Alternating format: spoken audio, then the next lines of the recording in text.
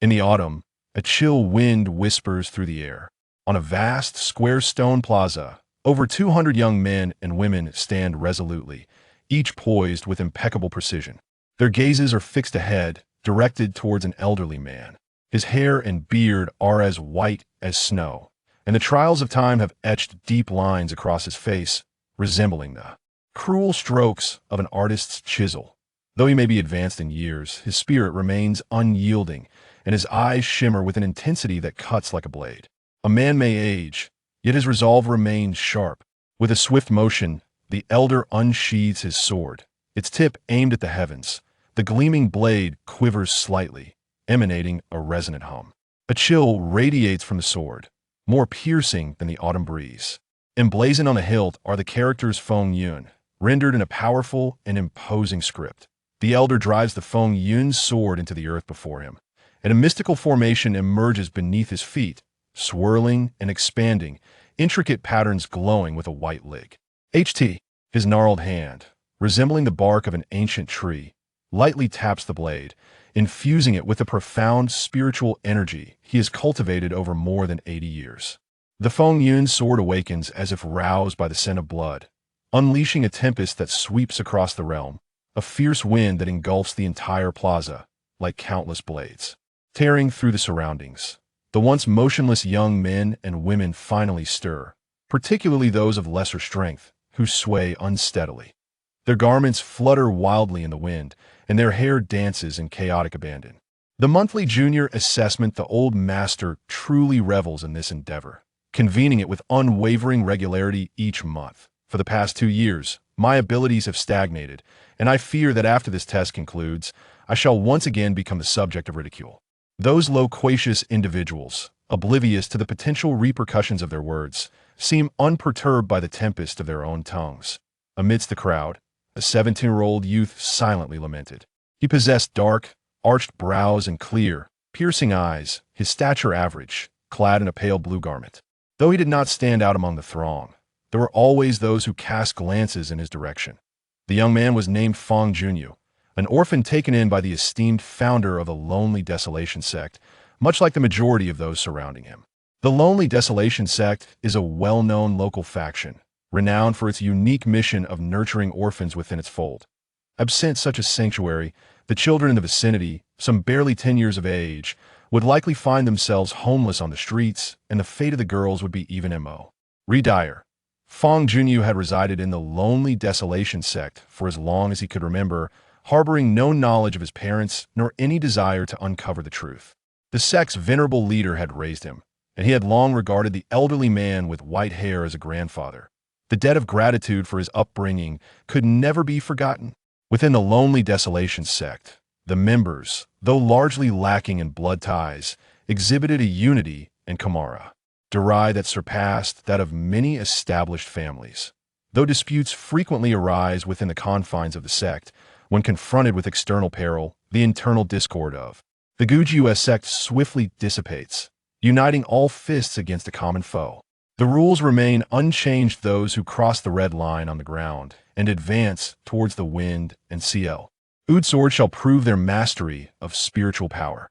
The closer one approaches this sword, the greater the demonstration of their cultivation. Allow me to witness the extent of your progress this month. Those who excel shall be rewarded. The elder sect leader declared, his voice resonating with greater vigor than that of the youth. The wind pressure emanating from the wind and cloud sword was formidable, rendering those of lesser strength unable to approach. By employing this method, a clear assessment of a young disciple's capabilities could be made. Hundreds of youthful maidens gathered, unleashing their spiritual energy to counter the wind pressure as they ventured against the gale. The weaker individuals could only emanate a faint glow of spiritual energy, while the more powerful ones manifested their energy into intricate formations, advancing upon luminous circles of power beneath their feet. The young disciples on the stage, all practitioners, wielded their spiritual energy as a medium to execute extraordinary feats.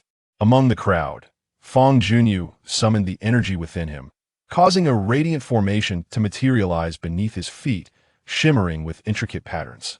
This formation enveloped him in an invisible shield, alleviating the burden upon him and instilling a sense of lightness. Let us see how far I can go, Fangyuan mused, his gaze sharpening as he stepped forward, crossing the red line. The disparity among the participants soon became evident. Some, newly arrived or of tender age, found themselves unable to surpass even the red line, halting in their tracks. Only those whose strength reaches the 5th level of the spiritual realm can barely cross the red line. The red line is situated 150 paces from the Fangyuan sword. The most basic practitioners of the spiritual realm can traverse the red line for several paces, while Hos of the higher spiritual array realm can manage anywhere from several dozen to over 100 paces to reach the Fangyuan sword and make contact with it. One must possess at least the prowess of the spiritual soul realm. Once one attains this level, there is no longer any need to participate in such tests. The spiritual realm, the spiritual array realm, and the spiritual soul realm are the 3 successive stages that practitioners must initially overcome. Presently, Fangyuan stands at the 6th level of the spiritual array realm, a remarkable achievement for a 17-year-old, placing him in the mid-tier of practitioners. In fact, Fangyuan's previous cultivation was even higher 2 years ago. He had already reached the 7th level of the spiritual array realm, causing quite a stir and earning the title of the most gifted genius since the establishment of the solitary gate. However, due to some undisclosed reasons, Fangyuan's cultivation began to stagnate and even regress, dropping to the 6th level. The brilliance of his genius gradually dimmed as he was overtaken by his subsequent talents. 2 years ago, he was a prodigious talent. 2 years later, he has become merely mediocre. This stark contrast has brought numerous troubles to Fangyuan. Yet he has never been overly concerned, always responding with a smile, for he harbors his own secrets and possesses his own confidence. The current stagnation serves as a foundation for future ascendance. When he once again spreads his wings to soar, he shall undoubtedly astonish those around him. Near the wind and cloud sword, the venerable sect master stood with his hands clasped behind him, his gaze sweeping the surroundings before ultimately settling on Fangyuan. A complex emotion flickered in his aged eyes as he mused inwardly. What affliction has befallen this child, Fangyuan? Despite his diligent efforts and training over the past 2 years, his progress remains stagnant. I had such high hopes for him initially, yet his subsequent performance has left me disheartened. I wonder if he can surprise me this time. Not far away, several hall masters and elders of the solitary sect were also engaged in discussion regarding Fangyuan. Though he may not shine as he once did, he still stands out among the younger generation. I observe that the spiritual formation beneath Fangyuan's feet emits vibrations consistent with his previous level. He is likely to manage only around 110 steps. I recall the junior assessment from 2 years ago, during which he traversed 123 steps with a cultivation of the 7th level of the spiritual formation. Such prowess was nearing the 8th level, truly astonishing. Alas, the phoenix has transformed into a mere chicken. 2 years have elapsed, and the once promising genius has not only failed to advance, but has regressed considerably. I truly cannot fathom what issues plague that child. I have long ceased to harbor any hopes for Fangyuan. Rather than pinning our expectations on his potential for progress, it would be far more prudent to extend our concern towards Lu Wanli. Once overshadowed, Lu Wanli has now emerged as the most rapidly advancing among the younger generation, having already ascended to the 8th level of the spirit array realm. At this rate of cultivation, he stands a considerable chance of breaking through to the spirit soul realm before the age of 25. Indeed, it is best to relinquish our hopes for Fangyuan. Any resources allocated towards him would be akin to pouring water into a sieve. It would be far wiser to invest in Lu Wanli, whose prowess has shown consistent improvement at a commendable pace. The hall master and the elders whispered among themselves, their gazes gradually shifting from Fangyuan. Lu Wanli, who stood at the forefront of the crowd, Lu Wanli, 2 years senior to Fangyuan, possessed a robust physique. With the absence of the prodigious Fangyuan for comparison, he had become a standout among his peers. Lu Wanli activated the spirit array, pressing forward with determination, only to halt after taking 133 steps, unable to advance any further.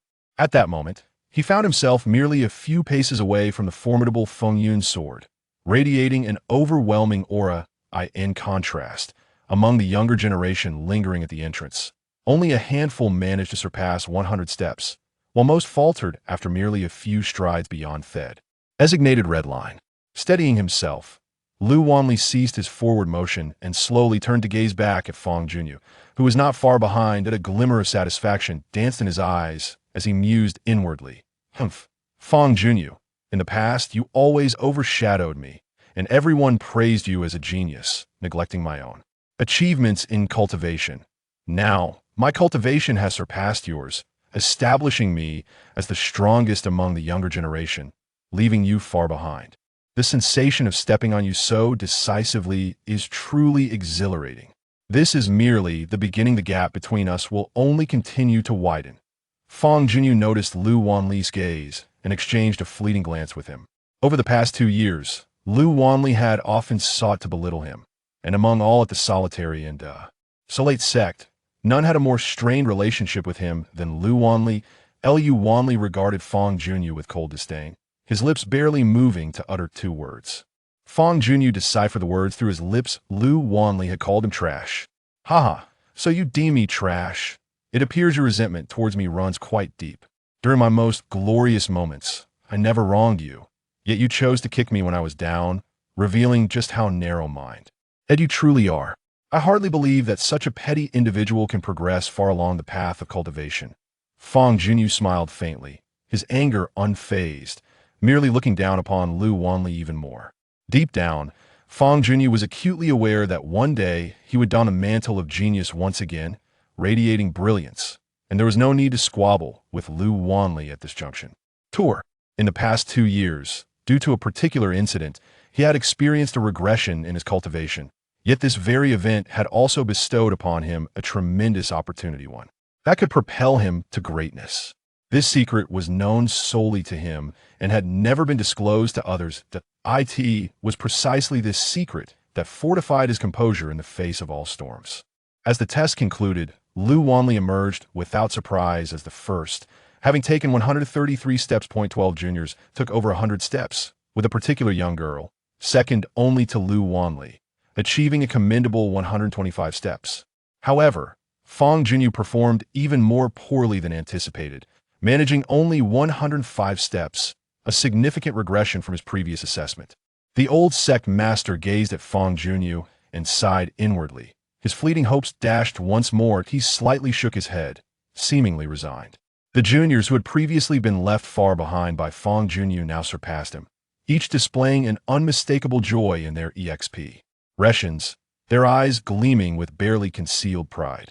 Those who made significant progress or ranked highly were rewarded accordingly, receiving items such as the Spirit Cultiva Ting Pill, a medicinal concoction beneficial for enhancing one's spiritual power. In the past, Fangyuan would receive more than 15 spirit cultivating pills after each monthly assessment, but this time, the outcome was different. Fangyuan, your cultivation has once again regressed, which greatly disappoints me. As a consequence, you will receive only 5 spirit cultivating pills this month.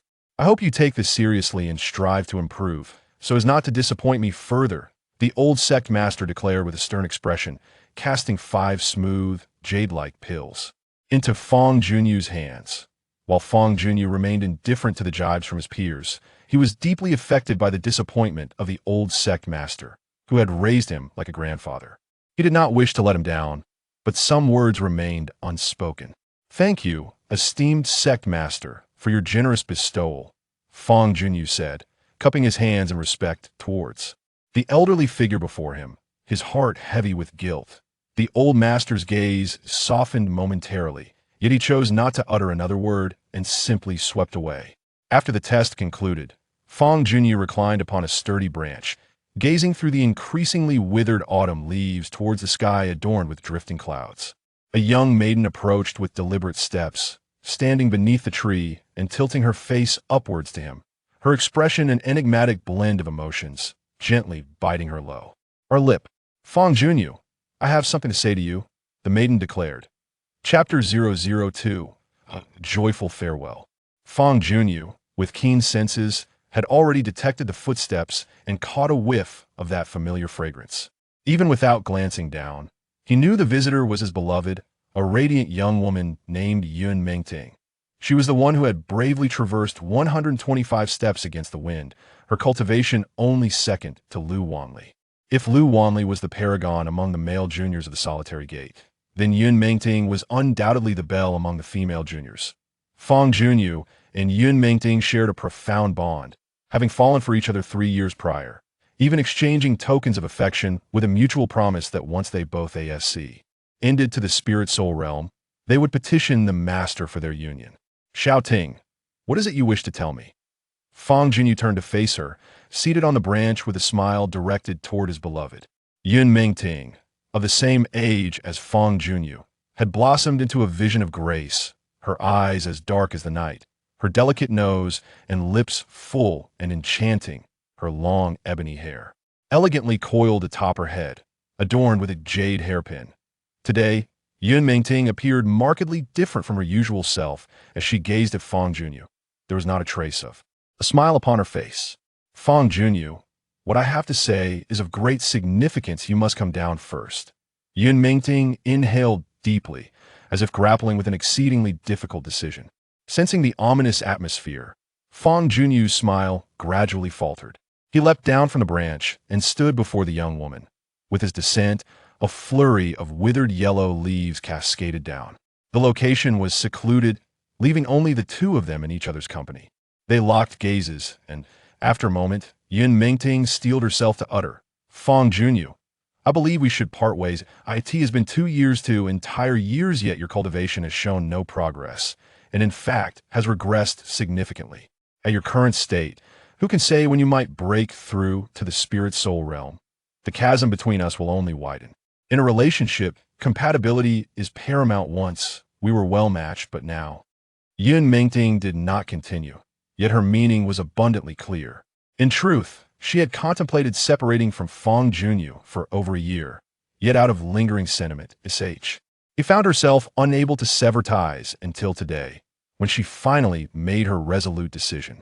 Though she was not a paragon of nobility, her innate talent surpassed that of most, promising a boundless future.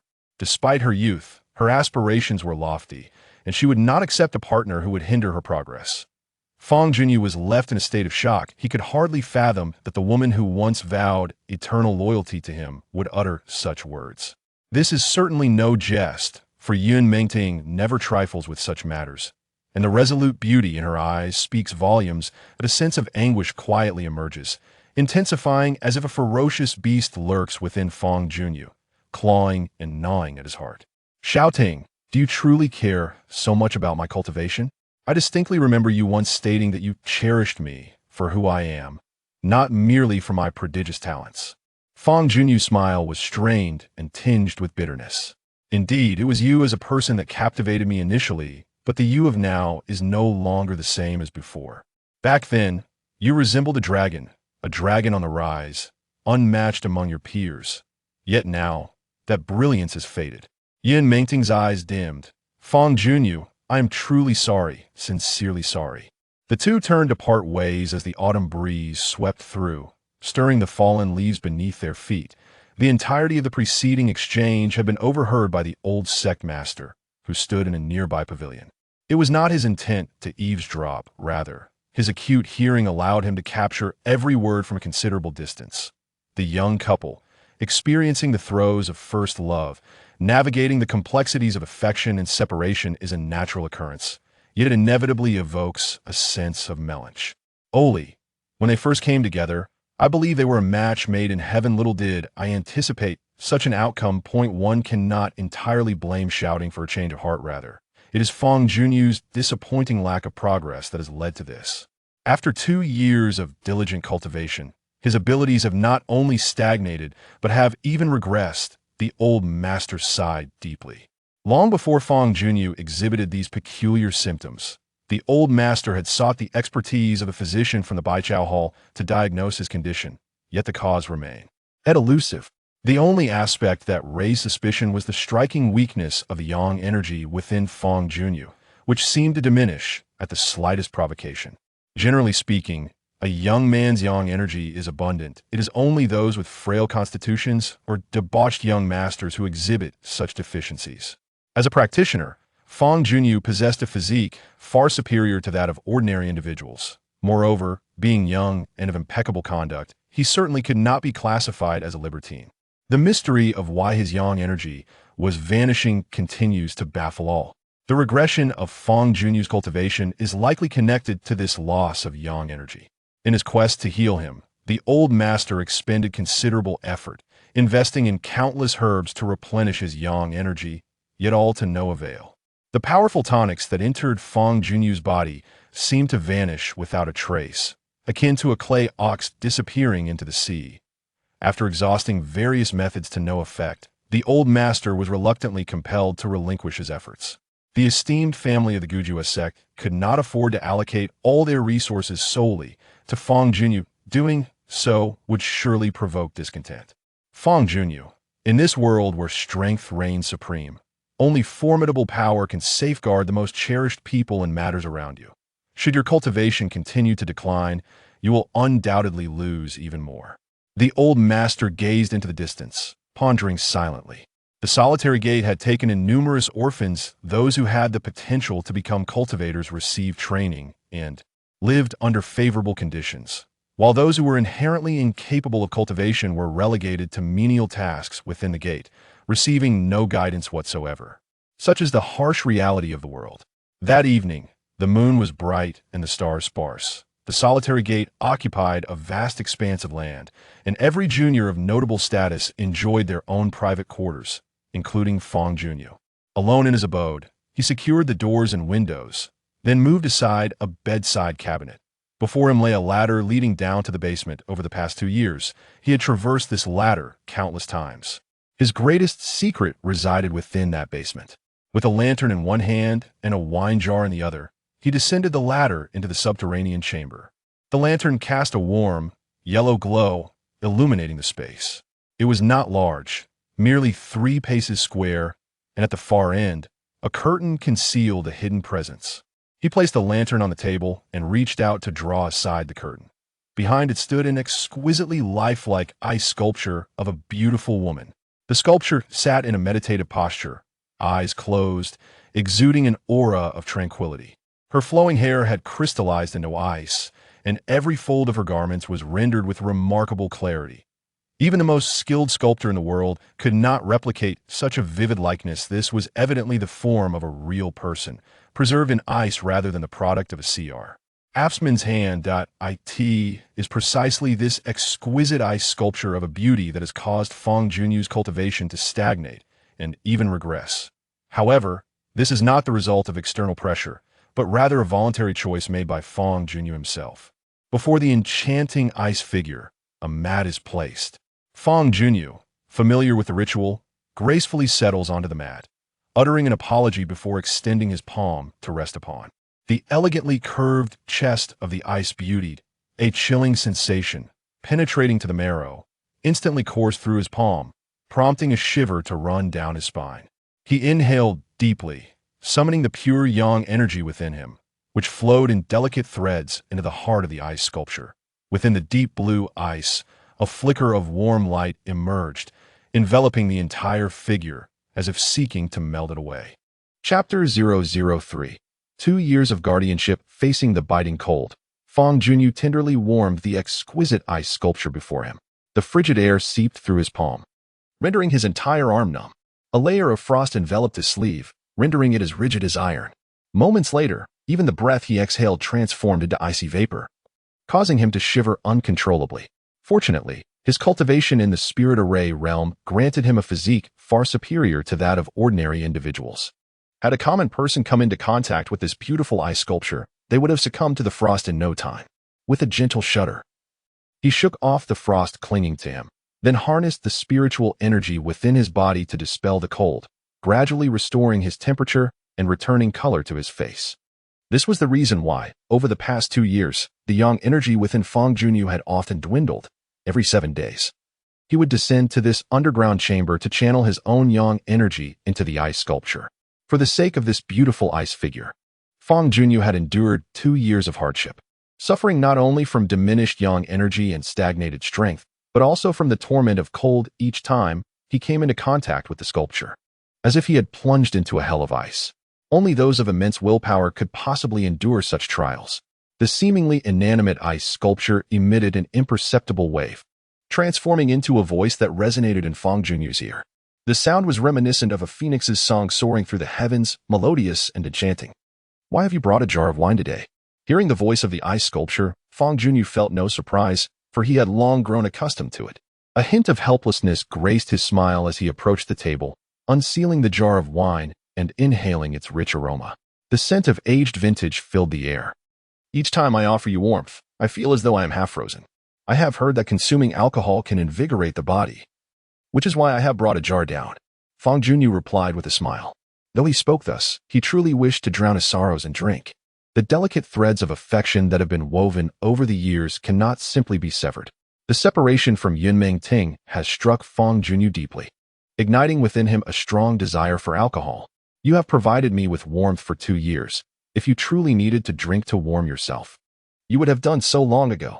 I suspect you have other motives for wanting to drink. Surely, you have not encountered some setback?" The beautiful ice sculpture spoke once more. "Deceiving a woman is truly no simple endeavor," Fangyuan mused. "Have I truly guessed correctly?" Without responding, Fangyuan grasped the jar and took a tentative sip. The liquid was bitter at first, but soon transformed into a fiery sensation. He swallowed hard, shaking his head, declaring, "The taste is quite unremarkable. Indeed, the flavor of the grain liquor was far from pleasant, yet after a few sips, his once cold body began to feel a warmth within, a comforting glow enveloping him. Acclimated to the bitterness and spiciness, he gradually discerned a different essence within. With sorrowful thoughts swirling, he consumed half the jar of grain liquor in one breath, his complexion taking on a faint blush. The beautiful jade sculpture noticed the change in Fangyuan and incessantly inquired about what troubles he faced. She spent her days confined to this basement, away from sunlight and external affairs, deriving her greatest joy from listening to Fangyuan's tales. Fangyuan, unable to resist any longer and in need of a confidant, recounted the embarrassing incident of being spurned. The exquisite ice sculpture remained silent for a long while before apologizing. "I am truly sorry. It was only to assist me that you were burdened with the loss of your beloved. Over the past 2 years, I have often heard you speak of her, and I can sense the sincerity of your affection. Losing her must weigh heavily on your heart. Do not elevate my actions to such nobility. My assistance is not solely rooted in goodwill. Let us not forget that our relationship is transactional." Fangyuan set down the wine jar and gazed at the enchanting ice sculpture beside him. "I will use my yang energy to thaw you, and in return, you must impart the heavenly level technique to me, along with a substantial array of treasures as a token of gratitude." 2 years prior, Fangyuan had stumbled upon this captivating ice sculpture in the woods behind the solitary gate. The figure had called out for his aid, promising various benefits while insisting he keep the matter a secret. Initially, Fangyuan was filled with trepidation, suspecting he had encountered some malevolent being. However, after a few encounters, he gradually lowered his guard. Eventually, he learned more about the ice sculpture and confirmed its true identity, allowing him to fully commit to assisting her. The ice sculpture was once a living woman named Nangong, who had been struck by a nefarious spiritual technique, transforming her into this frozen form. She struggled against the frigid aura that threatened to consume her, barely managing to protect her heart. Should the cold penetrate further, she would be irrevocably frozen, unable to awaken once more. To thaw the ice sculpture, the pristine yang energy of a man is essential, gradually dissipating the formidable chill. Given her precarious circumstances and perilous adversaries, Nangong is loath to reveal her identity. Thus, she prefers Fangyuan's discreet assistance to a conspicuous spectacle that might attract her pursuers. In return for Fangyuan's aid, Nangong imparted a celestial-grade cultivation technique. Further recompense, currently inaccessible due to her frozen state, awaits her thawing. Cultivation necessitates techniques stratified into grades such as mortal, earthly, and celestial, among others. Above celestial lie even loftier echelons. Mortal-grade techniques are commonplace, while earthly-grade are considerably more precious. Celestial-grade techniques are exceedingly rare. The isolated excellence sect possesses but a single earthly-grade technique, the remainder being mortal-grade. The surrounding powers are similarly endowed, with mortal-grade techniques predominating and earthly-grade techniques being scarce. A celestial-grade technique is virtually unobtainable within a radius of thousands of miles. For a cultivator of Fangyuan's caliber, a celestial-grade technique is the stuff of legends, hence his captivation when Nangong offered it as a token of gratitude. Could he remain unmoved? It is akin to a pauper stumbling upon a gold mine, or even more extravagant. A celestial-grade technique could readily command a king's ransom. The other benefits promised by Nangong Qing are likewise invaluable, far beyond Fang Junyu's present reach. The celestial-level technique imparted by Nangong Qing to Fang Junyu is known as the Great Zhou Tian returning to origin skill, which far surpasses the swallowing technique taught to disciples by the solitary gate.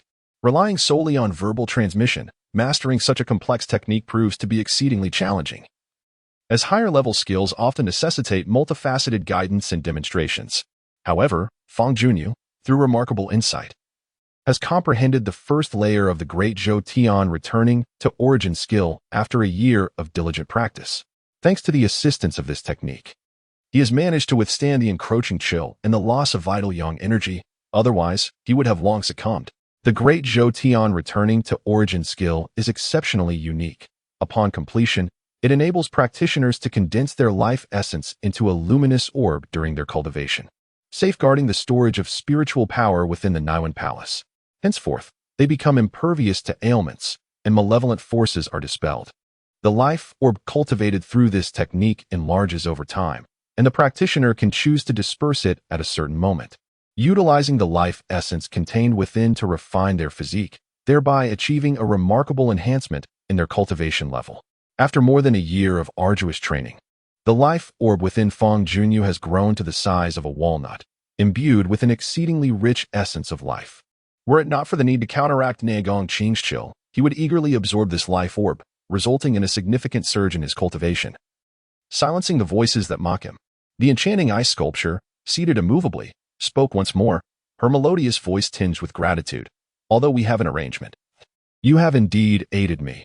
This is a life-saving grace, and for that, I must express my heartfelt thanks. Were it not for your frequent infusions of vital energy, I dare say I would have long perished from the cold. You invariably convey glad tidings while concealing your anxieties, reluctant to divulge the vexations that plague you. Yet, I surmise that you have endured considerable hardship and suffered numerous indignities due to the stagnation of your cultivation. How long do you foresee it will take? A glint of anticipation sparkled in Fang Junyu's eyes. A fortnight at the earliest, 2 months at the latest. This was indeed heartening news. A look of delight graced Fang Junyu's countenance. The sorrow stemming from the loss of his beloved diminished considerably, replaced by a burgeoning sense of anticipation. The day Nangong Qing emerges from the ice shall mark his triumphant return. Chapter 004. Following a solitary man and an ice sculpture engaged in prolonged conversation within the confines of the underground chamber, lest Nangong Qing succumb to loneliness. Only when the libation within the earthenware jar was depleted did Fang Junyu take his leave. Nangong Qing's eyes were obscured by the ice, preventing her from beholding Fang Junyu's departure. Yet she could perceive it all through her acute senses. One who could casually proffer a celestial-grade cultivation technique as a token of gratitude could hardly be an ordinary individual. Her former cultivation and status must have been exceedingly elevated. This could be regarded as a serendipitous encounter. Nangong Qing mused inwardly. For the past 2 years, she had been confined to this underground chamber, with Fang Junyu becoming the sole individual she could interact with. The protracted duration had fostered a unique bond. Crack. In the darkness, the sound of fracturing ice reverberated, with minute shards of ice quietly cascading down.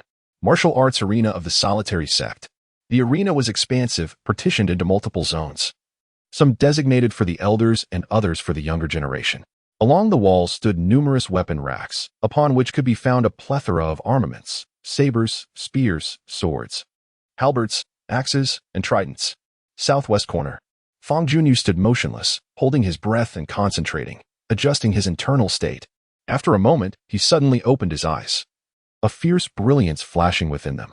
Mastery in martial arts begins with the cultivation of momentum. It is essential to exude a formidable presence before engaging in battle. A fundamental lesson he had learned long ago. His internal spiritual energy surged forth from the dantian, coursing through his body like a serpent of lightning, ultimately converging at his feet to form a spiritual array.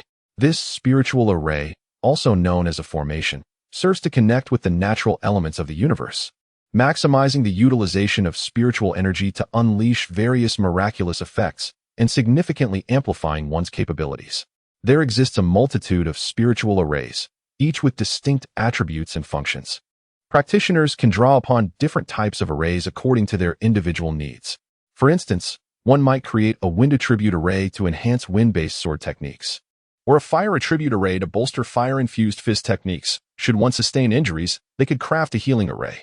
However, the art of array creation is not to be taken lightly. It necessitates diligent study and rigorous practice to master even a single formation. Some formidable arrays possess an extensive range and astonishing power, capable of shattering mountains and rivers with ease. As Fangyuan prepared to unleash a series of fire-based punches, he inscribed a fire attribute array beneath his feet. The array, glowing with a crimson light, materialized in a circular shape, intricate patterns woven within its confines.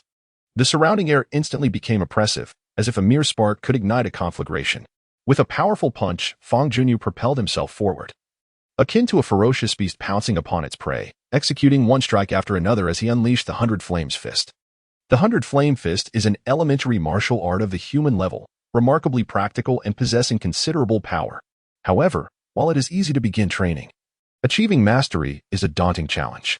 After executing a dozen punches, Fangyuan found his limbs fully mobilized, his condition improving progressively, and his offensive prowess becoming increasingly formidable.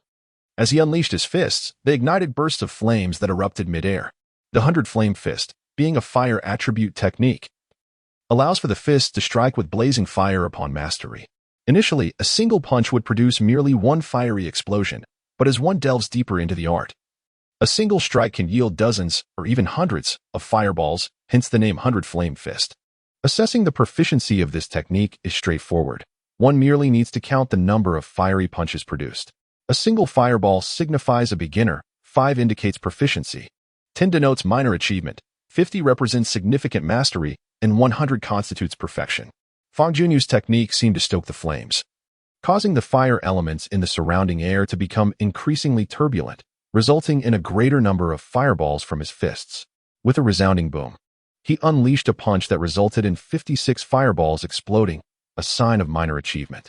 A short distance away, the venerable master stood tall, exuding an aura of vitality despite his age, adorned with the renowned Fangyuan sword at his waist, and surrounded by an ever-present gust of wind. He surveyed the area, focusing primarily on the younger generation. The old master, childless, held a fondness for the youth, which prompted him to establish the solitary sect, providing orphans with a sanctuary. His gaze swept over the crowd, ultimately resting on the striking figure of Fangyuan as he practiced his punches. Formerly, when Fangyuan executed the 100 Fist, he could unleash over 70 clusters of flames with a single punch. Now, he can only produce a little over 50, a truly conspicuous regression. If his spiritual energy were ample, judging by the standard he exhibits in each punch and kick, he should be capable of conjuring over 90 clusters of flames. It appears that he has not been entirely stagnant these past 2 years. It's just that many of his advancements are subtle and easily overlooked. The old sect leader stroked his beard, rendering his assessment. Even he was nearly deceived. How much more so would others be? The average person would merely judge the level of the 100 Fist by the quantity of flames, never noticing the subtleties of the fist technique or the transitions between stances.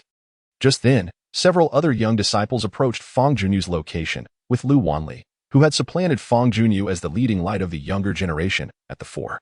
Lu Wanli advanced towards Fangyuan with clear intent, but the latter ignored him, continuing to practice his fist technique. The solitary extinction sect has its own rules, strictly forbidding private duels among the younger generation. Lu Wanli did not dare to be too blatant. He could only find other ways to needle Fangyuan. Humph. Merely the 100 Fist. Who can't do that? Lu Wanli scoffed, striking a pose on the open ground near Fangyuan, releasing his elemental spirit array, and began to execute the 100 Fist as well. As he practiced, he grew more proficient, and the flames he unleashed multiplied, eventually reaching over 80. The younger disciples who had accompanied Lu Wanli immediately began to cheer, bootlicking Lu Wanli. Excellent. This fist technique is truly remarkable. To unleash over 80 clusters of flames with a single punch is truly awe-inspiring. This is what true 100 Strikes fist is.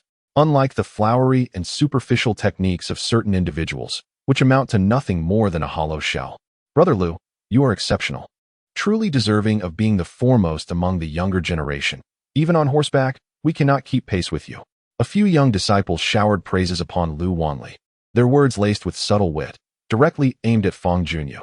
Fang Junyu dismissed their remarks as mere background noise, choosing not to take them to heart. When his time to rise comes, these words will surely dissipate into nothingness. He had no desire to linger among Lu Wanli and his entourage, opting instead to withdraw to a nearby open space. Lu Wanli had intended to provoke Fang Junyu, but upon noticing his unperturbed demeanor, felt a pang of dissatisfaction, as if his blow had landed nowhere. Humph, how dare a once promising individual now diminished in strength act so arrogantly? Once I ascend to the spirit realm, I shall wield the true power of the solitary gate. Then, I shall see how I deal with you.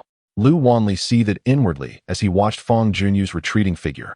The subtle rivalry between these two young disciples caught the keen eye of the old sect master. A cultivator must contend against heaven, fate, and others. Such trivial disputes are beneath the old master's intervention. If I nearly misjudged the situation, how much more so for these novices? Although Fang Junyu's fiery techniques may not match Lu Wanli's in strength, he far surpasses him in the intricacy of his moves. While the younger disciples cheered for Lu Wanli, the old master rendered a different verdict. The regression of spiritual energy had indeed constrained Fang Junyu's technique's potency. Yet his comprehension of each move had reached a profound new level. His execution of the 100-crack fist is now as precise as if it were straight from a textbook, devoid of even the slightest imperfection. Should his cultivation advance further, with an elevation in his spiritual energy coupled with perfected techniques, he is destined to yield an astonishing outcome. It was the twilight of a day more than 20 days hence. Fang Junyu, having concluded his daily cultivation, had just partaken of a hearty meal in the dining hall and was wearily making his way toward his abode. The afterglow of the setting sun cast a layer of crimson upon the aged, cracked brick ground. A comely figure suddenly emerged from behind a tree ahead, obstructing Fang Junyu's path. It was Yun Mingting. Since severing their romantic ties, Fang Junyu had refrained from initiating conversation with Yun Mingting. She, however, had taken the first step in seeking him out. Former lovers, now estranged. Fang Junyu halted, meeting Yun Mingting's gaze, and they stood in mutual silence. After a moment, the maiden broke the tranquility, smiling faintly. I had initially believed that you would be disheartened by that matter. However, it appears that I was unduly concerned. You have been just as you were before over the past month, with no discernible difference. I am not one to be easily broken, Fang Junyu replied, shaking his head. He had indeed been saddened by Yun Mingting, but not to the point of being unable to eat or live. Well, that is excellent. It puts my mind at ease. You need not worry about me. Regardless of whether you are present or not, I shall fare well. I hope so, Yun Mingting assented, her countenance lightening considerably as she stepped past Fang Junyu. As their shoulders aligned, she paused. By the way, should I develop affections for another man in the near future and find a new paramour, you would not mind, would you? Despite their separation. These words pierced Fang Junyu's heart like a thorn, awakening the pain that had long since faded. Clenching his fists, his nails dug into his flesh as he took a deep breath, forcing a faint smile as he replied, no. Chapter 005. Rapid progress. The woman stood tall, her figure elegantly proportioned, adorned in a pristine white dress with pale blue trimmings at the cuffs. Her visage was refreshingly ethereal, as if untouched by the mundane world. Her deep, dark eyes possessed an arresting beauty that penetrated the very soul. Even the most skilled artists on earth would find it impossible to capture even a fraction of her beauty with their brushes. To wed such a woman would require a fortune amassed over 9 lifetimes. The woman's identity was unmistakable. You. Fang Junyu was overwhelmed with joy, almost at a loss for words. Before him stood the enchanting woman he had devotedly protected for 2 years, Nangong Qing. Once a beautiful ice sculpture, she had now transformed into a living embodiment of beauty, standing gracefully before him. The enemies that lurked behind her were formidable. Should the word get out, it would unleash chaos of unprecedented proportions. Thanks to you, I have finally dispelled most of the malevolent energy surrounding me and shattered the icy barriers that bound me. I shall no longer require your life-giving warmth. Over the past 2 years, your assistance has been invaluable. Thank you, truly, thank you. From now on, with just a word from you, I, Nangong Qing, would willingly face any peril without hesitation. Nangong Qing smiled, her expression pure and untainted, reminiscent of the first snow of winter, untouched by any impurity. Your resurgence fills me with elation, as it liberates me from the torment of chilling miasma and the indignity I've long endured. I shall now be able to unleash my full potential, quoth Fang Junyu, mirthfully. In terms of power, I shall endeavor to assist you to the utmost. Whatever resources I possess shall be at your disposal. Haha. I shall not stand on ceremony then. As I am presently unable to depart from your side, I may as well lend you a hand in the meantime. Why? Are you unable to leave me? Fangyuan inquired, a peculiar stirring in his heart. Although the majority of the yin energy has dissipated from my being, a considerable amount remains. My thawing does not signify a complete recovery. Until my wounds are fully mended, I intend to remain in your vicinity for safety's sake. And, if I may speak candidly, your abode is in a remote and obscure region where few would recognize me, hence its relative security, Nangongqing elucidated with a smile. So, you have not fully recovered. The one who wounded me was exceedingly formidable. It was a stroke of luck that I did not perish on the spot. Recovery will not be swift. The young master of the Demon Sky Palace is indeed a force to be reckoned with, a single blow. And 2 years are insufficient to heal. Fangyuan remarked with a sigh. You are aware of the matter between myself and the Demon Sky Palace? Nangongqing inquired. Slightly taken aback. For the past 2 years, Nangongqing had maintained strict secrecy about her injury, lest the news be leaked. It was not that she distrusted Fangyuan, but rather that the stakes were too high to take chances. Yet, to her surprise, Fangyuan was already privy to these events. Did you truly believe I was ignorant of everything? Fangyuan chuckled with delight, extending her arms across her chest. Shortly after discovering you, I heard whispers regarding your affairs. It was rumored that the young master of the Demon Heaven Palace in the Great Wu Kingdom had set his sights on a woman of unparalleled beauty, wishing to take her as his bride. However, this woman resolutely refused, provoking the ire of the young master, who then pursued her relentlessly. The woman fled for her life, only to be struck by the young master in her desperate escape, after which she vanished without a trace. Indeed, this is a remote and desolate place. Yet the commotion surrounding this incident was so great that even here, the news had reached us. Fangyuan gazed at the delicate features of Nangongqing, remarking, upon hearing such tales, I surmised that the virtuous and defiant maiden was you, which is why I agreed to assist you. My help stems from a trifling kindness, a desire for various rewards, and, moreover, a deep admiration for your character. To obliterate the lonely solitude sect would be as effortless for the likes of the Demon Heaven Palace as squashing an ant. Yet you dared to oppose such a formidable force, truly commendable. Indeed, that defiant fool was I, fortunately, unencumbered and solitary. I found the courage to stand against the Demon Heaven Palace. Had I been tethered by family or responsibilities, I doubt I would have acted with such audacity. Nangongqing replied with a sorrowful smile. For Fangyuan, the Great Wu Kingdom and the Demon Heaven Palace felt like distant realms. And even the presence of Nangongqing seemed an anomaly, as such a woman ought not to have crossed his path. Yet fate had intertwined their destinies. From the very first moment I beheld you, you had already become a statue of ice, and I recognized your beauty then. Upon seeing you in person, I realized that the real you is tenfold, 100-fold more beautiful than that ice sculpture. Fangyuan gazed at the stunningly beautiful Nangongqing, expressing his heartfelt admiration without realizing any impropriety in his words. A faint blush appeared on Nangongqing's jade-like skin.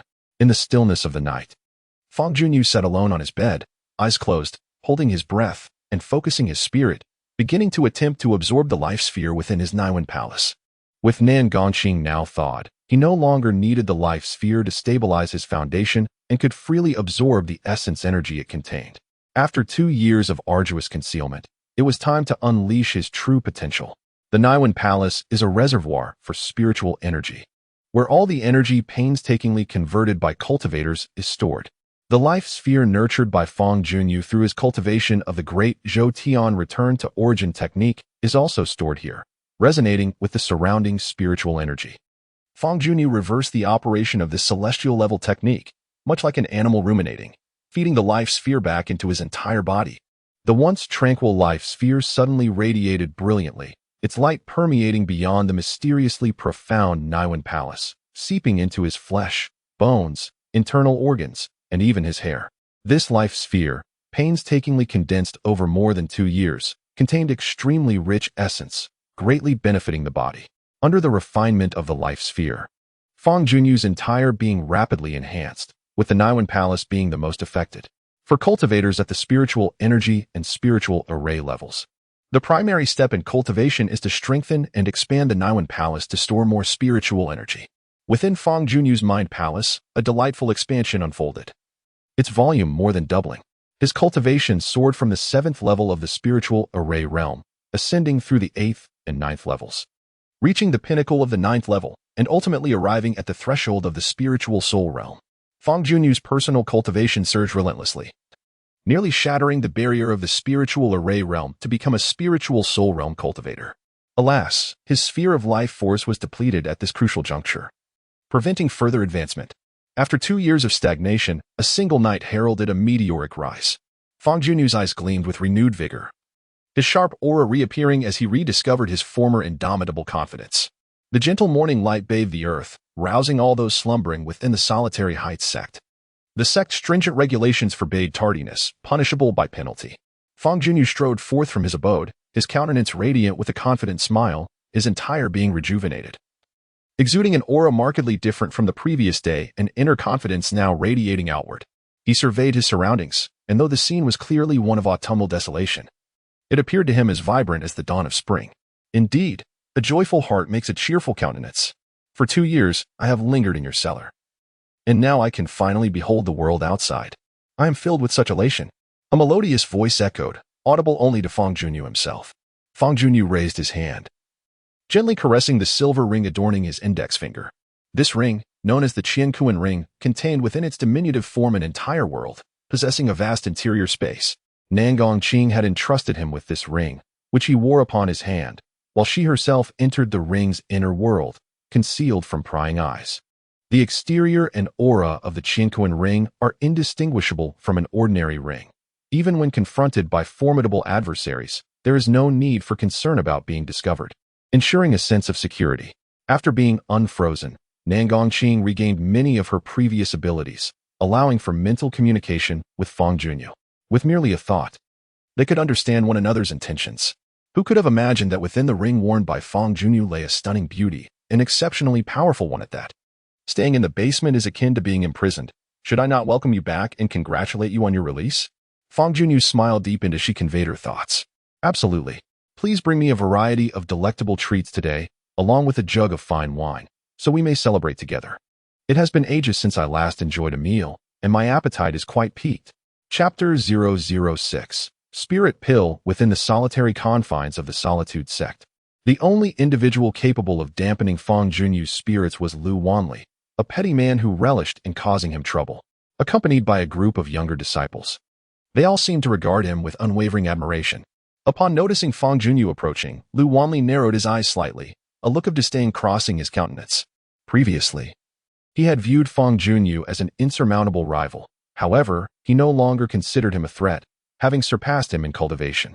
What was even more delightful was the fact that Fangyuan's own cultivation was in decline, and by the time of the next assessment, it could very well regress to the 5th level of the spirit array realm.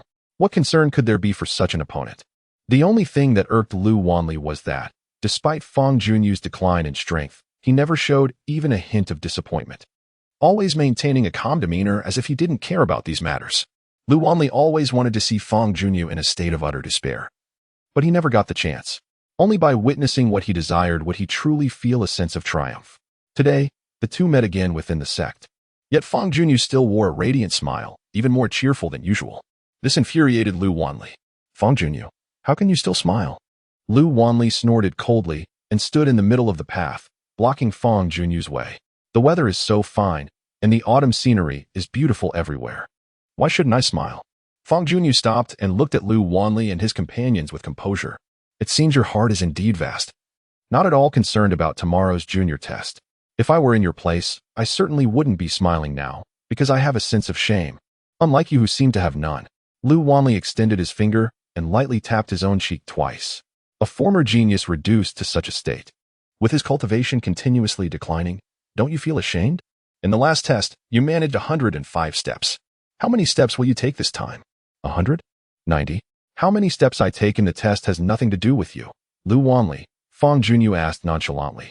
This statement left Lu Wanli speechless, as these matters indeed had no connection to him, making him feel like a dog chasing a mouse. However, even if the facts were so, he couldn't admit it. Certainly.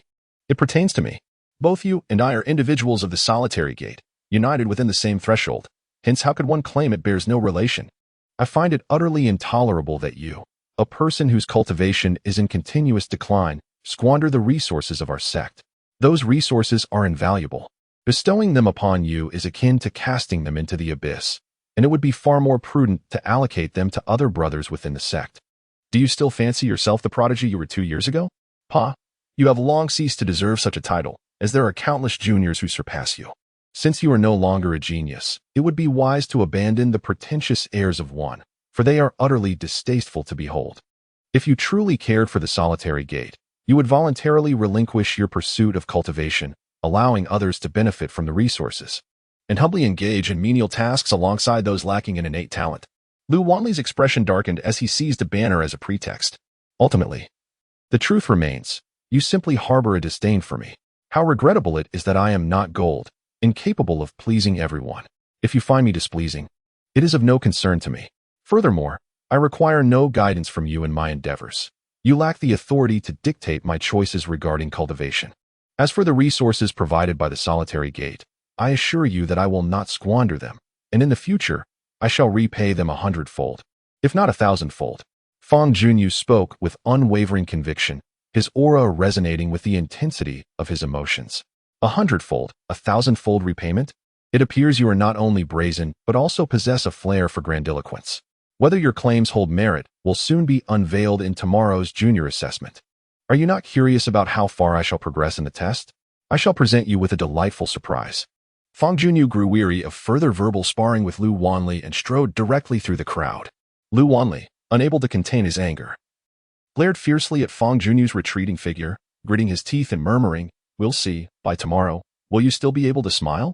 At noon, 5 fragrant dishes adorned the table, 3 meat and 2 vegetable dishes, all prepared by the kitchen of the solitary gate. Beside the dishes sat a small bottle of fine wine.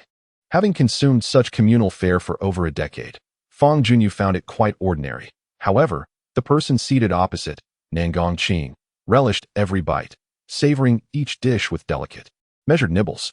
Having abstained from food for 2 years, relying solely on the formidable physique of a cultivator to endure, even a simple stir-fry of green peppers and shredded meat tasted exquisite to Nangong Qing.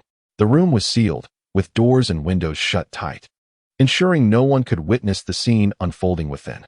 Should anyone catch sight of Nangong Qing indulging in a meal, they would likely regard him as a celestial being. Dining opposite Nangong Qing imparted to Fangyuan a surreal sensation, as though he were sharing a meal with an ethereal fairy. Silence enveloped them as they ate. Once the meal concluded, Nangong Qing exhaled contentedly and remarked, "It was truly delightful. Even a small piece of scallion held a unique flavor.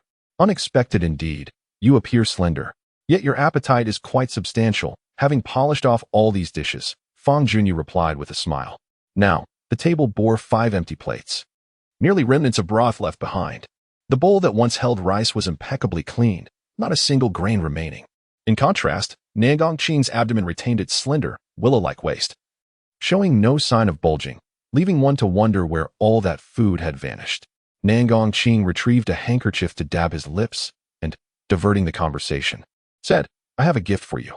What do you wish for in return?" Fangyuan's eyes sparkled with interest. "Earlier, I promised to present you with various tokens of gratitude, but some of them may not be of immediate use to you. Thus, I shall first offer you what is beneficial.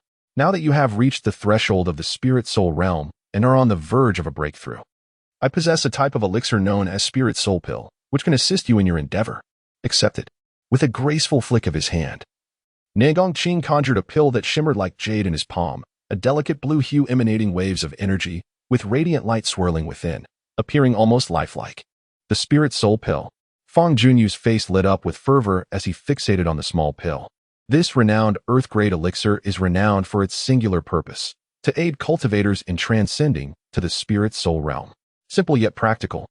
This is the essence of the spirit-soul pill. Such earth-grade elixirs are undoubtedly of considerable value.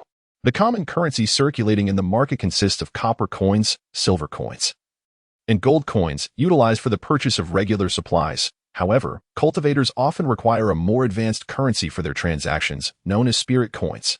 The Guaju sect provides its members with spirit-nurturing pills at a cost of 10 spirit coins each, and 10 spirit coins can be exchanged for a substantial amount of gold coins. Fangyuan distinctly recalled overhearing the price of the spirit soul pill on a previous occasion, This coveted elixir is valued at 30,000 spirit coins. In other words, a single pill is equivalent to 3,000 spirit-nurturing pills. Even for the entire isolated solitude sect, this was an exceedingly substantial figure. Only signs of prominent factions, upon ascending to the spiritual soul realm, would deign to consume such a costly elixir. A single dose could impoverish a minor power. Summoning his composure, Fangyuan inhaled deeply, extending 2 fingers to retrieve the spiritual soul pill from Nangongqing's hand. A veritable treasure, he murmured, his gaze fixated upon the pill, dispensing with any superfluous gratitude. In the presence of Nangongqing, a woman of unparalleled beauty, Fangyuan saw no need for insincere pleasantries. This pill was the fruit of 2 years' labor. Having recently absorbed the orb of life, your physique has undergone refinement, yet your foundation remains unstable. It is advisable to defer the consumption of this spiritual soul pill for 3 days, allowing for further consolidation, she advised. The following day, the junior assessment commenced as scheduled. The younger generation of the isolated solitude sect congregated upon the expansive platform, where the elder sect leader stood resolute against the wind. The gale cloud sword adorning his waist. This blade served as an emblem of the isolated solitude sect, renowned throughout the region. Numerous hall masters and elders stood along the platform's periphery, observing the assembled youths. These novices represented the lifeblood of the isolated solitude sect, destined for allocation to various halls. Thus, the hall masters keenly scrutinized them, eager to enlist promising talents into their respective halls. Elders, too, would occasionally select favored youths for personal tutelage. In their discourse, the hall masters and elders turned their attention to Fangyuan. Though the aura of genius had waned, he remained a figure of considerable note. If memory serves me correctly, Fangyuan managed to take a total of 105 steps in the last test. I am uncertain how many he will achieve this time. I have observed that his decline in cultivation is accelerating, and I suspect he may regress yet again. If he can take 100 steps, it would be commendable. While others advance in their training, he seems to regress daily, truly an anomaly. Frankly, I find it increasingly difficult to watch. Should he continue down this path of deterioration, I shall propose to the old sect master that he be expelled from our ranks, severing all his financial support and cultivation resources. Monetary concerns are trivial. The key issue is that Gujiwei's sect cannot afford to lose face over him. 2 years ago, he brought considerable honor to Gujiwei's sect. Yet now he is a source of embarrassment, which is certainly not a sustainable situation. The various powers around Qingfeng Ridge are merely waiting for the spectacle. The hall masters and elders are all voicing their skepticism regarding Fangyuan. In Chapter 007, The Return of the Genius, the younger generation undergoing the test on the platform harbors their own thoughts. Yun Mingting stands among the female disciples, feeling an unprecedented sense of ease. She cannot help but cast a glance at Fangyuan in the distance, her heart brimming with reflections. Fangyuan, every time the junior test occurs, you attract a flurry of gossip. In the past, I had to endure these harsh words alongside you, but today, I am free from that burden. As we are no longer connected, you, a worthless turtle, let us see how many steps you can endure against the pressure today. Last month, I took 133 steps, and with my recent progress in cultivation, I expect to advance another 2 steps this time. I intend to show everyone that I am far superior to you, the so-called genius.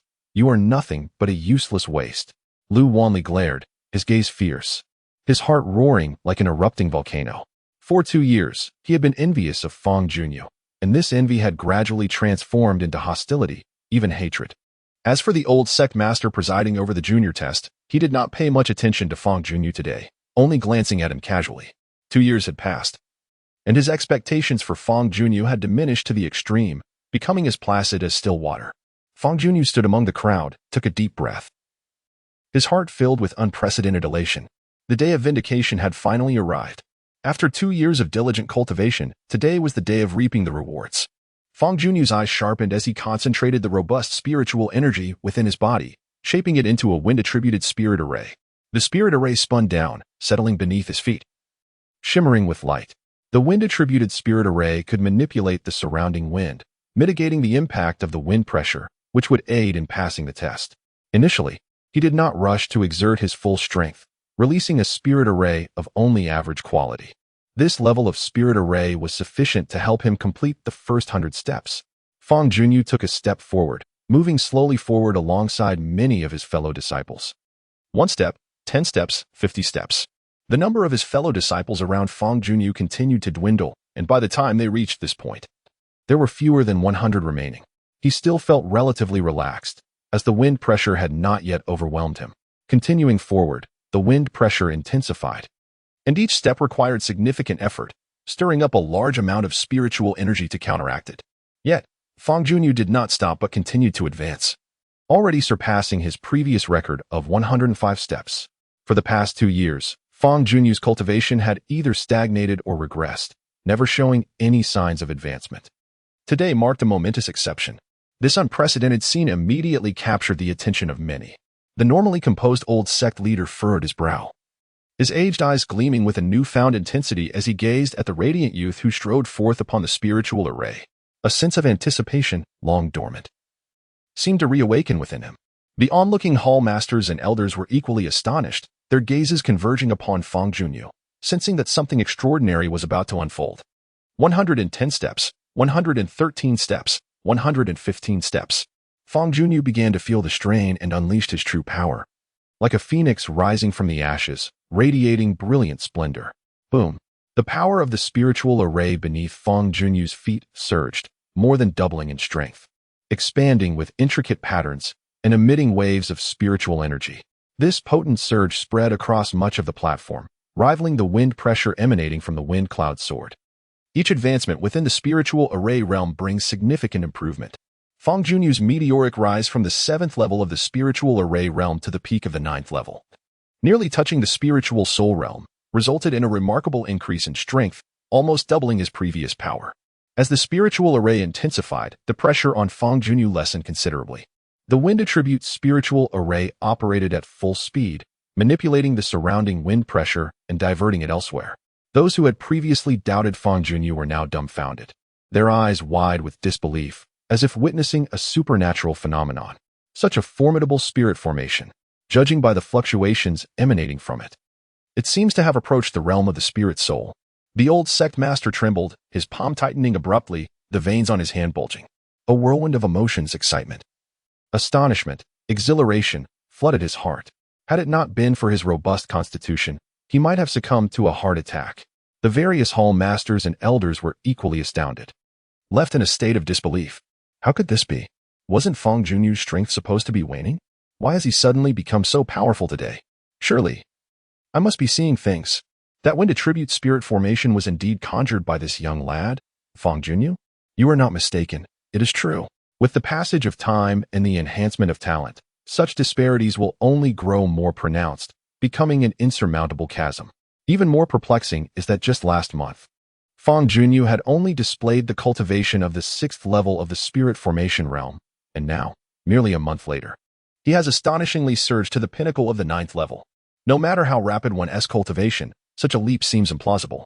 Many began to speculate that Fangyuan had been concealing his true strength over the past 2 years, or that there was some other underlying reason. Yun Mingding, who was walking ahead, caught wind of their murmurs. Her slender figure trembled slightly, wondering if she had misheard. Slowly, she turned her head. Her hair tousled by the gusts of wind, and her gaze fell upon Fangyuan not far behind. Upon this sight, she stood transfixed. Fangyuan stood upon a colossal spiritual formation spanning a radius of 10 feet, creating a visibly radiant shield that repelled the fierce winds.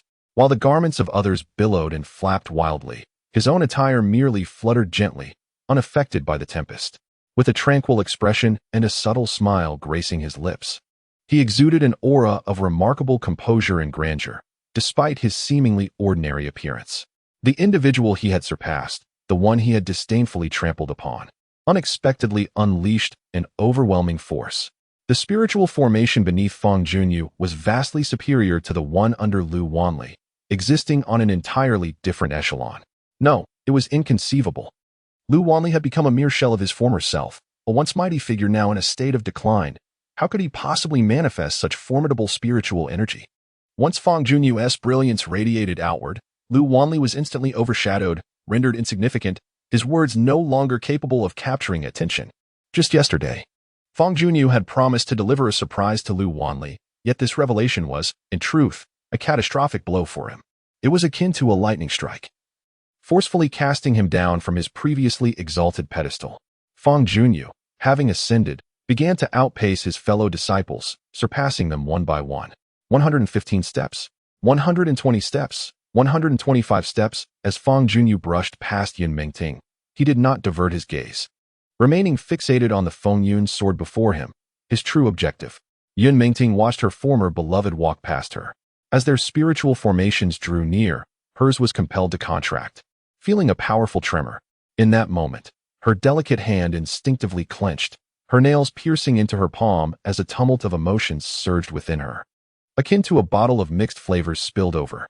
Only one person remained standing before Fangyuan. Chapter 008. The performance. Lu Wanli staggered backwards, retreating several steps in the blink of an eye. Observing this scene, Fangyuan nonchalantly flicked his hand, unleashing an invisible surge of spiritual force that gently yet firmly struck Lu Wanli's back, halting his momentum. On the surface, it appeared that Fangyuan was aiding his opponent. In reality, it was quite the opposite. This was an act of retribution. For the past 2 years, Lu Wanli had persistently belittled him, and Fangyuan felt justified, even compelled, to exact his vengeance. One must repay hatred with hatred and kindness with kindness. Only thus can the path of cultivation be pursued with an open heart, free from lingering regrets and entanglements.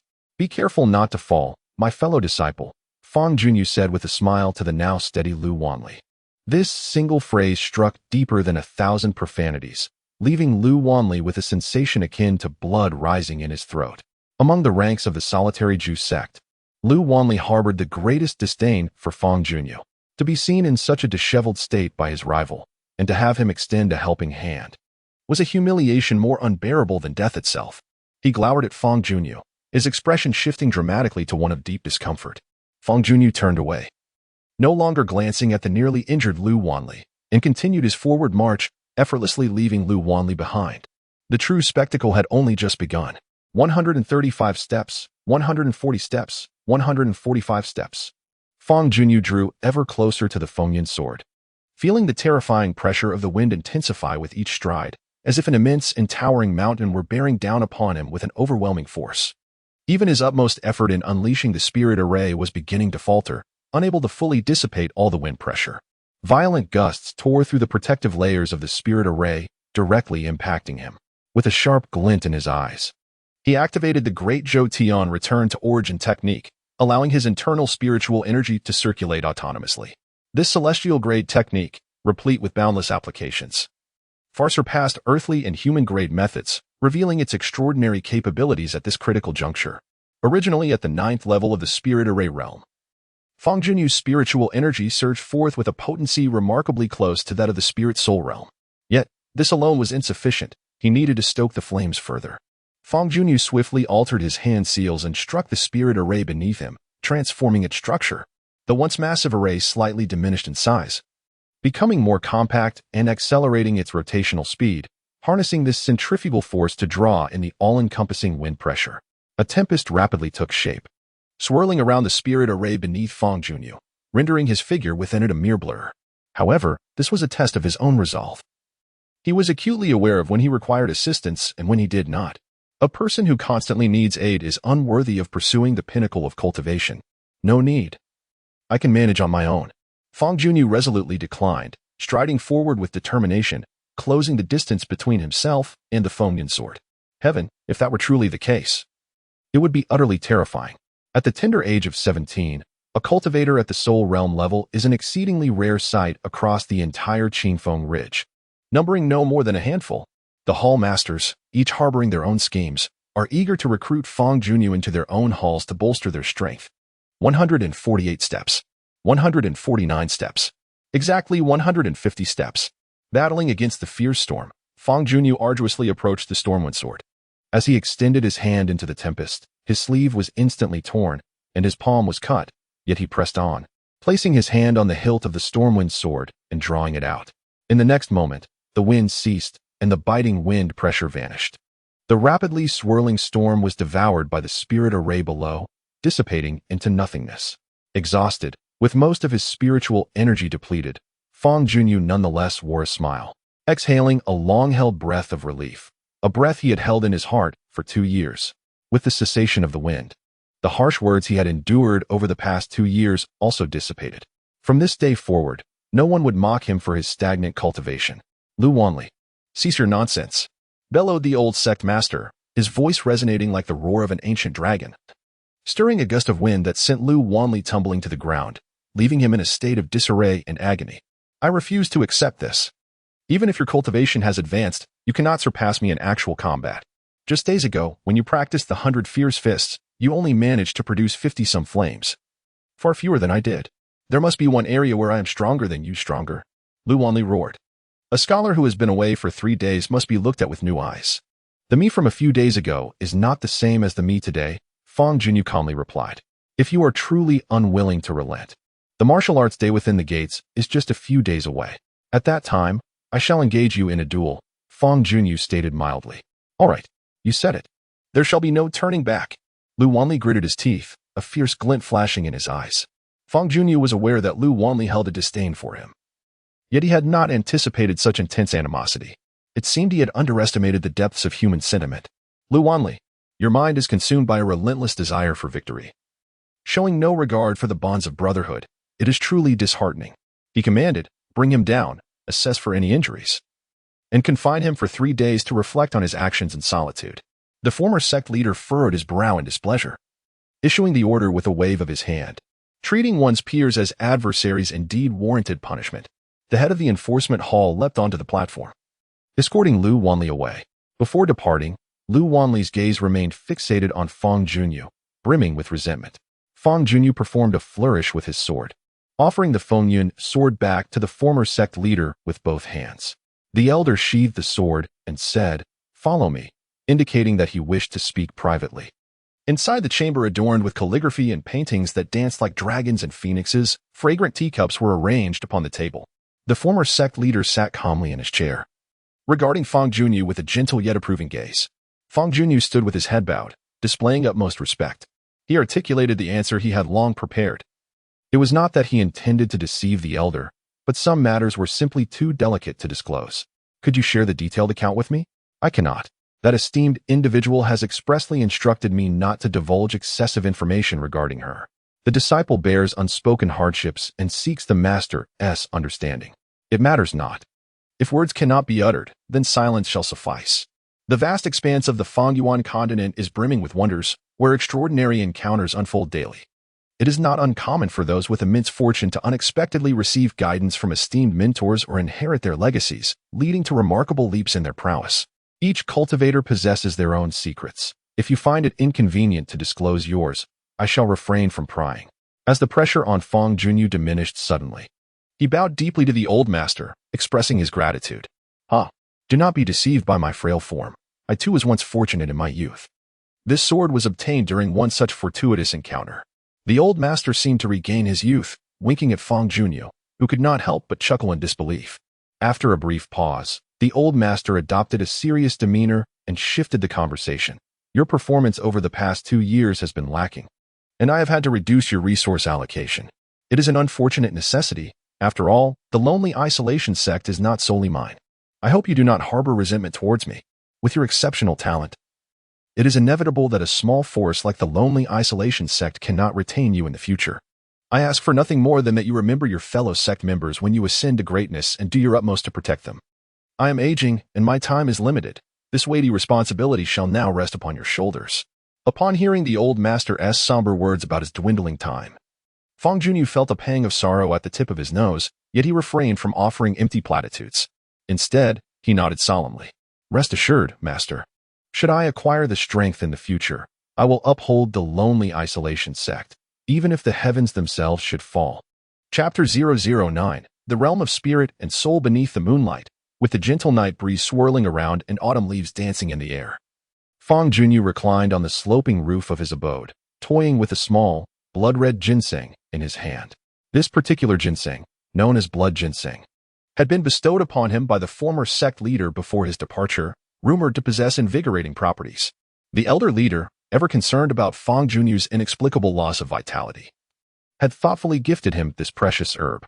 Even aside from its potential to restore his vigor, the consumption of such a medicinal plant was inherently beneficial for cultivation.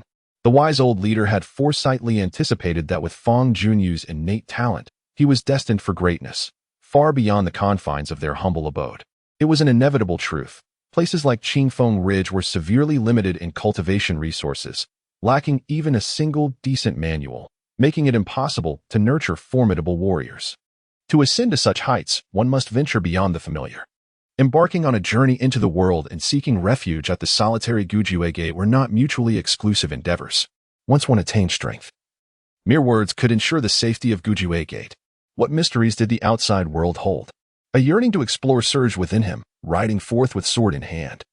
Traversing the vast horizons, encountering a myriad of individuals, witnessing diverse events, braving perilous terrains, and vanquishing various adversaries. The mere thought filled him with exhilaration.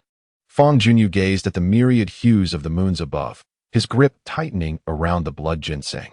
This world harbored countless moons, each adorned with its own tales and legends, a reflection of the stars themselves. If the moons were so vibrantly diverse, how could the entirety of the world be anything less? The heart of the youth seemed to sprout wings, soaring beyond the horizon, exploring the realms beyond. 3 days later, within the confines of a room, Fangyuan sat cross-legged upon his bed, cradling a remarkably vibrant elixir in the palm of his hand. The Spirit Soul Pill, valued at 30,000 spirit coins. After the passage of 3 days, Fangyuan's physical foundation had stabilized, enabling him to consume the Spirit Soul Pill to facilitate his breakthrough. He was but a step away from the Spirit Soul realm, and this pill would undoubtedly assist him in completing that final leap, officially entering the Spirit Soul realm. The former sect leader had predicted that he would achieve this breakthrough within a few months, yet he found himself poised to do so in less than half that time. Contemplating his imminent ascent to the Spirit Soul realm, Fangyuan felt a fervent excitement igniting within him. It is worth noting that the hall masters and elders within the solitary sect had all stagnated at the Spirit Soul realm, with only the former sect leaders surpassing that level.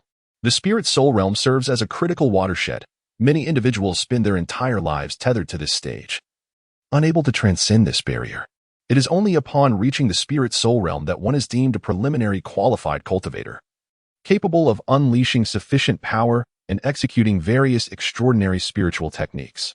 Xiaoqing, I am about to consume the Spirit Soul Pill. Please protect me to prevent any unforeseen mishaps. Fangyuan conveyed his thoughts through mental communication. As long as he wished, he could transmit his intentions to Qing. Conversely, in moments of reluctance, even a myriad of thoughts within his mind would go unnoticed by her. Who permitted you to address me in such a manner? How disrespectful. I have already informed you that I am older than you. You must call me elder sister. Qing protested with indignation. You always claim to be older than I. Yet, by how much exactly? That is a secret. I prefer not to disclose it. Since you are reticent about disclosing your age, I find myself unable to address you as elder sister. Whether 1 year or 2, seniority is seniority, unless the age gap is merely a trifling few years. I shall refrain from according you that appellation. The moniker Xiaoqing is quite agreeable. Henceforth, I shall employ it. Nay, your conduct is excessively irreverent.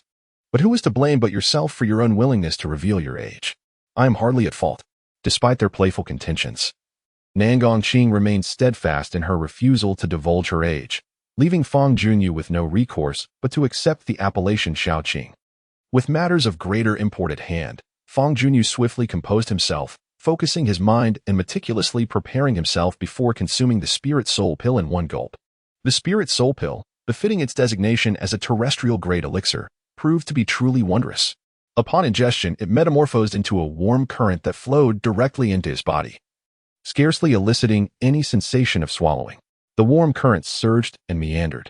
Having previously received instruction from Qing regarding the method of absorption, Fangyuan promptly separated a wisp of his spiritual consciousness, guiding the medicinal efficacy within his body toward the Niwen Palace located in his chest. Within a cultivator's body, there exist 3 Niwen palaces, collectively known as the 3 palaces: the upper palace, situated in the head, the middle palace, located in the chest, and the lower palace, positioned in the lower abdomen. The upper palace governs spiritual consciousness, the middle palace governs the soul, and the lower palace governs spiritual power. At first blush, this may appear somewhat intricate, but in truth, it is not at all peculiar, for life itself is inherently complex. Even a mere blade of grass, when subjected to a thorough analysis of its life composition, yields results of immense complexity, let alone a living human being. Spiritual consciousness embodies thoughts and intentions. The soul serves as the vessel of life. Spiritual power constitutes the wellspring of strength. Only when these three elements are unified does a cultivator attain completeness. The cultivator primarily focuses on cultivating spiritual power, yet the aspects of spiritual awareness and the soul are equally vital and should not be overlooked.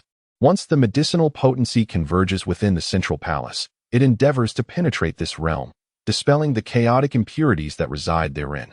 The cultivator's growth progresses from the lower palace to the upper, initially establishing the lower palace to nurture spiritual energy, which subsequently ascends to forge the central palace.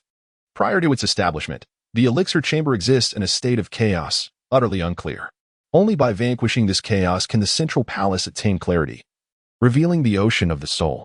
Indeed, the potency of the spirit elixir is formidable upon its infusion into the central palace. It voraciously devours the chaotic impurities akin to a ravenous tiger pouncing upon its prey. Within, Fangyuan feels a surge of joy as he draws forth a stream of spiritual energy from the lower palace, merging it with the medicinal force to jointly cultivate the central palace. Under the dual assault of these powers, the chaotic impurities steadily diminish. As if the refuse has been thoroughly cleaned, time swiftly passes, and after the span of an hour, the entire central palace is fully established, the process unfolding smoothly without any peril. This is largely attributed to the spirit elixir, which has minimized the dangers involved. Otherwise, this step would still bear significant risk, as many cultivators have met their demise at this juncture. With the central palace now clear, it transforms into a realm of profound mystery, its dimensions beyond conventional measurement, capable of being described as both infinitely small and infinitely large.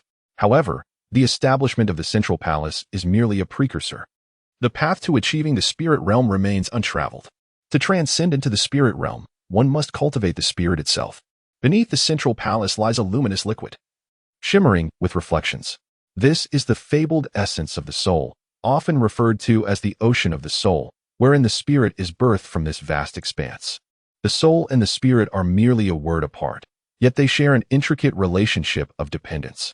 The former gives rise to the latter, while the latter possesses the ability to exist independently from the former, a phenomenon both profound and enigmatic.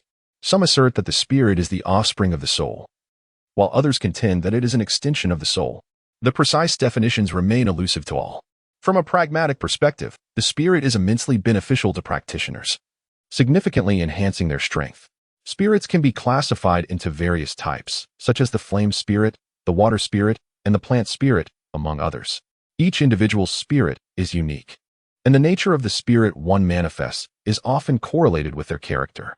Those with an impetuous temperament generally produce a flame spirit, whereas individuals with a gentle disposition tend to give rise to a water spirit, and so forth. In addition to the more common spirits, there exist exceedingly rare and exceptional spirits in the world, whose manifestation is contingent upon stringent conditions, not solely linked to the practitioner's character. Different spirits confer varying degrees of assistance to practitioners. For instance, the flame spirit enhances the potency of fire attribute techniques and can unleash torrents of searing flames upon adversaries.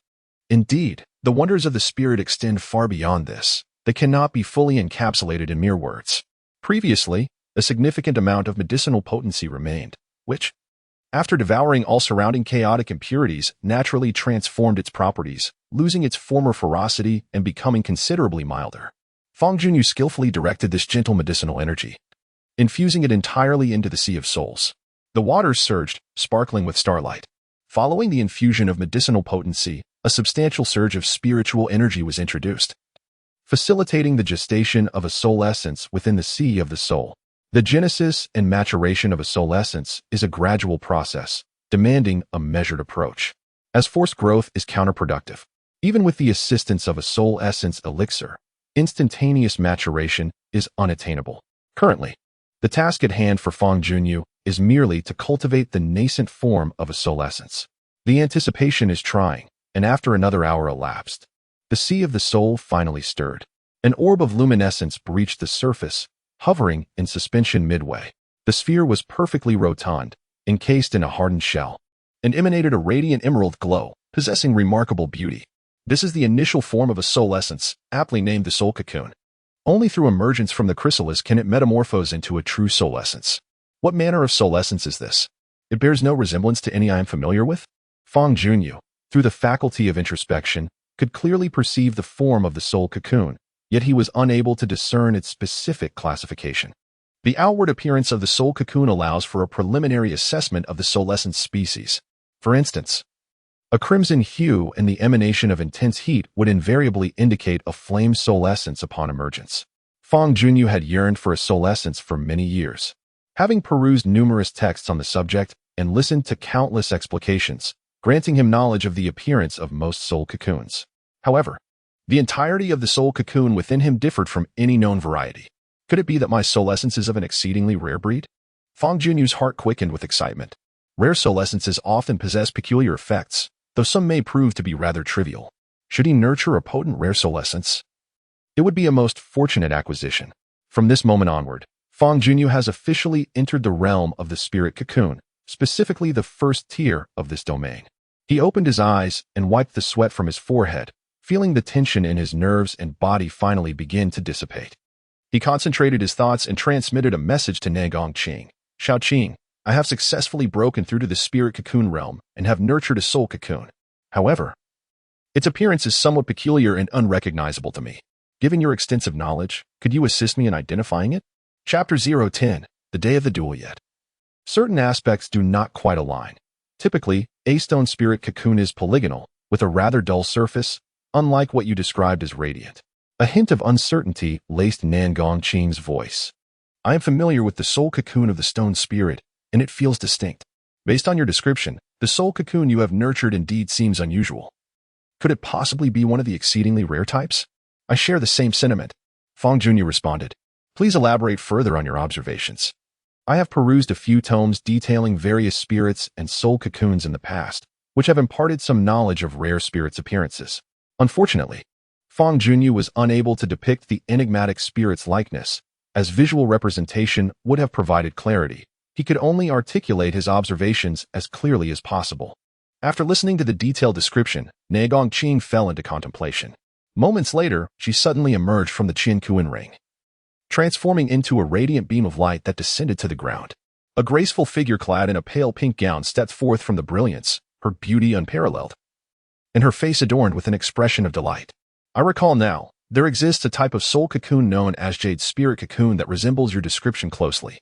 This is indeed a rare and formidable spirit, Nangongqing exclaimed in delight. The jade spirit soul?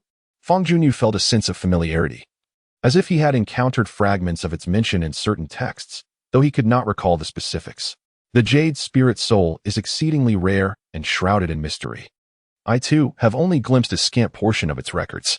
Legends assert that the jade spirit soul possesses the ability to sense precious minerals hidden within the Earth's veins, determining their locations, an exceedingly lucrative talent indeed.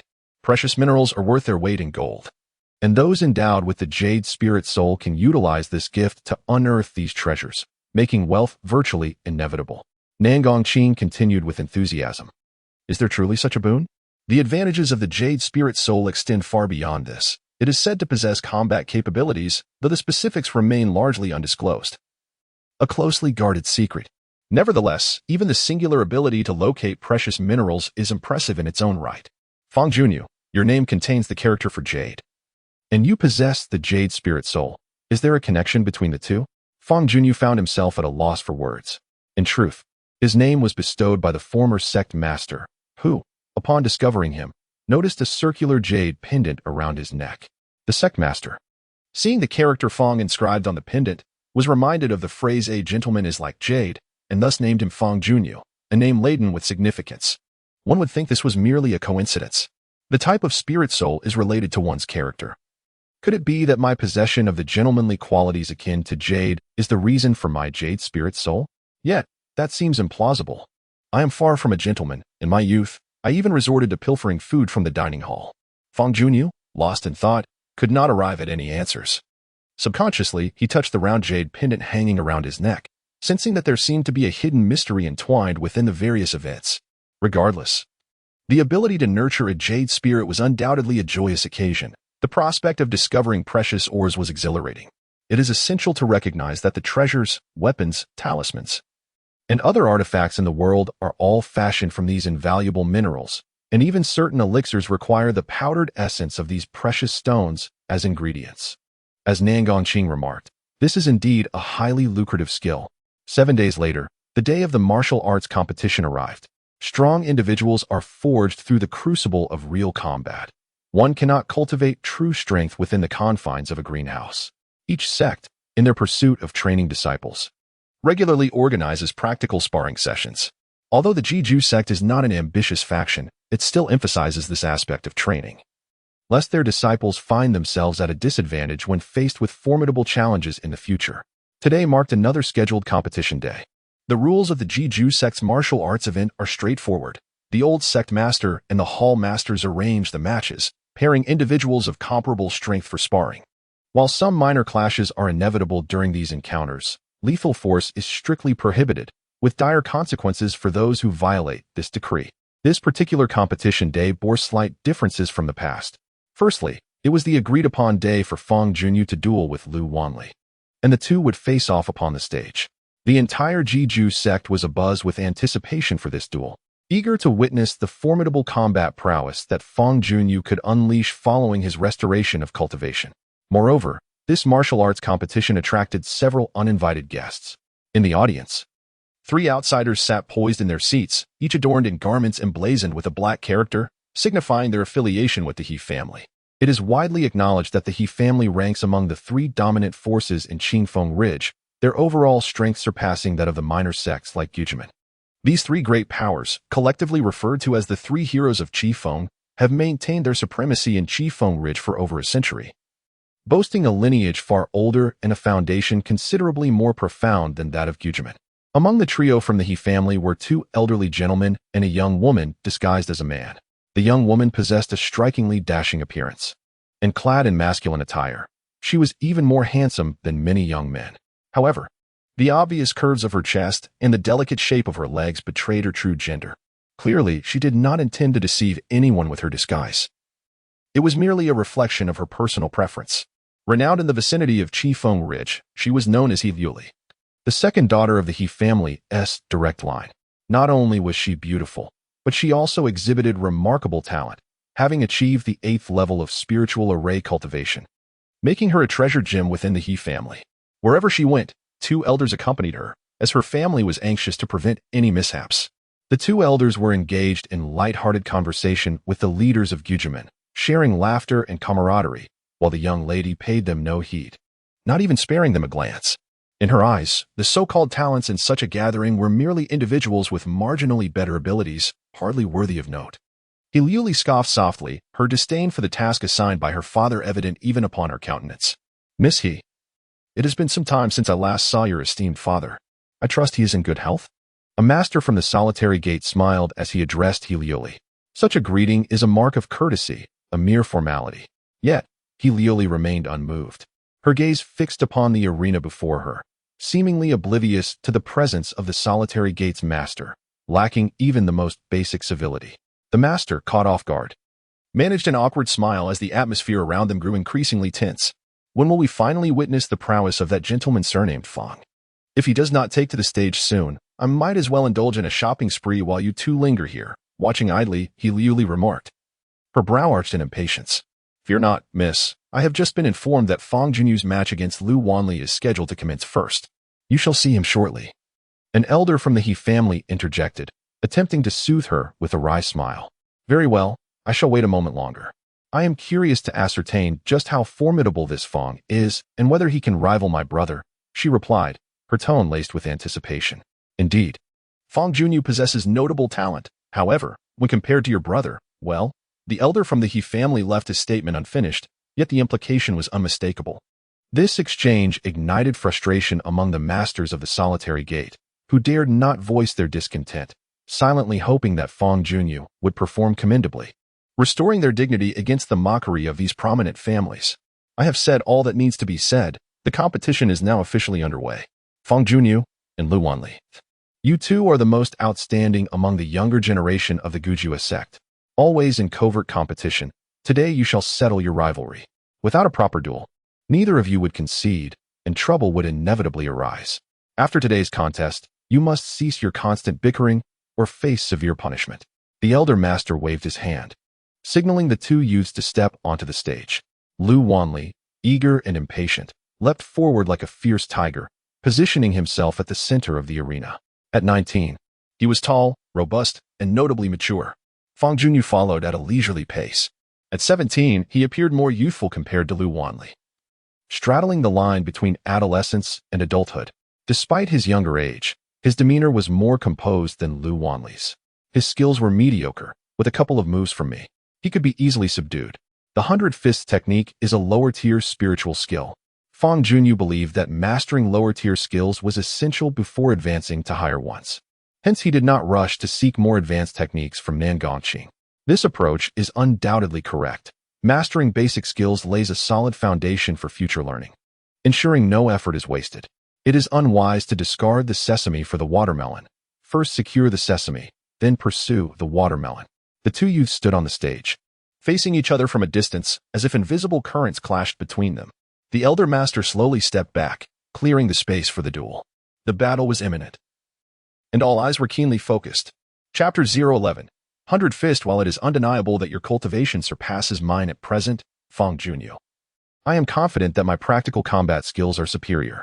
I intend to demonstrate through the ultimate outcome that cultivation level is not the sole determinant of victory. Lu Wanli exclaimed vehemently as he unleashed his fire-attributed spirit array. The crimson array spun and descended, affixing itself beneath his feet. The ambient temperature surged dramatically, causing visible distortions in the air. Fangyuan responded with a composed demeanor, releasing his own spirit array, which mirrored his adversary's in its fiery nature. A colossal array, exceeding 10 feet in diameter, materialized, adorned with intricate patterns that subtly aligned with the laws of fire.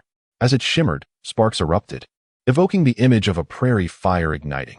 The searing heat and formidable fluctuations emanating from the array permeated every inch of the arena, creating an intangible pressure. The potency of a spirit array can be readily assessed by its size, the intensity of its fluctuations, and the complexity of its patterns. It was evident that the array Fangyuan had summoned was exceptionally powerful.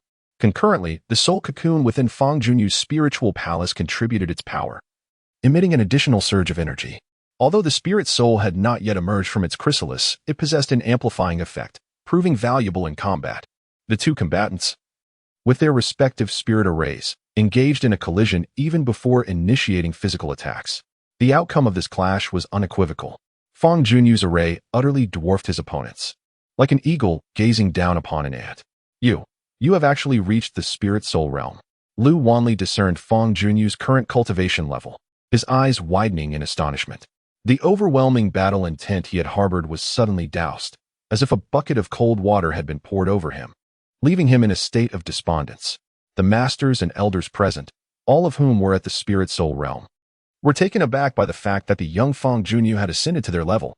This revelation came as a complete surprise, far exceeding everyone's expectations. The old sect master, observing from the arena, tightened his grip, his aged eyes gleaming with excitement as he gazed upon the radiant youth bathed in crimson light. Murmuring to himself, I had thought he would require several months to break through to the spirit soul realm. Never did I imagine he could achieve it in mere days. Clearly, I underestimated him. With his current talent and cultivation speed, he now rivals the prodigious figures among the three heroes of Qingfeng. Among the disciples, Yun Mingting watched the familiar figure, biting her lip, a cacophony of emotions swirling within her. Her beautiful eyes shimmered with complex thoughts. Once, that extraordinary youth had been her companion, yet now he seemed like a stranger. If only she had not let him go so easily back then. She would now be sharing this exhilarating moment with Fangyuan. Am I filled with regret? Yun Mingting's heart ached, invisible tears cascading down. The masters and elders surrounding them were equally astonished, each one expressing their admiration.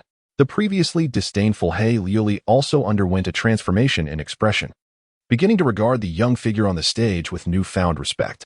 The outside world had circulated tales of this youth being a practitioner at the spirit array realm. How had he suddenly transformed into a warrior of the spirit soul realm? Startled, Obsidian rose to her feet, her pale hand subtly clenching into a fist. As the second daughter of the esteemed Obsidian family, her perspective was far more discerning than most. While she had encountered numerous 17-year-old spirit array cultivators, she held them in little regard. However, a 17-year-old spirit soul cultivator was an entirely different matter, representing a chasm between the two realms. She was acutely aware of the immense difficulty in traversing from the spirit array realm to the spirit soul realm. Throughout the entirety of Clearwind Ridge, one would be hard-pressed to find several 17-year-olds who had achieved the spirit soul realm. Perhaps only her brother, a veritable paragon of their family, could overpower the youth currently on the platform. No wonder Father dispatched me to observe. Such an individual is certainly worthy of attention. If he is allowed to mature unhindered, he may very well pose a threat to our Obsidian family's position. Obsidian mused inwardly. Once again, Jade had become the cynosure of all eyes. If he brought surprise to most, he brought despair to his enemies. Wanli stared at Jade, his face ashen, feeling the spiritual energy fluctuations akin to a fiery sea. His clenched fist trembled violently, not from fear, but from anguish. The person he sought to surpass had already ascended to a summit that left him only able to gaze up in awe. Naturally, he would feel pain, and excruciatingly so. Didn't you assert that the level of cultivation doesn't dictate everything? If that's the case, why haven't you attacked yet? Jade raised his hand, beckoning with a gentle wave. This gesture was infuriating beyond measure. Wanli gritted his teeth, disregarding all else, and charged forward like a man possessed, summoning all his spiritual energy and unleashing a lethal move from the 100 fierce fists. He soared into the air, his fist raised, and with a powerful strike, a multitude of flames erupted, over 80 blazing orbs, signifying a mastery of the highest order. Fangyuan's gaze hardened slightly as he unleashed his own 100 blazing fist. With a swift lift of his left foot, he stomped down with the unwavering steadiness of Mount Tai. His fist ascended towards the heavens, summoning a fire attribute spiritual formation that stirred the surrounding air, coalescing into a staggering 99 fist-shaped flames. In both quality and quantity, these fiery manifestations surpassed those of Lu Wanli, drawing perilously close to perfection. With a thunderous roar, the 99 fiery fists collided with the 80-odd flames, resulting in a cataclysmic explosion. Some of the fiery fists struck Lu Wanli, sending him hurtling backward in a parabolic arc before he crashed to the ground. In stark contrast, Fangyuan emerged unscathed. Such a devastating blow surely left Lu Wanli gravely injured, resulting in an unequivocal defeat. With a flick of his wrist, Fangyuan reversed the flow of the spiritual formation beneath his feet, absorbing the surrounding flames and heat until they vanished without a trace. He strode over to Lu Wanli, who lay prostrate on the ground, and looked down upon him. Lu Wanli was left in utter disarray, his scorched skin now charred. In that moment, he resembled a defeated beast, stripped of his former ferocity. Lu Wanli, we are fellow disciples. After all, we are not strangers. You harbor disdain for me, and I for you. Yet that is where it ends. There is no need for our conflict to escalate to mutual destruction. If you remain unconvinced, then pursue me with all your might. Should you attain the same level of cultivation as I will welcome your challenge at any time. The discord between the two, born of Lu Wanli's jealousy, was extinguished by Fangyuan's magnanimity. Such a disposition is beyond the grasp of Lu Wanli. He recognizes his defeat, not merely in terms of strength but also in character. Had he been in Fangyuan's position, he would have undoubtedly reveled in the triumph, engaging in numerous petty acts of vindication. However, Fangyuan chooses to exercise restraint. Lu Wanli slowly closes his eyes, rendered speechless. The elder master instructs his subordinates to escort the injured Lu Wanli away, then strides towards Fangyuan, stroking his beard and exclaiming, "With your spirit soul realm cultivation, coupled with the nearly perfected 100 flames fist, Fangyuan, you have truly astonished me. Since the establishment of the solitary gate, among generations of disciples, you undoubtedly stand out as the most exceptional. Ha! I suspected from your childhood that you would achieve greatness, and I was not mistaken. Brother Fang, you are truly remarkable." The crowd, each voice vying for attention, leaves Fangyuan somewhat bewildered, unsure of how to respond. Amidst the surrounding accolades, He Liuli feels a twinge of discontent. While she acknowledges Fangyuan's excellence, the exaggerated reactions of the solitary gate members seem excessive, as if they believe his talent to be unrivaled.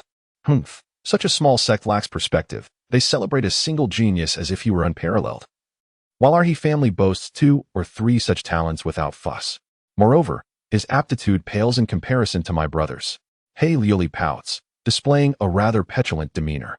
Without greeting the 2 elders beside her, she leaps onto the stage, striding purposefully towards the crowd gathered around Fangyuan. Chapter 012. Provocation. He Liuli strode confidently towards Fangyuan, raising her delicate brows. Disguised as a man, she appeared even more exquisite than a handsome youth. You are Fang Junyu, are you not?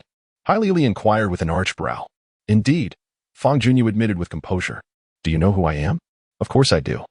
You are the renowned. Li lifted her smooth, rounded chin, a hint of pride evident in her demeanor. In the northern regions of Qingfeng Ridge, there was hardly anyone who did not recognize the illustrious Second Mississippi. However, the ensuing exchange unfolded quite differently from what she had anticipated. Oh, who exactly are you famed for? Fang Junyu asked, scratching his head, feigning forgetfulness. Have we perhaps crossed paths at a bun shop? Li found herself momentarily speechless. Realizing that Fang Junyu was deliberately teasing her, her cheeks flushed with indignation. You were stunningly beautiful in your youth, yet now, alas. Fang Junyu sighed with mock lamentation, implying that Li had lost her former charm. Fuming, Li stamped her foot. In her family, she was treated like royalty, surrounded by admirers, especially the young men who showered her with honeyed compliments. This was the first time someone had the audacity to insult her to her face, subtly suggesting that she had diminished in beauty since childhood. She was infuriated. The thought of commanding the two elders beside her to take immediate action crossed her mind. But she swallowed her words. Deep down, she understood that even if she issued such an order, the elders would not comply, as the Solitude Gate was no pushover. Yet, it was equally intolerable for her to endure this slight in silence. Fang Junyu, do not presume that a modicum of talent renders you invincible. I, as the illustrious second daughter of the He family, am not someone you can provoke. I have come here to convey that your abilities pale in comparison to those of my brother. I have heard that you were 17 this year. My brother was already at the second level of the spirit realm at your age. He Liuli spat with gritted teeth. Oh, and what of it? Fang Junyu replied with a slight smile, unconcerned. Outsiders often misjudge him as arrogant, yet they are gravely mistaken. He is not a frog in a well. Through his interactions with Nangong Qing, he has learned of many extraordinary talents and is acutely aware of his own worth. There are always greater heights and superior individuals beyond his ken. In the realm north of Qingfeng Ridge, he may be considered a genius. Yet should he venture beyond this remote locale into the vibrant world, he would find countless individuals surpassing him in talent. It is precisely this awareness of his limitations that keeps Fang Junyu humble. Regardless of his accomplishments, he remains grounded and determined to press onward, surpassing those who stand in his way. I merely find your smug demeanor intolerable. Among the younger generation north of Qingfeng Ridge, you can hardly claim a position higher than the top 10, with several individuals outshining you. If you are unconvinced, wait for the upcoming autumn hunt, where you can measure yourself against other prodigies. You need not look further than my brother, who could easily leave you in disarray in just a month. During the official commencement of the autumn hunt, you will come to understand the chasm that lies between you and my brother. Individuals of your ilk possess no entitlement to pride. It would be wise to conduct oneself with humility. He Liuli's arrogance echoed, unperturbed by the fact that this was the territory of the Solitary Gate. The so-called Autumn Hunt is a periodic event held in the region north of Qingfeng Ridge, where local powers may send their younger generation to hone their skills through the act of hunting. Fang Junyu had previously participated in the Autumn Hunt and was well acquainted with its regulations. Initially, he regarded the forthcoming hunt as merely a routine trial. But now he found himself taking it more seriously. The direct provocation ignited his fighting spirit. Miss He, even if you do not voice it, I shall undoubtedly partake in the autumn hunt. As for whether I will find myself battered and bruised, I invite you to witness it firsthand. Fang Junyu's gaze blazed like fire, his tone resolute. Very well. I shall eagerly await your humiliation. He Liuli turned, gesturing with her delicate hand, instructing her companions to depart. The two elders exchanged wry smiles and bowed deeply to the old sect master, Jiang Shan, offering their apologies before following He Liuli, leaving under the scrutiny of many. He Liuli's prior disdain for the Solitary Gate and her recent taunt towards Fang Junyu had stirred dissatisfaction among numerous disciples. That Miss He is excessively arrogant, indeed. Fang Junyu has done her no wrong. Is such disparagement truly necessary? I doubt the He family is as formidable as they claim when the autumn hunt arrives. It remains to be seen who will prevail. The crowd murmured amongst themselves. Enough, enough. Let us cease discussing this matter. The second young lady is notoriously capricious and willful in the local area. Given her tender age, it's best not to be overly critical of her. Over the years, our Solitary Gate has maintained a peaceful coexistence with forces like the three heroes of Qingfeng, keeping to our own domains without interference. Let's not allow a few careless words to disrupt this harmony. With a wave of his grand sleeve, the old gate master, Jiang Shan, silenced the murmuring crowd. Reluctantly, everyone fell silent. The martial contest continued smoothly, with younger members taking turns to spar. Time indeed ages us all, as the saying goes. Fangyuan, your performance has pleasantly surprised me. I didn't expect you to break through to the soul realm so swiftly, a truly commendable achievement and a boon to our sect. From this day forward, you are exempt from the junior trials, as you are no longer considered a junior but a pivotal pillar of the solitary gate. Jiang Shan remarked with a benevolent smile. This is only fitting, as the junior trials of the solitary gate are designed specifically for the younger members, conducted monthly. Once a junior reaches the soul realm or surpasses the age of 25, they are no longer required to participate. The solitary gate boasts over a dozen cultivators who have reached the soul realm, all holding significant positions, be it as hall masters or elders. Now, the sect welcomes another soul realm cultivator. You are still young. The focus should be on diligent cultivation rather than rushing to assume duties within the solitary gate. Even without a formal position, your treatment will be on par with that of a hall master, if not superior, Jiang Shan continued. Thank you, Gate Master, for your nurturing. Fangyuan replied with a smile. In a month's time, the autumn hunt will commence, an occasion for the various factions of Qingfeng Ridge to hone the skills of their younger generation. Anyone under the age of 22 is eligible to participate, and you will undoubtedly be among them. However, bear in mind, do not allow recklessness to lead to your downfall. Though the words of that impudent girl may be harsh, they ring true. When compared to her brother, He Juanhu, you are indeed somewhat lacking. Engaging him in combat would likely result in a disadvantageous outcome. Jiang Shan cautioned with a serious demeanor. The feeling of being outshone by one's peers was unpleasant, and Fangyuan quietly clenched his fist, a sense of discontentment stirring within him. Jiang Shan, perceptive to these subtle cues, issued further warnings. His intention was not to embolden others at the expense of his own, but rather to ensure Fangyuan's well-being. Fangyuan, not one to court trouble without assurance, heeded the old sect leader's warnings to some extent. With that subject concluded, Jiang Shan produced a pill and presented it to Fangyuan. The pill was remarkably peculiar, exhibiting a deep azure hue and enveloped by an ethereal blue mist that remained undisturbed by the breeze. Is this a soul-nourishing pill? Fangyuan inquired, his eyes gleaming with recognition. It was not due to his extensive knowledge, but rather the soul-nourishing pill's widespread renown. Most cultivators would recognize it. Indeed, this is a soul-nourishing pill.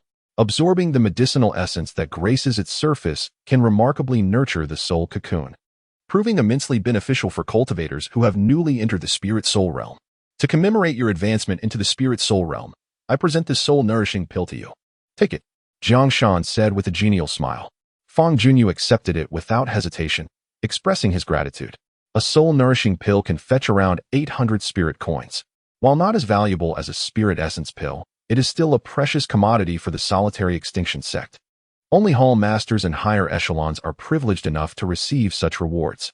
The medicinal potency contained within this single pill is sufficient for you to absorb for half a month or even longer. Once you have fully assimilated it, return to me for more, Jiang Shan generously stated.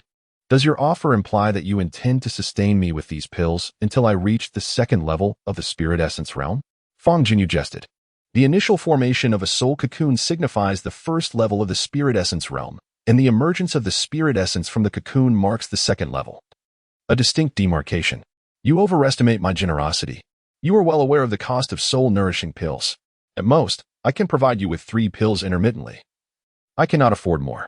To nourish you to the second level of the spirit essence realm with pills would likely exhaust my entire life savings, Jiang Shan retorted, feigning exasperation. While somewhat exaggerated, this statement was not far from the truth. Under normal circumstances, if one were determined to forcibly cultivate the spirit essence using soul-nourishing pills, at least 10 pills would be required. Such a quantity of soul-nourishing pills is difficult for smaller factions to procure. Spirit essence realm cultivators from smaller factions can only rely on their own cultivation, with soul-nourishing pills serving as occasional, extravagant supplements. Fangyuan, do not trouble your sect master. I possess an abundance of soul-nourishing pills, which you are welcome to consume at your leisure. I assure you that you will break through to the second level of the spirit essence realm before participating in that autumn hunt, Nangong Qing interjected, her melodious voice resonating in Fangyuan's mind, her words imbued with an air of opulence. Chapter 013. The The broken mirror cannot be repaired. The concept of Tao signifies the underlying principles governing existence. All things flourish and perish according to immutable laws. Even a mere glimpse into these truths can yield boundless benefits, greatly aiding both cultivation and the application of spiritual techniques. As your comprehension of the principles of fire ascends to a higher plane, you shall be capable of executing the truly perfected 100 Flames fist. It appears that the root of the issue lay in the understanding of these principles. I am grateful for your guidance, Master. Fangyuan experienced a moment of clarity. Indeed, as the former master articulated, the universe is permeated by laws. While practitioners may hesitate to claim mastery over these laws, even a rudimentary grasp of their operational patterns can unleash astonishing power. Almost all spiritual techniques in existence are derived from these principles. There exists a multitude of methods to study the principles of fire, the most convenient of which involves direct observation of flames in nature. Be it a flickering candle or a majestic volcano, each embodies the operational patterns of fire, offering practitioners various insights. As he journeyed, a graceful silhouette obstructed Fangyuan's path. It was Enchantment. The young lady bore a complex expression, appearing somewhat anxious. The distant light stretched towards her, enveloping her in a hazy glow. Fangyuan's exceptional performance today had deeply touched her heart, igniting a desire for reconciliation. Although he was indeed intoxicated, upon seeing Enchantment, his mind became somewhat clearer. When inebriated, one often becomes more intoxicated in the presence of familiar faces, while strangers tend to evoke a sharper awareness. The person who was once so familiar now felt like a stranger to him. Do you seek me for a reason? A wan smile graced Fangyuan's lips as cherished memories of their shared moments surfaced, bitter, sweet, and tart, each flavor a testament to their beautiful bond. A step back could restore those precious times, yet his innate masculine pride forbade such retreat. A cracked mirror might still serve its purpose, but one shattered beyond repair is lost forever. What he gains, he cherishes. What he loses, he resigns to fate. Enchantment, with equal difficulty, mustered a smile. Relinquishing her demands, she turned and walked down another path, her figure vanishing into the shadows of the trees. Fangyuan lingered in place, lifting his gaze to the night sky, where multiple moons hung like luminous mirrors, witnesses to countless unions and partings throughout the ages. 2 years of companionship had allowed her to witness the maturation of his face, the fading of youth replaced by a growing maturity. Sleeping here is out of the question. I'll take you to the bed, Nangang murmured. With a flick of her wrist, she released a gentle wave of spiritual energy. The radiant power, like a soft, luminous veil, lifted Fangyuan and carried him to the bed, where she carefully settled him. Nangang then fetched a basin of warm water and gently cleansed his face and hands. After a moment's hesitation, she used her spiritual energy to remove his outer garments and shoes. Despite the lack of physical contact, her cheeks flushed crimson. The renowned Nangang, who had never before performed such acts for a man, huffed, "Consider yourself fortunate." Regarding cultivation, Fangyuan's primary tasks now number 3. First, nurture the soul cocoon, striving to cultivate the spirit essence as swiftly as possible to ascertain whether it truly is the rare jade spirit essence. Second, advance to the second level of the Grand Zhou Tian returning origin technique, thereby accelerating the pace of cultivation. Third, comprehend the laws of fire, perfecting the 100 blaze fist to its absolute zenith, unleashing a punch that ignites 100 flames. The nurturing of the soul cocoon is relatively straightforward. As there is an ample supply of soul-nourishing elixirs, it is merely a matter of time. In contrast, the other 2 tasks pose a greater challenge, particularly the cultivation of the Grand Zhou Tian returning origin technique. Fangyuan has diligently practiced this celestial-level skill for 2 years, merely scratching the surface. Such exalted techniques are not easily mastered. Even at the initial level, his cultivation speed has reached astonishing heights should he attain the second level. His progress will undoubtedly accelerate once more. As for grasping the laws of fire, this is equally significant, not only enhancing the finesse of the 100 blaze fist, but also greatly aiding in the future study of other fire-affiliated spiritual techniques. One must take life one step at a time. For now, it is prudent to absorb the essence of the soul-nourishing elixir. With this thought in mind, Fangyuan placed the elixir in the palm of his hand and commenced the absorption process. Different elixirs necessitate varying methods of consumption. The soul-nourishing elixir is not ingested, but rather absorbed through the skin by resting it in the palm. As the essence dissipates, the elixir will gradually diminish in size, indicating that the quicker the absorption, the more rapid the reduction. It is precisely due to this characteristic that the former sect leader claimed this elixir would suffice for Fangyuan for half a month. The sect leader reasoned based on common understanding, yet he was mistaken. For Fangyuan, this single soul-nourishing pill would scarcely last half a month. He activated the Great Heavenly Cycle Return technique, unblocking an entire meridian within his body, forming a flawless circulatory pathway. A potent suction force emanated from his palm, adhering to the soul-nourishing pill, and began to voraciously absorb its medicinal essence, transporting it into Fangyuan's body. The medicinal energy surged wildly through his meridians, completing a full cycle before finally reaching the central palace, where it infused into the soul cocoon. The soul cocoon, which had been emitting a faint jade-like glow, now shone even brighter, exuding a sense of joy, akin to an infant savoring sweet nectar. Indeed, this medicinal energy was a potent tonic for the soul cocoon. Upon concluding his cultivation session, Fangyuan observed that the soul-nourishing pill in his hand had diminished by nearly a tenth. This was merely his first cultivation session of the day. He would practice at least twice more in the afternoon and evening. At this rate of absorption, the pill would barely last 3 days. Had the old sect master witnessed this, he would have been utterly astounded. For such a cultivation speed far surpassed even the elders and hall masters of the solitary abyss sect. The faster one's cultivation speed, the greater the demand for resources.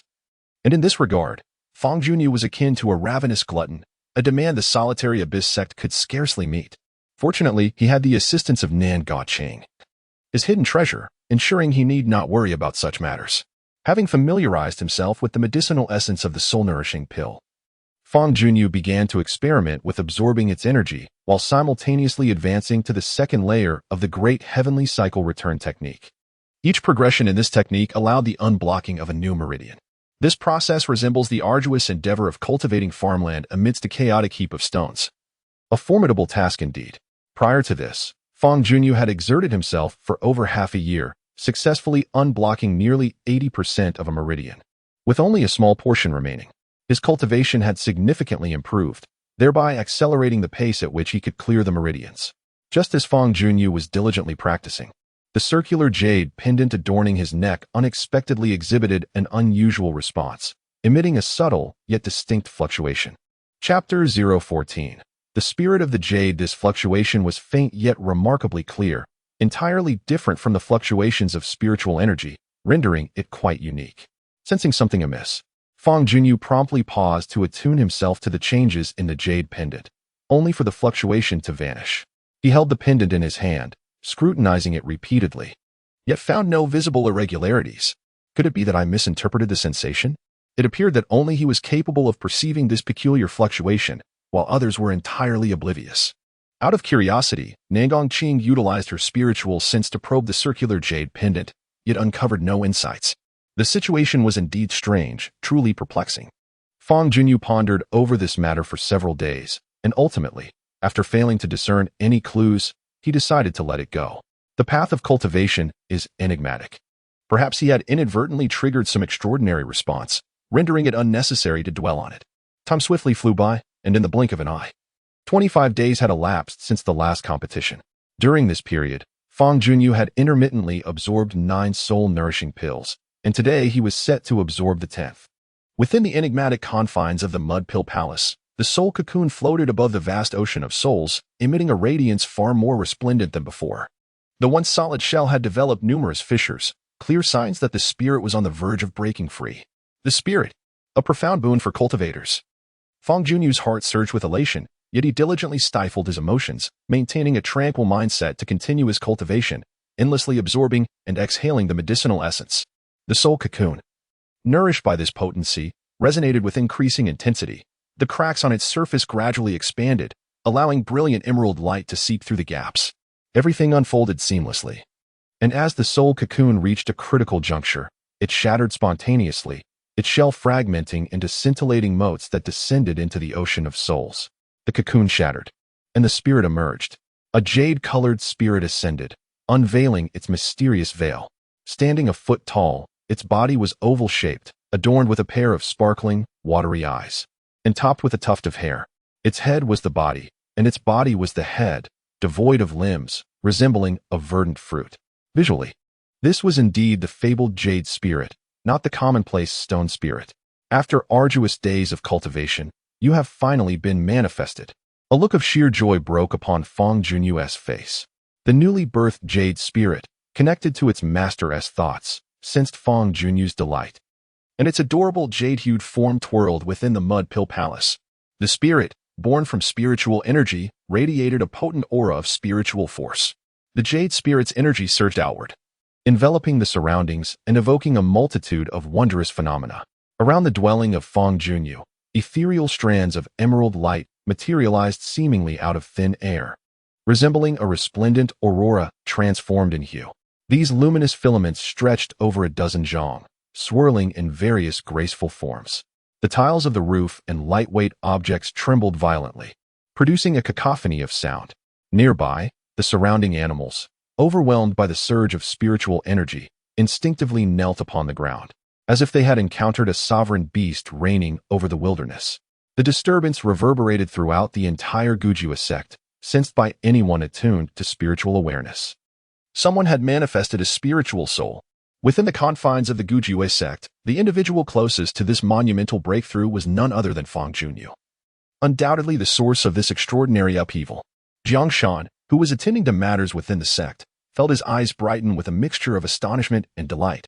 He hastily set aside his tasks and soared towards Fangyuan's vicinity. After a few agile leaps, he perched atop a roof, gazing in awe at the remarkable phenomenon surrounding Fangyuan's residence, scarcely able to believe his own eyes. The manifestations accompanying the birth of a spiritual soul are directly correlated with the strength of the soul itself. The more potent the soul, the more profound the resulting phenomena. In some instances, the emergence of a formidable spiritual soul can even summon celestial omens and attract flocks of birds in homage. The spectacle unfolding atop Fangyuan's roof was distinctly extraordinary, both magnificent and far-reaching. Jiangshan squinted thoughtfully, pondering the implications. Before long, the sect's leaders and elders arrived, joining Jiangshan to witness the astonishing display. The rapid progression of Fangyuan's cultivation was astonishing. Less than a month had passed since the martial arts competition, and he had already ascended to the second tier of the spiritual soul realm, a pace that was truly remarkable. Indeed, the apothecary master extolled. I surmised his breakthrough would occur post-autumnal haunt, yet he has surpassed expectations. Jiangshan mused. The genesis of a spirit for Fangyuan is a joyous occasion. Shall we extend our felicitations? Nay, let us not intrude. He requires respite to consolidate his cultivation, Jiangshan gestured. Instead of idle observation, let us safeguard him, lest unwitting disciples disrupt his tranquility. Apothecary master chuckled. To have elders as guardians speaks volumes of his prestige. Jiangshan retorted, his potential eclipses our own. Fangyuan is of paramount importance. The assembled masters and elders were rendered speechless, realizing their collective worth paled in comparison to a single disciple. Yet, it was an irrefutable truth. Fangyuan's meteoric rise would soon leave them in his wake. For the Gujua sect, Fangyuan was indeed more vital. Without dissent, they dutifully encircled Fangyuan's abode, erecting a protective barrier, forbidding all approach. Within the confines of the room, Fangyuan remained immersed in cultivation, fortifying his essence. Wisps of medicinal potency and spiritual energy intertwined like serpents, converging upon the jade spirit, infusing it with vitality. The jade spirit voraciously absorbed the energies, augmenting its being. Its form grew increasingly substantial, radiating a potent aura that engendered further anomalies. In due course, the jade spirit reached its zenith, ceasing its intake of medicinal and spiritual energies. It resembled a child who had overeaten, with a round, protruding belly, suspended motionless in the muddy palace. Fangyuan finally paused, wiping the sweat from his brow, a faint smile gracing his lips. He could distinctly sense the transformation in his strength. After nurturing the jade spirit soul, his spiritual power had surged by nearly 30%. This enhancement in prowess was undeniably evident. Shaoqing, the spirit soul I have nurtured is indeed the jade spirit soul. Take a look, he resolved to share this joy. A radiant glow emanated from his chest as the luminous, green-hued jade spirit soul emerged, hovering in midair. It seems it will only be able to unleash its special abilities once you break through to the third level of the spirit soul realm, aiding you in locating precious minerals. Ah, I see, Fangyuan replied somewhat disheartened. By the way, you should be aware of the methods to enhance spirit soul strength, right? Such knowledge is certainly within my grasp. There are various means to augment one's spirit soul. Firstly, slowly nurturing it with one's own spiritual power. Secondly, consuming certain elixirs or rare materials. And thirdly, compelling the spirit soul to devour others. Among these methods, the third is the most brutal, yet expedites the process dramatically, akin to hastily forcing the growth of seedlings. Indeed, consuming spirit souls is the swiftest method of advancement, particularly when devouring those of the same type. A fire spirit soul will absorb another fire spirit soul at the fastest rate, while it can also consume wood spirit souls rapidly, but not water spirit souls. Your jade spirit soul is exceedingly rare, making it difficult to find a similar spirit soul for consumption.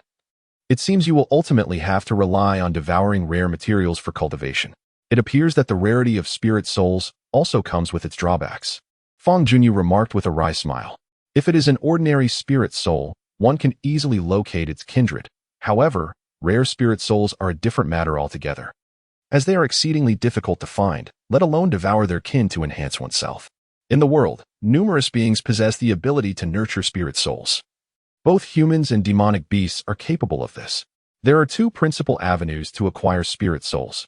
One can either purchase or exchange them from others, or hunt down demonic beasts or humans to seize their spirit souls. It is often heard that cultivators engage in fierce battles over spirit souls. And throughout the meandering river of history, countless cultivators have lost their lives in pursuit of this endeavor.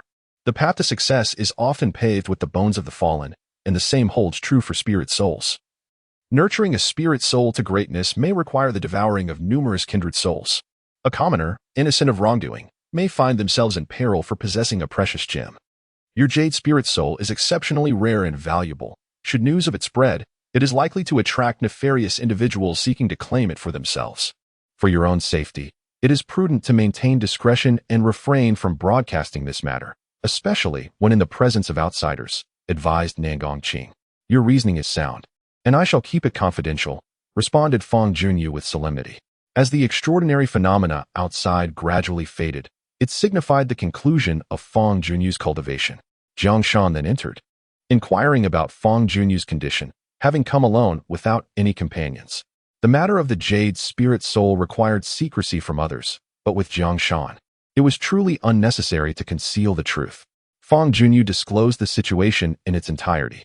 After listening, Jiang Shan echoed Nangongqing's sentiments, also advising Fangyuan to maintain confidentiality. If outsiders inquire about this matter, you should assert that what you have cultivated is a stone spirit essence. Should they wish to see it, merely indicate that your foundation is unstable and thus it cannot be displayed at this time. In the future, I will assist you in sourcing an ordinary stone spirit essence to serve as a shield, so you need not fear being unmasked, Jiang Shan advised. Chapter 015. The Stone Gamble. Thank you, Master, for your guidance and strategy. Fangyuan expressed warmly, a smile gracing his lips. Hee, what are we to each other? No need for such formalities, Jiang Shan replied, winking at Fangyuan, revealing a playful side reminiscent of a mischievous old child. Fangyuan could not help but chuckle. Encountering such a master was undoubtedly a stroke of good fortune for him. Jiang Shan led Fangyuan out of the room to meet the hall masters and elders waiting outside, who surged forward, offering their congratulations in a jubilant chorus. Before long, 2 days had passed, leaving merely 3 days until the so-called autumn hunt. Prior to the commencement of this event, all participating factions were to assemble at a designated location, which had been determined to be at Raitree Town. Qingfeng Ridge sprawled for thousands of miles from north to south, encompassing a vast territory. The domain of the Solitary Gate was situated in the northern section of Qingfeng Ridge, which was renowned for its 3 formidable powers known as the Qingfeng Three Heroes. In addition to these 3 major factions, several smaller powers sought to carve out their share of influence within this region. To the north of Qingfeng Ridge, numerous factions thrived, and many towns dotted the landscape, with Raitree Town being one of the larger settlements.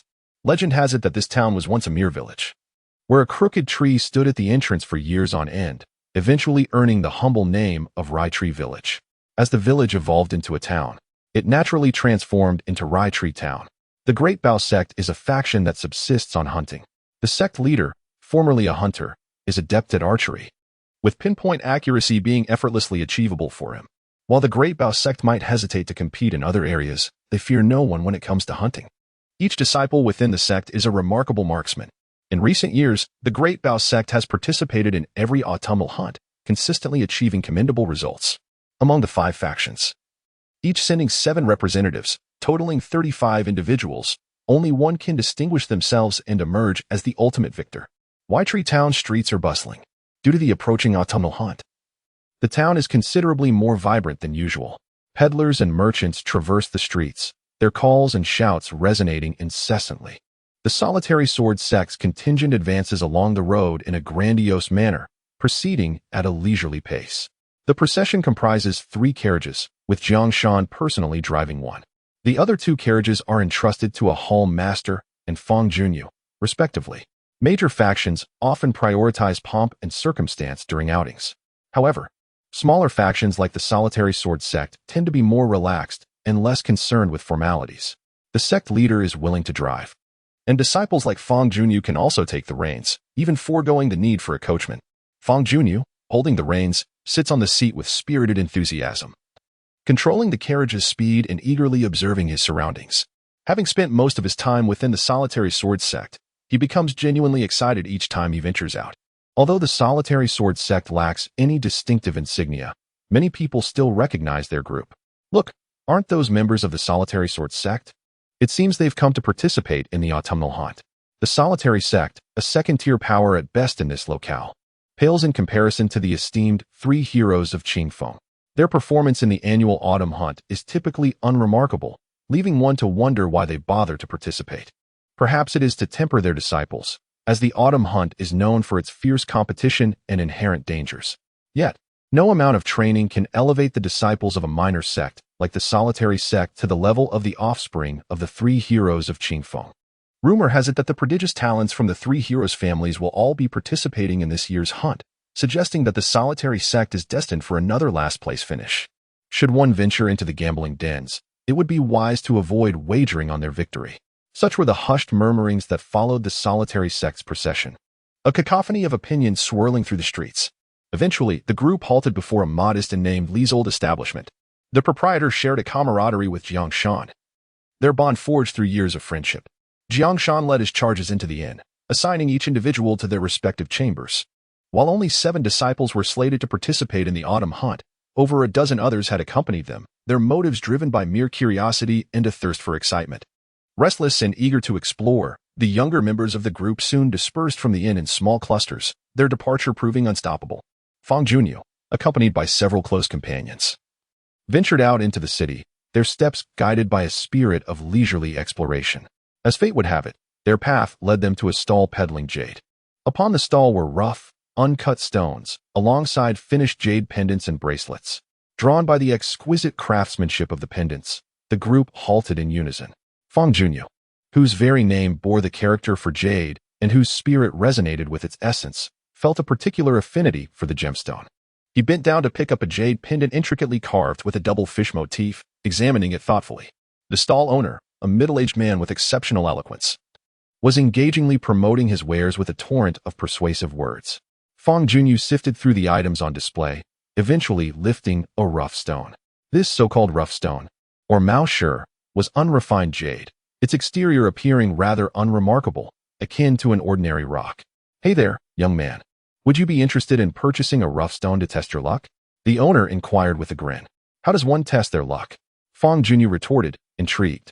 The practice of buying rough stones is colloquially known as gambling on stones. If one is fortunate, the rewards can be immense, making it a lucrative venture. The prices of rough stones are relatively low, significantly cheaper than polished jade. Hence, acquiring a piece of rough stone could yield substantial profits if it is refined into exquisite jade. I once witnessed someone spend several hundred taels of silver on a rough stone, only to craft it into jade worth tens of thousands of spirit coins, instantly amassing a fortune. If this piques your interest, I have some rough stones for sale. You might just strike it rich, the proprietor enticed Fangyuan. However, the nature of stone gambling is inherently risky. If it were truly so easy to amass wealth, the stall owner would likely refine the rough stones himself rather than sell them. Among those who gamble on stones, it is fortunate if even 1 in 10 turns a profit. This method of gambling is indeed fascinating. Fangyuan's eyes sparkled with excitement as he contemplated his own jade spirit essence, which possesses the ability to discern the quality of minerals. While others may struggle to differentiate the worth of a rough stone, for Fangyuan, this task posed no challenge at all. The predicament now lies in the nascent and tender nature of the jade's spirit soul, leaving uncertainty as to its capacity to discern the contents within the rough stone. At its current stage, extensive long-range reconnaissance is undoubtedly beyond its capabilities, though a modicum of hope remains for close-range examination. With resolve, Fangyuan seized a piece of rough stone, gently palpating its surface while issuing a command to the jade's spirit soul within his inner sanctum, beseeching its assistance in the investigation. An intense surge of emotion emanated from the jade's spirit soul, an expression of fervent elation, akin to the discovery of a precious treasure. Fangyuan's eyes gleamed with anticipation as he clutched the dark stone, inquiring, "Proprietor, what is the price of this rough stone?" "A pittance, merely 100 taels of silver." The proprietor responded with a smile. "Excellent, I shall acquire it." Fangyuan promptly settled the transaction, presenting a silver note to the proprietor. As the proprietor pocketed the silver note and dispensed the change, a sense of clandestine glee washed over him. "Haha, this lad is a true novice. That rough stone is as black as pitch, a clear indication that it could not possibly contain any jade. Even if it were to harbor jade, it would undoubtedly be of the lowest grade, rendering it virtually worthless. To vend a mere stone for 100 taels of silver is a veritable windfall. Proprietor, might you offer assistance in the polishing of jade?" Fangyuan inquired, brandishing the dark stone in his hand. "Indeed. I possess the necessary implements and can polish the rough stone on site, albeit for a nominal processing fee," the proprietor replied with a smile. "Remuneration is of no concern. I implore you to polish it open, that I may ascertain whether it contains jade," Fangyuan entreated as he tossed the stone to the proprietor. The proprietor, anticipating yet another lucrative transaction in the form of the polishing fee, beamed with unrestrained delight. He sat at the workbench, meticulously polishing the black stone in his hands with a specialized machine equipped with a rotating grinding wheel, which gradually wore away the stone's surface. The wheel spun rapidly, producing a soft hissing sound as it smoothed the black exterior, revealing the inner core, which remained stone. Indeed, it turned out to be merely an ordinary rock. The proprietor chuckled inwardly, continuing his work, fully aware of the buyer's psychology. Without deeper polishing, the buyer would not relent. As the stone was ground deeper, penetrating the surface and approaching the interior, the wheel suddenly encountered a hard object, emitting a jarring noise. It is well known that jade is significantly harder than ordinary stone. Thus, while polishing stone is relatively easy, jade presents a far greater challenge. The proprietor, a seasoned expert, quickly assessed the situation through tactile feedback. It seemed he had struck jade. Chapter 016. A slap. The stall owner was taken aback, hastily bringing the rough stone closer to his eyes for a closer inspection. Under the sunlight, a small section of freshly polished black jade shimmered with a radiant luster, exceedingly beautiful. My goodness, this rough stone truly contained jade. And it was quite a valuable piece of black jade. The proprietor's eyes widened in astonishment, unable to suppress an exclamation. Jade is classified into various grades, and black jade is considered among the more precious types. Of course, this value is relative to the average person. Upon hearing this, Fangyuan was overjoyed, swiftly approaching the proprietor to observe the polished jade. In this regard, he was still a novice, unable to discern its quality. He inquired of the proprietor regarding the value of the jade stone, to which the owner shook his head, stating that a definitive judgment could not yet be rendered. The stone must be thoroughly polished before an accurate assessment could be made. The owner continued to refine the jade, meticulously grinding away the rough edges. Beneath the pockmarked surface of the stone lay a resplendent gem. After a brief while, the true essence of the jade was revealed. The exterior was black, while the interior held a glimmering white jade. The stark contrast between the black and white was striking, each color distinctly defined, yet harmoniously connected. Such a dual-toned jade was surely of greater value. The owner tilted the jade towards the sky, utilizing the sunlight to scrutinize its interior, and discovered that this stone contained minimal impurities, undoubtedly a premium specimen. This young man was exceptionally fortunate. Casually purchasing a stone had led to the emergence of such exquisite jade. Judging by its quality, it was worth at least 500 taels of gold, a value that had surged nearly 300 times over. The ease of this profit was almost infuriating. Envy, jealousy, and resentment swirled within the owner's heart, even tempting him with the thought of claiming the jade for himself, though that notion was swiftly dismissed as too audacious. Direct theft was beyond his courage, but deception was another matter. With a glint of cunning in his eye, the proprietor smiled at Fangyuan, saying, "Young brother, fortune truly favors you. You've struck gold with your choice. This stone possesses considerable value. Would you be interested in selling it to me at a premium?" Yet, the promise of high prices was merely a fade. His true intention was to acquire the jade at a low price and reap a substantial profit. Unfortunately for him, the buyer he encountered today was no fool. "I'm quite fond of this jade, and I do not intend to part with it. Please return it to me." Fangyuan smiled faintly and extended his hand. The proprietor, having seen his scheme thwarted, let out a wry laugh and reluctantly relinquished the jade. Fangyuan toyed with the black jade, while several companions gathered closer, their curiosity piqued. This was the first piece of jade he had discovered using the spirit of jade. Imbuing it with profound significance, the monetary value it could fetch was of little concern. What truly captivated Fangyuan was the potential of the jade spirit. Its capabilities were remarkably effective, effortlessly guiding him to this precious stone. As the jade spirit grew in strength, its detection range would expand, enabling the discovery of even more exquisite minerals. Whether to trade these minerals or retain them for personal use were both commendable options. After wandering for a considerable time, the group began their journey back to the inn. Along the way, they unexpectedly encountered several female companions, among whom was Yun Mingting. Yun Mingting walked alongside two female friends. Her head bowed, a strand of hair cascading down from her temple. She covered her face with her hand, her eyes glistening with tears. In the area she shielded hinted at distress. Ordinarily, when fellow disciples meet on the street, they engage in conversation, yet Yun Mingting hastily turned away, avoiding Fangyuan's gaze, seemingly attempting to conceal something. Keenly observant, Fangyuan noted her unusual demeanor, furrowing his brow as he strode toward her, inquiring, shouting, "What has happened to your face?" Although they had parted ways, they were ultimately still comrades and friends, and it was imperative to inquire. "It's nothing, please don't concern yourself," Yun Mingting replied, her voice betraying a sense of unease. "Your face is visibly injured. Has someone been mistreating you? I accidentally bumped into you earlier, but it's nothing serious." "You're lying to me."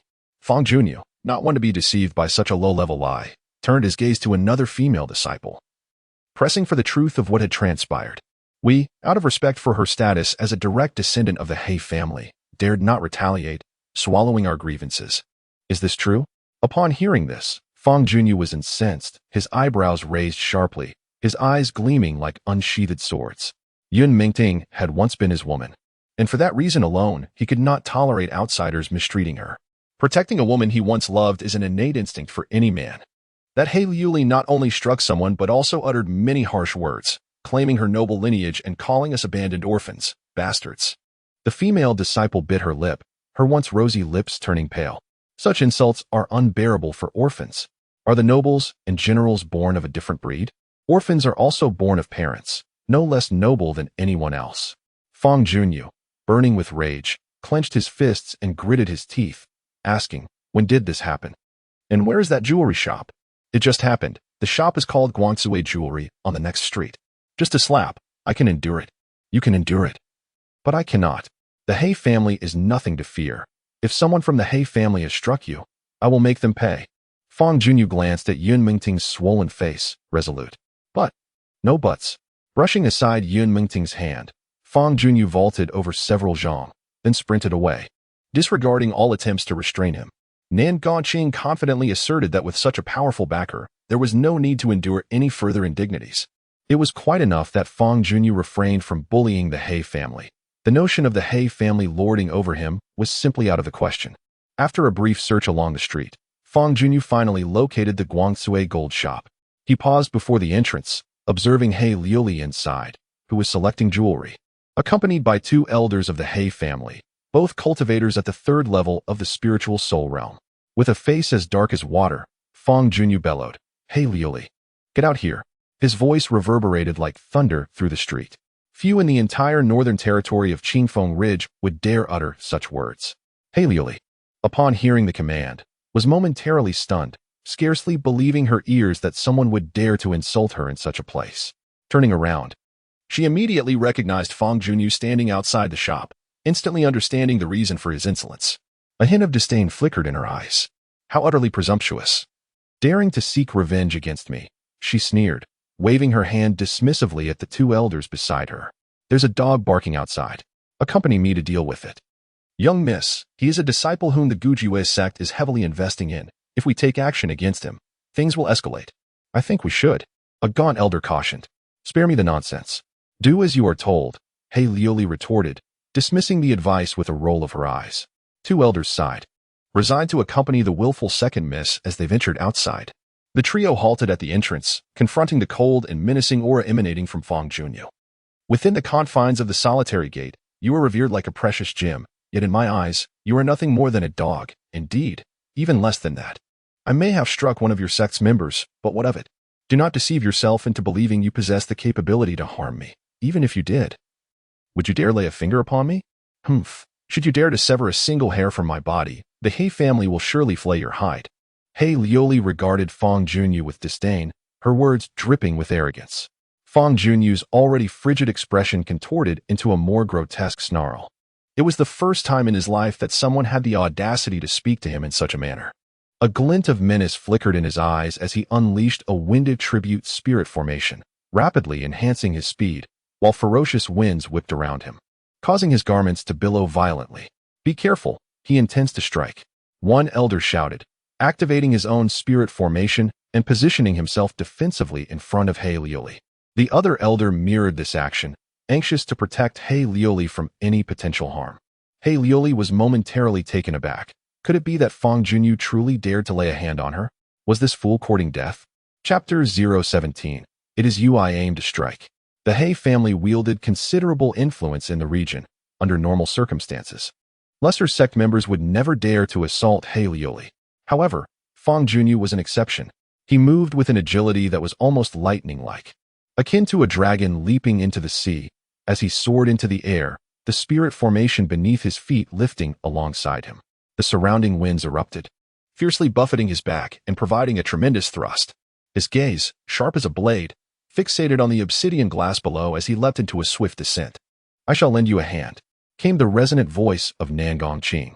A surge of immense spiritual energy permeated from the Qinkuan ring, silently and invisibly infusing Fangyuan's entire being, causing his speed to surge unexpectedly, reaching the 5th level of the spirit realm.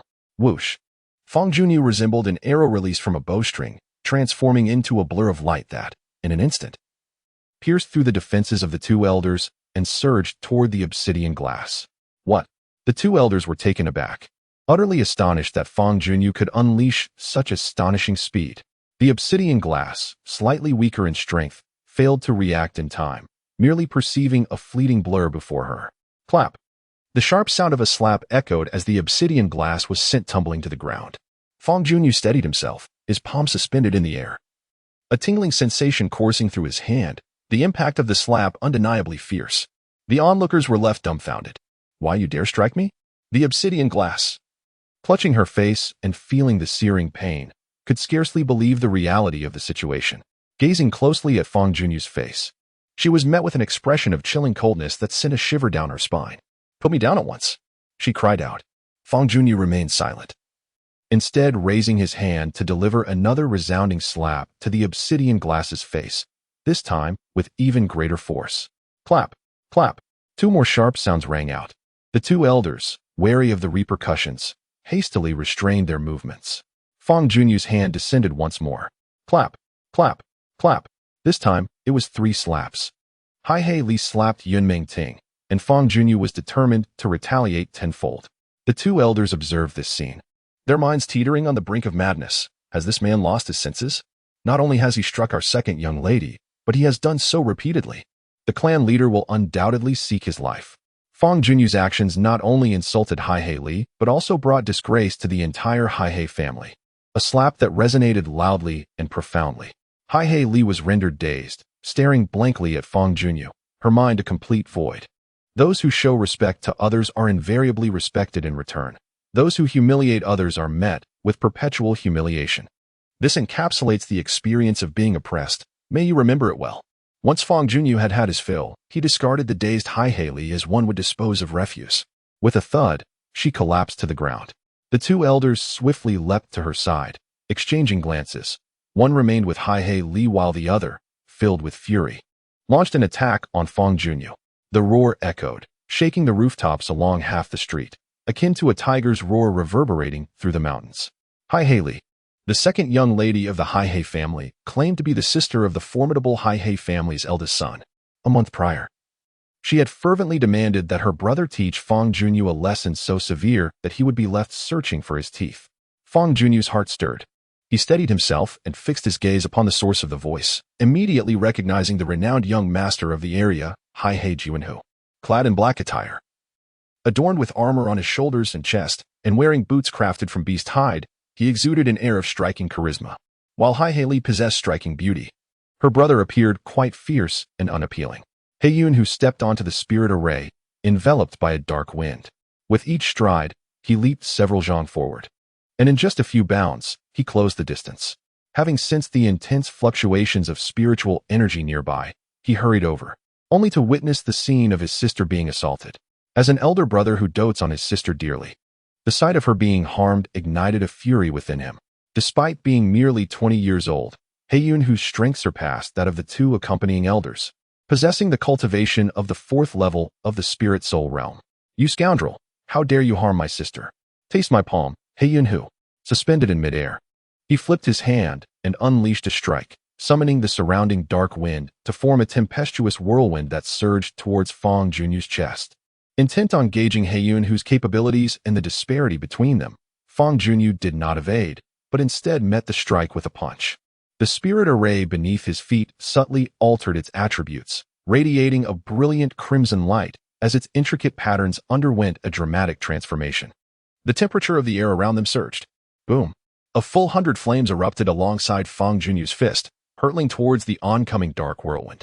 A month had elapsed since the last martial arts competition, and Fang Junyu's 100-fire fist had reached true perfection. With a single punch, 100 flames exploded forth. The collision of fire and dark wind ignited a fierce explosion, resulting in a significant portion of the flames being extinguished or dispersed by the dark wind, scattering like a rain of fire in all directions. The dark wind, undeterred, continued its advance. Fang Junyu's gaze shifted slightly as he swiftly sidestepped the onrushing whirlwind. In this clash of strength, he was evidently at a disadvantage. Heiyun, who gazed at the cascading rain of fire, secretly astonished. This young man possesses some skill, able to withstand my strike. Young master, 2 elders of the Heijia exclaimed in delight. You two take good care of the second miss. Leave him to me. Heiyun, who declared, standing atop a rooftop, casting a frowning glance at the 2 elders. Understood. The elders replied in unison. Heiyun, who turned his attention back to Fang Junyu, scrutinizing him once more, and ominously remarked, I had heard that your cultivation progressed swiftly. I did not take it to heart. Yet you managed to endure a blow from me. It appears your advancement is indeed remarkable. Enduring a blow from you is hardly an impressive feat. Fang Junyu retorted with a cold laugh. At your age, managing to withstand a strike from me is something to boast about. I beg to differ. If 1 strike fails to defeat you, then perhaps 3 will suffice.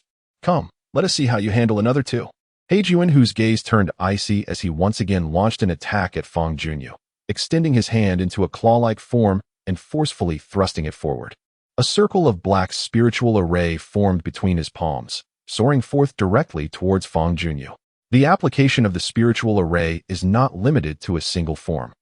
It can either be utilized for enhancement in close proximity or released as a weapon. The Heijia clan possesses a unique secret technique known as the Heifeng formation, capable of generating a special wind that manifests in black, possessing greater potency than ordinary winds, akin to a blade. Building upon this Heifeng formation, the Heijia has devised numerous derivative spiritual techniques, each displaying considerable might. The black wind array appeared in an instant, unleashing a chilling gust akin to 100 steel blades whirling about. A mere brush against it could result in grievous cuts or even dismemberment. Be cautious. This black wind is extraordinary. With your current strength, you cannot withstand it. Allow me to handle this, Nangongqing declared, promptly channeling an invisible surge of spiritual energy to confront the oncoming tempest.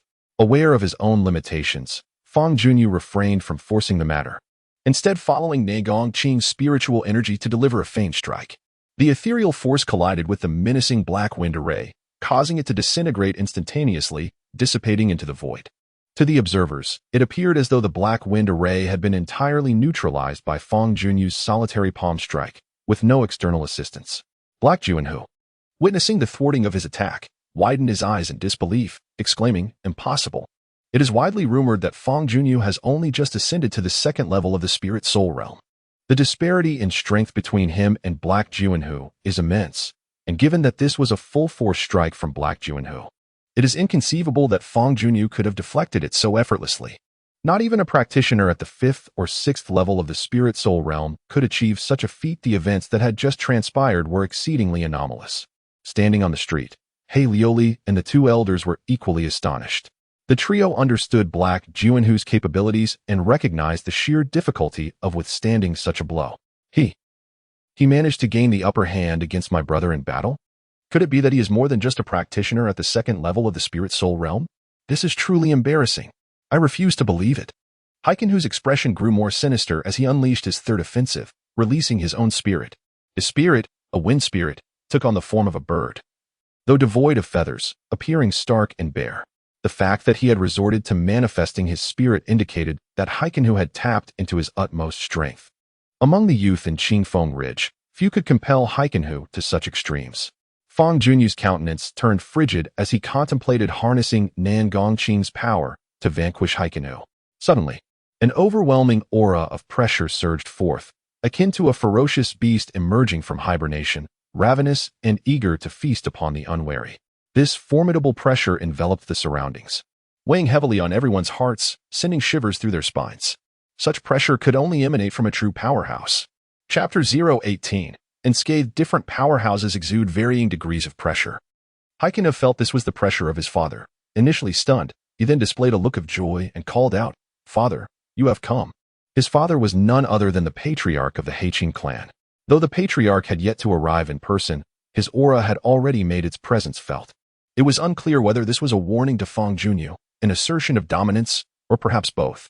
The intangible pressure surged toward Fangyuan, reminiscent of a tiger roaring in the mountains or a mighty dragon emerging from the depths. While this pressure was formless, it bore a certain lethality, capable of impacting one's spiritual awareness.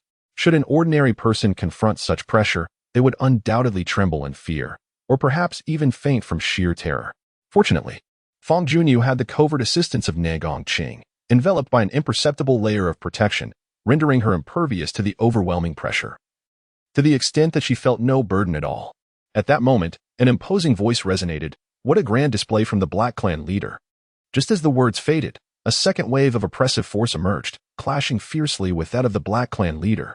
This new pressure was formidable and steady, akin to a towering mountain, distinctly contrasting the aura emanating from the Black Clan leader. The two forces engaged in an invisible confrontation.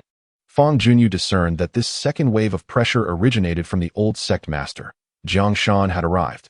It seemed the events unfolding here had alarmed the key figures of both factions, compelling them to intervene. Jiangshan, your people struck my daughter several times. It is rather disrespectful to our Black Clan. A disdainful snort echoed, followed by the swift approach of a carriage constructed of the finest timber, pulled by remarkably noble steeds. The oppressive aura from the Black Clan leader radiated from within the carriage, indicating his presence inside. An elderly man with snow-white hair leapt in from another direction. It was indeed Jiangshan. His expression was grave as he landed beside Fangyuan, casting his gaze towards the rapidly advancing carriage. Youthful exuberance often leads to conflicts among the younger generation. It serves as a form of tempering, not entirely detrimental. As elders, it may be prudent for us to refrain from lowering ourselves to intervene. To jeopardize the cordial relations between our families over such trivial matters seems rather unwise. What does the Black Clan leader think? Jiangshan proposed.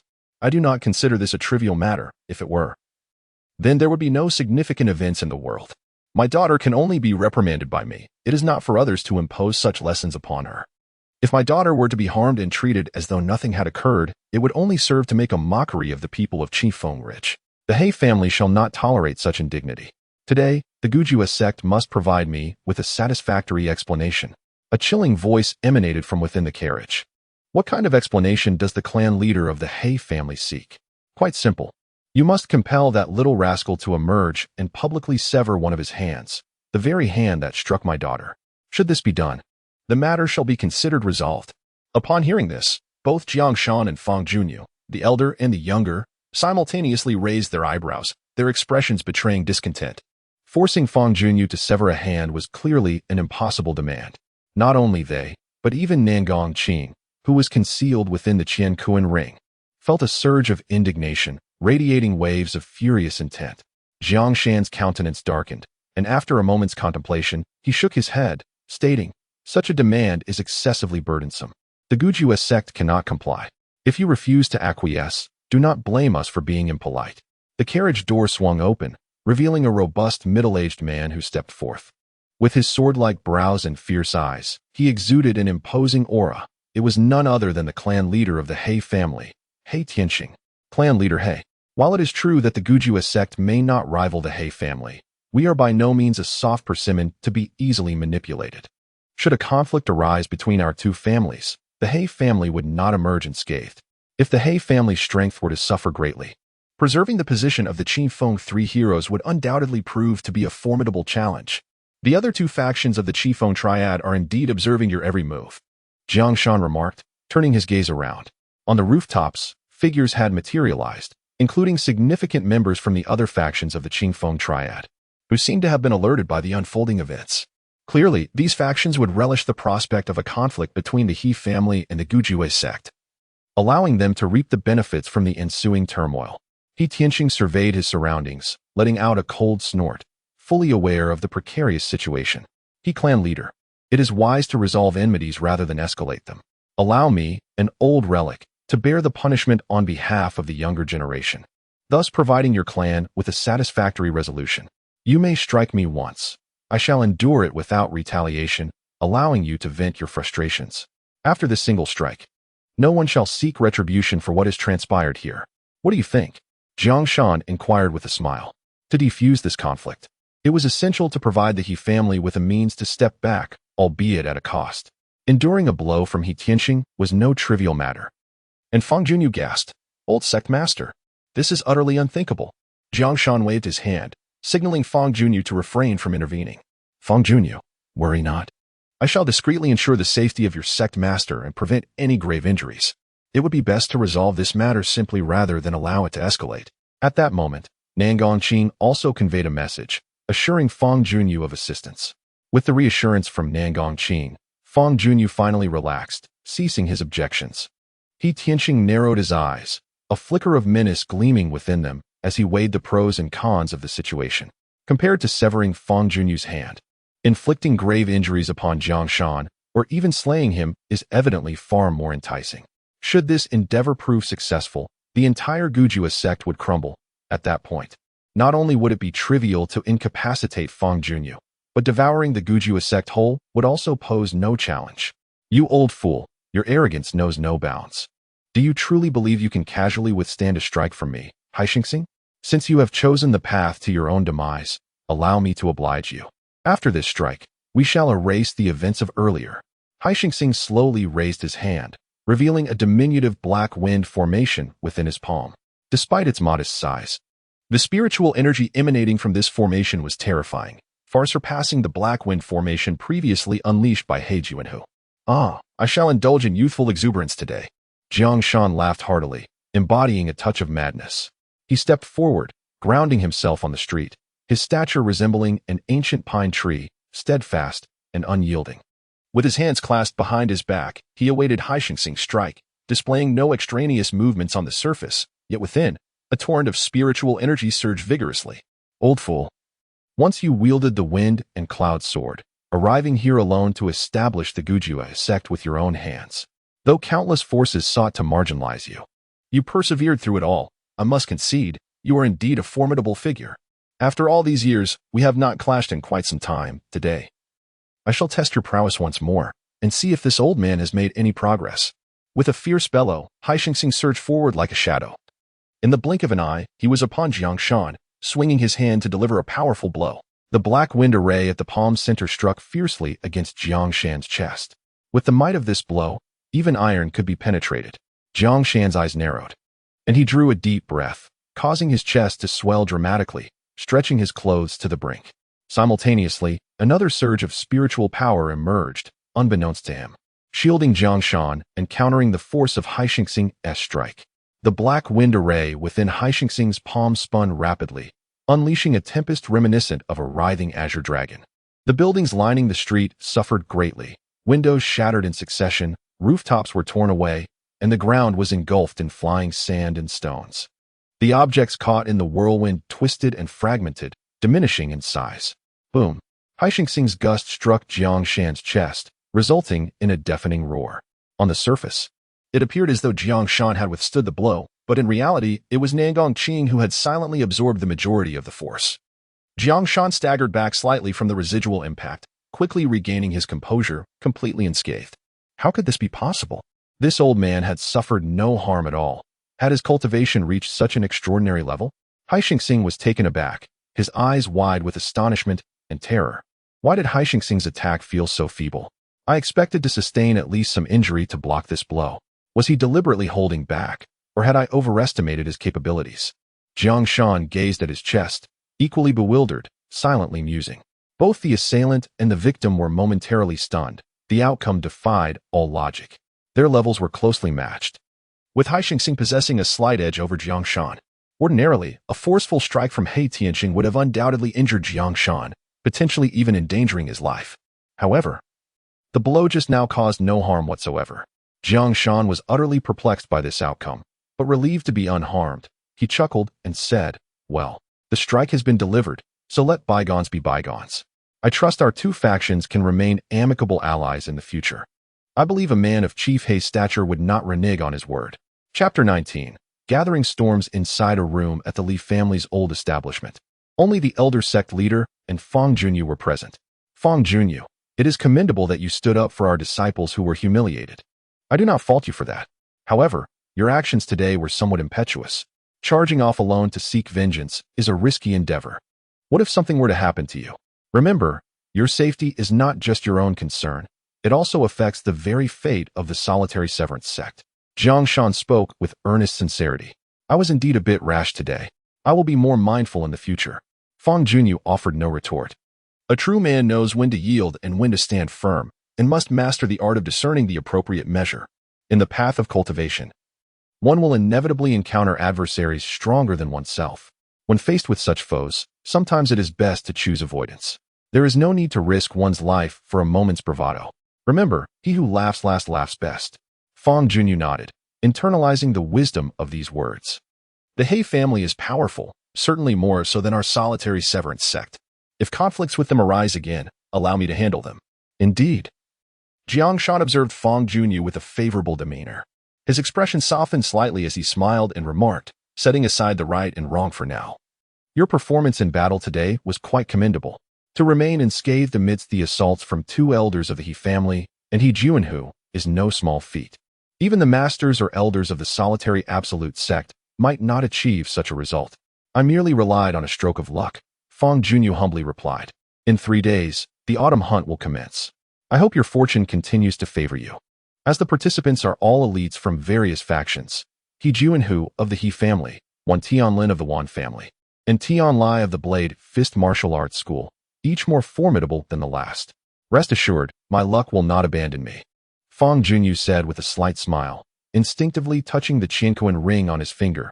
His fortune was contained within. In an inn reserved by the He family, he leally complained. Brother, my face still aches. When the autumn hunt arrives, you must avenge me. That Fangyuan suffered no real consequences today. You didn't even lay a finger on him, and father could do nothing to him either. It infuriates me. Do not worry. This matter will not be left unresolved. If I encounter him during the autumn hunt, I will ensure he is left crippled, avenging your grievances. My sister, He Jianhu's sibling, is not someone he can bully. He Jianhu replied, equally incensed. This brother and sister pair had never considered that the trouble was of He Liuli's own making.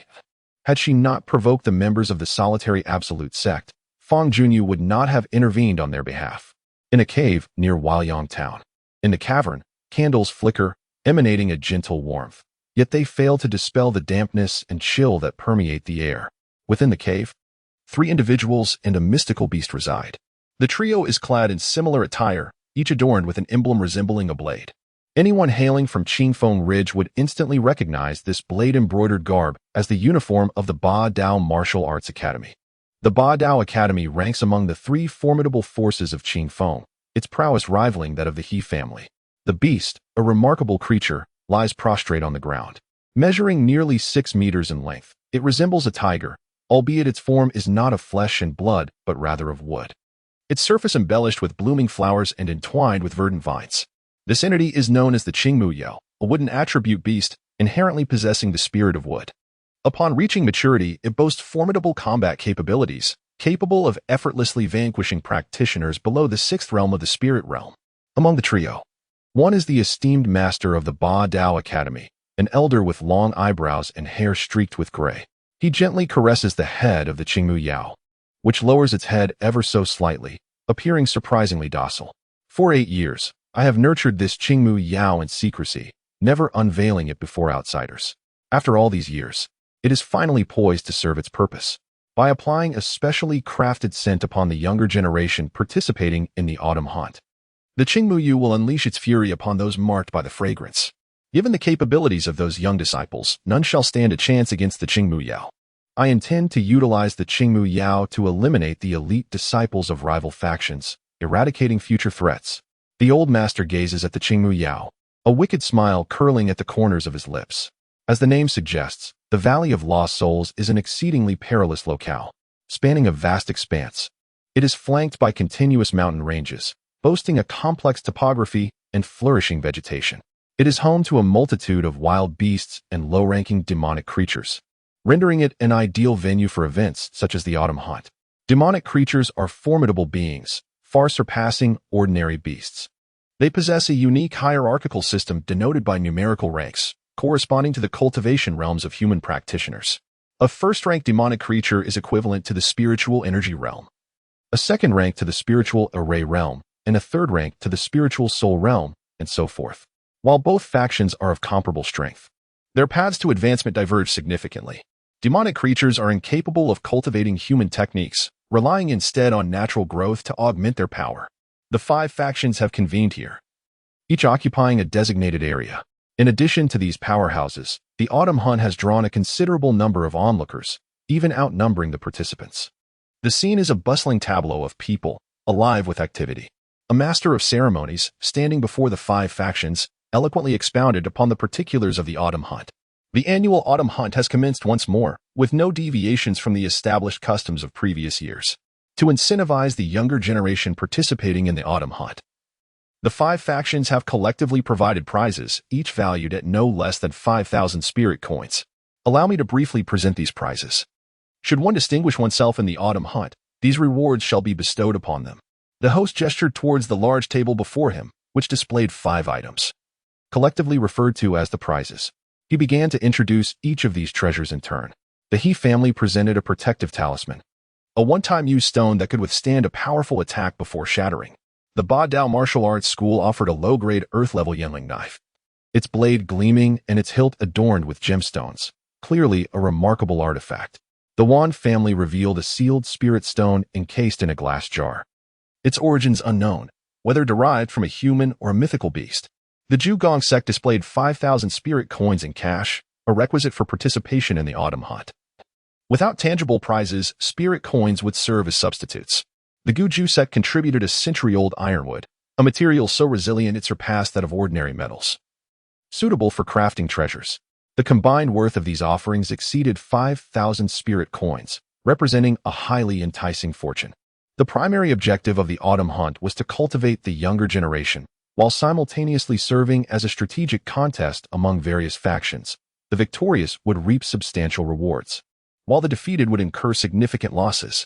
Fangyuan gazed at the 5 prizes on the table, his attention drawn to the jar containing the spirit stone, stirring a sense of intrigue within him. His own spirit was a jade essence, closely aligned with the stone spirit, suggesting that he could potentially absorb it. This stone spirit held great utility and allure for him. The host, having introduced the prizes, continued, "Whoever secures the first place in the autumn hunt shall receive all the rewards provided by the 5 factions. Remember, that is all of them. The method of competition is straightforward, yet the rules are intricate. The autumn hunt lasts for 5 days. During the first 3 days, participants must focus solely on hunting, with any form of conflict strictly prohibited. From the 4th day onward, this restriction will be lifted, allowing contestants to engage with one another. Should one emerge victorious, they may seize all of the defeated participants' spoils. This means that snatching prey from others is a shortcut to victory. Relying solely on one's own hunting skills makes triumph exceedingly challenging. To ensure fairness in the competition, numerous constraints have been established for the autumn hunt. For instance, confrontations are limited to one-on-one engagements, and participants must act independently during the hunt. Collaboration among members of the same faction is strictly forbidden. This contest is a measure of individual prowess rather than collective strength. In addition to these stipulations, there are numerous other regulations, leaving little room for loopholes. To achieve victory, one must rely solely on their own capabilities. With that said, I hereby declare the autumn hunt officially commenced. The host concluded his lengthy announcement with a resounding shout, heralding the onset of this fierce competition. A brutal clash was about to unfold. Chapter 020, The Beast of the Wilderness. As the competition commenced, participants from the 5 factions surged forth, each faction dispatching 7 individuals, totaling 35 competitors. Members of the same faction donned identical attire. These contestants are permitted to wield ordinary weapons and carry low-level treasures. However, the use of personal storage bags is strictly forbidden, and they may only utilize bags designated for the competition. All participants must undergo a search to prevent any individual from concealing a bag filled with illicit spoils. Due to the propriety between the sexes, male participants are searched by men, while female participants are searched by women. Fangyuan, leading a 7-member team from the solitary gate, stepped forward, extending her arms to allow the searchers to conduct their examination. The searcher maintained an indifferent expression, yet a subtle flicker of unnoticeable color passed through his gaze.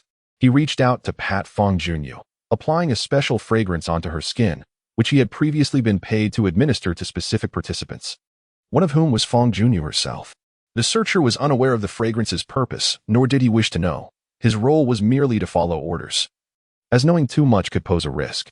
In an effort to apply more of the fragrance, the searcher deliberately patted her several times, moving from her clothing down to her trousers.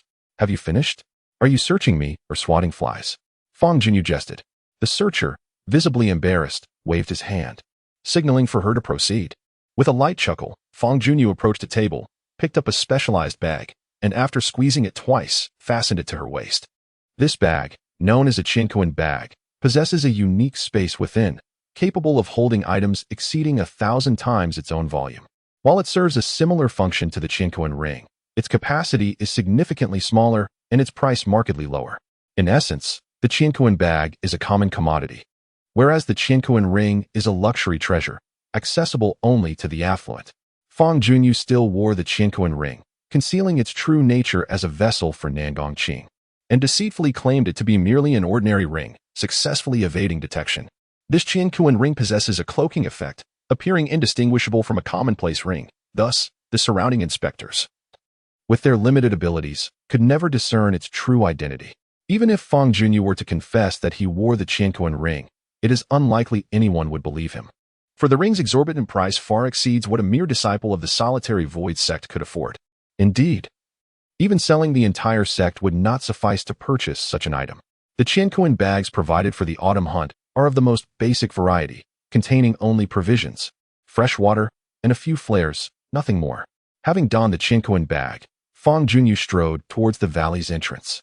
Before him stretched a picturesque autumn landscape, where the trees had all turned a desolate yellow, and the ground was thickly carpeted with fallen leaves, occasionally disturbed by the distant roar of beasts. Standing there, one could not only sense the chill of the autumn air, but also an undercurrent of danger. After undergoing their searches, participants from several other factions began to gather near Fangyuan.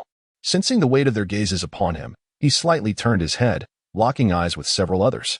Among those observing him were several competitors from the He family, as well as Wan Tianlin from the Wan family. Within the ranks of the 5 factions, only a few posed a genuine threat to Fangyuan. He Juanhu from the He family, Wan Tianlin from the Wan family, and Tian Lai from the Blade Martial Arts Hall.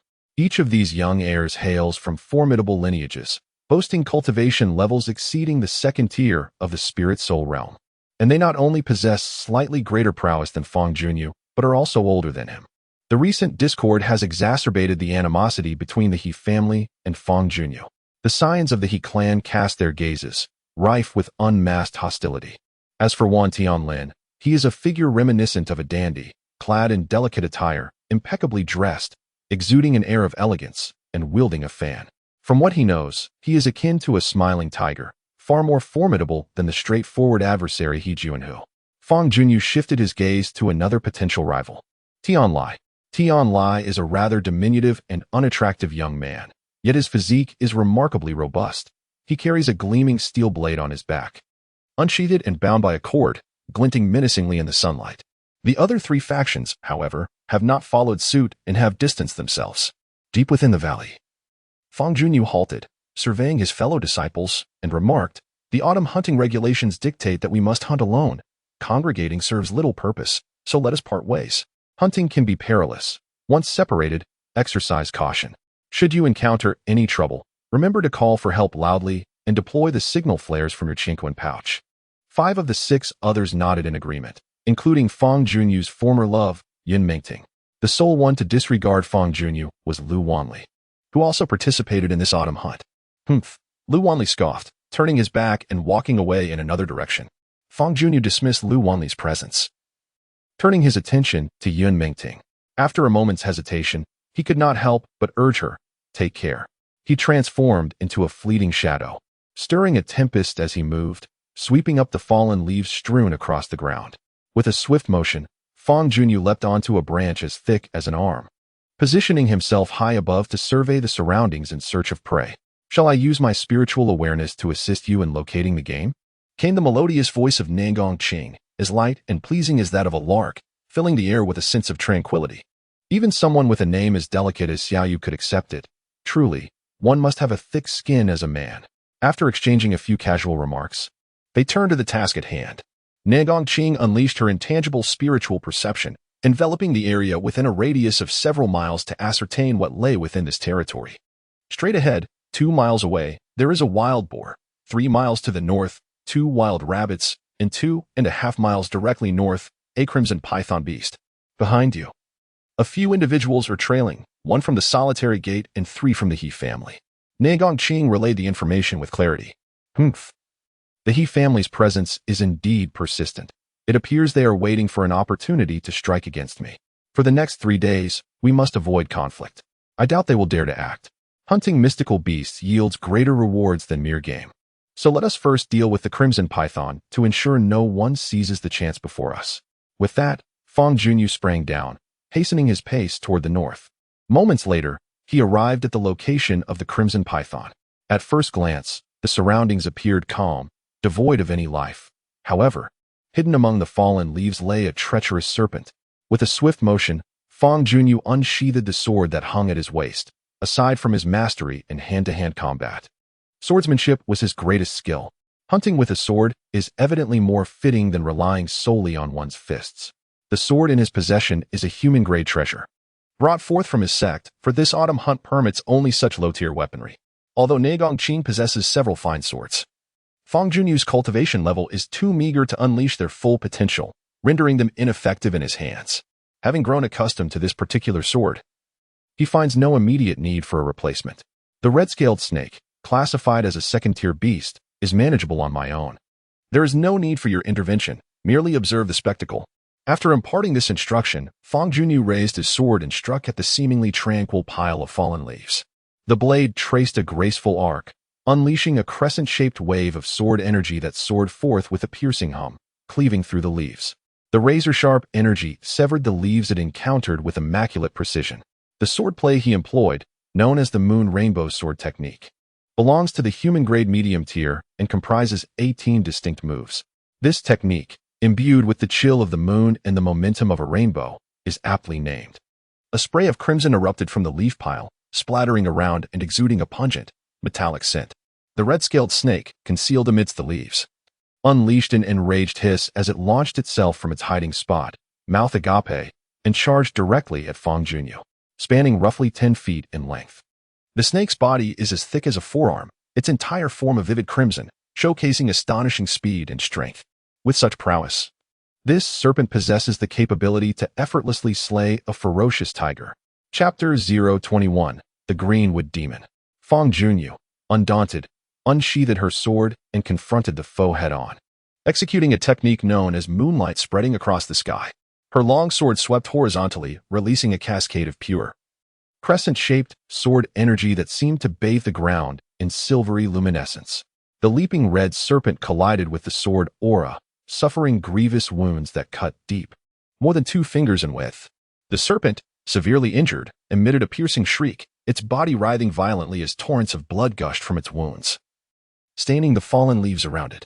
Fangyuan leaped gracefully, her movements both agile and poised, employing a technique called stars surrounding the moon to pursue her adversary relentlessly. With her sword, she struck downward in rapid succession. Each point of contact unleashed bursts of sword energy, akin to twinkling stars, which rained down upon the serpent, creating a multitude of bloody punctures. As a second-tier beast, the red serpent possessed strength comparable to that of the spiritual formation realm, and Fangyuan found the encounter to be a mere exercise in dominance. The rewards from the 5 factions combined were substantial, and she was determined to secure victory while also bringing honor to the solitary gate. With a sense of exhilaration, she contemplated her next move. Nangongqing continued to assist, pointing out the location of another beast. After a brief respite, Fangyuan swiftly made her way there. The competitors from the 5 factions engaged in fierce rivalry, each refusing to yield as they hunted beasts with utmost speed. The Valley of Broken Life transformed into a battleground for the participants, where bloodshed erupted in various corners. As the competitors dashed about, they occasionally encountered those from rival factions. However, due to the constraints of the rules, open conflict was temporarily avoided, and no one dared to take the risk of violating the regulations. Moreover, as the competition had only just begun, no one had amassed a significant number of trophies, and even attempts at theft would yield little reward. Within the treacherous confines of the Valley of Death, the majority of the monstrous beasts are of the 1st and 2nd ranks, with only a rare few reaching the 3rd rank. Given the average prowess of the competitors, they are generally capable of confronting most perils. However, there are instances where their lives hang in the balance. Throughout the history of autumn hunts, numerous participants have met their demise in this perilous arena. This year's autumn hunt is poised to be even more treacherous than those of previous years. Unbeknownst to the contestants, the members of the Blade Mastery Pavilion have covertly manipulated the situation by introducing a formidable creature, the Qingmu Demon, into the Valley of Death. The strength of this beast is sufficient to decimate every contender within the valley. Even the likes of the talented He Juanhu and Wan Tianlin would find themselves outmatched. Danger and opportunity often coexist. A creature of the Qingmu Demon's caliber presents a significant chance for those brave enough to confront it. Slaying such a beast would considerably enhance one's odds of victory, as a single Qingmu demon is equivalent to dozens of ordinary monsters. With such an achievement, success would be nearly assured. The duality of peril and promise now lies before the many competitors in the valley. The weak shall falter, while the strong will seize their moment to triumph. After a considerable time, a junior member of the giant Bao sect was navigating the Valley of Death, bending low to observe the prints left by a beast, diligently tracking its movements. He bore a quiver brimming with 25 arrows upon his back. In the giant Bao sect, nearly every individual is a hunter, adept in archery in the art of tracking prey. This young aspirant, though not quite on par with prodigies like Fangyuan, nonetheless shone brightly among his peers. After an arduous pursuit, he finally beheld his target, a beast engrossed in its meal within the thicket, and a smile crept across his face. He drew an arrow from the quiver and knocked it onto the bowstring, drawing it back into a perfect crescent. His gaze aligned with his quarry. Suddenly, a menacing aura wafted from a nearby location, startling the beast that was feasting. It lifted its head, scanning its surroundings with a look of terror before bolting away. Damn! The bowman cursed under his breath, mistakenly believing he had frightened the beast away, when in truth, it was not the case. A sinister figure silently emerged behind the young man, resembling a ferocious tiger yet crafted from wood, entwined with blossoms and green vines. It was the pinnacle of a 3rd-tier beast, the Qingmu Yao, with a low growl filled with malice. The Qingmu Yao sensed the unique scent of spices emanating from the man before it, a fragrance that provoked its instincts.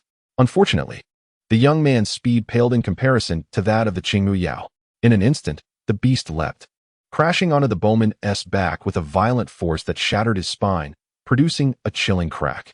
It pinned the bowman to the ground, viciously tearing at him as its vines extended, ensnaring him tightly. The vines were laced with numerous thorns, capable of releasing paralyzing toxins. A chilling scream escaped the bowman's lips, echoing through the air, yet it was swiftly silenced when the Qingmu Yao sank its teeth into his throat. The creature had claimed its first victim of the night. The sound of gnashing echoed for a moment, and once the Qingmu Yao departed, the bowman lay amidst a gruesome display of scattered bones and mangled flesh, a scene of utter horror. That night, within the confines of the Valley of Death, Wan Tianlin squatted before a crackling fire, grilling a skinned wild hare. The meat nearly cooked and exuding an irresistible aroma that tantalized the senses, occasionally releasing droplets of fat. A smile graced his face as he contemplated matters pertaining to the autumn hunt, convinced of his impending victory. To secure this triumph, he had clandestinely brokered a deal with the Great Bao sect, incurring only a trifling cost. In exchange, the competitors from the sect would meet him at a designated location in the valley 3 days hence. Deliberately conceding to him and surrendering the game they had captured 3 days prior, the combination of these spoils with his own would yield a bounty of both quantity and quality sufficient to claim the championship. How splendid, how splendid! The more he pondered, the more his pride swelled, and he could not suppress a chuckle. Every competition is governed by rules, and those rules are meant to be broken. Yet as his laughter subsided, the surrounding atmosphere grew tense, pierced by the ominous sound of approaching footsteps. Who goes there? Wan Tianlin gasped, turning towards the sound. Emerging from the shadows, the Qingmu demon stepped into the glow of the firelight. It was the Qingmu demon. How could such a formidable beast appear here? Well versed in the lore of various demons, Wan Tianlin recognized it instantly, drawing in a sharp breath. Aware of the Qingmu demon's prowess, he realized he was outmatched. A chill settling in his heart. After a brief deliberation, he resolved swiftly to fire a distress signal. Opting to withdraw from the autumn hunt rather than gamble with his life, he abandoned the roasted hare in his grasp, clutching his fan in one hand while reaching towards his Qinquan bag with the other. With a thunderous roar, the Aoki demon surged forward, its eyes ablaze with ferocity as it lunged towards Wan Tianlin. The vines adorning its body lashed out like whips, slicing through the air with a resounding crack. 2 of these tendrils ensnared Wan Tianlin's arms, forcibly prying them away from his Qinquan pouch. Wan Tianlin's visage shifted in alarm as he struggled to free himself from the vine's grasp, but his efforts proved futile. The Aoki demon tackled him to the ground, its maw descending upon him. A piercing scream shattered the tranquility of the night. Thus, the renowned prodigy, Wan Tianlin of Qingfeng Valley, met his untimely demise. In the following 2 days, the Aoki demon continued its rampage, claiming the lives of 4 more targets, each a standout among the younger generation. This creature had been stealthily dispatched to Duanmingshan by the Ba Dao Martial Arts Academy and, of course, would not turn against its own. The victims were solely competitors from rival factions. Given the vast expanse of Duanmingshan, the likelihood of encounters among participants was minimal, and thus far, no bodies had been discovered. Even if they were, the autumn hunt would not cease, as the nature of this perilous competition inherently allowed for casualties. Unless witnessed firsthand or subjected to meticulous examination, it would be nearly impossible to ascertain that the Aoki demon was the perpetrator of the deaths.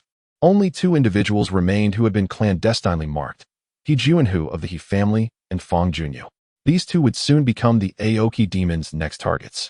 On the 3rd day of the autumn hunt, within a cavern of Duanmingshan, Fangyuan meticulously cleaned his bloodied sword, a fresh beast carcass lying at his feet. This marked his 16th slain demon beast. With the assistance of Nangong Qing, the pursuit of demon beasts had become an effortless and delightful endeavor, requiring little exertion. With 16 demon beasts and 8 wild creatures, the harvest was quite satisfactory. By tomorrow, I shall seize the opportunity to claim the prey of others. As long as I can acquire more of their demon beasts and ensure my invincibility, victory should be assured. As Fangyuan contemplated the impending fierce battle, a fervor ignited within his heart. In truth, it was the likes of He Juanhu who were Fangyuan's true quarry. The recent skirmish had depleted a significant portion of his spiritual energy, necessitating a period of rest and replenishment.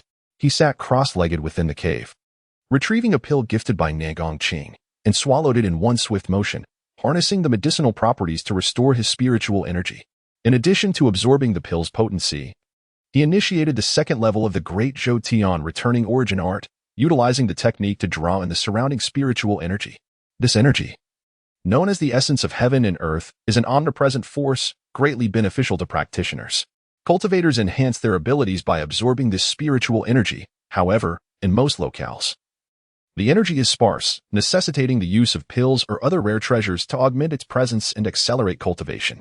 Days prior, Fangyuan had successfully cultivated the Great Zhou Tian returning origin art to its second level, opening a second meridian within his body, which significantly increased his cultivation speed. The intangible spiritual energy, attracted by his technique, surged into Fangyuan's being, transforming into spiritual power and converging in the Niwen Palace. During this absorption process, Fangyuan once again brushed against the round jade pendant hanging from his neck, triggering a wondrous resonance. This time, the oscillation was more intense than before, akin to an invisible current surging through his body, manifesting as something truly extraordinary.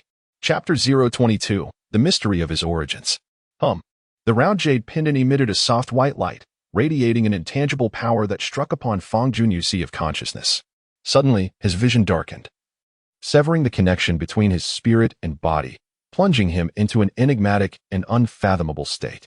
It was uncertain how much time had passed before he gradually awakened, discovering that his consciousness had arrived in a peculiar realm, distinct from the cave and the Niwen Palace. His awareness appeared as a spectral shadow, drifting within this space. Surrounding him was a chaotic expanse, where energies of black and gray swirled ominously, exuding a formidable might. At the heart of this chaos, a small point of light emerged, circular in shape, resembling a precious pearl. What is this place? Fangyuan was taken aback, scanning his surroundings in bewilderment. Just as he grappled with his confusion, two figures, a man and a woman, slowly materialized in the void before him.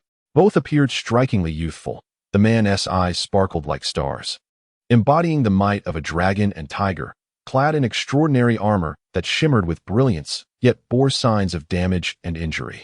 The woman possessed a graceful beauty, her demeanor akin to a pristine white lotus emerging from the mud, adorned in a gown reminiscent of colorful clouds, wielding a blood-stained sword. Although Fangyuan had grown up in the solitary confines of the Lonely Gate, long having forgotten the identities of his unknown parents and often professing indifference towards them, deep within his heart, ripples of longing occasionally surfaced, imagining their identities and appearances. Now, before him stood two individuals who bore a resemblance to his parents. His emotions at this moment were indeed a tumultuous blend of feelings. Child, the situation is urgent, and I shall be brief, focusing on the essentials. Your mother and I have encountered grave danger, finding ourselves ensnared in peril, struggling for our own survival. In our desperation, we have no choice but to send you away. This is the only means to ensure your safety. Listen to the sounds around you, and you will comprehend the extent of our dire circumstances. The mysterious man gestured. And an overwhelming cacophony of battle cries and the thunderous roars of conflict erupted around them, muffled yet still piercing. Fangyuan surveyed the chaotic surroundings, unable to witness the fray, only hearing the tumult. The essence of your mother and I are locked in a fierce struggle with our foes. What converses with you now are but fragments of our spiritual consciousness. Our adversaries are formidable, vastly outnumbering us. The battle cries you hear are solely those of our enemies, intent on dispatching us swiftly. I lack the time to provide a detailed account. I share this with you solely to convey that our decision to send you away was born of necessity, not a desire to abandon you. The mysterious man sighed deeply. Beside him, the enigmatic woman cried out, Child, we are truly forced into this course of action. Please trust us. For we are the ones who love you most dearly in this world. If it were possible, I would cherish the opportunity to protect you throughout your life, to witness your growth, your marriage, and the continuation of our lineage. It pains me to part from you. The mysterious woman extended her hand, stepping forward as if to touch Fangyuan. Fangyuan, compelled by an inexplicable force, approached and extended his hand towards that of the enigmatic woman. Their hands met. Yet no sensation was conveyed, no emotions transmitted. The mysterious man gently patted his beloved's back and continued, Child, you are a descendant of the Fang family. I hereby bequeath to you the stone of life and death, a relic passed down through generations. This stone shall safeguard your journey through the void to the Fangyuan continent. I have examined your physique, and your innate talent appears adequate. Attaining the spirit realm should not pose a significant challenge. Once you reach the spirit realm, you will be able to activate the stone of life and death, unveiling the visions hidden within, thereby formally becoming its master. Even if you misplace the stone during your development, it matters not. Once you attain the spirit realm, the stone will traverse great distances to be by your side. None in the entirety of the Fangyuan continent can recognize the stone of life and death, nor can anyone impede its journey. Alas, I am not blessed to witness your growth. So consider this stone a gift from me. May it accompany you always." Fangyuan listened intently to the words of the mysterious man, quickly realizing that the stone of life and death referred to the seemingly ordinary jade pendant, an extraordinary gem indeed. "Remember, do not cultivate to the immortal ascendance realm. This is your mother's sole request," the mysterious woman fervently cautioned, reiterating her warning multiple times. The path of cultivation is shrouded in mystery. While Fangyuan was familiar with some of the realms, he had never encountered the term immortal ascendance. When the strong educate their juniors, they invariably desire for them to grow ever stronger. It is indeed peculiar to wish for them to halt at a specific threshold of enlightenment. Is the competition in the realm of ascendance truly so daunting? Suddenly, a tremendous roar erupted, followed by an escalating cacophony of battle cries. As the conflict intensified, the expression of the enigmatic man shifted, his demeanor growing more serious as he hastened his words. "This is bad. The situation has changed, and there is no time for lengthy explanations. Child, your mother speaks with wisdom. The path of ascendance is fraught with peril. It may be wiser to remain in a familiar world, where safety is more assured. We do not wish for you to seek vengeance on our behalf, so we shall withhold our names, regard us simply as ordinary parents. I must impart one final piece of advice. The stone of life and death is of great significance. Be sure to keep it confidential to avoid attracting unwanted danger. My child, we must take our leave. Take care of yourself, and do not blame your parents." The mysterious woman, reluctant to part, extended her hand. Yet her figure rapidly faded, a trickle of blood escaping her lips, indicating a new wound in her corporeal form. Fangyuan sprinted forward, reaching out to grasp the mysterious woman's hand, but found only emptiness. The two figures vanished, and the clamor of battle subsided, leaving only an abyss of chaos and luminous orbs. Fangyuan was compelled to confront this harsh reality. "Let me view the previous imagery once more. I wish to behold their faces clearly," he spoke into the void. He no longer yearned for more visions, merely desiring to revisit what he had just witnessed. Silence enveloped the surroundings, and no images materialized. Is it possible that even this modest request cannot be fulfilled? Now he has finally come to grasp the truth. And what an astonishing truth it is. His parents are not merely formidable. They are beings of unparalleled strength, seemingly surpassing even Nangong Qing, shrouded in an air of profound mystery. As for the reasons behind his abandonment, they are understandable.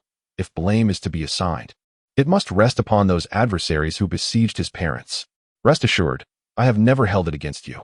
Whether you forsook me out of sheer desperation or due to perilous circumstances, I harbor no resentment. Fangyuan raised his head, murmuring to the void, yearning to convey this sentiment. No sooner had his words left his lips than the orb of light nearby erupted with a thunderous explosion. Chapter 023. The cycle of life and death. The orb burst forth, radiating an unparalleled brilliance that filled the chaotic expanse. The luminous blaze flickered momentarily before gradually waning. An explosion can herald destruction, yet it also gives rise to rebirth. From the detonation emerged a colossal fireball, evolving at an astonishingly terrifying pace, rapidly cooling to form a celestial body. This star continued its evolution, birthing oceans, towering mountains, and life itself, first the flora, followed by the fauna. The extreme north and south transformed into icy wastelands, while the central region sweltered with heat. The Earth's crust underwent relentless metamorphosis, with a single continent fracturing into myriad pieces, each drifting across oceans to coalesce into new lands. The evolution of life was even more tumultuous. Some beings adapted into entirely different forms for survival, while others faced extinction. Fading into the annals of history, Fangyuan was captivated by the extraordinary spectacle before him, diverting his attention and alleviating some of the sorrow within his heart. He dedicated himself to keenly observing this wondrous sight, gradually grasping its intricacies. He discovered that with a mere thought, he could manipulate the remarkable visions conjured by the stone of life and death, altering his perspective, adjusting the distance of his view, or slowing the progression of the world's unfolding, allowing for a more meticulous examination. He could survey the grand tapestry of existence or delve into its minutiae, exercising his will with boundless freedom. The genesis of the world is an immensely intricate affair, encompassing myriad natural laws, such as the combustion of fire, the flow of water, and the shifting of the Earth's crust, each governed by its own principles. The visions projected within the stone of life and death reveal not only images, but also the profound mysteries of these laws. With careful contemplation, one can distinctly sense their presence. Observing the world with the naked eye presents one reality, while perceiving it through the lens of these laws unveils an entirely different realm. Mountains transform from mere elevations into a series of formulas, and water no longer appears as liquid, but as an intricate web of truths. To truly comprehend the laws governing all things in the tangible world requires an extensive passage of time. For instance, some may sit in silent meditation before a sapling for decades, witnessing its gradual ascent into a towering tree. Others might dwell in the depths of the ocean for years to grasp the essence of water's principles. Yet, within the realm of the stone of life and death, a single thought enables one to witness the entire growth process of a tree or even a forest, a convenience and efficiency magnitudes greater than that achievable in the physical world. The stone of life and death possesses no other effects, yet it is undoubtedly a treasure of unparalleled worth when it comes to enhancing one's comprehension of the laws. Should some formidable beings become aware of the existence of this stone, they would undoubtedly be driven to madness in pursuit of it. This seemingly insignificant stone has the potential to incite a tempest of bloodshed across the vast continent, drawing even the powerful from beyond its borders. Initially, when Fangyuan heard of the stone's capabilities, he remained indifferent. However, upon witnessing its effects firsthand, he realized the magnitude of its power. Observing the birth and destruction of worlds through the stone of life and death allows one to deepen their understanding of various laws. With an enhanced comprehension of these laws, one can amplify the potency of diverse spiritual techniques and even forge new ones. It is essential to recognize that all martial arts and spiritual techniques in existence are birthed from these laws. Comprehension is intangible, yet it profoundly influences the strength of cultivators. After a brief observation, Fangyuan soon became engrossed in the mesmerizing spectacle before him, seeking out points of interest to explore further. Just days prior, he had dedicated considerable time to perfecting the 100 Flames Fist, immersing himself in the study of flames and unraveling the mysteries of the law of fire, a subject that had captivated him and continues to do so. His attention was drawn to the flames within this realm, such as those erupting from volcanic craters, the wildfires sparked by lightning, or the torrents of fire flowing beneath the Earth's crust. These flames were far more magnificent than those he had previously observed. Infused with a richer and more majestic essence of the law of fire, time within the stone of life and death flowed rapidly, in the blink of an eye. Millennia had passed, allowing him to witness the myriad transformations of fire in all its facets. It turns out that a blazing fire is formed not merely by high temperatures, but also requires the assistance of air, absorbing a unique energy from the atmosphere. Only then can a great flame be ignited. Previously, my understanding of the Bailey Fist was superficial, with many aspects fundamentally flawed. If I were to incorporate the insights I have just gained regarding the law of fire into the Bailey Fist and transform this martial art, the power unleashed would undoubtedly be greater. Xiaoqing, how long have I been sitting here? Why did you not awaken me? Fangyuan inquired urgently through a mental transmission. A beam of white light appeared as Nangongqing emerged gracefully from the Qingquan ring, landing softly on the ground. She wore a delicate light blue dress today, exuding an air of freshness and elegance. The garment was adorned with several flowing ribbons that swayed with her movements, reminiscent of wisps of blue smoke. I was, in a meditative state, gaining numerous insights into the laws, completely immersed in contemplation, unaware that you were calling me. Fangyuan hesitated. Considering that the matter concerning the life and death stone pertained to personal affairs, he refrained from revealing the truth and instead offered an excuse. You were in meditation? Indeed. That is improbable. Only those with profound comprehension of the laws can enter such an enigmatic meditative state. I have yet to hear of anyone achieving this at such a young age. Your cultivation and understanding of the laws do not yet reach the level required for meditation. Perhaps I was not truly meditating, but rather entranced, lost in thought about the laws. Fangyuan chuckled lightly. This, indeed, was a possibility. Nangongqing pondered for a moment and chose not to dismiss his explanation. Fangyuan, reluctant to delve further into the topic, deftly shifted the conversation to the autumn hunt, inquiring about the events that had transpired over the past day and a half. Nangongqing offered a succinct response, indicating that little of significance had occurred during that time. Merely a succession of passing through the area, the most formidable being a Qingmu. Disinterested in confronting these creatures, Nangongqing had simply unleashed his own formidable aura whenever approached, effectively scaring them away, thus ensuring a period of peace. Since the commencement of the autumn hunt, 4.5 days had elapsed, with a mere half day remaining, a time constraint of considerable urgency. To secure victory, It was imperative to utilize this remaining period to engage in combat with several participants, seizing their quarry. The meager spoils currently in Fang Junyu's possession would undoubtedly prove insufficient. Fang Junyu retrieved provisions and fresh water to satiate his hunger, preparing himself for battle. Fortunately, as a cultivator, his physique was robust. Enduring a day and a half without sustenance posed little challenge. An ordinary person, however, would surely be weakened by such deprivation. Exiting the cave, he noted that it was already afternoon, the sun noticeably inclined toward the west. With your current strength, you are no match for it. Allow me to assist you in vanquishing it, he suggested. Its name contains a character for wood, indicating it is likely a wood attribute, correct? Indeed, Fang Junyu affirmed. Fire can overcome wood. I practiced the 100 Flames Fist, and I believe I can hold my own against it. His eyes gleamed with determination. Let us be realistic. Your 100 Flames Fist is merely a low-grade human technique. Even with its fire attribute, it cannot contend with the Qingmu. Trust my judgment and allow me to handle this. Nangongqing advised. No worries, let me give it a try first. If I fail, you can step in later. Fang Junyu was resolute in his desire to engage the Qishu demon, brimming with eagerness. The courage he displayed was entirely derived from his previous comprehension of the laws of fire. In just a day and a half, he had transformed remarkably. Chapter 024, Thousand Flames Fist. Go ahead and fight it. Just don't blame me if you suffer losses, Nangongqing said, no longer obstructing him, though still harboring some dissatisfaction. Fang Junyu smiled slightly, his spirit of battle unwavering as he stood his ground, patiently awaiting the approach of the Qingshu demon. After a brief moment, the Qingshu demon finally drew near, stepping out from the thicket and leaving a series of footprints upon the carpet of fallen leaves. It measured a full yard in length, resembling a fierce tiger, its body adorned with verdant vines and blossoms that moved as if they possessed life.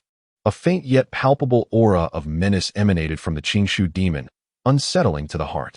So this is the Qingshu demon, truly extraordinary. Even its imposing presence surpasses that of the 16 beasts I previously hunted, Fang Junyu marveled. As the Qingshu demon advanced, it sniffed the air, its gaze betraying a hint of icy malice. The battle was on the verge of igniting, and Fang Junyu felt a jolt surge through him as he unleashed the fire attribute spirit array. His spiritual energy extended outward, crafting intricate patterns that embodied the principles of the laws of fire, forming the spirit array. The crimson spirit array spiraled down and settled beneath his feet. Fang Junyu adeptly applied the insights he had gained over the past day and a half, modifying the original structure of the spirit array. The spiritual formation he has now unleashed is starkly different from the one he previously employed, exhibiting numerous distinctions and a far more intricate and sophisticated structure. How has your spiritual formation changed? Nangongqing remarked, her attention piqued.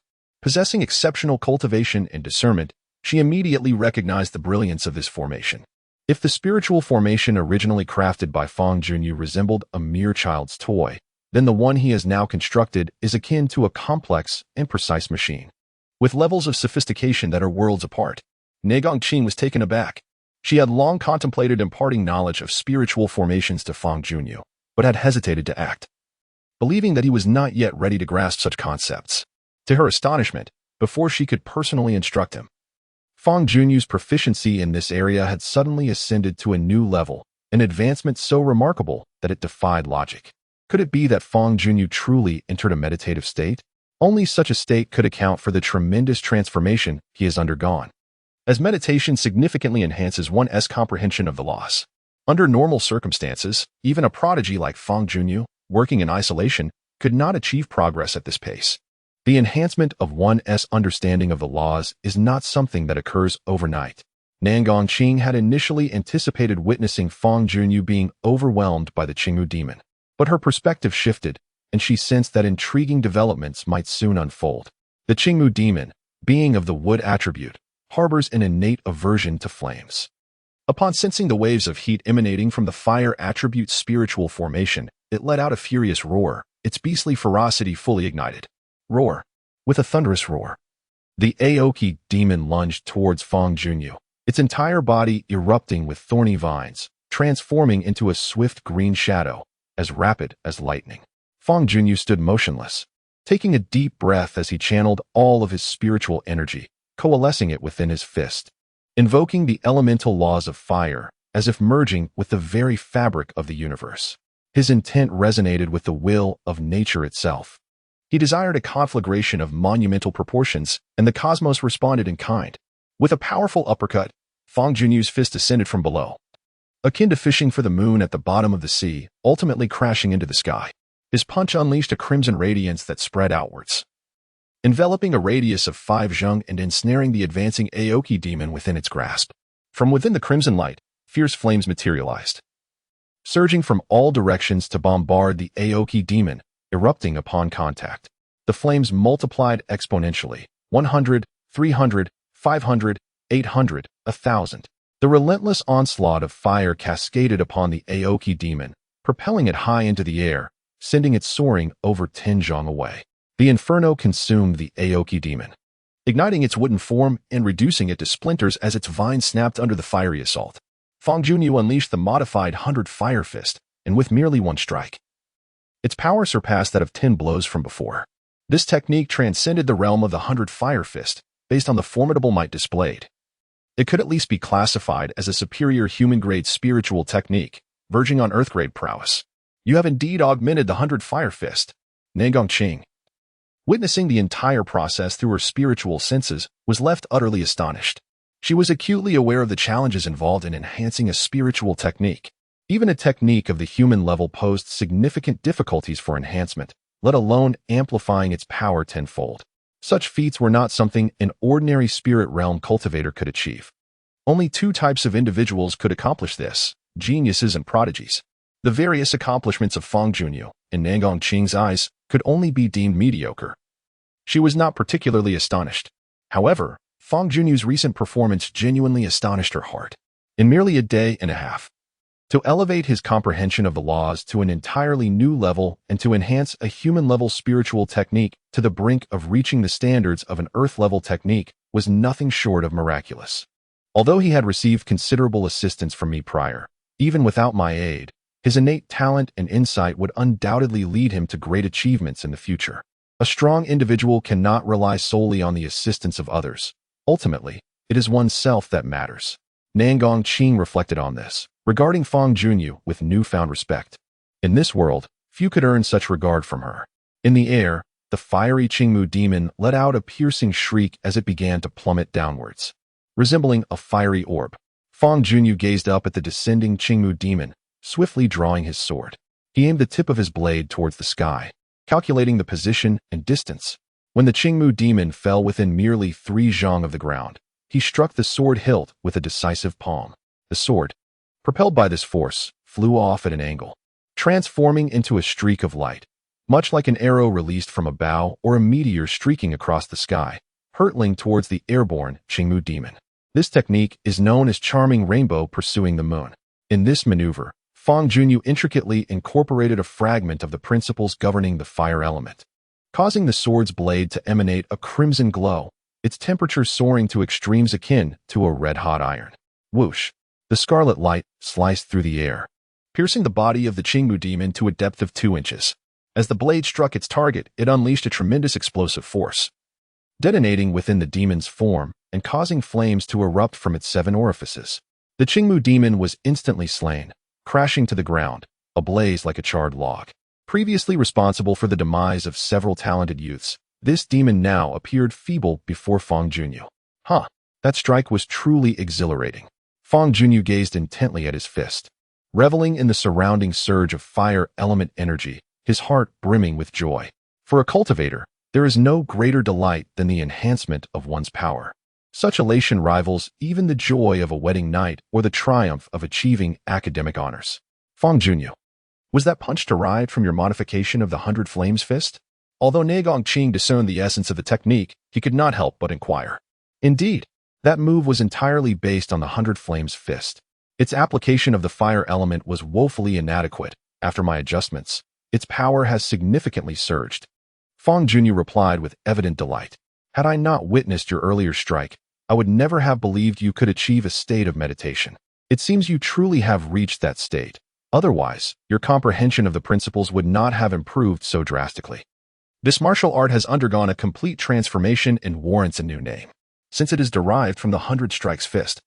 Let it be aptly called the Thousand Strikes Fist. The Qingmu demon was slain by Fangyuan, while Nagong Qing stated that he merely acted as a custodian for the wood spirit soul, which he would later return to Fangyuan. The strength of demon beasts varies. The weaker ones lack any spirit souls, and possessing a spirit soul is a manifestation of one's prowess. A few days ago, Fangyuan dispatched 16 demon beasts but did not acquire a single spirit soul.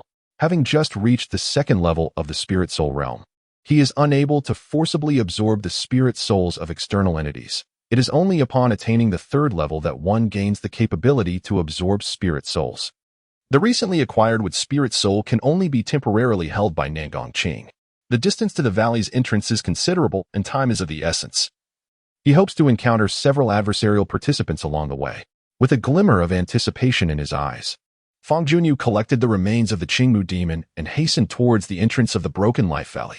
Near the entrance of the Broken Life Valley, several participants from the He family obstruct the path of two individuals from the solitary gate. As the autumn hunt draws to a close, all participants advance towards the valley's entrance. By positioning themselves here in advance, they can intercept a multitude of participants. With sufficient strength, they can seize ample prey from these passing competitors. The outcome of the autumn hunt ultimately hinges on the results of these final days. There have been instances where participants, having never hunted a single beast, relied solely on pilfering others' game to secure victory, yet still emerged triumphant. Leading the He family is the formidable He Juanhu, who pointed his finger and beckoned one of the solitary gate members with a sneer, commanding, "Come here." Chapter 25. Interception. The countenance of the chosen disciple from the solitary gate turned grim, and with gritted teeth, he took 2 steps forward. The purpose of the autumn hunt was to hone the skills of disciples from various factions. Should one encounter a challenge during the competition, they must choose to engage, with no room for retreat. To evade a challenge would be to violate the rules and become a subject of ridicule. It is not disgraceful to be bested in combat if one lacks strength. However, fleeing is 100-fold more humiliating than defeat. Just as a tree relies on its bark, a person lives for their pride. Often, individuals endure great struggles for the sake of maintaining their dignity, with some fighting tooth and nail, while others toil their entire lives for that same cause. Today, Miao Lin of the Solitary Gate has come to seek enlightenment from the techniques of the He family. The self-proclaimed Miao Lin boldly accepted the challenge. Do you truly believe you are worthy of witnessing the He clan's techniques? I could easily reduce you to a mere cur with my ordinary martial arts. He Juanhu sneered malevolently, his visage twisted with malice. In a mere instant, he dashed towards Miao Lin, not even bothering to unleash his spiritual array, and launched a sweeping kick. Miao Lin, caught off guard, raised his arms in a desperate attempt to defend himself, only to hear a sharp crack as he was sent flying, crashing heavily to the ground. His arms were shattered from the force of the blow, eliciting a pained scream. Truly, he was no match at all. You worthless wretch. Hiding in the doghouse of the Solitary Gate is fitting for you, yet you still have the audacity to emerge and disgrace yourself. He Juanhu relentlessly pursued, leaping above Miao Lin to deliver a crushing blow. Once again, a sharp crack echoed, followed by a blood-curdling scream as several bones in Miao Lin's body shattered. Stop. I concede. Miao Lin cried out in agony. According to the rules of the autumn hunt, if one party surrenders, the other must cease their assault. However, He Juanhu disregarded this code on this occasion. I had waited here for the better part of the day without sight of Fangyuan, and my pent-up frustration found its outlet on you, the wretched mongrels of the Gujiwei sect. You, the discarded remnants of your parents, even in ruin, remain unpitied. He Juanhu sneered, lifting his leg to deliver another kick. This blow landed squarely on Miao Lin's head, forcing his face into the earth, and the impact rendered him unconscious. He Juanhu pressed his shoe against Miao Lin's face, grinding it down mercilessly, leaving the youthful visage marred and bloodied. Witnessing this brutality, another disciple of the Gujiwei sect felt his scalp prickle with rage and declared, He Juanhu, you go too far. I shall fight you. He Juanhu scoffed, casting a disdainful glance at the enraged disciple of the Gujiwei sect and retorted, Fight? What will you contest me with? I can incapacitate you with just one hand. Among the younger generation of your sect, only Fangyuan possesses the merit to challenge me. The rest are mere trash. He Juanhu spoke no exaggeration in the ensuing battle. He indeed defeated the Gujiwei disciple using only one hand, casually breaking several bones in the process. The 2 disciples of the Gujiwei sect were left half dead, while their quarry naturally fell into He Juanhu's possession. Including the 2 bags from these individuals, Hejuan who has already seized 9 Qinkuan bags, 4 of which were taken from the disciples of the Ji. However, he remains unsatisfied, for his true target is none other than Fangyuan. Rather than the title of champion in this autumn hunt, the disciple of the giant Bao sect fell effortlessly beneath the blaze of his mighty fist, conceding defeat with no room for argument. I admit my defeat, the disciple said despondently, unfastening the Qinkuan bag from his waist and tossing it to Fangyuan, which contained 3 demon beasts and 20 wild beasts. Fangyuan received the Qinkuan bag, reversed the spiritual formation, and absorbed the flames from the disciple of the giant Bao sect, clasping his fists with a smile, saying, "Thank you for your generosity." On the path to the valley entrance, Fangyuan intermittently encountered 3 competitors from rival factions, triumphing in each of the 3 battles and collecting 3 Qinkuan bags, yielding a bountiful harvest.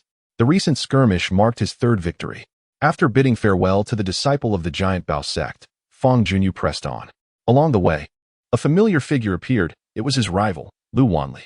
Their encounter here was indeed a case of narrow paths for foes. Unfortunately, the autumn hunt prohibits conflicts among sect members, preventing the two from vying for each other's spoils. Lu Wanli regarded Fangyuan with a complex expression, furrowing his brow as he said, "Fangyuan, I recently encountered a fellow sect member who was injured by a junior of the He family. He informed me that members of the He family are lying in wait for you near the valley entrance, led by Hejuan. Exercise caution upon your arrival at the valley. It would be wise to circumvent it altogether." Fangyuan found it reasonable that the He family would act in such a manner, yet he was taken aback by Lu Wanli's unexpected goodwill in offering a warning. "Do you truly despise me that much? Why would you come to share this with me?" Fangyuan inquired, perplexed. "Quite simply, because Hejuan is far more detestable than you." The He family had been ruthlessly injuring the disciples of the Solitary Gate, evidently seizing the opportunity for revenge. The disciples who had been assaulted were all entangled with Fangyuan, which instilled a sense of guilt within her, yet it was overshadowed by her fury. "What of Yun Mingting? Is she all right?" Fangyuan asked grimly. "I have not encountered her. I am unaware of her circumstances," Lu Wanli replied, shaking his head. The defeated competitors lingered nearby, eager to witness the unfolding drama. Beyond them, in the more distant woods, numerous silhouettes stood watch, some belonging to the 5 Directions factions, others from beyond. The He family disciples scanned their surroundings, vigilant against Fangyuan attempting to slip away unnoticed. "There is someone over there," one of the He disciples suddenly exclaimed, pointing into the distance. Several gazes converged upon the direction he indicated, discovering a furtive figure lurking, identity unknown. Several He disciples hastily advanced, encircling the individual. A graceful figure emerged from behind a tree, revealing not Fangyuan, but Yun Mingting. She had previously noticed the He disciples blocking the path, and, lacking confidence in her ability to prevail, sought to circumvent them, only to be detected. "Oh, it is merely a little girl from the Solitary Gate, not Fangyuan," one of them remarked. "The young master had instructed us that regardless of whether it is Fangyuan or not, we must not let any disciple of the Solitary Gate escape. I have always been tender-hearted and reluctant to act harshly. If you hesitate, allow me to take charge. I do not mind being the one to break the delicate flower." Several young scions of the Black family eyed Yun Mingting with malicious intent, resembling a pack of hungry wolves spotting a little white rabbit. Yun Mingting's complexion paled slightly as she bit her lip, unsure of how to respond. The Black family scions deliberately taunted her, leisurely debating who would make the first move, entirely disregarding her presence. One of them even suggested tearing Yun Mingting's clothing during the assault, which elicited a round of raucous laughter from the others. "Shameless. If you wish to strike, then do so. Since I dare to represent the Solitary Gate in this autumn hunt, I fear you not." Yun Mingting's face flushed with indignation, and she resolutely drew her sword, pointing its tip at one of the Black family scions, transforming her passivity into initiative by challenging him directly. "Huh, since Fangyuan, that cowardly turtle, did not come, I shall find amusement in you." The chosen Black family scion laughed boisterously, unsheathing his sword in preparation for battle. The other scions stepped back, clearing a space for the confrontation. Chapter 026. The wheel battle. The Black family scions were taken aback. Their gazes collectively turned toward the sudden arrival of Fangyuan, a mixture of astonishment and intense hostility in their eyes. "Junyu!" Yun Mingting exclaimed with joy, lowering her sword and rushing to his side, shouting, "Hand over your Qinkuan pouch to them. That way they will have no reason to force you into action." Leave the rest to me. I shall ensure they pay the price, Fangyuan instructed. Autumn hunting is governed by meticulous rules. Should an individual lose all their prey, they may withdraw prematurely, ceasing to accept any further challenges. Contestants are prohibited from targeting those who possess no game. Conversely, if a defeated participant feels aggrieved, they may seek to confront others who still hold prey, striving to seize their quarry and prolong the competition. Thus, it is the vanquished who have the prerogative to challenge the victorious, while the victors are forbidden from further tormenting the defeated. Yun Mingting hesitated momentarily before choosing to place her trust in Fangyuan. She unfastened the Qiankuan bag that hung at her waist and tossed it to the aforementioned disciple of the Heijia clan, adding, "This is a gift for you." The Qiankuan bag struck the ground and was promptly retrieved by the Heijia disciple. The attention of the Heijia member shifted, and all eyes were now fixated solely on Fangyuan, rendering Yun Mingting of little interest. Not only the Heijia disciples, but also the onlookers around them turned their gaze toward Fangyuan. Fangyuan already enjoyed a modest reputation at Qingfeng Ridge, and having previously bested He Liuli, as well as successfully countering He Juanhu's 2 strikes on the street without faltering, his notoriety soared, making him the center of attention. Everyone was eager to witness the prowess of the young man who had the audacity to slap the second miss of the Heijia clan. "I challenge all Heijia disciples present here. Line up if you wish to face me," Fangyuan declared, his gaze sweeping over the 5 Heijia disciples with a steely demeanor. Though He Juanhu was not among them, the remaining Heijia disciples were all elite among their peers, none to be underestimated. To suddenly challenge all the elite members of the He family is indeed an act of arrogance. The young master has specifically instructed us to intercept you here. At long last, this timid turtle has revealed its head. There is no need for the young master to intervene. We are more than capable of dealing with you ourselves. Brothers, hasten to send word to the young master and entrust him to me." A tall youth from the He family let out a cold laugh and gestured for his companions to take action. The members of the He family preferred to leave the handling of Fangyuan to the young master, yet since Fangyuan had audaciously issued a challenge, they could not decline and had no choice but to serve. One among them ignited a signal flare, launching it into the sky as a message to He Juanhu. Whether He Juanhu would see it remained uncertain.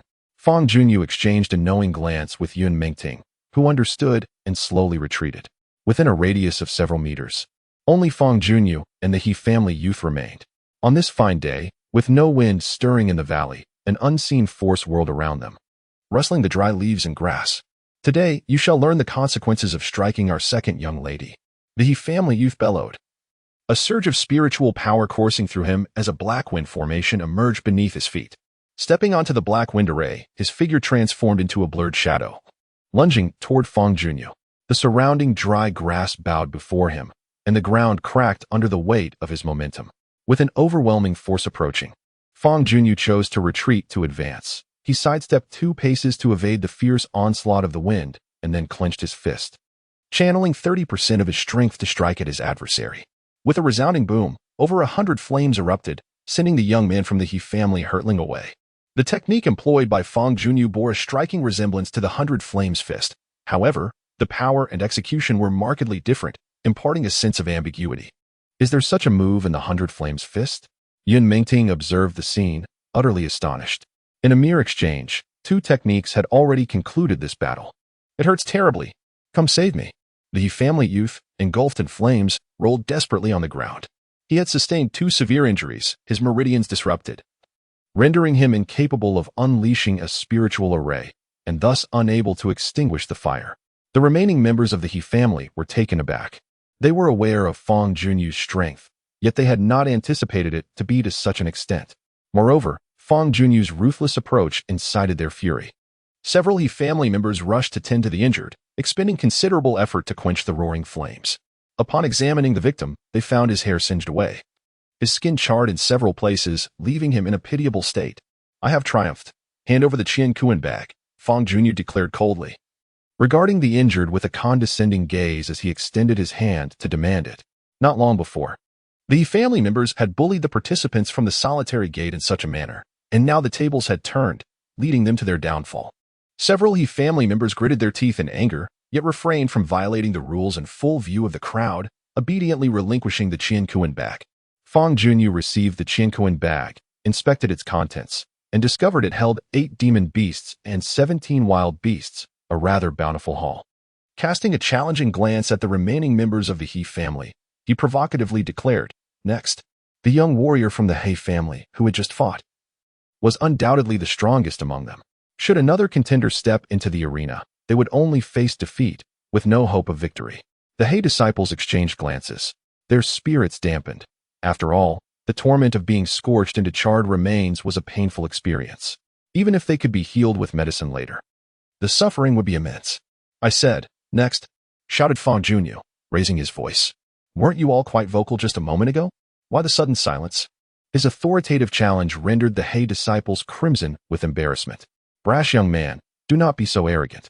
Our esteemed young master will soon arrive, and then you shall truly taste your own suffering. For now, I shall stand in for him." Another He disciple leaped into the fray, determined to spare the family further humiliation. Thus commenced Fangyuan's second battle against the He clan's many disciples, which ended with an inevitable victory. He unleashed the Thousand Flame Fist, shattering his opponent's bones and leaving them wailing for mercy. Following the second battle were the third, fourth, and fifth, with unwavering dominance. Fangyuan triumphed in 5 consecutive skirmishes, vanquishing all the He disciples present, avenging his peers, and extinguishing the He clan's fervor. Throughout these 5 encounters, Fangyuan was struck only once, sustaining a minor injury, while everything else remained as it should. On a distant hill, the master of the Ba Dao martial arts school stood with arms crossed, his brow furrowed, gazing intently at Fangyuan, his expression dark and foreboding. The third-tier pinnacle beast, the Qingmu demon, was deliberately placed in the valley by him, with the purpose of annihilating the talented younger generation of various factions, thereby weakening the enemy. Fangyuan was precisely on his list for elimination. The mere presence of Fangyuan here indicated that he had narrowly escaped disaster, evading the Qingmu demon. The 5 disciples of the He family resembled 5 roasted chickens, each more disheveled than the last. Fangyuan, holding several newly acquired Chinkoan bags, weighed them thoughtfully, glimpsing a flicker of hope for victory. These He family disciples had each hunted a considerable number of prey, supplemented by the spoils seized from others, resulting in a remarkably substantial total. With such an abundance of game, alongside Fangyuan's previous catches, he had already secured a 9/10 chance of triumph. Should he succeed in defeating He Juanhu and seize his spoils, victory would be assured, leaving no room for uncertainty. "You worthless scum of the He family. Stop standing around foolishly. Hurry into the valley to find your young master. I shall await him here for a final reckoning," Fangyuan commanded. The recently defeated He family disciples, constrained by circumstances and unable to seek vengeance from their elders, could only pin their hopes on He Juanhu. "Fangyuan, if you have the courage, wait right here. We shall fetch our young master. Our young master is 100 times stronger than you, and you will undoubtedly lose." The family disciples clamored as they rushed into the Duaming Valley in search of He Juanhu. Given Fangyuan's earlier display of overwhelming strength, no one concerned themselves with the possibility of him fleeing from battle, thus no He family disciples remained behind to keep watch over him. In the recent skirmish, aside from allowing Fangyuan to vent his frustrations, it also facilitated the refinement of his Qianlai fist, bestowing upon him newfound insights and enhancing his repertoire of techniques. Fangyuan felt that the battle had been immensely fruitful and required some time to assimilate these revelations. He settled onto the ground in a meditative posture, closing his eyes and conjuring vivid images of each move in his mind. Simultaneously, he initiated the operation of the great Zhou Tian Guyuan Gong, drawing in spiritual energy to replenish his expended vitality. Yun Mingting, intending to approach Fangyuan for a conversation, hesitated upon witnessing this scene. With a wry smile, she dismissed her previous intention, reflecting on how their relationship had transformed irreversibly. It would be best not to disturb him. With a heavy heart, Yun Mingting turned away, feeling a profound sense of solitude. Chapter 027. The Tide Rider time slipped away swiftly, and before long, over half an hour had passed. Despite the elapsed time, the formidable He Juanhu had yet to make his appearance. Fangyuan gradually opened his eyes, a slight frown creasing his brow as he surveyed the valley. But He Juanhu remained elusive. The autumn hunt was nearing its conclusion, and if he failed to exit the valley within the designated time frame, all his efforts, regardless of the bounty he had amassed, would be in vain. It is not my fear that keeps you from arriving, but rather your own tardiness." Feeling a tinge of disappointment, Fangyuan rose to his feet, deciding to no longer wait for He Juanhu. and instead strode purposefully towards the valley's entrance. Just as he had taken a few steps, a figure emerged from the depths of the valley, not He Junhu, but Tian Lai, a participant from the Ba Dao Martial Arts Academy. Tian Lai's talent and cultivation were only slightly inferior to those of He Junhu, making him a formidable contender for the championship. He beheld the departing silhouette of Fangyuan, his eyes narrowing slightly as he reached for the Yinling blade at his back, evidently preparing to issue a challenge. At that moment, a voice enveloped in spiritual energy resonated from the distant mountains, reaching Tian Lai's ears. The voice unmistakably belonged to the head of the Ba Dao Martial Arts School. Do not act hastily. I have just observed Fangyuan's battle, and this youth's prowess surpasses even that of He Junhu. To challenge him would be to court inevitable defeat. Conceal yourself until he has moved on, and then proceed to the valley entrance. If your previous hunts have proven fruitful, you may yet have a chance of victory. However, should you charge forth now, you will be left with no opportunity and will merely serve as a garment for your adversary. Upon hearing these words, Tian Lai's expression shifted, and he glanced around, but failed to discern the whereabouts of his master. Among 10 talented individuals, 9 are prideful. Tian Lai was the most rapidly advancing junior within the Ba Dao Martial Arts School, and thus felt a twinge of arrogance. Even in the face of He Junhu, he possessed the courage to engage in battle, yet this time, he was deemed defeated before he could make a move, and the judgment came from his own master. A look of dissatisfaction crossed Tian Lai's face as his body trembled slightly, his gaze shifting restlessly towards Fangyuan. Ultimately, however, he could not summon the courage to defy his master's command. His pride was vanquished by the mere figure of Fangyuan. Without even engaging in combat, he had suffered a crushing defeat. Fangyuan traversed the path out of the Valley of Death and arrived at the venue for the autumn hunt. Appearing before the gathered crowd, numerous gazes converged upon him, quickly noting the 9 Qiankuan bags hanging from his waist. 1, 2, 3. A total of 9 Qiankuan bags adorned Fangyuan's side. The Qiankuan bag forms its own space, repelling one another. Thus, it is impossible to place one Qiankuan bag within another. Only the more advanced Qiankuan ring can store spatial treasures. It is precisely due to this characteristic of the Qiankuan bag that Fangyuan must display all his spoils at his waist, not out of a desire to flaunt, but rather out of necessity. A participating team consists of 7 members, and Fangyuan, with 9 Qiankuan bags hanging from his waist, signifies that he single-handedly vanquished an entire team. This achievement is unparalleled in the history of the autumn hunt. It is indeed a stroke of fortune for the solitary gate to nurture such a remarkable disciple. Jiang Shan, stroking his beard, could hardly contain his delight. It is no surprise that he rejoices at the emergence of a prodigious talent like Fangyuan within their sect. Yet, amidst the joy, the leaders of other factions could not share in the mirth, particularly the heads of the He and Huan families. Although He Tianxing did not personally witness the battle, he had sent subordinates to observe and was aware of the outcome of the previous will battle. The defeat of 5 of his clan's disciples at the hands of Fangyuan was indeed a tremendous embarrassment for the He family, a disgrace of such magnitude that it would surely become a laughingstock in Qingfeng Ridge. Furthermore, He Tianxing was troubled by the fact that his reckless son had vanished, missing the chance to confront Fangyuan. Had He Junhu been present, the outcome of that will battle would undoubtedly have been different. He Tianxing held unwavering confidence in his eldest son.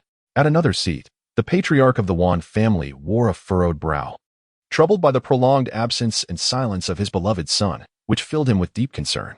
Similarly, the leaders of the Giant Bao sect and the dominant Blade Martial Arts Academy were in a somber mood. Under the watchful eyes of various factions, Fangyuan approached the host, unfastening the Qiankuan bags from his waist and presenting them. I cannot specify the exact number of prey. I invite you to count them yourselves. With as many as 9 Qiankuan bags, it was evident that the haul would be substantial. The host accepted the bags, offering a few congratulatory remarks before channeling spiritual energy into each bag, systematically opening them and spilling their contents onto the ground for all to observe and verify. With so many pairs of eyes around, deception was impossible. The first Qiankuan bag revealed 3 demon beasts and 12 wild beasts. The second contained 5 demon beasts and 13 wild beasts. One by one, the bags were opened, and the tally of prey steadily increased, forming a small mountain that was quite a visual spectacle. Nearby, some individuals counted the spoils, meticulously recording them. This is the final Qiankuan bag.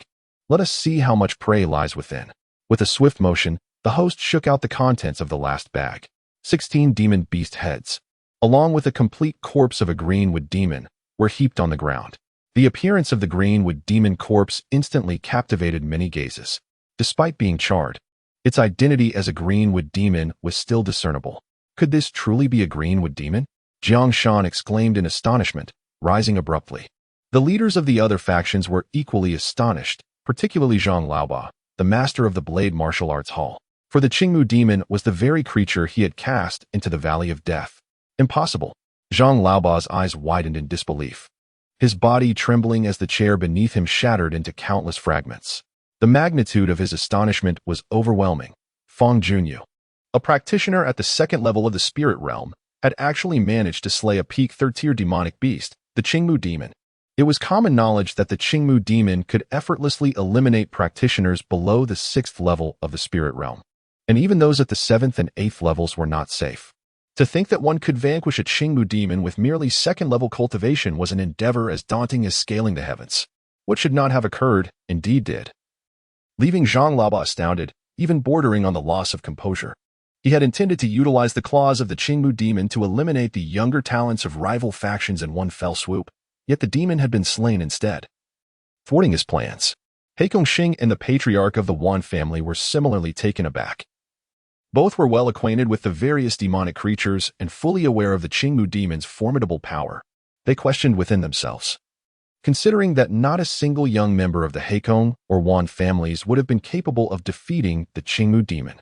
If Fangyuan truly possessed the strength to dispatch the Qingmu demon single-handedly, it would be utterly terrifying. The gazes of the faction leaders upon Fangyuan grew increasingly intricate and profound. This outcome ignited cheers from the members of the Solitary Gate, particularly those disciples who had been ruthlessly dealt with by the Heikong family, who now felt a sense of vindication as their previous grievances faded. Conversely, the expressions of the members from the other 4 factions darkened, their faces pulling into grimaces of discontent. Tian Lai of the Blade Dao Martial Arts Academy gazed upon the towering heap of prey, his expression marred by frustration. Initially, he harbored a sense of disbelief, yet now he found himself humbled. The two exchanged glances. One bore a gaze as frigid as an icy pond, while the other blazed with fury. Fangyuan, consider yourself fortunate for not encountering me in the valley. Had you crossed paths with me, your spoils would have long been seized, spat He Juanhu with resentment. Fortunate indeed is the one who stands here now. Had we faced off in the valley, you would surely be languishing in bed, devoid of the strength to stand and boast. Fangyuan retorted sharply. Do you not fear your tongue may trip you in the wind, daring to boast such audacity? I speak thus because I possess the strength to back it up, not out of vain bravado. If you doubt my words, widen your eyes and behold this. Fangyuan declared, gesturing toward the mountainous accumulation of prey. In the chapter, I Spit, it was revealed that out of 35 participants, a significant portion had fallen to the hands of Fangyuan and He Juanhu. Initially, many believed Fangyuan's victory was assured, but the emergence of unexpected variables rendered this autumn hunt all the more intriguing. The crowd's anticipation surged, their eyes wide with eagerness for the unfolding spectacle. The host's voice rang out, inciting a clamor among the spectators. The results sparked a lively uproar, as He Juanhu's achievements closely mirrored those of Fangyuan, the sole distinction being a single Qingmu Yao. While their numbers were comparable, Fangyuan's collection included a Qingmu Yao, a prize that outweighed dozens of ordinary beast captures in value. When considering quality, Fangyuan's accomplishments clearly eclipsed the rest. A verbal altercation swiftly ensued, with He Tianqing engaging in cunning rhetoric, insistent on treating the Qingmu Yao as a mere ordinary beast. Jiang Shan, however, vehemently opposed this assertion. For the autumn hunt evaluates not only the quantity of the catch, but also its quality. Perilous prey is inherently more valuable than commonplace game. The other 3 factions, though initially indifferent, found themselves embroiled in the debate, with some siding with the He family and others lending their support to the Gujua sect. The claims made by the clan leader of the He family were nothing short of ludicrous. If the autumn hunt were solely concerned with numbers, then everyone might as well pursue squirrels and rabbits, which would certainly be a more leisurely endeavor, rendering the hunt for formidable beasts unnecessary. Jiang Shan huffed defiantly. Even if the Qingmu Yao possessed slightly greater strength, it could hardly be considered equivalent to 10, let alone substitute for dozens of beasts. Such exaggeration was absurd. He Tianqing argued tenaciously. asserting that even if the Qingmu Yao could replace 20 second-tier beasts, it would still signify Fang Junyu's victory. Replace 20? You speak far too freely. A solitary Qingmu Yao could scarcely equate to 5 second-tier beasts. By that reckoning, my son would still emerge superior. The He clan leader, true to his name, exhibited a remarkable talent for distorting facts. As the leaders of the two factions continued their war of words, Zhang Laoba, with narrowed eyes and a scheme brewing in his mind, interjected, "Clan leader He, sect master Jiang, might I suggest a moment of calm? In past autumn hunts, we have encountered similar circumstances. Such situations are quite easily resolved. We can simply have the two contestants face off in a contest. The victor shall be deemed the ultimate winner, straightforward, clear-cut, and equitable." Zhang Laoba has always concealed his sharp edge, refraining from engaging in matters that do not serve his interests. His counsel was merely an attempt to instigate a confrontation between two talented juniors. After all, both Fang Junyu and He Juanhu belong to opposing factions. The injury or even demise of either would be advantageous to the Bidao martial arts school. Moreover, even if neither sustained serious harm, the ensuing conflict would only deepen the rift between the Jiju Gate and the He family, ultimately benefiting him. Jiang Shan and He Tianxing are seasoned veterans, fully aware of Zhang Laoba's true intentions, and thus remain unfooled. However, the youthful He Juanhu, still naive in the ways of the world, was immediately encouraged by Zhang Laoba's suggestion. The master is right. There is no need to engage in futile discussions.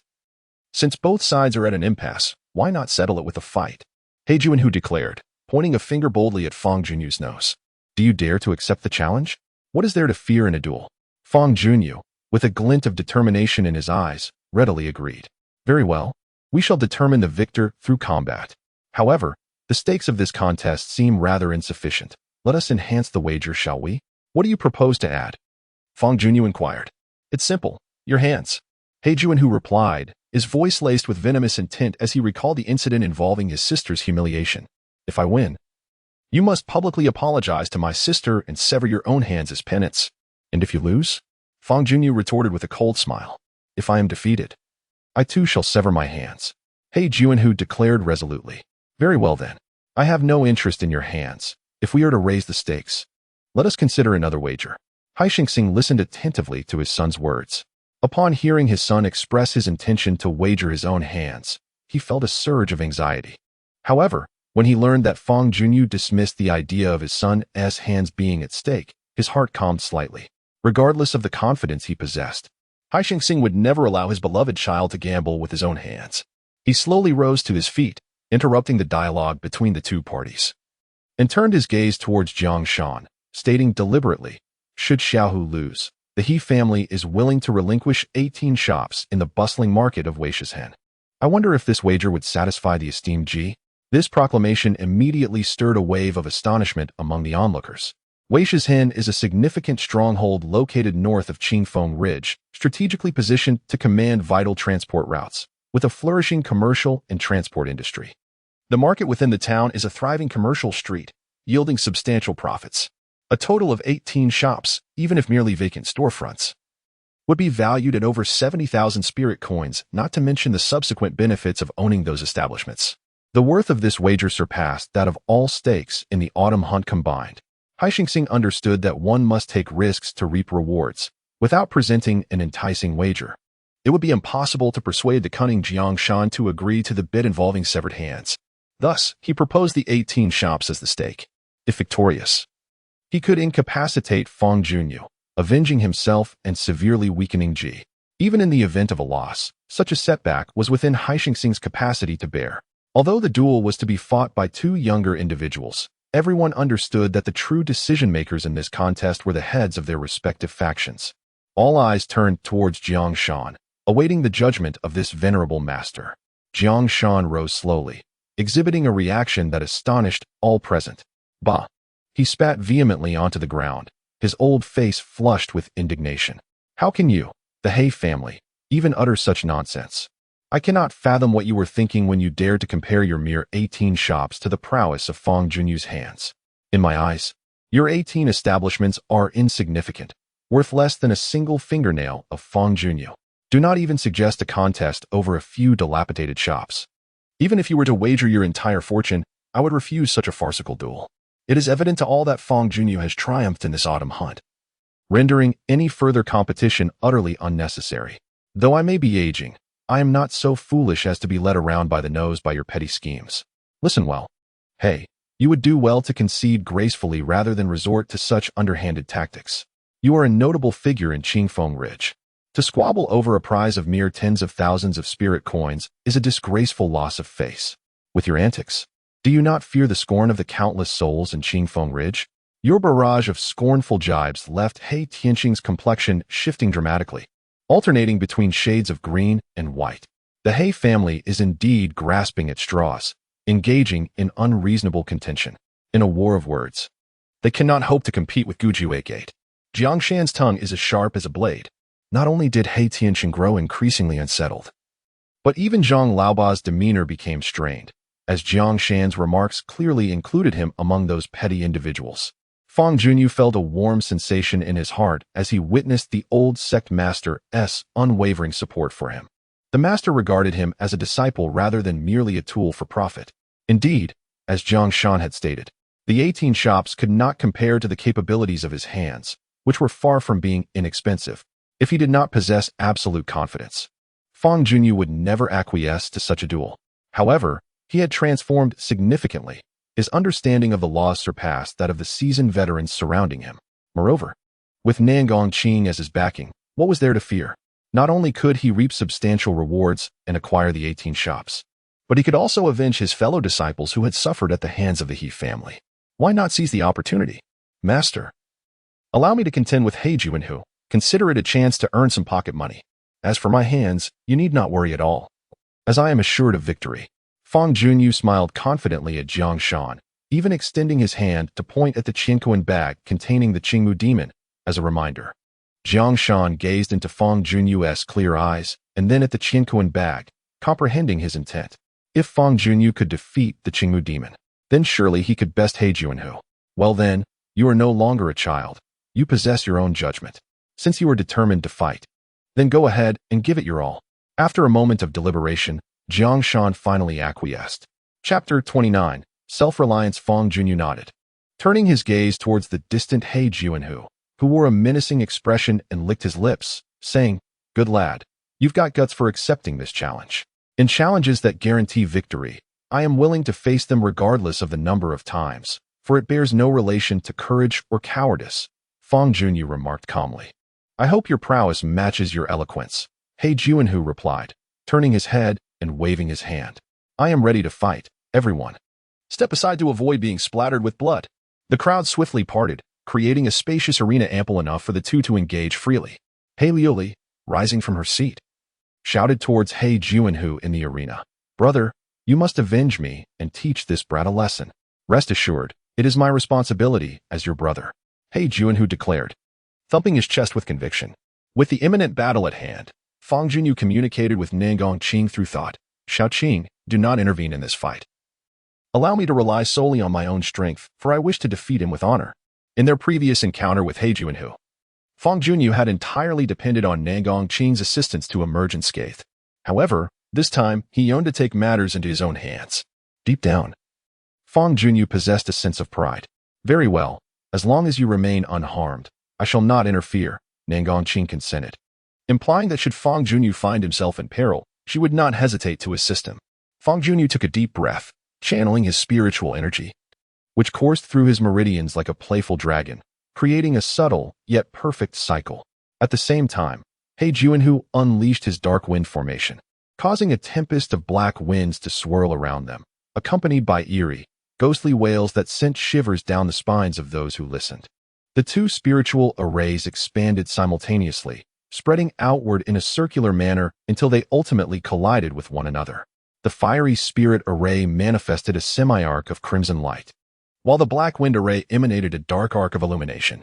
The two luminous shields collided fiercely, akin to ferocious beasts battling for sustenance. A resounding explosion echoed through the air as the confrontation of the spirit arrays unleashed a palpable wave, sweeping across the ground and stirring up a tempest of dust and debris. Fangyuan stood with an air of defiance, his gaze fixed coldly upon his adversary.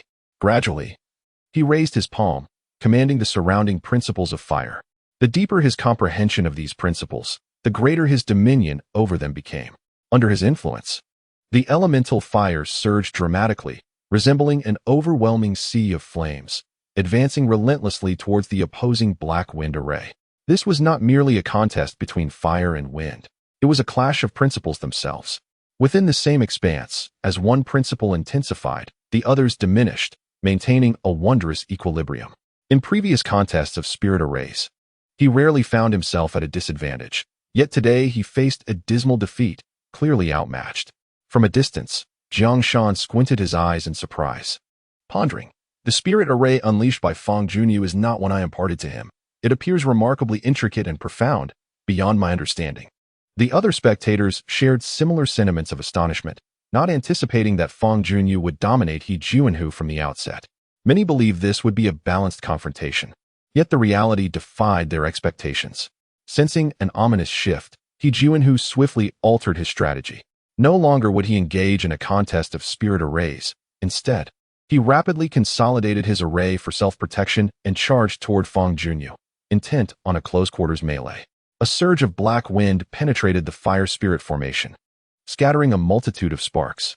Fangyuan focused intently on the approaching black handsome tiger, his palm transforming into a fist as he executed several powerful strikes in midair. With each swing, a streak of crimson light burst forth, a technique derived from the 100 Flames fist, yet its potency far exceeded that of the original. The red luminescence morphed into raging flames, dazzling and imbued with destructive force. The black handsome tiger reacted with remarkable swiftness, twisting its form midair like a dragon soaring and a tiger leaping, altering its trajectory and spiraling upward to evade the oncoming inferno. Harnessing the violent black wind that surged around it, it launched an attack from above, swiftly closing the distance to Fangyuan. Unfazed by the imminent threat, Fangyuan stepped forward, positioning himself directly beneath the black handsome tiger. Gritting his teeth, he unleashed a powerful upward strike with both fists.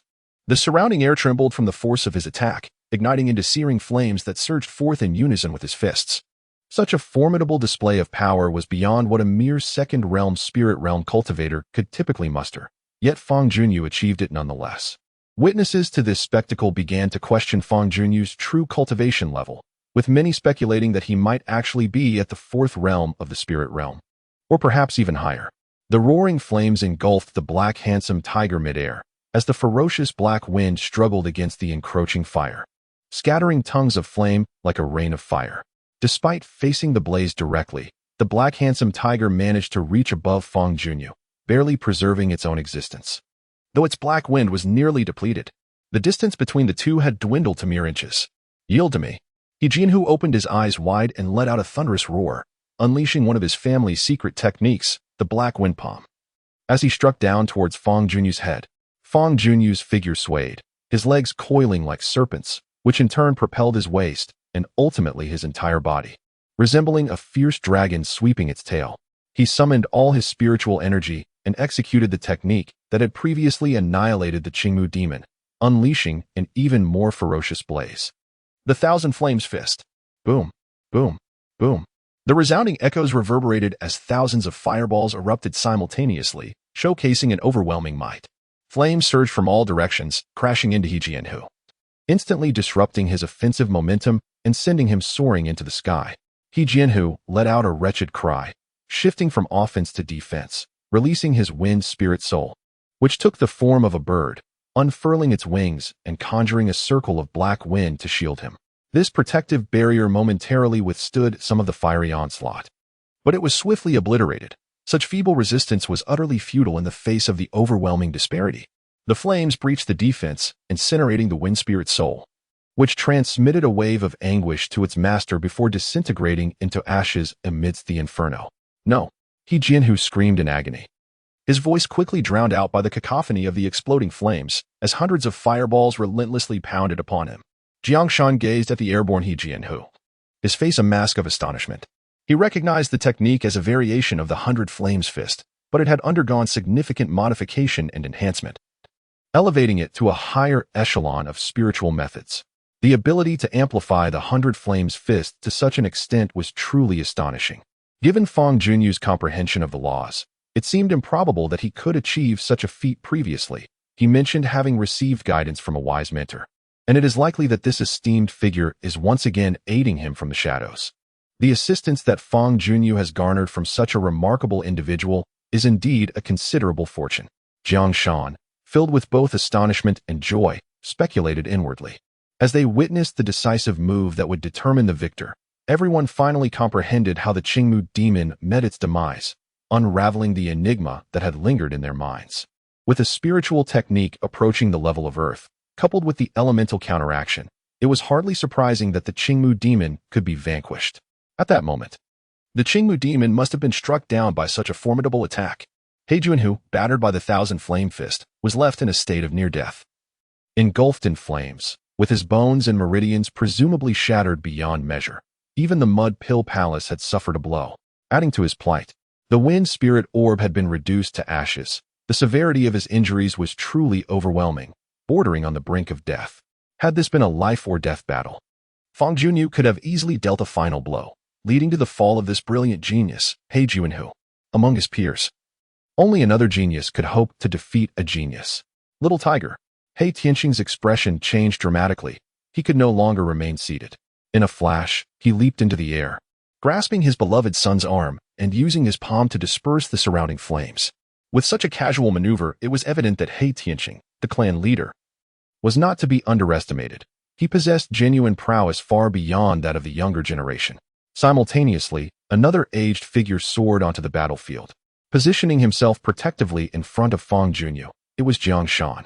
His actions clearly indicated his desire to shield Fang Junyu from harm. Chapter 030. The enchantress of the night sky, heavenly black, plummeting through the air, cradled his unconscious son in his arms, his countenance reflecting an extreme pallor.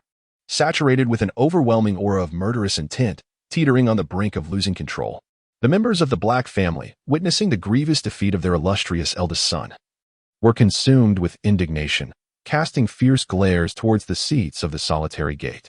The tension between the two factions escalated, with the specter of imminent conflict looming over them. The atmosphere thickened with unease as many subtly reached for the weapons they bore. Black Lioli gazed at her fallen brother, her long-lashed eyes wide with disbelief, her petite lips slightly parted. Her brother had been vanquished. Her exceptionally gifted brother had been defeated. Upon witnessing Fang Junyu's resplendent performance during the martial arts contest at the solitary gate, Black Lioli had been filled with disdain, believing her brother's genius to be unparalleled. Yet, the recent bout had shattered that conviction entirely.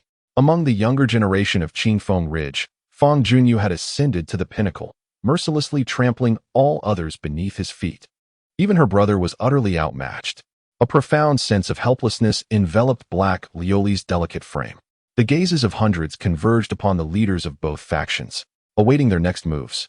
If the current momentum continued, it was likely to erupt into a large-scale melee. Heavenly Black glanced down at his beloved son and then at Jiang Shan, standing not far away. In those fleeting seconds, a myriad of thoughts raced through his mind as he weighed the various consequences. What troubled He Tianqing the most was that the full-force strike he unleashed on the street that day had failed to inflict even the slightest harm upon Jiang Shan. This realization instilled in him a newfound caution towards Jiang Shan, a sentiment he had previously lacked. The murderous intent in He Tianqing's eyes gradually dissipated, his gaze becoming serene as he spoke slowly. In this autumn hunt, we have been defeated. In this duel, we have also lost. Within a month, the He family shall transfer those 18 shops to the Guju sect, and we shall not go back on our word. He clan leader, I concede. Jiang Shan, seizing the advantage, displayed a radiant smile as he clasped his hands in a gesture of respect. Humph. He Tianqing snorted coldly, cradling his beloved son, and strode away with purpose. The members of the He family hastily rose from their seats, trailing behind him. The departing group bore an unmistakably dejected aura. Once the He family had distanced themselves, the host publicly announced that Fang Junyu had emerged victorious, presenting the Qian Kuan bag containing 5 prizes with both hands. The members of the Guju sect erupted into joyous cheers. The autumn hunt concluded on a somewhat unsatisfactory note. While a champion had been determined, several participants had not returned, likely having met with misfortune. The Wan family, the Zhugong sect, and the Ba Dao martial arts hall all dispatched individuals to search for the missing in the Valley of Death, with good intentions. The Guju sect also organized a team to assist in the search. Although the Qingmu Yao had been covertly deployed by the Ba Dao Martial Arts Hall, the hall's master, Zhang Laoba, still led a team into the Valley of Death, feigning assistance to avoid arousing suspicion. After an exhaustive search, the group gradually discovered several corpses of the participants, each met a gruesome fate, torn to shreds, bearing marks of savage beast bites, as well as signs of poisoning. Some surmised that the venom likely originated from the Qingmu demon, thus revealing the identity of those responsible for the participants' demise. Fangyuan, having slain the Qingmu demon, avenged these fallen competitors. However, no one expressed gratitude towards him. The factions to which the deceased belonged were engulfed in sorrow, hardly in a position to extend thanks. Logically, a place like the Valley of Broken Lives should not harbor such formidable beasts as the Qingmu demon, which raised suspicions among some. Yet, no one pursued the matter further. Even if they did, they would uncover no leads. If Fangyuan emerged as the overt victor of this autumn hunt, then the Blade of Dominance Martial Arts Academy was the covert winner, given that the Qingmu demon had claimed several participants' lives. The disciples were keenly interested in Fangyuan's participation in the contest and the creation of the enhanced version of the 100 Fury Fist, eager to inquire further. However, the old master intervened, urging them not to disturb Fangyuan and allowing him a day of rest first. Fangyuan was grateful for the old master's consideration, as he had endured a grueling series of days and was indeed in need of recuperation.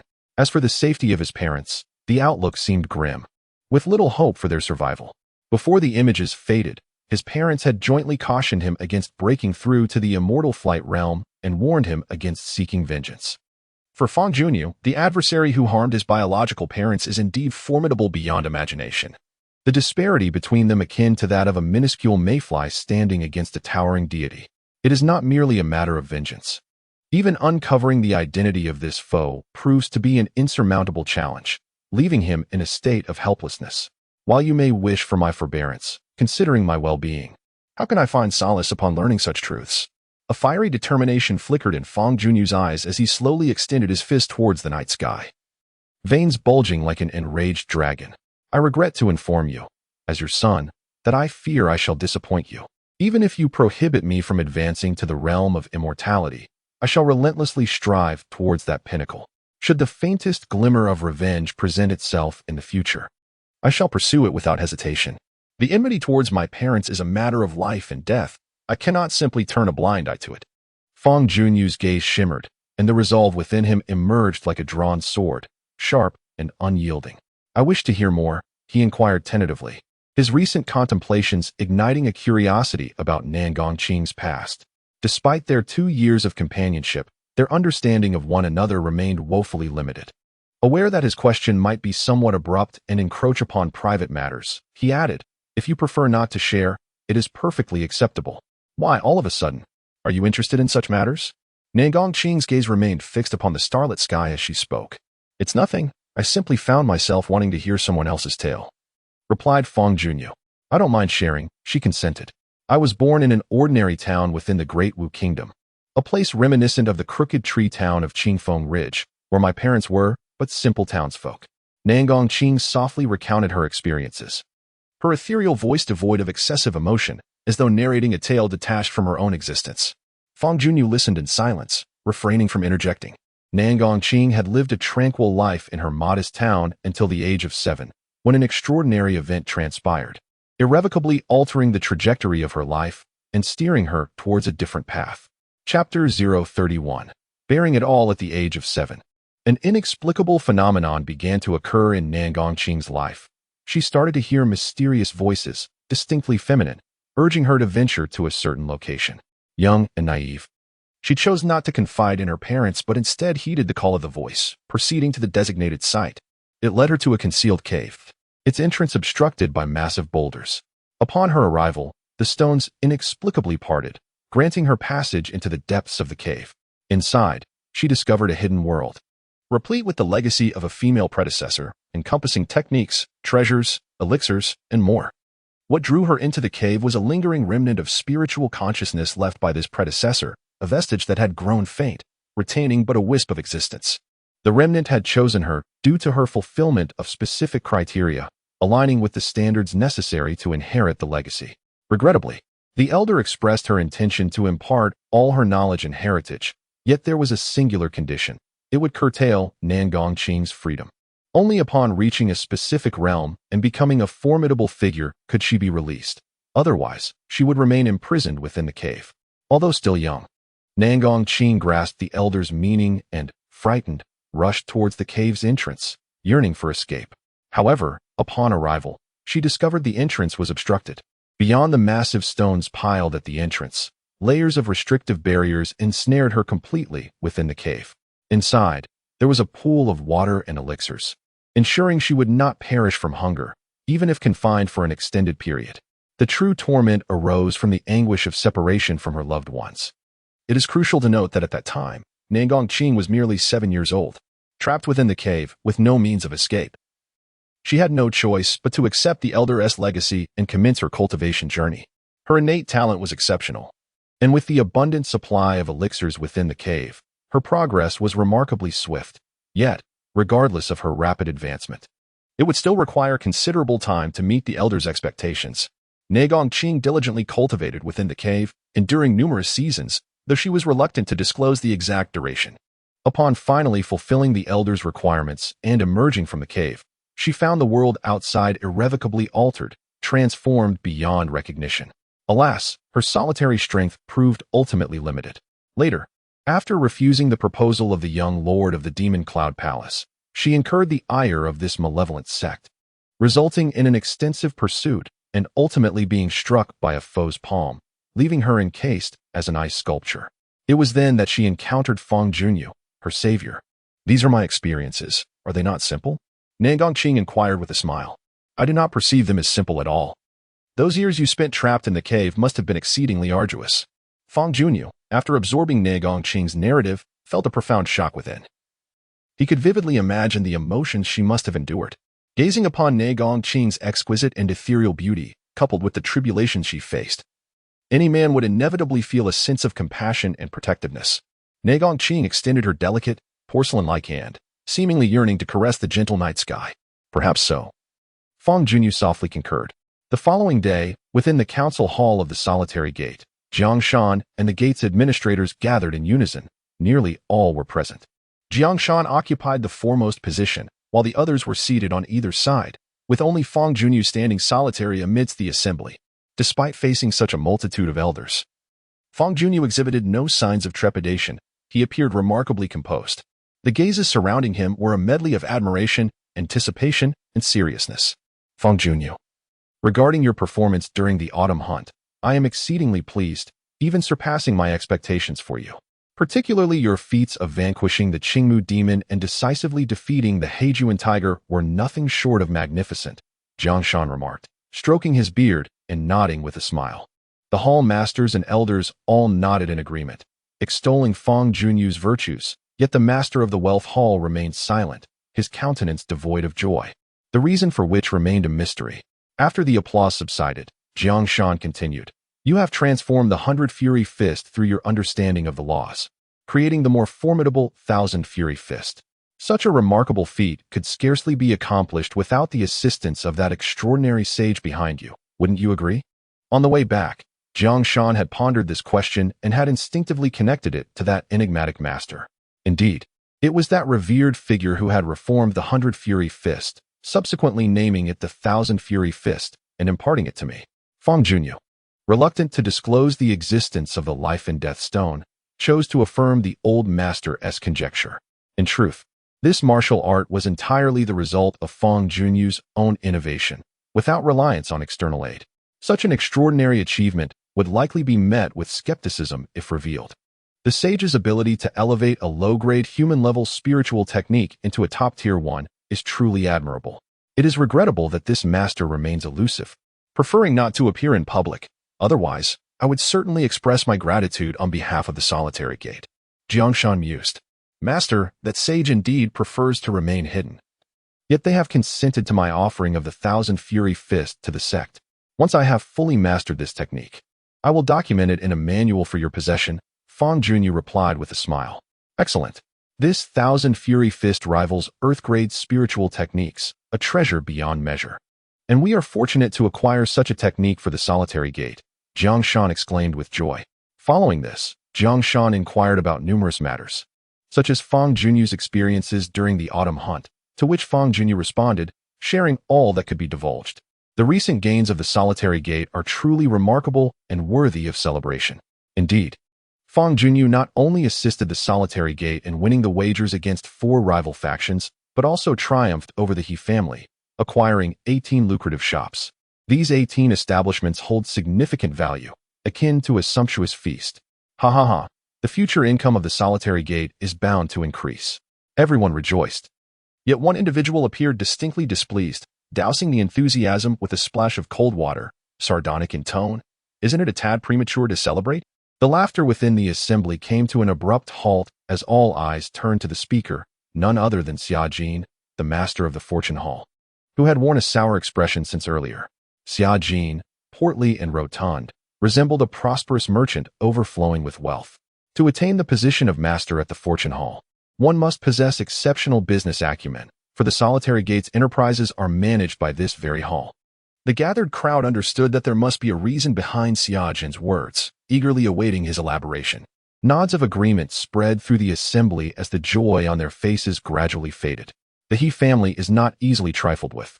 Since the fortune hall oversees the solitary gate's assets, it is inevitable that these 18 shops will eventually fall under our jurisdiction. To be frank, as the master of this hall, the pressure is indeed considerable. A gentleman does not place himself beneath a precarious wall. In my view, it would be prudent to return the 18 shops to the He family. After all, these establishments originally belonged to them, and utilizing them to alleviate our mutual tensions seems a most sensible course of action. Xia Jin surveyed the room, gauging the reactions of those present. His words immediately sparked controversy. In this world, bustling with activity, all are driven by profit, and in this chaotic realm, all are drawn by gain. The solitary and isolated sect sustains a multitude of individuals and cultivates numerous disciples, all of which necessitate financial resources. The allure of establishments valued at over 70,000 spirit coins is immensely tempting for the sect, making it exceedingly difficult to relinquish them easily. However, should they choose to retain these assets, they risk incurring the wrath of the He family. In terms of overall strength, the solitary sect pales in comparison to the He family. Within the hall, opinions are divided. Some advocate for the acquisition of the establishments, while others propose yielding to the He family, each faction presenting its own rationale. Jiang Shan remained silent, his brow furrowed, clearly grappling with the dilemma. Otherwise, he would have reached a definitive conclusion long ago. Amidst the impasse, Fang Junyu spoke up.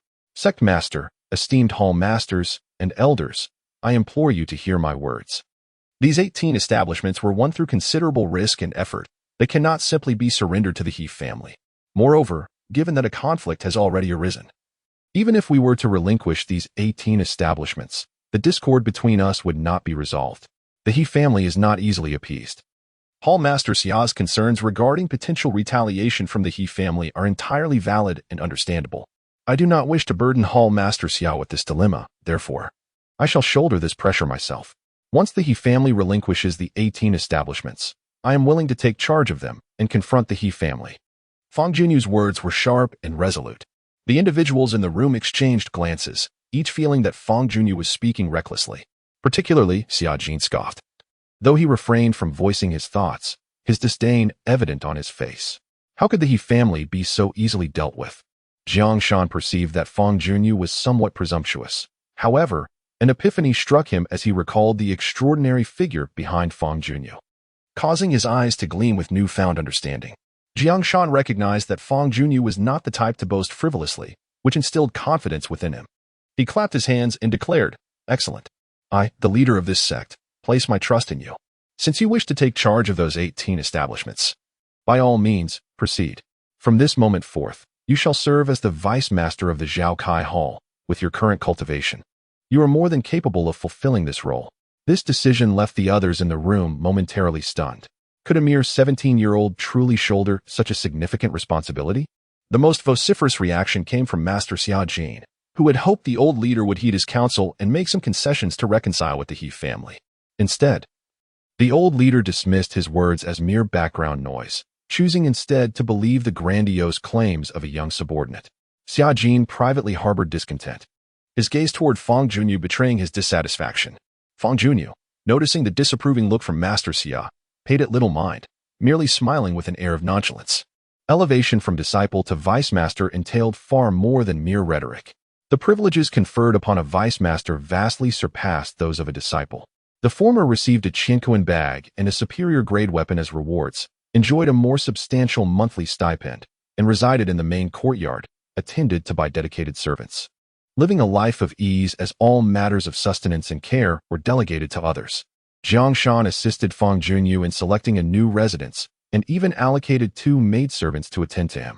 The new residence is significantly larger than the old one, featuring towering walls and expansive courtyards, with floors paved in azure bricks and roofs adorned with glazed tiles, exuding an impressive grandeur. However, Fang Junyu declined to relocate. It was not that he lacked an appreciation for comfort. Rather, he had grown accustomed to his previous home, which housed a basement of profound significance to him, making it all the more difficult to part with. During the gathering, Fang Junyu was treated like a beloved star, with numerous elders eager to introduce young ladies to him, leaving him somewhat speechless. If he truly desired to marry, he could likely assemble a lengthy queue of prospective brides willing to accept his hand. That evening, Fang Junyu sat cross-legged in his chamber, engaged in his customary practice. He was operating the second layer of the great Zhou Tian Gui Yuan Gong, with 2 meridians simultaneously in action, voraciously absorbing the surrounding spiritual energy. Prior to his meditation, he had consumed a spirit-nurturing elixir, endowing his body with an abundance of spiritual essence. The cultivation tasks at the spirit-soul realm primarily involve 2 aspects. One is to convert more spiritual power, and the other is to nourish the spirit soul, enhancing its vitality.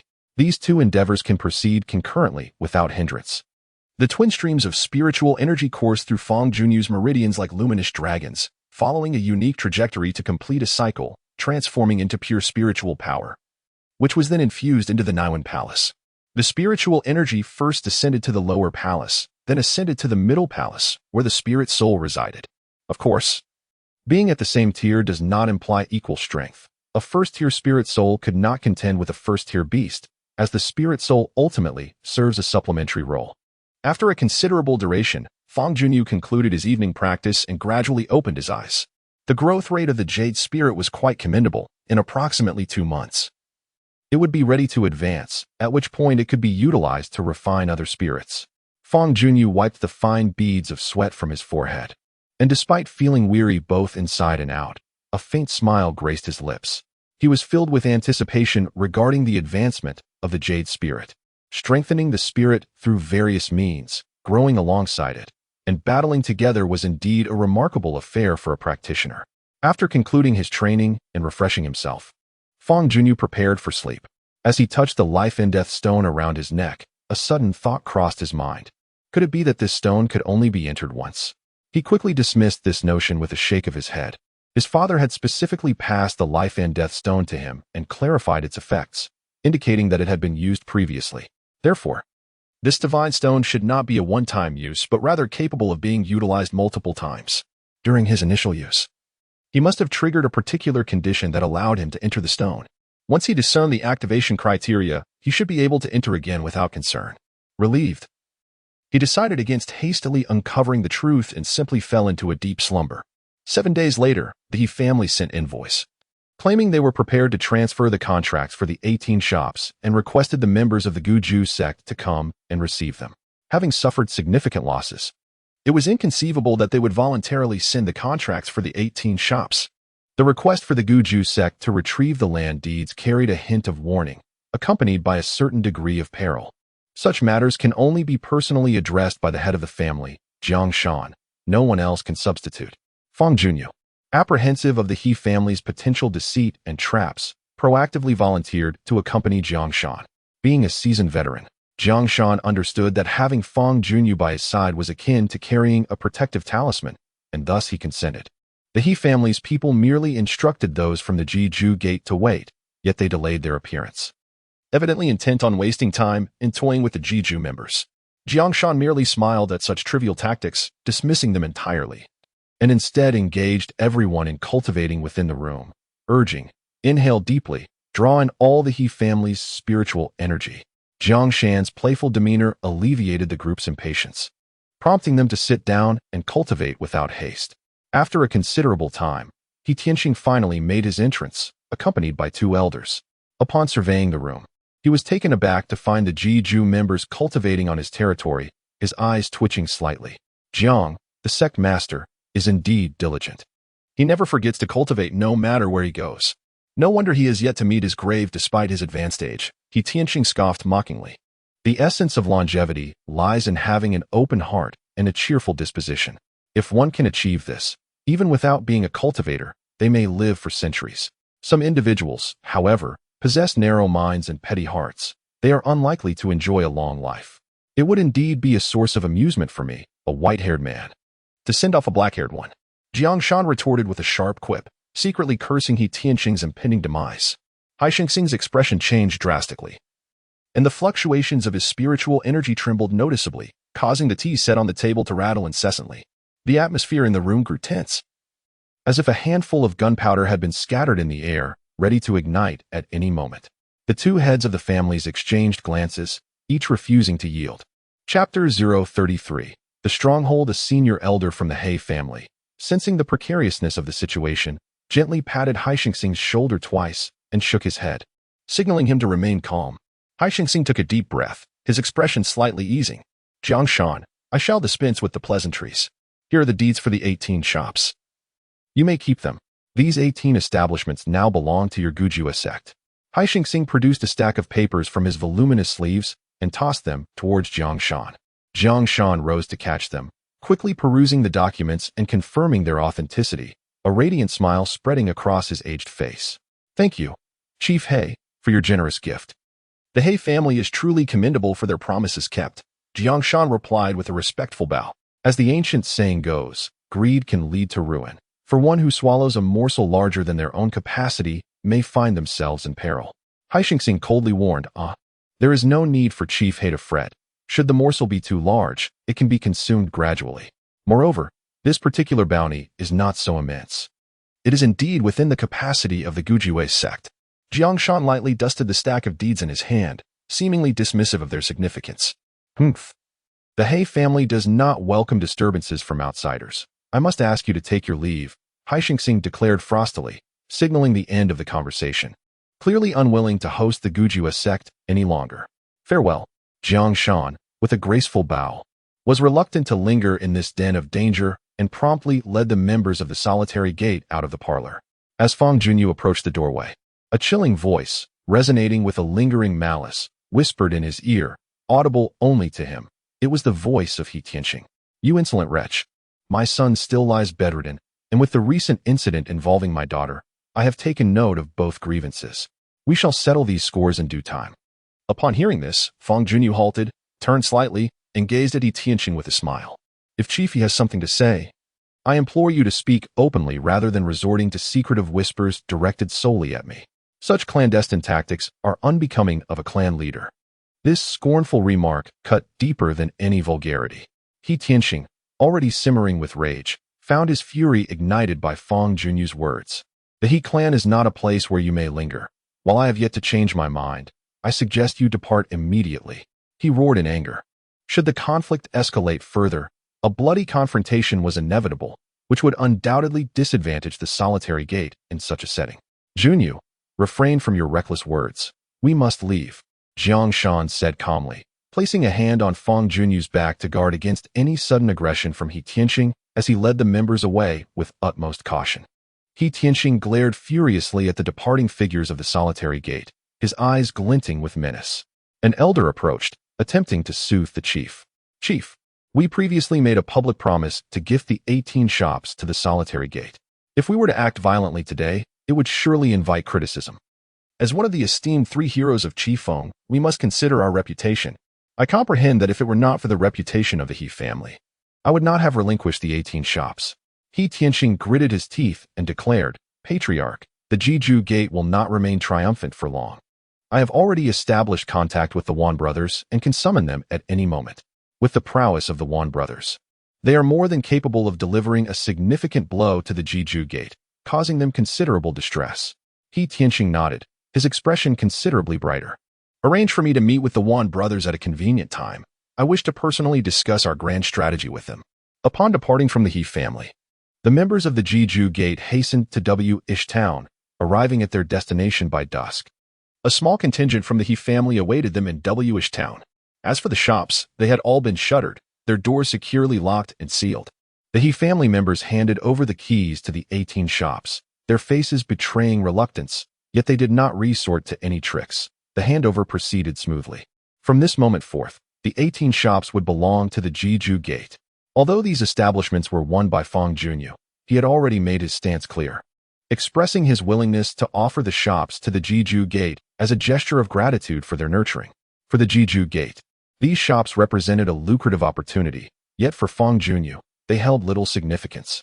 If wealth were required, Fangyuan could easily request it from Nangang, be it 70,000 spiritual coins or even 700,000, he could procure it with ease. These 18 shops consisted of 7 material stores, 5 elixir shops, 2 blacksmiths, 2 inns, 1 bookstore, and 1 escort agency. This location is in close proximity to the perilous areas of Doom Valley and Chifeng Ridge, where individuals frequently venture for hunting expeditions. Consequently, many come here to procure materials harvested from their quarry, resulting in a plethora of local supply shops, which have become a pillar of the economy. The deputy leader of the wealth hall, Jiang Shan, turned to Fangyuan and inquired with a smile. You are entrusted with these 18 shops. Do you possess the confidence to manage them? Rest assured, leader, I shall oversee these establishments with diligence, Fangyuan assured him. These 18 shops have been stripped bare by the He family, leaving only empty shells. Upon your takeover, do not rush for immediate success. Take your time. Start by managing one shop, and once it stabilizes, proceed to the next. The initial investment in opening a shop is substantial, so do not hesitate to express your needs. I will allocate resources accordingly. Fangyuan nodded in agreement, contemplating the approach of starting with 1 or 2 shops before expanding further. Jiang Shan then turned to Xiajin beside him and advised, Master Xia, as an expert in business, you must lend your support to Fangyuan. Relying solely on his capabilities will ultimately be insufficient. What truly causes concern is the potential for the He family to create disturbances. In one of the inns among the 18 shops, Fangyuan sat cross-legged on the bed, practicing his cultivation. Nangang stood before the open window, gazing at the scenery outside. The night breeze gently tousled her black hair, strands flowing gracefully, smooth and fragrant. It seems the He family will not relent and will undoubtedly seek to trouble you in the future, Nangang remarked, her tone calm as she continued to observe the view beyond the window. Today, when I went to the Black family for the handover, that Black Tianqing had previously warned me through a message, stating that he would not let me go. Fangyuan ceased her cultivation, slowly opening her eyes. Her graceful silhouette by the window captured his gaze. I am not a cruel or bloodthirsty individual, which is why I refrained from taking Black Tianqing's life initially. Unless absolutely necessary, I truly wish to avoid a massacre. Fangyuan nodded in understanding of Nangang. Standing before him was a woman as gentle as water, not a ruthless killer. My unwillingness to take a life does not imply a lack of courage to do so. Suddenly, Nangong's tone shifted, sharp and urgent, revealing a fiercer intensity. If that Black family dares to trouble you again and disrupt my peace, I may be compelled to engage in something quite ruthless. After all, my patience has its limits. I cannot tolerate a mere family frolicking beneath my very nose. Her icy voice dissipated into the night, colder than the autumn breeze. Chifeng Ridge, withered woods. This place was once a lush forest, but for reasons unknown, the land and trees within lost their vitality overnight, leaving only desolate trunks. The two brothers appeared strikingly mismatched. One was as robust as a bear, while the other was small and slender. At first glance, one might assume the taller one to be the elder brother, yet the reality was quite the opposite. The shorter one was indeed the elder. The Wan brothers. The elder named Wan Daxiong, and the younger, Wan Erxiong.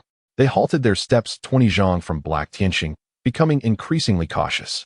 With a peculiar chuckle reminiscent of a raven's cry in the night, Wan Daxiong remarked, What business does the esteemed leader of the Black clan have with mere trifles such as my brother and me? Should there be any service we can render, do not hesitate to voice it. We shall plunge into fire and water without a second thought.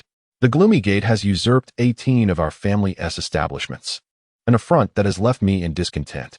I implore you, assist us in confronting the gloomy gate, and let them taste the bitterness of retribution, Black Tianqing stated gravely. Yet, the Black clan is one of the 3 heroes of Qingfeng, boasting an array of formidable talents within its ranks. Why, then, seek the aid of mere brothers like us? A glint of cunning flickered in Wan Daxiong's eyes. These establishments have been relinquished. If the Black Clan were to retaliate against the gloomy gate, it would cast a shadow of dishonor upon them, an unseemly reputation to uphold. Such is the nature of great families. They remain ever mindful of their face. Black Tianqing maintained his composure, recognizing that the previous rationale was merely a pretext. His true concern lay with Jiang Shan, not the matter of reputation. The last encounter had left him unsettled, despite delivering a full-force strike. He had failed to inflict any harm upon Jiang Shan, which bred a sense of wariness within him. It was precisely this trepidation that led him to refrain from deploying the Black Clan's forces, instead opting to test the waters through the Wan brothers. Should they manage to upheave the gloomy gate, it would reveal that Jiang Shan posed no significant threat, warranting a comprehensive response from the Black Clan. What strategy do you intend for my brother and me to employ against the gloomy gate? Wan Daxiong inquired. You shall exert all your might to sow chaos among those 18 establishments, driving them to ruin, and I shall reward you with 20,000 spirit coins, Black Tianqing replied. No matter, I shall be thoroughly satisfied if I can bring about the demise of Fangyuan. Beyond that, I have an additional stipulation. While you execute your task, you must leave your names behind, so that the solitary void sect is aware of your involvement, preventing any suspicion from falling upon our Black Clan, thus avoiding unnecessary entanglements. Intentionally leaving your names will undoubtedly offend the solitary void sect, which poses a bit of a dilemma. Wan Daxiong furrowed his brow. Should you require an increase in compensation, feel free to state your price. He Tianqing waved his hand, interrupting Wan Daxiong's forthcoming words. The leader of the Black Clan is indeed straightforward, thus, I shall not beat around the bush. On top of the original price, an additional 10,000 spirit coins will secure our willingness to take the risk of leaving our names. It is settled. The night was cool and tranquil, enveloping the entirety of Tree Town. Most of the townspeople had succumbed to slumber, and the streets lay desolate. Save for two figures standing amidst the stillness, Fangyuan and Nangongqing. The two remained awake in the dead of night, for a particular reason. You mentioned assisting me in strengthening the defenses of these 18 shops. How do you intend to accomplish that? Fangyuan inquired with curiosity. It's quite simple. We shall utilize talisman stones to aid in this matter. With a graceful motion, Nangongqing revealed a talisman stone in the palm of her delicate hand. The stone, roughly the size of a palm and shaped like a bagua, was inscribed with intricate patterns, emanating a gentle white light along with pulsating waves. Observing the talisman stone, Fangyuan's expression shifted slightly. The vibrations emanating from this seemingly small stone were, astonishingly, even more formidable than those of the former sect leader. I acquired the inheritance of a female elder while in a cave. Her legacy included not only cultivation techniques, but also the secret art of crafting talisman stones. Through the heritage passed down to me, I have acquired the skill of crafting talismans, achieving a commendable standard that allows me to rank among the top 10 talisman smiths in the Great Wu Kingdom, Enchantment stated. A talisman smith is one who excels in the creation of talismans, a truly remarkable skill. As for Fangyuan New York, his exposure to talismans and talismanship has been superficial, leaving his knowledge woefully limited. To his understanding, talismans serve various functions. They can be utilized independently or embedded within weapons or armor to enhance their might. Even the most basic of human-grade talismans can fetch an exorbitant price. What I possess is a defensive talisman. Upon encountering danger, it activates automatically, forming a protective barrier. I have several such defensive talismans. If you conceal them within your 18 shops, you shall rest easy. For even practitioners of the caliber of HITNX, would find it impossible to breach the barrier created by these talismans. Ning held a talisman in her hand, her voice light and melodious. Speaking of defensive talismans, I happen to possess one as well. Fangyuan New York reached into his Chincoin bag and retrieved a talisman. It was gray, rather dull, and emitted no noticeable aura. This talisman was a prize he won during the autumn hunt, and he had kept it with him ever since, in case of emergencies. Quickly put away that worthless piece of junk in your hand. Do not flaunt such rubbish before me again, Ning remarked. Her expression one of disdain as she scoffed at the talisman in Fangyuan New York's possession. Fangyuan found himself at a loss for words. The talisman he possessed was worth at least 5,000 spirit coins, yet in Nangongqing's eyes, it was deemed worthless. Alas, if it is to be considered refuse. Then so be it. Fang Junyu tucked the rubbish away. With a mere flick of her hand, Qing cast the talisman to the ground, whereupon the earth, compelled by spiritual energy, parted to either side, allowing the talisman to seamlessly burrow into the soil. She then retrieved more talismans, burying them beneath the foundations of 18 shops, crafting an imperceptible layer of protection. Who could possibly fathom that these seemingly ordinary stores were fortified with impenetrable defenses? Should the Yi family refrain from interfering? All would be well. However, should they dare to create turmoil, they would undoubtedly suffer severe repercussions. Talisman crafting proved to be remarkably advantageous, Fang Junyu mused.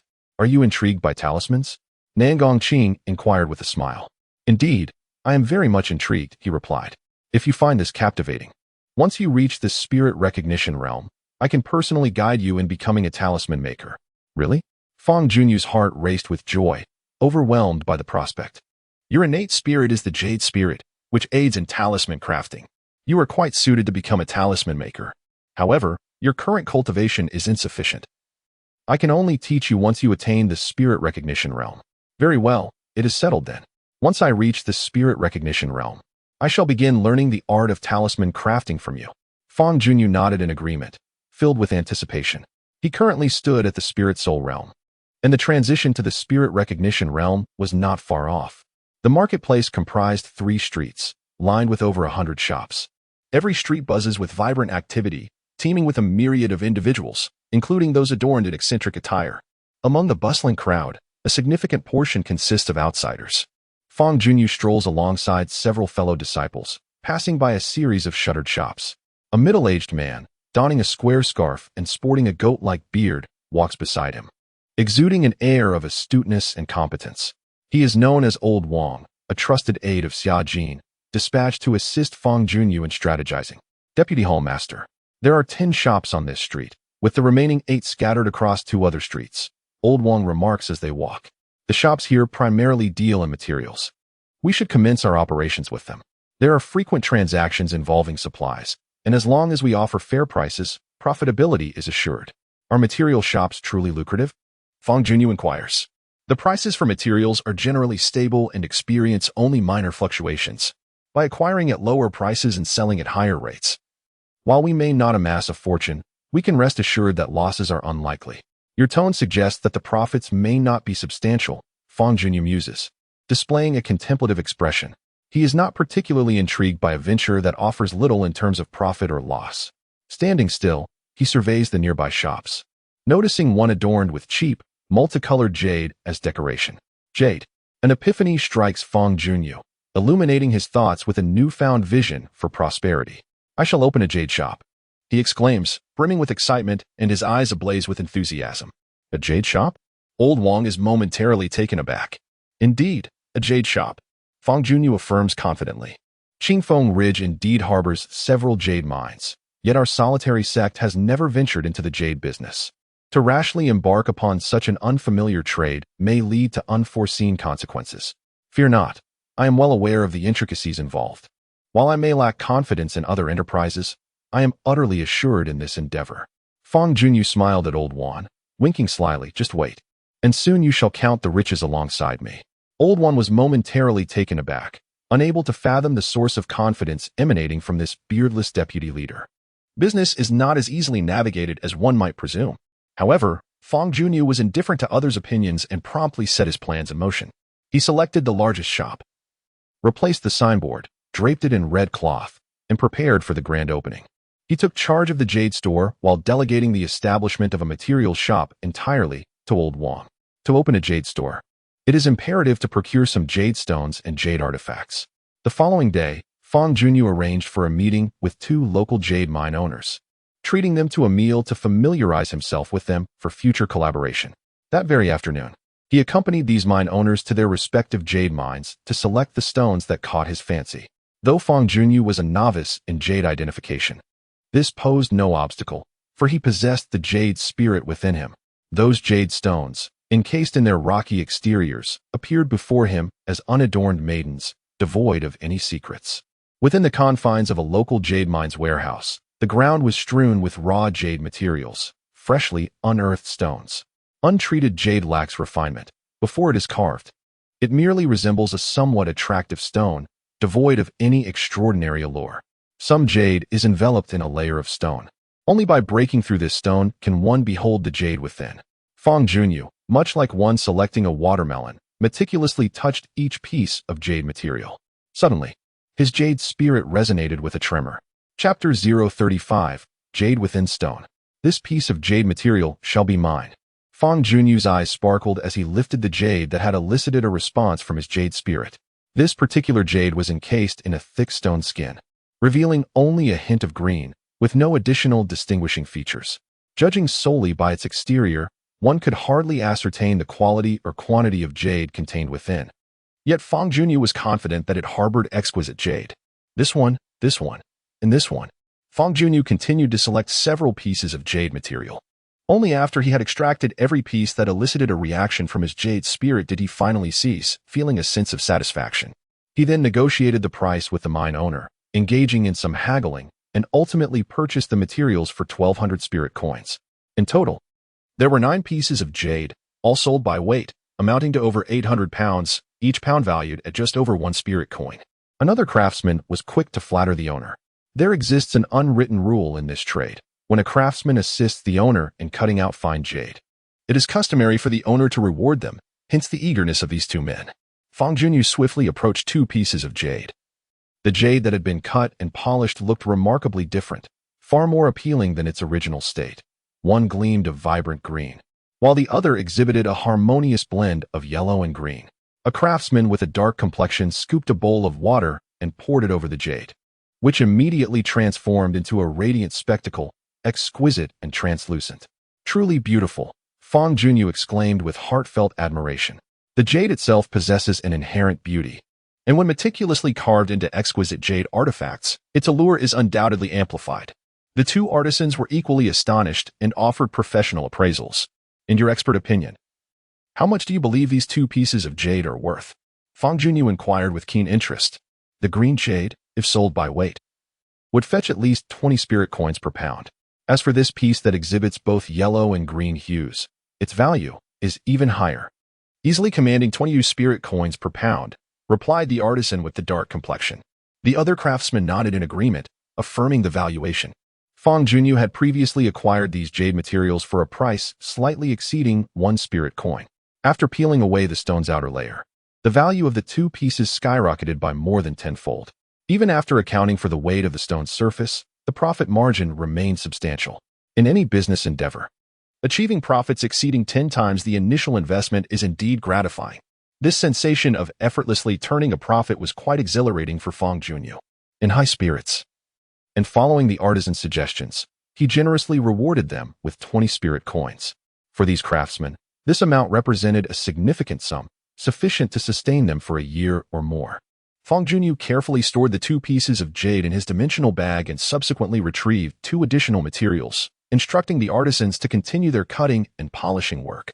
Having just received their reward, their enthusiasm for the task was notably heightened. Fangyuan then approached Old Wang, showcasing the beautiful jade and sharing the details of both the purchase and selling prices. Upon hearing of the profits, Old Wang was filled with immense joy. Previously, he was not in favor of opening a jade shop, but after encountering profit, he eventually changed his mind. Regardless of the type of business, if it is profitable, it is deemed a good venture. Before the official opening of Fangyuan's jade shop, he already experienced a promising start, which filled him with joy and accelerated the pace of his preparations. He consulted an expert to determine an auspicious date for the grand opening and purchased several jade products to adorn the storefront, hiring 2 skilled carvers. In the days that followed, aside from his cultivation, Fangyuan was preoccupied with the affairs of the jade shop. Through the artisan's hands, he meticulously cut and polished 1 exquisite jade piece after another, also crafting several exquisite jade artifacts. Initially, the 2 craftsmen attributed Fangyuan's success to mere luck, believing that his fortunate acquisition of jade materials resulted in beautiful jade. However, as more and more stunning jades were unveiled, their perspective shifted, leaving them astounded. Even with good fortune, such a remarkable streak seemed implausible. From the dozen pieces of jade materials purchased from 2 mines, each one yielded beautiful jade, resulting in substantial profits with not a single loss. In contrast, for other business owners, the process often required the unveiling of numerous jade pieces to find even a single beautiful one, making the odds quite low. Yet, every jade material worked on by Fangyuan revealed exquisite jade within, a phenomenon that was truly extraordinary. Although the two craftsmen harbored doubts, they chose to keep their inquiries to themselves, a wise decision indeed. One afternoon, within the jade workshop, a piece of jade material was opened, revealing a startling discovery. There was not a single jade stone inside. The exterior was merely rock, and the interior was the same. Among all the jade materials Fangyuan had purchased, this was the only one devoid of any jade, marking it as a peculiar exception. Boss Fang, I fear you may incur a loss on this stone. There is nothing within, the dark-faced artisan remarked, gesturing toward a heap of jade fragments strewn across the ground. Fangyuan remained silent, crouching down to examine the shards closely, each piece substantial in size despite being referred to as fragments. The artisan had previously sliced the stone into numerous pieces, large and small, yet had failed to uncover any jade, leading him to conclude that it was devoid of value. However, Fangyuan held a different conviction. His jade spirit would not lead him astray. Setting aside the unresponsive stone in his hand, he picked up another, carefully attuning himself to its essence. This ritual of selection continued until he grasped the seventh stone, at which point his jade spirit finally stirred with acknowledgement. Cut this stone open. If jade is not revealed, continue until either jade emerges or it is reduced to powder, he instructed, tossing the resonant stone to the dark-faced artisan, who promptly complied. Intrigued by this stone, Fangyuan stood by, observing intently.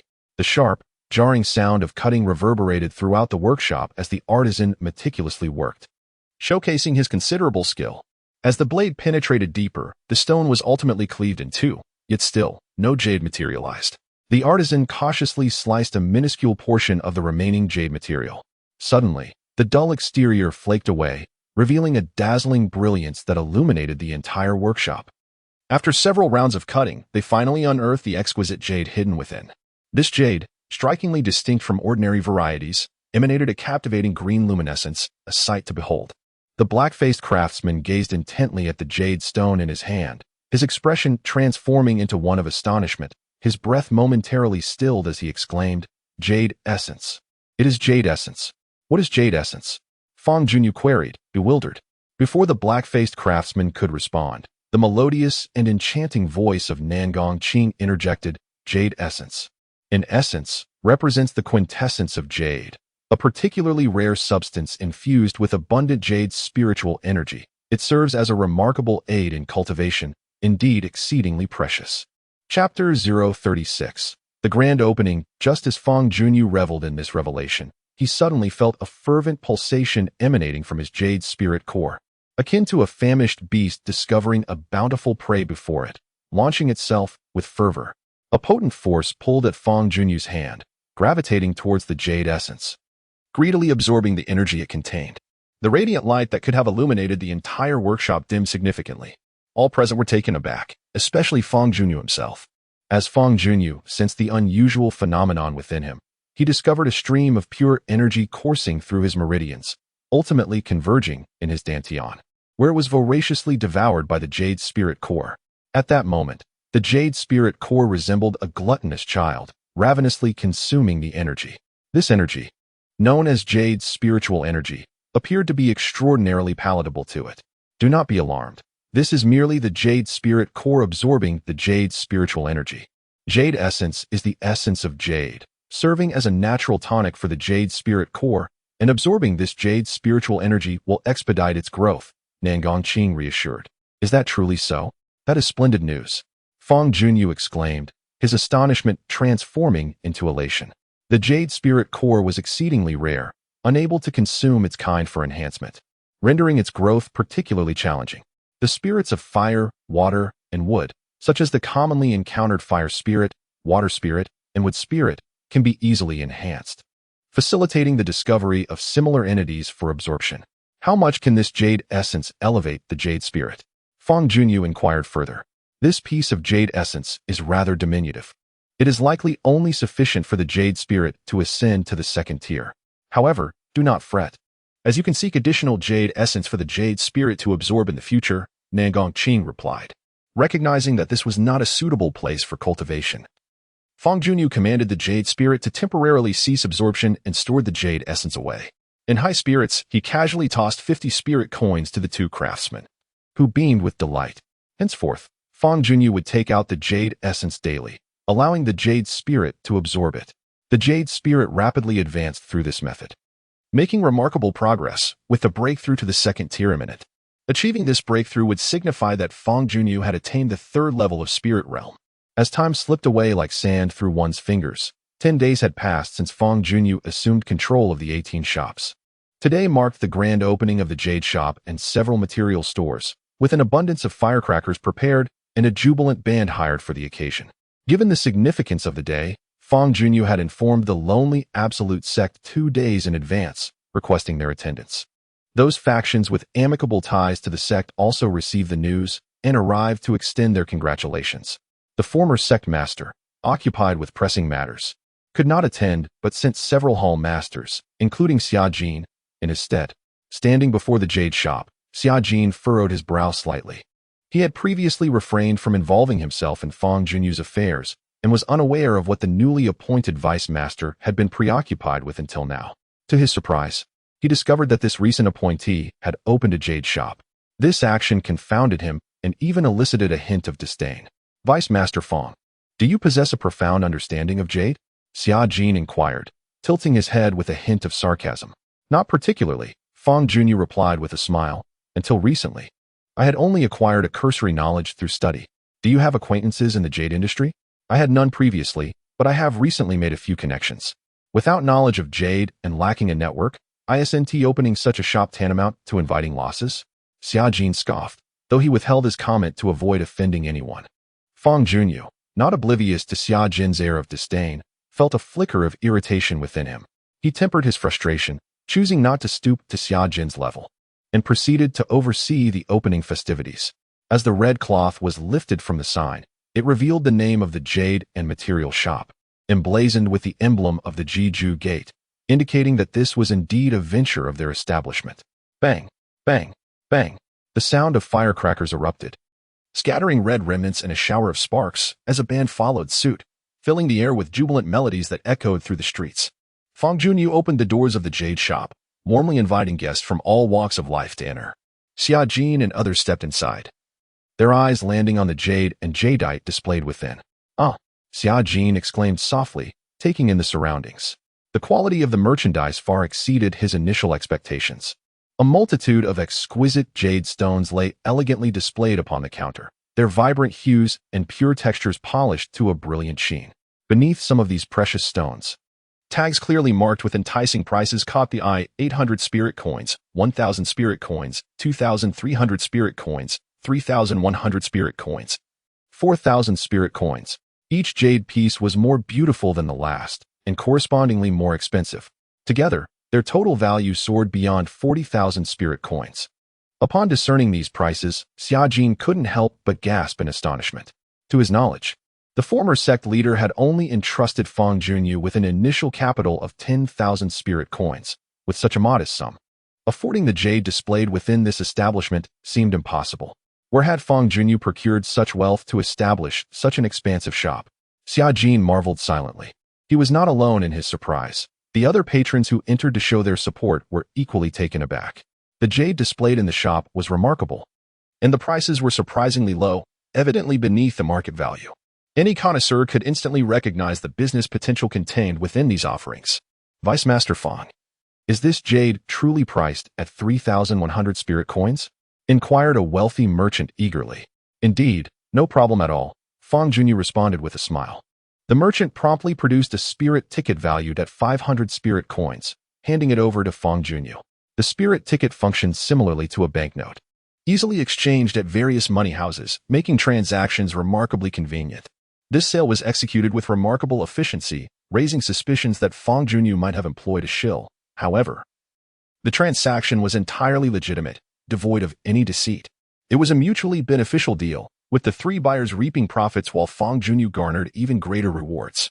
He had previously acquired these jade stones for less than 2,000 spirit coins, yet now, by reselling them, he stood to gain over 20,000 spirit coins, a profit that had multiplied tenfold or more.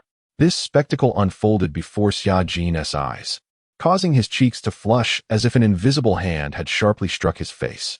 He had initially presumed that Fangyuan's venture into the jade business would result in losses. However, contrary to his expectations, Fangyuan had amassed considerable wealth on the very first day of business. What a peculiar phenomenon. How could those individuals purchase such a vast quantity of jade stones? Is the jade trade truly so lucrative? It appears that I must invest some effort into this matter, Xia Jin pondered. Across the street from the marketplace stood a restaurant. On the third floor, by the window, 3 figures were seated. He Liuli and 2 elder members of the He family. He Liuli held a wine glass, distractedly sipping, while her true attention was fixated on the jade shop across the street. Her beautiful eyes burned with intense hatred. Her father had mentioned that a remarkable event would unfold today, urging her to witness it. She wondered what this grand spectacle could possibly be. Could it be related to the opening of the shop? Contemplating this, He Liuli slightly shook her head, dismissing the thought. It hardly constituted a grand event unless something disastrous occurred at the shop today, perhaps resulting in its destruction. That would indeed be a spectacle worth witnessing. Unbeknownst to her, her wild conjectures were eerily accurate. On a hillside near Washu town, 2 figures lurked behind a rock, one tall and the other short, the Wan brothers.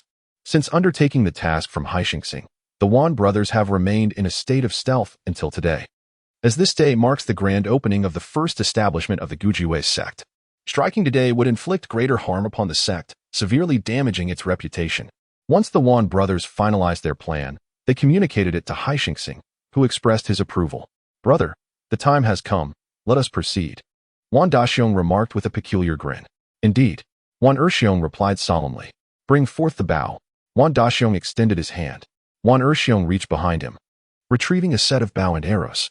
The bow measured 2 meters in length, with robust limbs, and its string crafted from the sinew of the 8-hoofed demon beast. This bow could not be drawn without a force exceeding 3,000 pounds.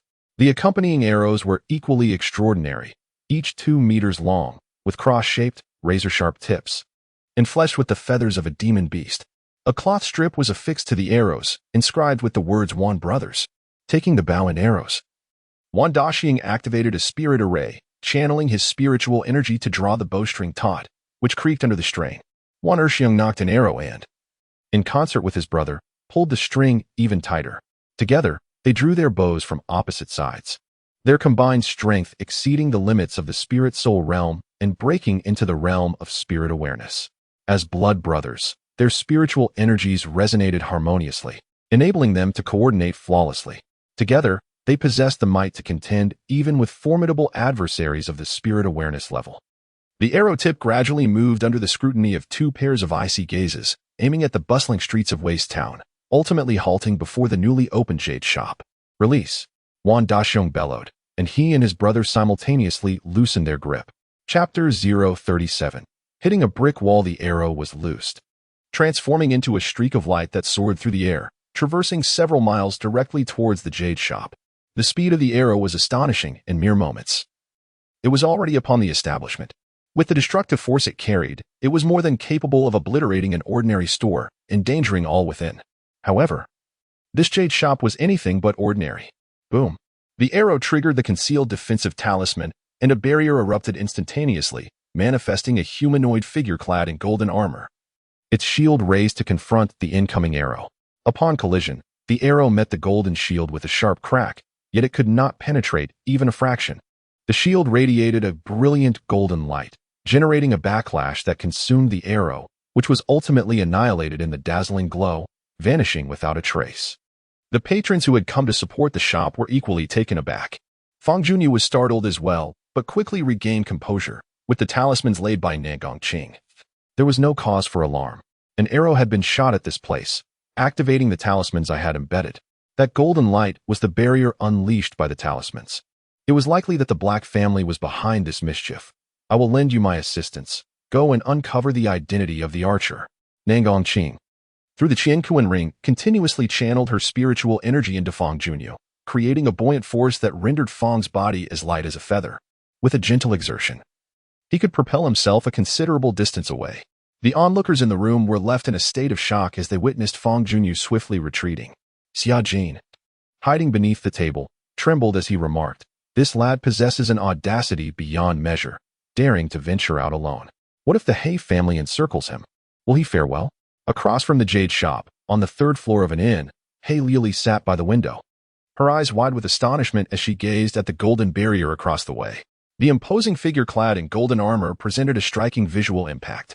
It was the first time in her life that she had encountered such a spectacle. The two elders beside her shared expressions of profound shock. Is this truly the grand performance my father wished to show me? He Lily pondered, bewildered. She sensed that the golden light was safeguarding the jade shop rather than threatening it. On the hillside, the Wan brothers observed the distant golden barrier, their expressions transforming dramatically. They clearly saw their arrows being effortlessly halted by the golden shield, rendering their efforts utterly futile. It was evident that the one wielding the barrier possessed formidable strength, far beyond what the two brothers could contend with. Wan Daxiong, rolling his eyes in disbelief, decisively proclaimed, "We've bitten off more than we can chew. We must retreat." Wan Erxiong nodded in agreement, and the two brothers fled together, resembling frightened little beasts, desperately seeking an escape route.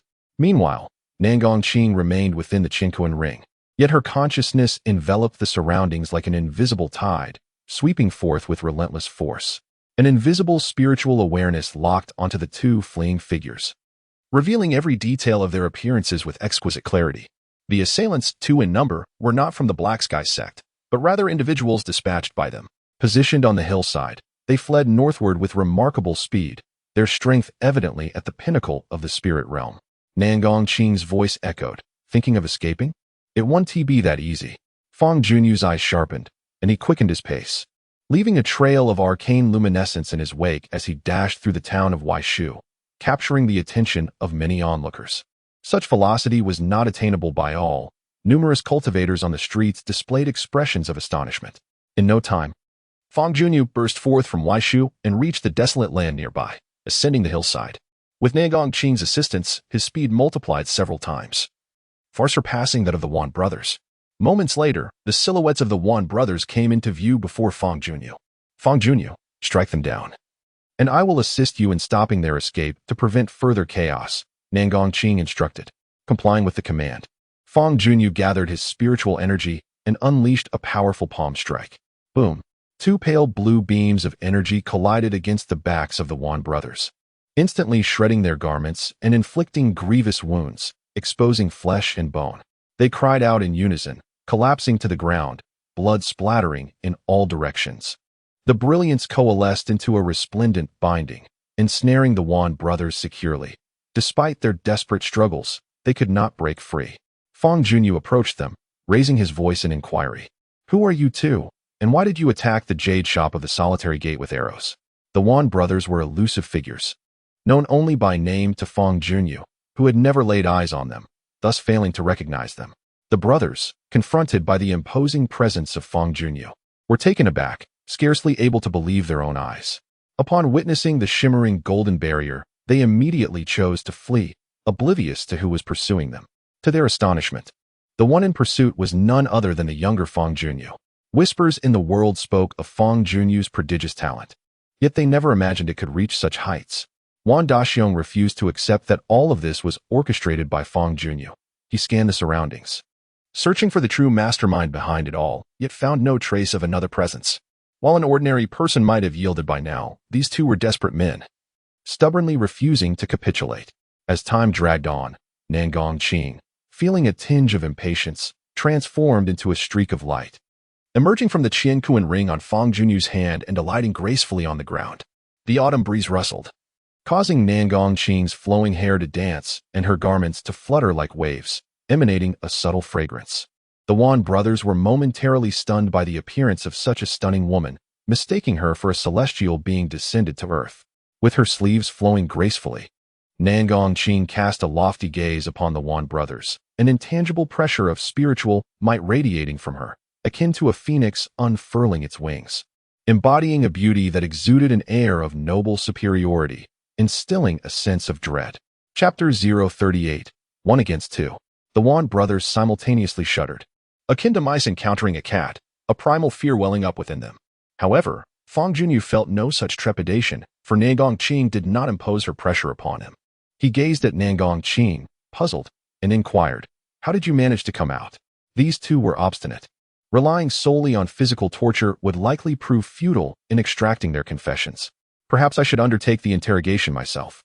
He had heard of the infamous reputation of the Wan brothers, notorious for their nefarious deeds, having even committed the heinous act of murdering a newborn for a sum of money. Such vile individuals truly deserve the harshest of fates. Who sent you? Nangongqing continued to probe. It was He Tianqing. Indeed, it was the He family that dispatched you. There was little left to inquire. Nangongqing turned to Fang Junyu, asking, what do you intend to do with them? Fang Junyu regarded the Wan brothers, recalling their atrocious actions, and felt a surge of righteous indignation. For the sake of the innocent child who had perished so tragically, these two could not be spared. He had never taken a life before, but it seemed today would mark his departure from that principle. To eradicate evil was a noble cause. With a swift motion, Fang Junyu drew his sword, its blade glinting brightly, reflecting the fierce determination in his eyes. This sword had been bestowed upon him by Jiang Shan upon his promotion to Deputy Hall Master. It was a superior grade weapon known as Qing Ming, named for the swift, sharp sound it produced when wielded. You intend to kill them? Nangongqing inquired. Yes. These two are notorious, deserving of punishment by all. Since I wish to execute justice, I shall do so myself. Fang Junyu replied coldly. I recall you have never taken a life. Can you truly bring yourself to do it? There must always be a first time. Cultivators engage in battles daily. How many can claim to never take a life? Nangongqing smiled faintly, perceiving that Fang Junyu had matured somewhat since their first encounter 2 years prior, embodying a semblance of masculine vigor and responsibility. In the realm of cultivation, the essence lies in the pursuit of contention, contending with others, contending with fate, and contending with the heavens. In the future, you are bound to face various adversaries and endure numerous trials of life and death. If you show mercy to your enemies, you are being cruel to yourself. Experiencing such matters early on will be beneficial for you. Since you wish to take action, then do so, Nangongqing affirmed. Fang Junyu inhaled deeply, a glimmer of murderous intent flashing in his gaze, growing increasingly frigid. A killer who lacks the strength to harm a chicken offers little in terms of honing one's skills. Let us proceed in this manner. I shall remove the restraints binding them, allowing you to engage in combat. Rest assured, I will suppress their abilities to ensure they are on par with yours. With a flick of his hand, Nangongqing dissipated the light that had ensnared the Wan brothers. Those capable of combat are far more challenging than those who are not, providing a more profound means of tempering both the heart and one's abilities. The Wan brothers' previously vacant expressions gradually regained clarity and vibrancy. Fang Junyu offered a wry smile, acknowledging that Nangongqing certainly knew how to create trouble for him. Given the circumstances, there was no room for refusal. He proactively launched an offensive. The Qing Ming sword in his grasp emitted a melodious chime, tracing a sharp arc of light aimed directly at Wan Daxiong's forehead.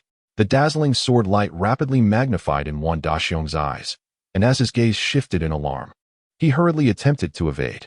However, his reaction was slightly delayed, resulting in a gash across his cheek from the blade, blood spurting forth.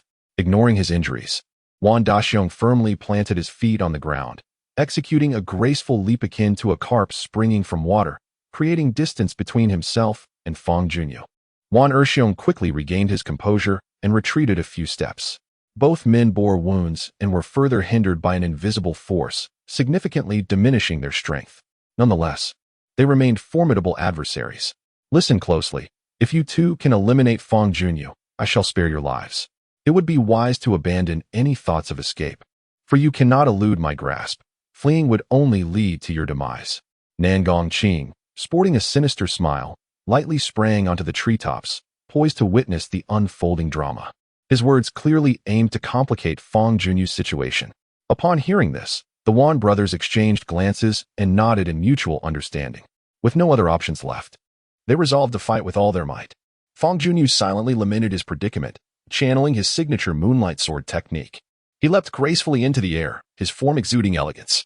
The Qing Ming sword sliced downward in rapid succession, each stroke unleashing crescent-shaped waves of sword energy, reminiscent of moonlight cascading down, layering upon itself as it surged toward Wan Daxiong.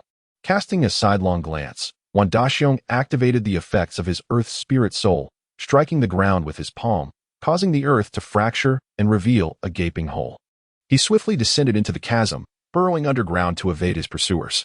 With each swing of the blade, the sword energy cleaved the earth, leaving a series of fissures in its wake. The ground heaved and shifted with remarkable speed, its erratic path rendering it nearly impossible to predict. Wan Daxiang concealed himself within the mound of earth, sending leaves spiraling and dust clouds billowing in his wake.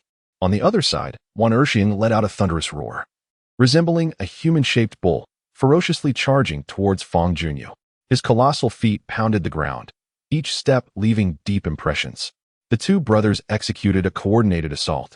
One advanced from the front, while the other concealed himself beneath the earth. Fangyuan found himself besieged, compelled to adopt a defensive stance, safeguarding his own territory. The Qingming's sword's momentum waned slightly, but continued to advance, inching closer to Wan Erxiang's chest.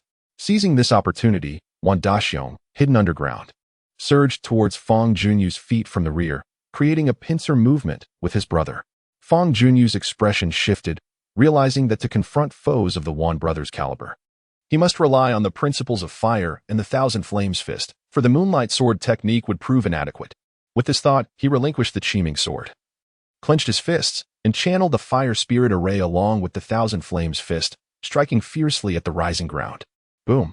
Thousands of flames detonated upon the surface, akin to igniting multiple barrels of explosives, uprooting the earth. Wan Daxiang, concealed within the soil, suffered a grave injury, collapsing amidst the inferno. Agony coursed through his body, rendering him immobile, his heart filled with dread. Fangyuan swiftly turned, yanking the Qiming sword from Wan Erxiang's grasp, executing a somersault to soar above Wan Daxiang, and plunged the sword downwards. The blade, swirling with flames, descended rapidly, piercing into Wan Daxiang, detonating within his body and delivering a fatal blow. With a wretched cry, Wan Daxiang's diminutive form stretched out, lifeless and still. Fangyuan's foot struck the Qiming sword embedded in Wan Daxiang, causing the blade to bend.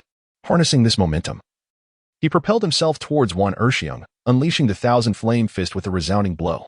Witnessing his brother's tragic demise, Wan Erxiang let out a furious roar and swung his fist to confront Fangyuan, intending to meet force with force. Their fists collided with a thunderous crash, sending Wan Erxiang's towering figure hurtling through the air, accompanied by a shower of sparks, before crashing to the ground. Seizing the advantage, Fangyuan pursued Wan Erxiang, extending his hand like an iron hoop to seize Wan Erxiang's head. Flames surged from his palm, unleashing a devastating force akin to a cannon's roar. Boom! The flames cascaded down upon Wan Erxiang, engulfing him in a fiery baptism.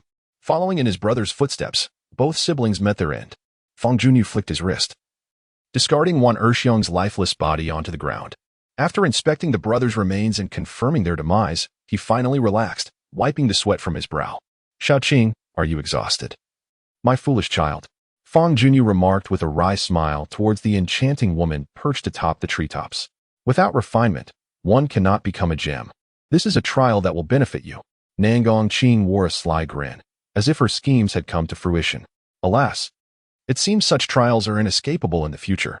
Without challenges, how can one grow? Both men were of the spirit soul realm, containing spirit souls within them. These inferior souls held no value for me, but perhaps they could be of use to you. I shall assist you in extracting them. Nangang produced a talisman stone, directing it towards the corpses of the Wan brothers. The bodies of the two men emanated a flickering light from their chests, and one spirit after another emerged, diving into the spirit stones, including 2 earth spirits, 2 wind spirits, and 1 fire spirit. A powerful practitioner of the spirit realm can store several spirits within their body. Some individuals can even possess a dozen or more simultaneously. Currently, Fangyuan is unable to store additional spirits, as he must reach the 3rd level of the spirit realm to increase his capacity. The Wan brothers also carried Qiankuan bags, which naturally became trophies for Fangyuan. Upon rummaging through the contents, he discovered a chaotic assortment of items, including several scandalous illustrated books. Chapter 39. Night Raid on the He family. Upon seeing the indecent illustrations, Nangang face flushed crimson, and Fangyuan awkwardly cleared his throat, hastily stowing away the offending material, both of them blushing profusely. Fangyuan gazed at the corpses of the Wan brothers, a flicker of pride igniting within him. The Wan brothers had wreaked havoc in the vicinity of Qifeng Ridge for many years, and no one had been able to deal with them. Having eliminated these 2 scourges indeed warranted a sense of satisfaction. However, this achievement was accomplished with Nangang assistance. Without her support, Fangyuan alone would have been no match for the Wan brothers. Reflecting on this, his momentary pride swiftly dissipated. The true instigator of this attack was the He family. If they were allowed to go unchecked, the He family would undoubtedly continue to trouble the Gujua sect in the future. We must thoroughly address the He family, making them aware of the consequences of their actions. Only by delivering a decisive blow to the He family can we ensure lasting peace. Fangyuan asserted with determination. Indeed. Let them endure some hardships. Perhaps they will behave more earnestly thereafter. Tonight, accompany me to the Black family to settle matters once and for all. Having spent my days recuperating within the confines of the cosmic ring, it is high time I engaged in some physical activity. Xia Jin and the others have mustered their courage and gathered outside the establishment. Upon seeing Fangyuan's return, they immediately surrounded her with inquiries. Dear friends, a petty thief caused a brief disturbance, but it is of no consequence. Please continue to enjoy the establishment. Later, I shall host a feast for you all. As a means of alleviating your distress, Fangyuan waved her hand nonchalantly, as if nothing had transpired. Only the formidable spiritual beings, such as He Tianqing and Jiang Shan, possessed the capability to eliminate the Wan brothers. Were Xia Jin to confront them directly, he would undoubtedly meet his demise, with no prospect of victory. Xia Jin found it hard to fathom that Fangyuan, with her strength, could vanquish the Wan brothers. Before he could pose further questions, Fangyuan had already stepped inside to attend to the patrons. Her father had miscalculated. The radiant smile of Fangyuan was particularly glaring to He Liuli. The wheel of fortune turns. Let us see how long you can maintain your laughter. He Liuli clenched her teeth in frustration and declared, Let us depart. The three members of the Black family quietly exited the tavern, deliberately using the back entrance to avoid an encounter with Fangyuan. This mere 17-year-old youth instilled within them a sense of trepidation. The night deepened, cloaked in impenetrable darkness. As if the entire world had been swallowed by a primordial beast. The Black family resided within a valley known as Black Family Valley, which housed numerous edifices, comparable in scale to a town. In the illuminated expanse of Heijia Valley, numerous clan members stood guard, patrolling the area. Two figures loomed in the shadows, surveying the considerable estate of the He family. One, a youth adorned with a sword at his waist, and the other, a slender figure donning a white mask. These were Fangyuan and Nangongqing. On this night, the wind howled ominously, a fitting backdrop for a decisive confrontation with the He clan. To Fangyuan, the He family had always seemed an imposing entity, far mightier than the solitary gate. He had never envisioned that one day he would stand over such a colossal force, able to trample upon it at will. This transformation invoked a whimsical sensation within him, filling his spirit with exhilaration, even bordering on euphoria. Shall we extend our greetings to this little family? Nangongqing's voice, typically cool and composed, carried a slightly different tone. In her eyes, the He clan was merely a minor faction, utterly incomparable to the esteemed, long-established families. Indeed, I am more than willing to rouse that old rascal. He Tianqing, from his slumber, Fangyuan grinned, leaping toward the cluster of He family buildings. He ascended a watchtower, positioning himself atop with an air of authority. Nangongqing followed suit, her movements ethereal and weightless, as if she bore no mass at all. Drawing a deep breath, Fangyuan felt the surge of energy within him and bellowed, He Tianqing, come forth at once. I have matters to discuss with you. His voice resonated powerfully, akin to thunder reverberating across the land, ensuring that every ear within the He family would hear his call. The first to respond were the patrol teams, who turned their gazes toward the source of the sound. Bathed in the dim glow of the surrounding lights, they discerned the figures of Fangyuan and his companion. One by one, the houses nearby flickered to life, clearly indicating that many had been roused from their slumber. Since the rise of the He family, such an occurrence had never transpired. Someone had audaciously come to their doorstep to provoke them, with words directed pointedly at He Tianqing. This was nothing short of arrogance. As if the He family were of no consequence at all. Several patrol teams congregated around the watchtower, their heads tilted upward, whispering amongst themselves. The individuals atop the tower seemed strikingly familiar. Was it not Fangyuan from the solitary gate? Indeed, it was him. Had he lost his senses to dare create such a disturbance here? Surely, he would not have come alone. It was likely that he was backed by the solitary gate, as their members seemed to have accompanied him. Caution was warranted. The newcomers bore ill intentions. Who was the masked woman beside Fangyuan? Concealed identity made recognition impossible. Yet she too must belong to the solitary gate. Should they engage them? It was prudent to refrain from action. This matter was of great significance, and it was best to await the arrival of the clan leader. The patrol teams encircled the watchtower, yet they refrained from acting impulsively. Moments later, shadows began to emerge from the surrounding buildings, each figure swift as lightning, exuding a formidable presence. These figures danced amidst the architecture, approaching the vicinity of the watchtower, each taking to higher ground, glaring fiercely at Fangyuan and his companion. They were the stalwarts of the He family, each possessing strength around the spirit realm. He arrived shortly after, piercing through the air, and positioned himself on a rooftop opposite the watchtower, confronting Fangyuan from a distance. He could hardly fathom that Fangyuan would dare to provoke him. Such audacity was simply astonishing. Did this young man possess some hidden support? Contemplating this, He shifted his gaze towards the masked woman beside Fangyuan, a tremor coursing through him as she emanated an aura of unfathomable depth.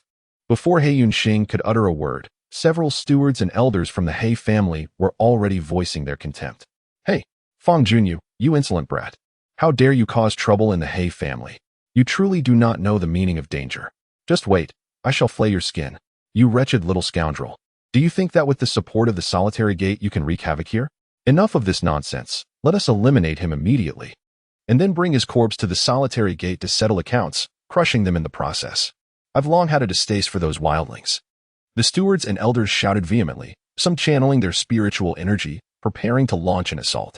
The cacophony of their taunts reached Nangongqing's ears, causing her brows, hidden beneath her white mask, to furrow with irritation. Hearing others insult Fangyuan truly displeased her, for this young man represented far more to her than mere gratitude. Silence. Nangongqing's eyes narrowed, unleashing a wave of visible spiritual consciousness, akin to a gentle beam of light, directed towards those who had spoken so disrespectfully. Its speed as swift as lightning, leaving no room for evasion. A series of ethereal beams of consciousness struck their targets, causing a dramatic transformation in the eyes of those affected. Their minds endured a devastating assault, akin to a frail boat being shattered amidst tumultuous waves, dissolving into the froth. Chapter 040, Offering Treasures. Consciousness represents awareness. Once an individual loses this awareness, all thoughts dissipate, rendering them akin to the living dead. Their physical forms remained intact, yet they could never awaken again. One by one, these victims succumbed, totaling 12 in number. With merely a glance, Nangongqing vanquished them, transforming them into mere shadows of their former selves, worse than death itself. Elder Second, Uncle, what has happened to you? The members of the He family were taken aback, rushing to examine the fallen individuals, only to find them utterly unconscious and unresponsive. A few hot-headed individuals, losing their composure, began to shout in outrage, unwittingly sealing their own fates. What have you done? As those who acted impulsively collapsed, the remaining onlookers regained their composure, drenched in cold sweat, and none dared to speak disrespectfully any longer. He Tianqing, who had remained silent until now, was fortunate to have escaped unscathed. His eyes widened in shock as he unleashed his consciousness to investigate the condition of the fallen. To his horror, he discovered that the consciousness within these individuals had completely vanished. The ability to annihilate dozens with a mere thought could only be wielded by an extraordinary power. Previously puzzled by Fangyuan's sudden advancements and his ability to defeat his own son, all his questions were now unequivocally answered. Fangyuan is supported by formidable allies. Silence. All of you, do not speak recklessly. The arrival of such a powerful elder at the He family is a great honor. Individuals of this caliber are not easily invited. So how dare you utter such disrespectful words? He Tianqing rebuked the surrounding clansmen, beads of cold sweat dotting his forehead as an unprecedented fear enveloped him. At this moment, the He family members dared not utter a sound, hastily discarding their weapons, kneeling on the ground, their foreheads pressed to the earth, trembling in fear. Yes, kneel quickly. One and all, none shall rise. To bow before a powerful elder is indeed a blessing for us. He Tianqing led the way, kneeling upon the rooftop, repeatedly striking his forehead against the ground with resounding thuds. Fangyuan had spent many years at Qingfeng Ridge, yet it was the first time he witnessed He Tianqing so obsequiously humble. This chieftain, who was once known for his domineering and arrogant demeanor, revealed a different side. Nangongqing observed this scene with indifference, her expression unperturbed. Before a powerful presence, the weak are but insignificant ants, easily trampled upon. She had witnessed countless similar scenes. When the emperor of the great martial kingdom held court, Thousands upon thousands knelt in submission. Now that was a spectacle. The prostration of these He family members could hardly elicit any admiration from Nangongqing. He Tianqing, having repeatedly troubled Fangyuan and even threatening his life, truly deserved the gravest of punishments. Nangongqing spoke softly, enumerating He Tianqing's transgressions. A chill ran through He Tianqing's heart, his complexion turning ashen, his muscles twitching, trembling like a leaf in the wind. For the first time in his life, he felt so close to death, and naturally, fear gripped his heart. Lady, please spare me. I was unaware of your connection with Fangyuan, which led me to commit those foolish acts. As the saying goes, ignorance is no crime. I implore you, esteemed lady, to show mercy and grant me a reprieve. To atone for my transgressions, I am willing to present to you the myriad treasures I have amassed over the years. Should you desire spirit coins, I can relinquish those in their entirety as well.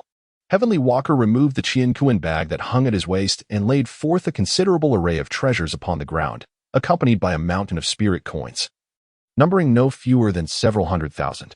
Collectively, these valuables constituted nearly 1/3 of the Black family's fortune. However, what would cause a feeble individual to be enraptured held little allure for Nangongqing. With a mere flick of her hand, she produced a self-crafted talisman that far surpassed the pile of riches before her. Gathering his courage, Heavenly Walker dared to meet Nangongqing's gaze, only to feel a sinking dread in his heart. Gritting his teeth, he resolutely declared, "Esteemed lady, if you find this insufficient, I am prepared to surrender the entirety of the Black family's assets for your discretion. Furthermore, I pledge never to trouble Fangyuan or the Solitary Gate again, and I would even take my family away from Qingfeng Ridge, never to set foot here again."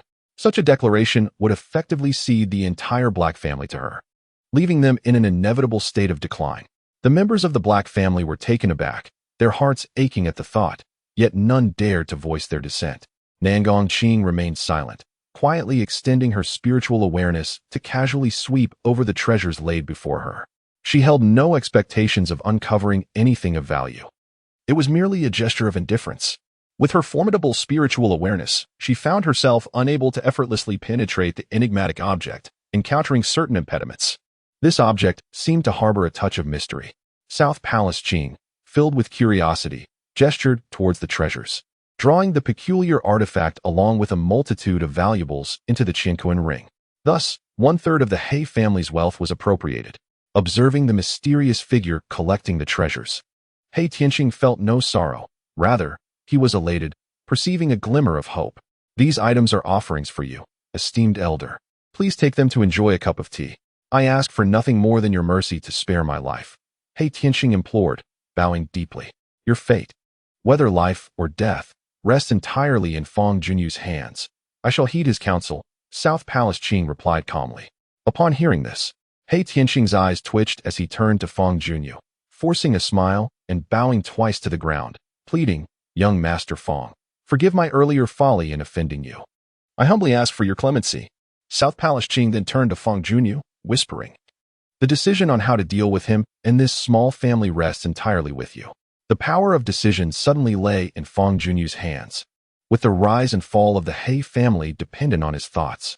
Fangyuan, appearing contemplative, gazed at the prostrated He Tianqing, akin to a lofty judge. In another part of the sprawling complex, He Liuli stood with several kin, observing the unfolding scene from a distance. As He Tianqing kneeled and pleaded for mercy before Fangyuan, an image that struck a profound impact upon those watching. Her haughty heart had been trampled into a shattered mess. Standing atop the watchtower, Fangyuan faced the wind, his garments billowing in the night breeze. He pondered how to deal with the He family. Annihilation was out of the question. He was not so deranged as to consider such extremes. Nor would Nangongqing ever consent to such an approach. After all, the He clan was numerous, with many innocent elders, women, and children among them. A more moderate solution would be preferable, eliminating the instigator sufficed. Seeing Fangyuan lost in thought, He Tianqing felt a twinge of unease. Gritting his teeth, he resolved to make a ruthless decision. "Young Master Fang, I once threatened you, demanding that you sever your own hands. That was my wrongdoing. Today, I am willing to sever my own hands as an act of contrition." A flicker of fierce determination shone in He Tianqing's eyes as he straightened himself, raising his right hand to deliver a swift blow to his left wrist.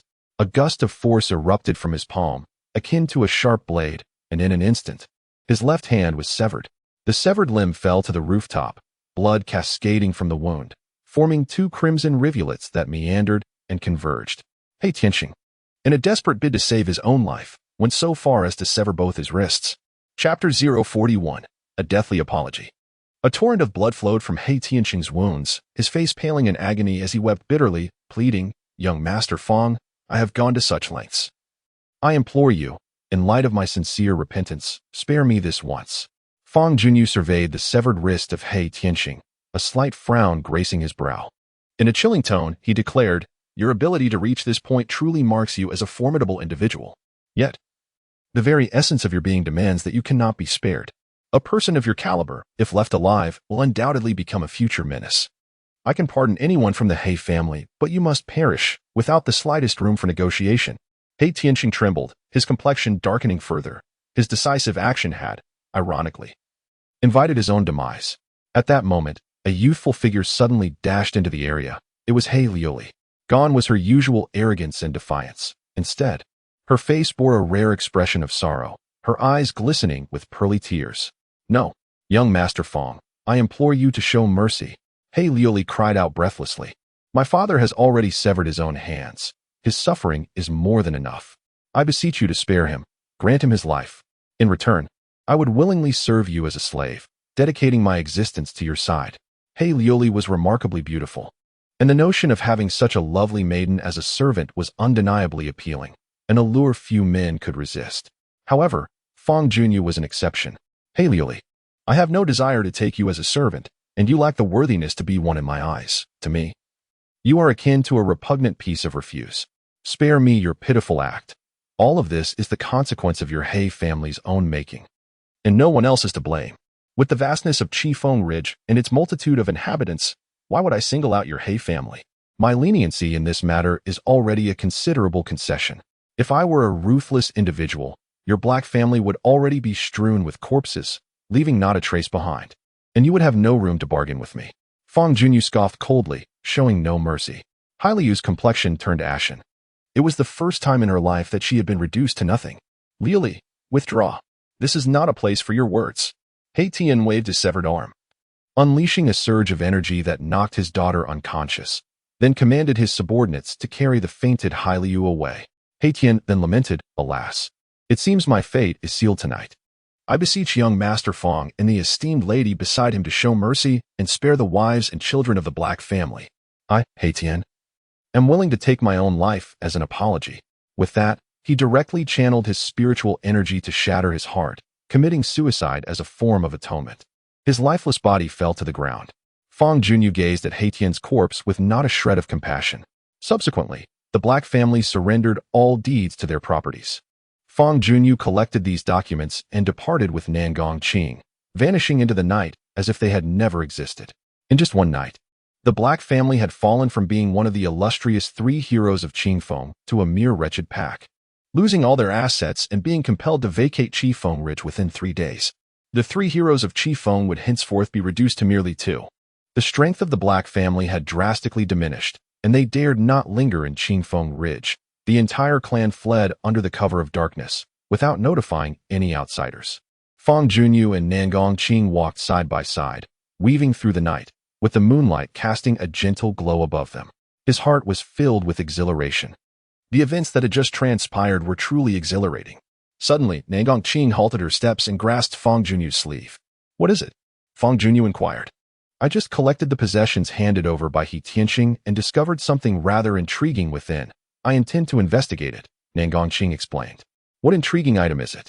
"Precisely because I am unaware of its nature that it piques my curiosity. Were I to know, my interest would wane."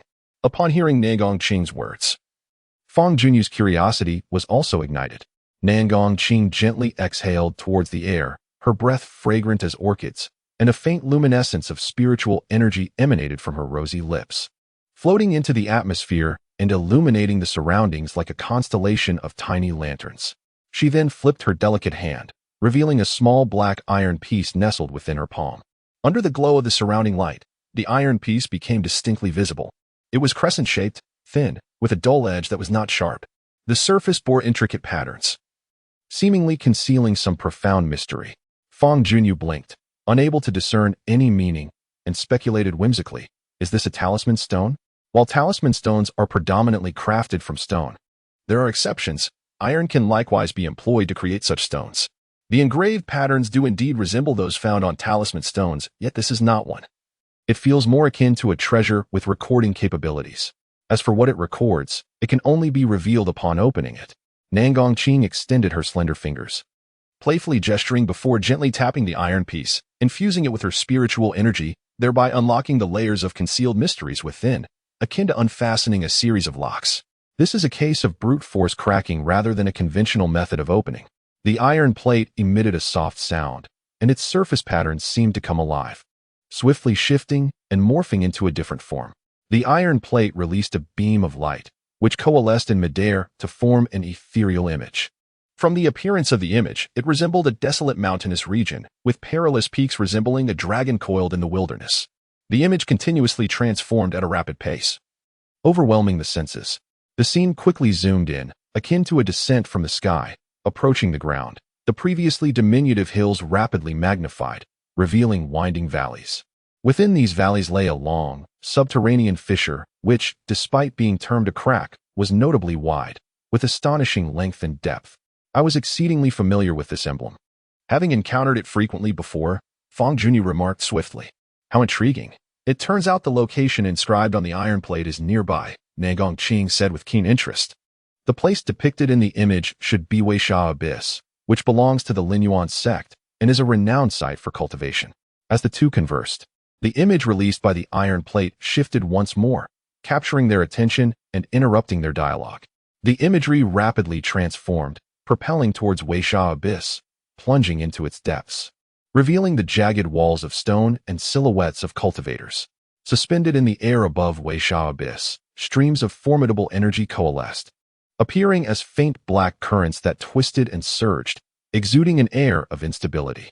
As the scene descended further, more mysterious currents emerged, their hues deepening until they ultimately turned an inky black. The mysterious current possesses a certain lethality. As it howls past, it resembles a flurry of small daggers, leaving behind a multitude of scratches in its wake. The grotesque and bizarre sights within the Weisha Abyss are the result of years of this enigmatic current's relentless erosion. Occasionally, one might catch a glimpse of some demonic beasts, appearing like wisps of black smoke, their forms ethereal and elusive. The scene descends to the very depths of the Weisha Abyss, plunging into the earth and enveloping the view in utter darkness. After a few moments, new elements emerge, suddenly illuminating the surroundings. Beneath the surface lies a hidden realm, revealing another expanse. This subterranean space is quite vast, with a peculiar stone suspended mid-air, resembling black jade, emanating waves of dark energy that cause subtle distortions in the surrounding air. It is the Qi-gathering stone. Nangongqing's eyes glimmered slightly at the sight of the black stone. What is the Qi-gathering stone? Fangyuan inquired, puzzled. The Qi-gathering stone is a rare gem, akin to extraordinary flowers and herbs, a unique treasure born of nature, possessing the ability to condense spiritual energy. The abyss that just appeared is suffused with black spiritual energy, likely condensed by this stone. However, it remains uncertain whether this Qi-gathering stone still exists. It should still be there, Fangyuan asserted. How can you be so sure? The abyss we just saw is called the Weisha Abyss, situated within the territory of the Linyuan sect, just south of Qifeng Ridge. It is said to be rich in spiritual energy, suitable for cultivators to harness. If the spirit-gathering stone has been removed, the spiritual energy in that place should have vanished. Since there is still spiritual energy, it proves that the spirit-gathering stone remains. If it is indeed still present, that would be splendid. I wish to take you to Weisha Abyss to procure that spirit-gathering stone, as indicated by this treasure map. In Nangongqing's beautiful, dark eyes, 2 points of vibrant brilliance shimmered. Chapter 042. The dominance of the gentle breeze. You wish to take that spirit-gathering stone? Fangyuan exclaimed in astonishment. Of course. How could one possibly overlook such a marvelous treasure? Nangongqing responded with conviction. The item is indeed valuable, but with so many cultivators in Weisha Abyss, the spiritual energy they absorb is all condensed from this very stone. If we were to seize the spirit-gathering stone, we would no longer worry about a lack of spiritual energy. The dilemma, however, lies in the multitude of people within Weisha Abyss. Acquiring the spirit-gathering stone may not be as simple as one might hope. What is there to fear with me around? We will surely obtain it. My genuine concern however, revolves around two other issues. What issues? From the images recorded on the iron plate, it appears that the underground space is of natural formation rather than artificially excavated. Perhaps the Lin Yuan sect has not even discovered the existence of the spirit-gathering stone. It may still be an unclaimed treasure. That seems implausible. The Lin Yuan sect has dominated that area for many years. How could they have overlooked the spirit-gathering stone? It is possible. The land can obscure spiritual senses, making it exceedingly difficult for even my own spiritual perception to penetrate deeply underground. If the Lin Yuan sect had acquired the spirit-gathering stone, they would have taken it long ago, rather than allowing such a treasure to remain buried. After processing, the qi-gathering stone's efficacy intensifies. To leave such a treasure in its natural state would be a gross waste, as no one would choose to do so, Nen Gongqing reasoned. This assertion indeed holds merit. At the very least, I have never heard of the Lin Yuan sect possessing any qi-gathering stones. Perhaps they have never encountered such an item and merely cultivated using naturally occurring spiritual energy. Once I obtain the qi-gathering stones, I shall craft 2 talismans, one for you and one for the Guju sect, with the qi-gathering stone in hand. The cultivation speed of your fellow disciples will undoubtedly experience a significant enhancement. If you are concerned about attracting the attention of other factions, you may conceal the talismans and employ them discreetly. As long as you refrain from publicizing their existence, it should pose no issue, Nan Gongqing proposed. Excellent. This idea is splendid, Fangyuan exclaimed with delight. The two continued to deliberate and established a precise plan. At Qingfeng Ridge, within the Ba Dao Martial Arts Academy, in a secluded training chamber, Zhang Laoba remained alone, engrossed in his closed-door cultivation, forbidding any interruptions. Counting today, he had been in seclusion for over 10 consecutive days. The dense spiritual energy surrounding him swiftly coalesced, pouring into his mouth and providing the final vigorous impetus needed for his breakthrough. Buzz! Zhang Laoba's complexion flushed crimson, his vital energy surging tumultuously, emanating a powerful and domineering wave of spiritual force that reverberated throughout the training chamber and even several miles beyond. Such overwhelming might clearly surpass the capabilities of the spiritual awareness realm. He had transcended the spiritual awareness realm, attaining a higher echelon of existence. The realms of cultivation are distinctly tiered, with the first 4 realms collectively known as the 4 realms of spiritual communication, each marked by the character for spirit. Transcending the 4 realms of spiritual communication, one shall step into another realm altogether. The domain above the realm of spiritual awareness is known as the blood sovereignty realm. The subsequent 2 realms also bear the character sovereignty, and these 3 realms collectively are referred to as the 3 sovereign realms. First, the awakening of spirit, then the assertion of dominance. I have finally broken through. Zhang Laoba erupted in a fit of laughter, his eyes gleaming with ecstatic fervor. His entire being surging with spiritual energy, veins visibly coursing with a crimson hue, rendering him a fearsome sight. He drew the great blade from his back and began to dance within the confines of the training room, unleashing waves of blade energy that sliced through the surrounding walls, leaving behind slender, profound gashes. Though these marks appeared inconspicuous, each extended several feet deep, a testament to their razor-sharp precision. In his current state, he was immensely stronger than he had ever been before. The disparity between the blood sovereignty realm and the 4 realms of spiritual communication was indeed as vast as heaven and earth. Zhang Laoba had always conducted himself with utmost discretion, even when dealing with rival factions, preferring to undermine them secretly rather than reveal his true capabilities publicly. He had bided his time for years, concealing his cultivation, all in anticipation of this very day, the day he would emerge from his cocoon, transformed into a butterfly. Had he revealed his power prematurely, it might have aroused the vigilance of the rival factions, potentially leading to a concerted attack against him. Now, he no longer feared those forces. Even if all factions north of Qifeng Ridge united against him, he would stand unyielding. Zhang Laoba laughed heartily, resolved to confront those hostile factions the very next day, to vanquish them utterly, and to obliterate all adversaries within the shortest span of time. The faction closest to the Ba Dao Martial Arts School was none other than the Solitary Gate. As winter approaches, the temperatures grow increasingly frigid. Within the confines of the Solitary Gate, the trees stand bare, their last leaves having fallen. Jiang Shan, despite his advanced years, appears robust, clad in a thin azure robe, and carrying the sword of wind and clouds upon his back. He strolls leisurely through the sect, a gentle smile adorning his face. The cold wind whistles past, stirring his flowing white hair, which has, unbeknownst to him, turned entirely silver, with not a single strand of black remaining. He arrives at a courtyard designated for the children's play. Dozens of youngsters frolic in small clusters, but upon the appearance of their leader, they promptly cease their games and rush to pay their respects, even the youngest among them. Most of these children are orphans, some are physically whole, while others bear disabilities. Among those abandoned by their parents, many are born with congenital afflictions. The solitary gate opens its compassionate embrace to these unfortunate souls, offering refuge regardless of the severity of their disabilities and seeking treatment where possible.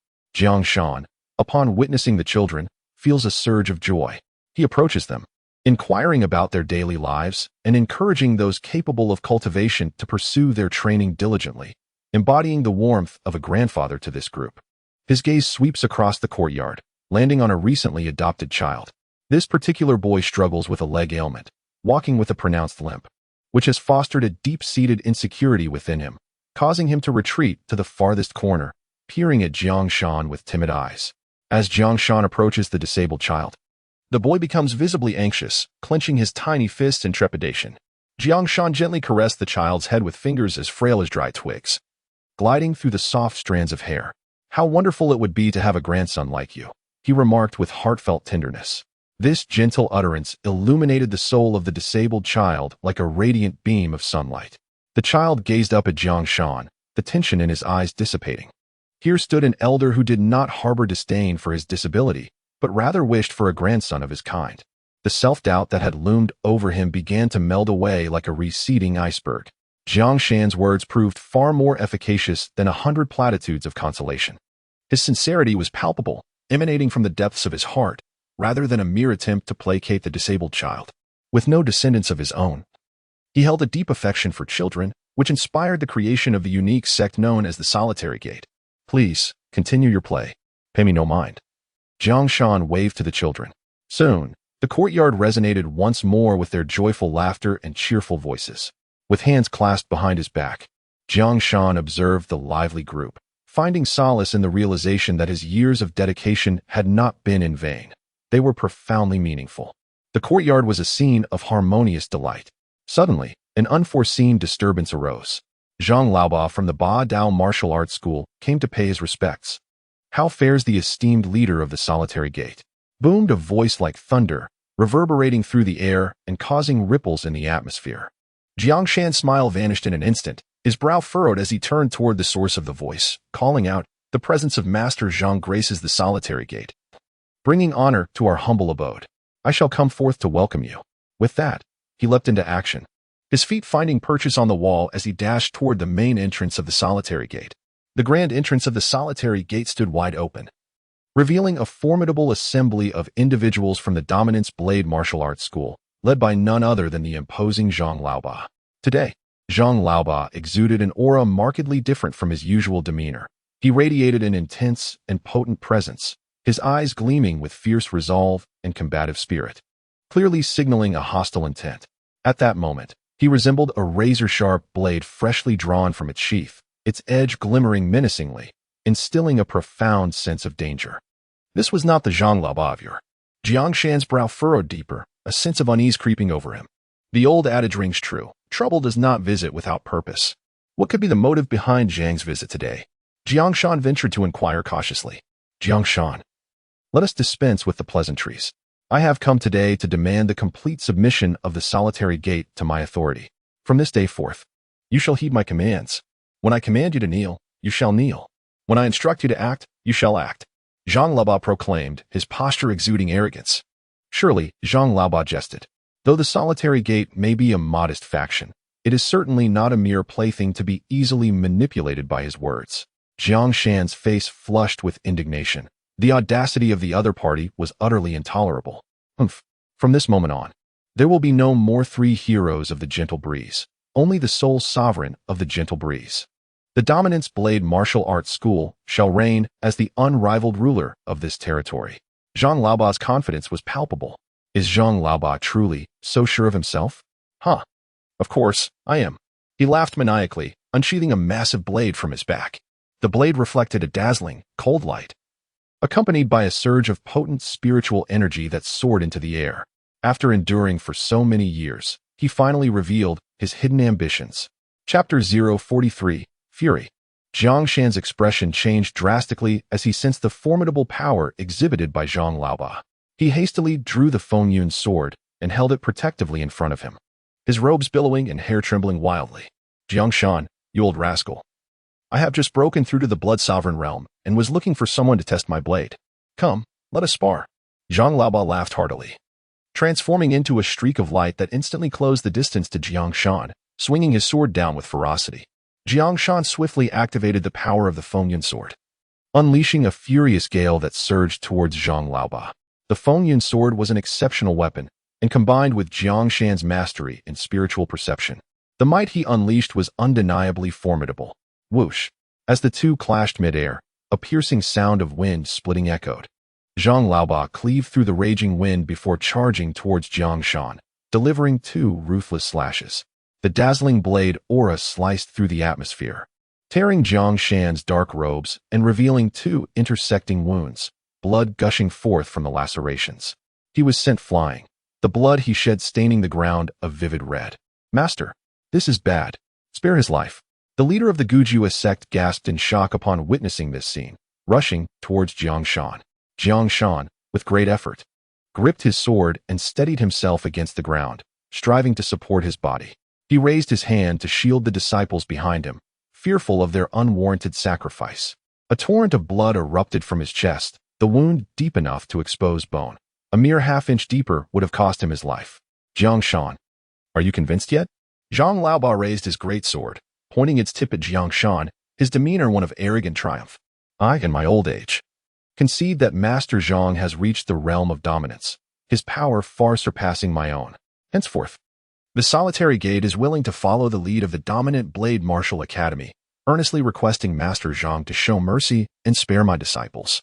Jiang Shan's complexion turned ashen, responding weakly. Ha, that is more like it. At least you, old man, possess some sense. You, Solitary Gate, are the first sect I have subdued, and I intend to conquer other forces next. Once I have vanquished all factions, I shall gather you together for a gradual re-education. Zhang Laoba burst into laughter.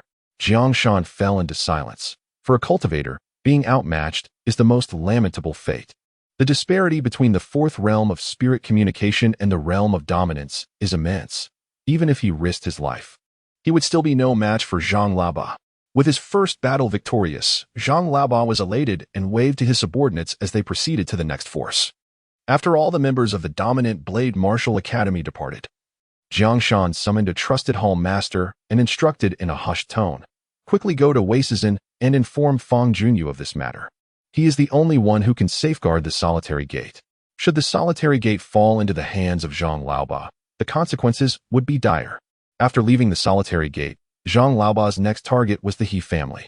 He had intended to engage in a fierce battle with He Tianqing, but upon arrival, he discovered the place deserted, with only a plethora of empty buildings remaining. The He family had vanished without a trace. Not a single person was left behind. In a single night, the He family had disappeared completely. This situation was indeed peculiar. What could have caused the He family to vanish? There were no signs of battle. As if they had not been driven away, why would they leave? Could it be that they learned of my breakthrough to the dominance blood realm, thus fleeing in fear? Indeed, such a possibility exists. Zhang Laoba furrowed his brow, contemplating and arriving at a conclusion. Having just ascended to the dominance blood realm, he could barely consider himself a formidable force, yet he felt an unprecedented surge of confidence, increasingly convinced that his conjecture held truth. Who else, apart from himself, could have instilled such terror in the esteemed He family? The He clan had sealed off all news and quietly retreated overnight, leaving no one privy to the events that transpired that fateful night. Had Zhang Laoba been aware of those occurrences, his thoughts would have been decidedly different. He was by no means the most fearsome individual north of Qifeng Ridge. Moreover, he had just unwittingly provoked the most formidable figure beyond Qifeng Ridge. In Qifeng Ridge, at the Crooked Tree Town, Fang Junyu sat in the top-tier room of the inn, clutching a jade essence of vibrant green, absorbing its unique spiritual energy to nourish the jade spirit within his dantian. After several days of absorption, the jade essence had considerably dulled. Yet, this effort was not in vain. He was now exceedingly close to reaching the third tier of the spirit realm, merely a step away. His current plan was to first break through to the third tier of the spirit realm, then properly arrange his shops, ensuring everything was in order before bidding farewell to the old sect master and embarking on a treasure-seeking venture in Weisha Abyss. Suddenly, urgent footsteps echoed from outside. Growing ever closer. "Deputy Hall Master, dire news," cried the voice outside. "The old sect master has been injured." "What has transpired? How could the old sect master sustain injuries?" Fang Junyu inquired anxiously. "Zhang Laoba of the Blade Dominance Martial Arts School has ascended to the realm of blood dominance, his powers surging dramatically. This morning, he arrived at the solitary gate with his followers, striking the old sect leader with 2 blows, compelling the solitary gate to submit to him henceforth." The hall master outside responded succinctly, inquiring about the old leader's condition. "Severely injured, his life hangs in the balance." Fang Junyu's expression shifted abruptly. Contorting into a visage of unprecedented ferocity, the surrounding atmosphere seemed to plummet in temperature, mirroring his turbulent emotions. Jiang Shan, who had raised him, was akin to a grandfather to him, and the thought of Jiang Shan being grievously harmed was unbearable. If Fang Junyu were a dragon, then Jiang Shan would be his most sensitive spot. Zhang Laoba's 2 strikes had brutally violated that sanctum, igniting his fury. He had left a talisman of defense at Jiang Shan's residence, ensuring no lingering concerns, and then altered his course towards the Blade Dominance Martial Arts School. Unbeknownst to him, Zhang Laoba's whereabouts were uncertain, yet he was resolute that should he topple the Blade Dominance, Zhang Laoba would undoubtedly reveal himself. The only path forward was through battle. "Shao Qing, lend me your strength. This time I shall personally obliterate that scoundrel Zhang Laoba." The Blade Dominance Martial Arts School, one of the 3 heroes of Qingfeng, is situated at the heart of Lingbei Town, reigning as the local powerhouse. As Fang Junyu soared through the sky above Lingbei Town, he drew the gaze of many. Passers-by halted, pointing skyward with expressions of astonishment, speculating the passage of a formidable warrior. In the town center, the doors of the Blade Dominance Martial Arts School stood wide open, with 2 disciples guarding the entrance. Suddenly, they heard the sound of air being sliced through. Shielding their eyes to gaze upward, the fleeting light surged from afar, abruptly altering its course, akin to a meteor descending towards the earth with a thunderous crash. Boom! The tiles of the ground were instantaneously shattered, dust and debris soaring into the air, as a deep pit, half a zhang in depth, emerged upon the surface. The 2 guards at the entrance were left utterly bewildered. Fang Junyu emerged slowly from the gaping chasm, his gaze ablaze, exuding an overwhelming aura of spiritual energy. This surge of power surpassed the 4th stage of spiritual awakening, rendering those below this realm incapable of discerning his true strength. His garments fluttered fiercely, and his raven hair danced wildly. With each step he took, the stones beneath him shattered, producing a disconcerting crackle. The guards recognized Fang Junyu's identity at once. Fang Junyu, what brings you to the Blade Dominance Martial Hall?" One guard dared to inquire, his hands trembling. "Where is Elder Zhang?" Fang Junyu demanded through gritted teeth. "The hall master has gone out with others. Since he is absent, we have nothing further to discuss." Fang Junyu continued to stride forward, the stones beneath his feet crumbling. The 2 guards, frightened, retreated a step, exchanging glances before hastily entering the courtyard to alert their comrades. Fang Junyu proceeded to the entrance of the Blade Dominance Martial Hall. Casting his gaze upward at the grand sign, which bore 4 gilded characters, Blade Dominance Martial Hall. These 4 characters held a weighty significance north of Qifeng Ridge, instilling a sense of trepidation. Fang Junyu regarded the inscription with a cold snort. "From this day forth, I shall ensure the complete obliteration of the Blade Dominance Martial Hall from this world." He leaped gracefully into the air, performing a stylish spin before reaching out to seize the large plaque, which he then struck down with a powerful punch. With a resounding crack, the plaque shattered into countless pieces. From this day forth, the sign of the dominant Blade Martial Arts School lay in ruins. Fang Junyu dusted off his fists and continued his advance into the spacious courtyard of the dojo. The individuals within the martial arts hall surged out of the buildings, gathering in the courtyard, numbering over 100. These were the first to arrive, with more sure to follow. Despite being but one, Fang Junyu exerted immense pressure upon the multitude before him. They drew their swords, adopting defensive stances to confront him. "What do you intend to do, Fang Junyu?" bellowed one of the instructors. "I plan to beat you. Plain and simple," he replied, and before his words had fully escaped his lips, he charged forward, arriving instantly before the instructor. Harnessing Nangong Qing's spiritual energy, he unleashed a greatly amplified 1,000-flame fist. A torrent of colossal flames erupted, numbering in the thousands. hurtling towards the members of the dominant blade martial arts school. One struck the instructor who had spoken, while the others rained down upon the rest. Boom, boom, boom. Dozens of figures were sent scattering by this attack, akin to ignited marionettes soaring through the air, falling in all directions. The flames danced through the crowd like wild serpents, creating a scene of unparalleled grandeur. Chapter 044. Challenging the school in the hands of a strong warrior. Every gesture is a weapon of destruction. The fiery array, spanning over 10 paces, invoked the laws of fire, causing the temperature of the air within its bounds to surge dramatically. A mere spark materialized, igniting a conflagration of unimaginable magnitude. A robust pillar of flames erupted skyward, centered around Fangyuan, swirling furiously outward. Numerous members of the martial arts academy were engulfed by the flames, their anguished cries piercing the air. Jiang Shan was grievously wounded, inciting Fangyuan's wrath and transforming his demeanor. He was not typically so ferocious. This time, he unleashed a lethal strike, executing a merciless, indiscriminate assault, treating all members of the Dominant Blade Academy as sworn adversaries. Since the Dominant Blade Academy dared to target the solitary gate, why show any mercy? To show kindness to one's foes is to be cruel to oneself. The casualties amidst the flames were merely the sacrificial offerings to Zhang Laoba's avaricious ambitions. Their misfortune lay in their misguided allegiance and poor associations. As the flames subsided, chaos reigned. The entire courtyard lay in ruins, transformed into a raging sea of fire. Amidst this inferno, only Fangyuan emerged unscathed, akin to a demon rising from the depths of hell. The battered members of the Martial Arts Academy gazed at the fearsome Fangyuan in sheer horror. Before them stood a figure unrecognizable. He bore no semblance to a mere 17-year-old youth. Over 100 individuals found themselves paralyzed with terror by Fangyuan alone, some even soiling themselves in fright. How could he possess such formidable power? A practitioner at the fourth realm of spiritual connection could never wield such strength. Had he perhaps ascended to the blood dominance realm? The 9-cold 10 absolute formation was a blade array executed by 9 wielders, simple yet effective. With harmonious cooperation, they could nearly double their combat prowess. A formation of 9 individuals constitutes a blade array. If one were to assemble 9 such arrays, it would culminate in a formidable grand array of immense power.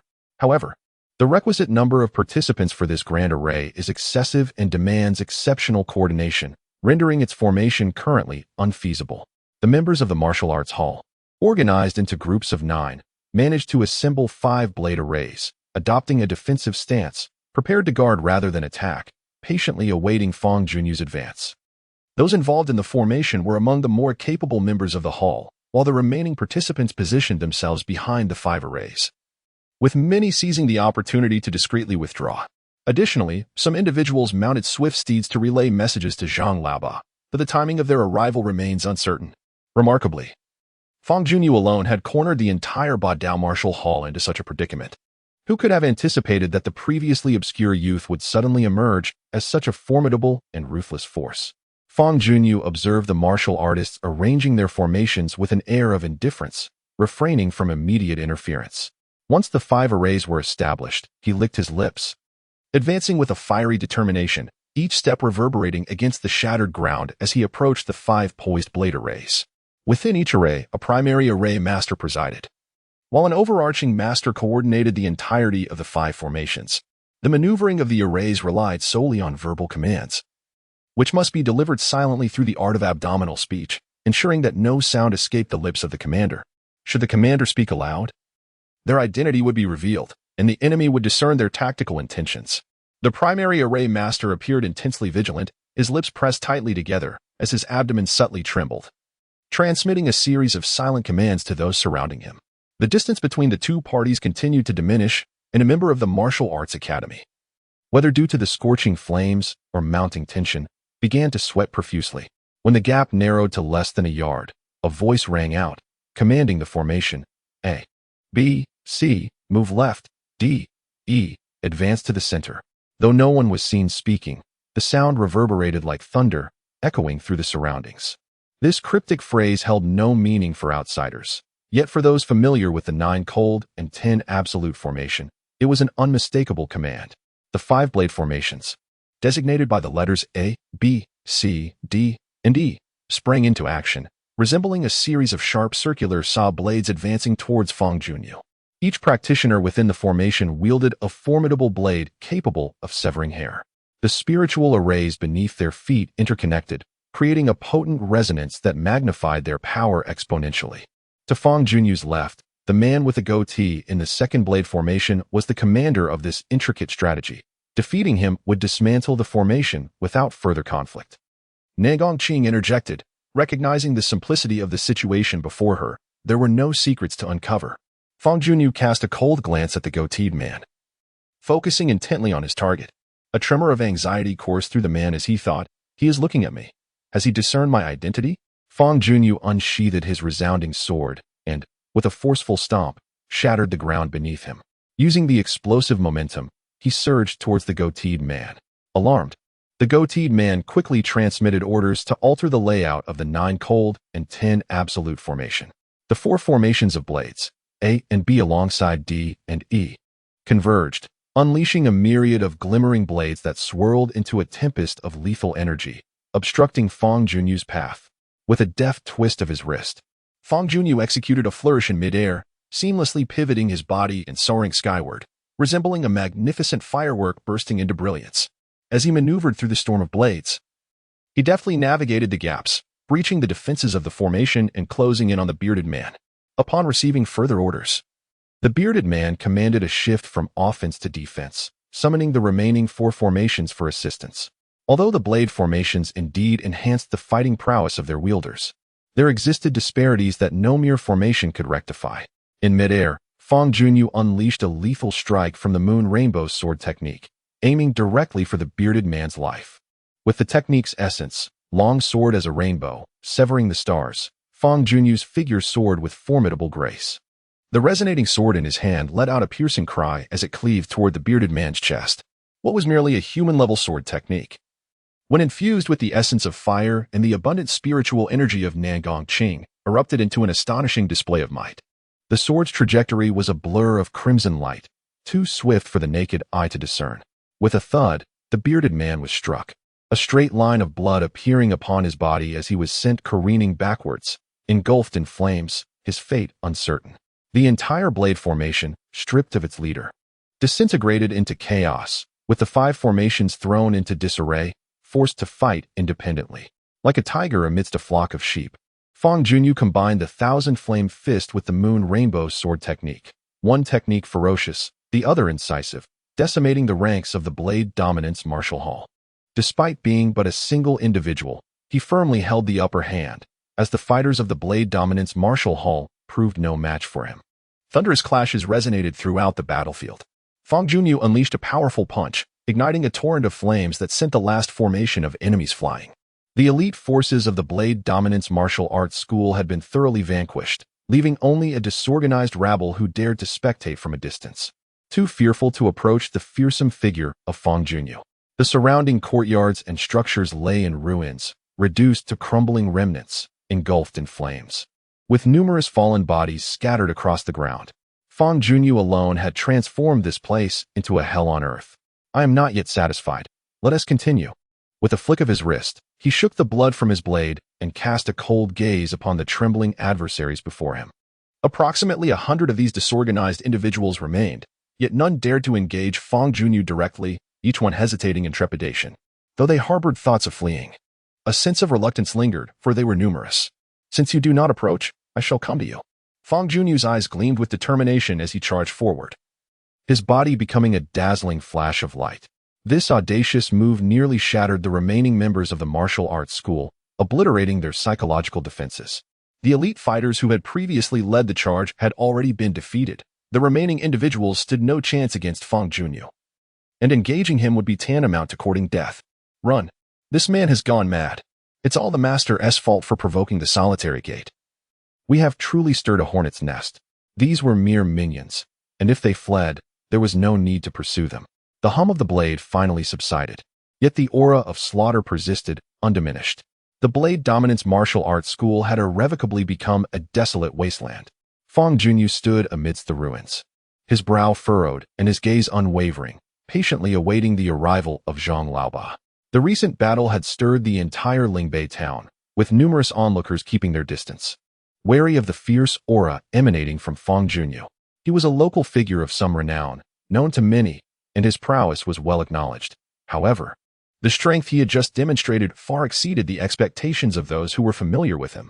Such extraordinary occurrences often hinted at the presence of something sinister, and the recent events were indeed most alarming. To challenge over 100 members of a martial arts school single-handedly, one must possess at least the cultivation of the dominant blood realm. Chapter 045, Blades and Swords Intertwined. Aside from the solitary Jujue sect and the He family, Zhang Laoba had also swept through the giant Bao sect today, his fortunes seemingly on the rise as he approached the pinnacle of success. In such circumstances, it was inconceivable for him to retreat without a fight. The ambitions he had nurtured for decades could not be extinguished by mere intimidation. With a countenance as grim as a stormy sea, Zhang Laoba galloped on horseback to the entrance of the Badawa school. Casting a glance at the shattered sign upon the ground, his eyes twitched and his teeth ground together in frustration. He had intended to sweep away all local forces in one fell swoop, but unexpectedly, his own establishment had been laid to waste, reduced to mere ruins. I shall see just how formidable a little brat, yet to fully sprout facial hair, can truly be.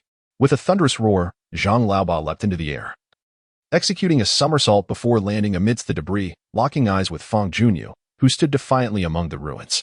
At long last, Fangyuan's adversary had arrived. In his lifetime, he had never felt such rage. It was the first time he harbored an overwhelming desire to take a life. The solitary gatekeeper raised him, and in his heart, Jiang Shan represented a grandfatherly figure. It was permissible to strike him, but to lay a hand on Jiang Shan was utterly unacceptable. There was nothing left to discuss between us. Prepare to meet your demise. With a furious roar, Fangyuan unsheathed the chiming sword, channeling a tempestuous surge of spiritual energy akin to crashing waves, and launched an assault on Zhang Laoba. Sensing the formidable wave of spiritual energy emanating from Fangyuan, Zhang Laoba's countenance shifted slightly as he realized that his opponent's power was indeed more formidable than his own. How could Fangyuan possess such strength? Could it be that he, like me, has been concealing his true abilities all along? If that were the case, his concealment was astoundingly profound. This thought flickered through Zhang Laoba's mind, but there was no time for further contemplation. Whoosh! Zhang Laoba drew forth his large blade, transforming into a fleeting shadow, his black and white hair dancing wildly with his movements. The two figures converged in an instant, colliding midair. As the blood surged within him, Zhang Laoba unleashed his signature technique, raising his blade high, infusing it with a potent spiritual force. The blade radiated blinding light, illuminating the surroundings and casting everything into a realm of white. With a flash of brilliance, Zhang Laoba's magnificent blade altered its trajectory, aiming for the spot where Fangyuan had just stood. This strike was designed to scorch the enemy's eyes with its blinding radiance, taking advantage of their temporary blindness to target their vital points, cunning and ruthless. Ultimately, Fangyuan was still too young and lacked combat experience. The sudden burst of light pierced his eyes, causing him to shut them tightly, rendering him unable to see anything in that fleeting moment. He was acutely aware of the precarious situation he faced, promptly shifting from offense to defense, executing a formidable defensive technique, the moonlit rainbow sword technique, phases of the moon.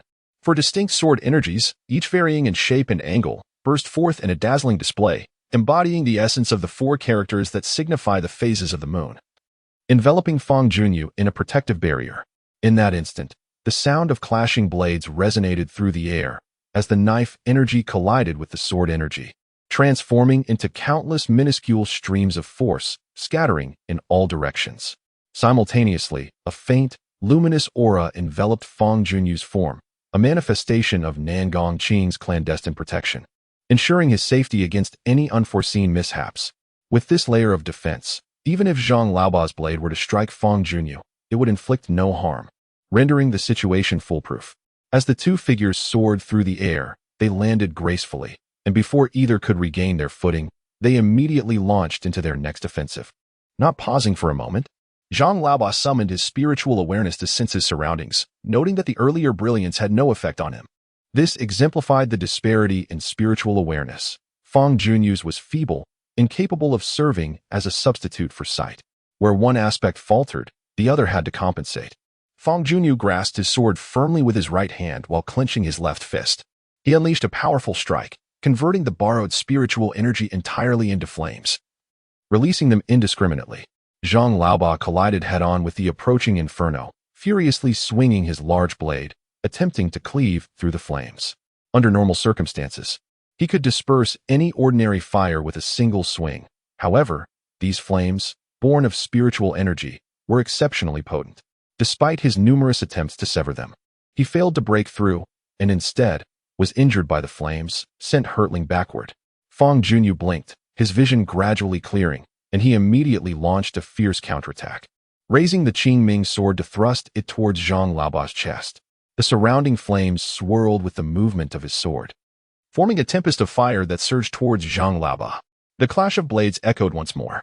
In the face of danger, Zhang Laoba adopted a defensive stance, summoning 9 streams of sword energy that intertwined in a floral formation to block the assault of the Qingming sword.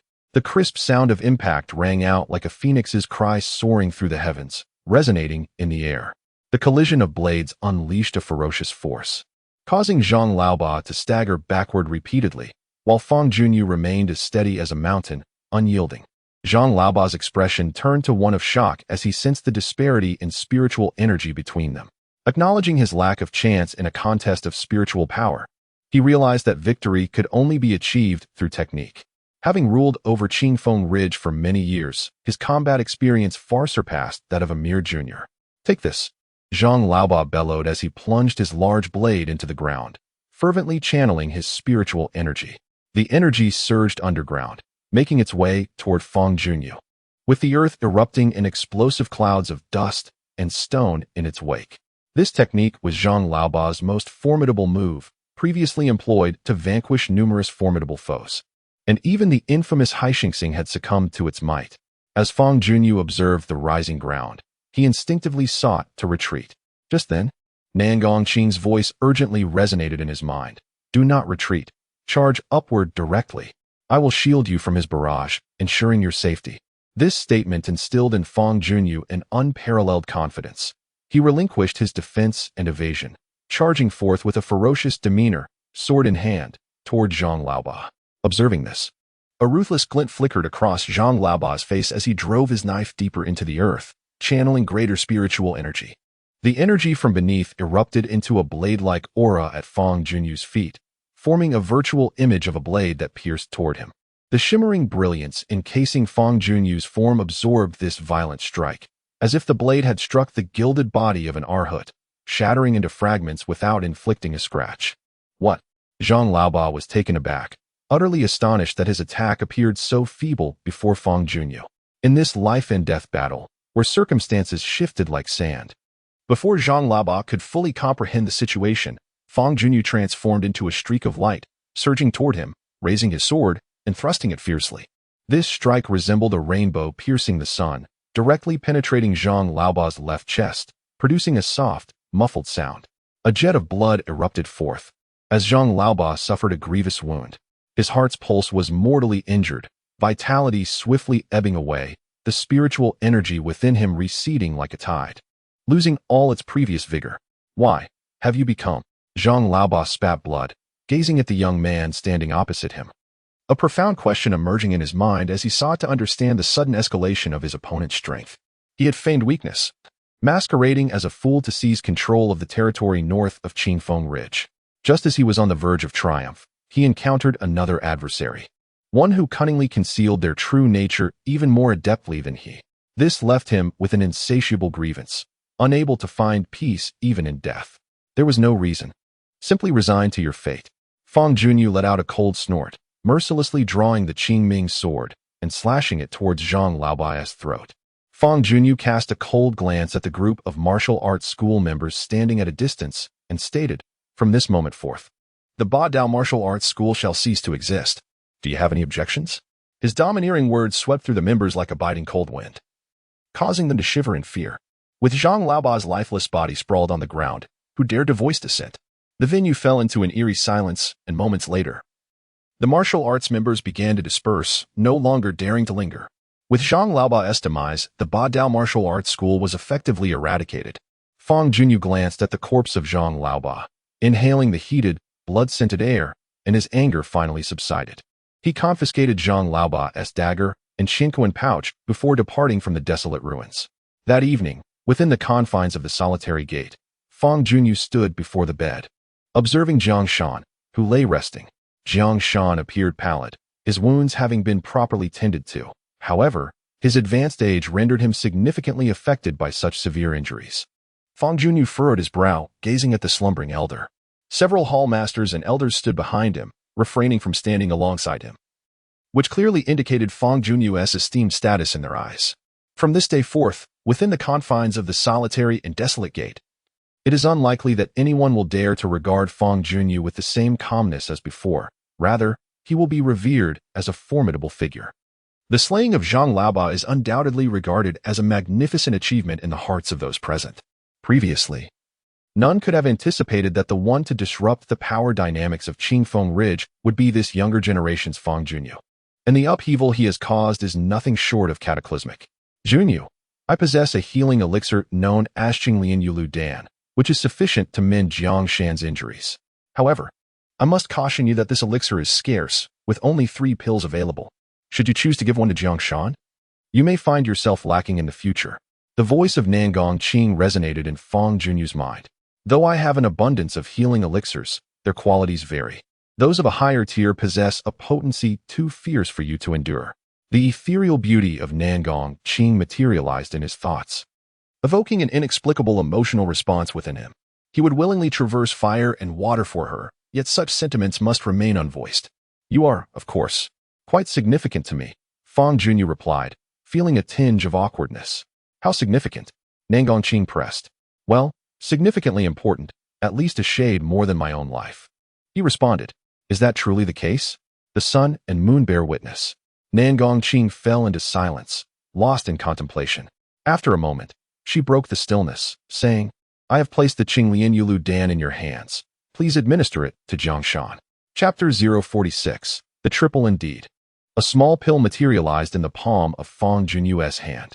He brought the pill closer to his eyes. It exhibited a delicate azure hue, its surface glistening like jade, adorned with an embossed lotus pattern, emanating a faint yet alluring fragrance. Just a whiff was enough to evoke a sense of tranquility, as if every pore in his body was unfurling in bliss. Truly, it was an exceptional elixir. His countenance brightened swiftly, and the aura surrounding him began to intensify, even surpassing his state before the injury. It seems I have made a breakthrough, Jiang Shan exclaimed in astonishment, extending his hand to touch his mouth, confirming the transformation within himself. This diminutive pill not only healed Jiang Shan's wounds, but also elevated his cultivation level. Ordinary healing elixirs could not possibly boast such miraculous effects. Fang Junyu, what is the name of this pill, and how can its potency be so formidable? Jiang Shan inquired eagerly. It is called the Qinglian Yulu pill, which I obtained from a revered master, Fang Junyu replied. The Qinglian Yulu pill. Jiang Shan gasped in disbelief. I have heard whispers of this elixir. It is renowned as a sacred medicine for healing. It is likely that selling the entire Gujua sect would not suffice to procure it. It is exceedingly precious. Upon hearing this, the individuals in the room were taken aback. Their limited knowledge prevented them from discerning the true value of the Qinglian Yulu pill. But Jiang Shan's words revealed to them just how invaluable this small pill truly was. They gazed at Fang Junyu's silhouette, their expressions growing increasingly complex. To casually produce such a valuable elixir was indeed a testament to immense wealth and influence. The sect leader, previously injured by Zhang Laoba, has now been avenged. I have slain him. Henceforth, there should be no one daring to trouble the solitary gate in the northern regions of Qingfeng Ridge. I regret my earlier compassion. For had I acted sooner to vanquish the 3 heroes of Qingfeng, today's calamity might have been averted, lamented Fang Junyu. You have killed Zhang Laoba? Jiang Shan exclaimed in astonishment, awakening to this shocking revelation for the first time.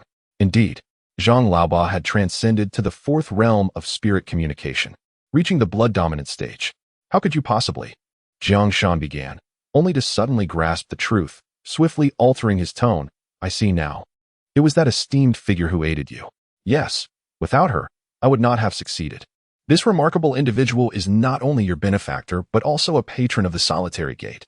Please extend my gratitude to her, Fang Junyu acknowledged with a nod, making no delay in departing after advising the old sect leader to rest well. The remaining hall masters and elders also took their leave. Jiang Shan gazed out the window at the receding figure of the youth, murmuring, "Junyu grows ever stronger. Soon, he may no longer remain in this place." He hoped that as Junyu ventured forth into the world, he would do so with safety.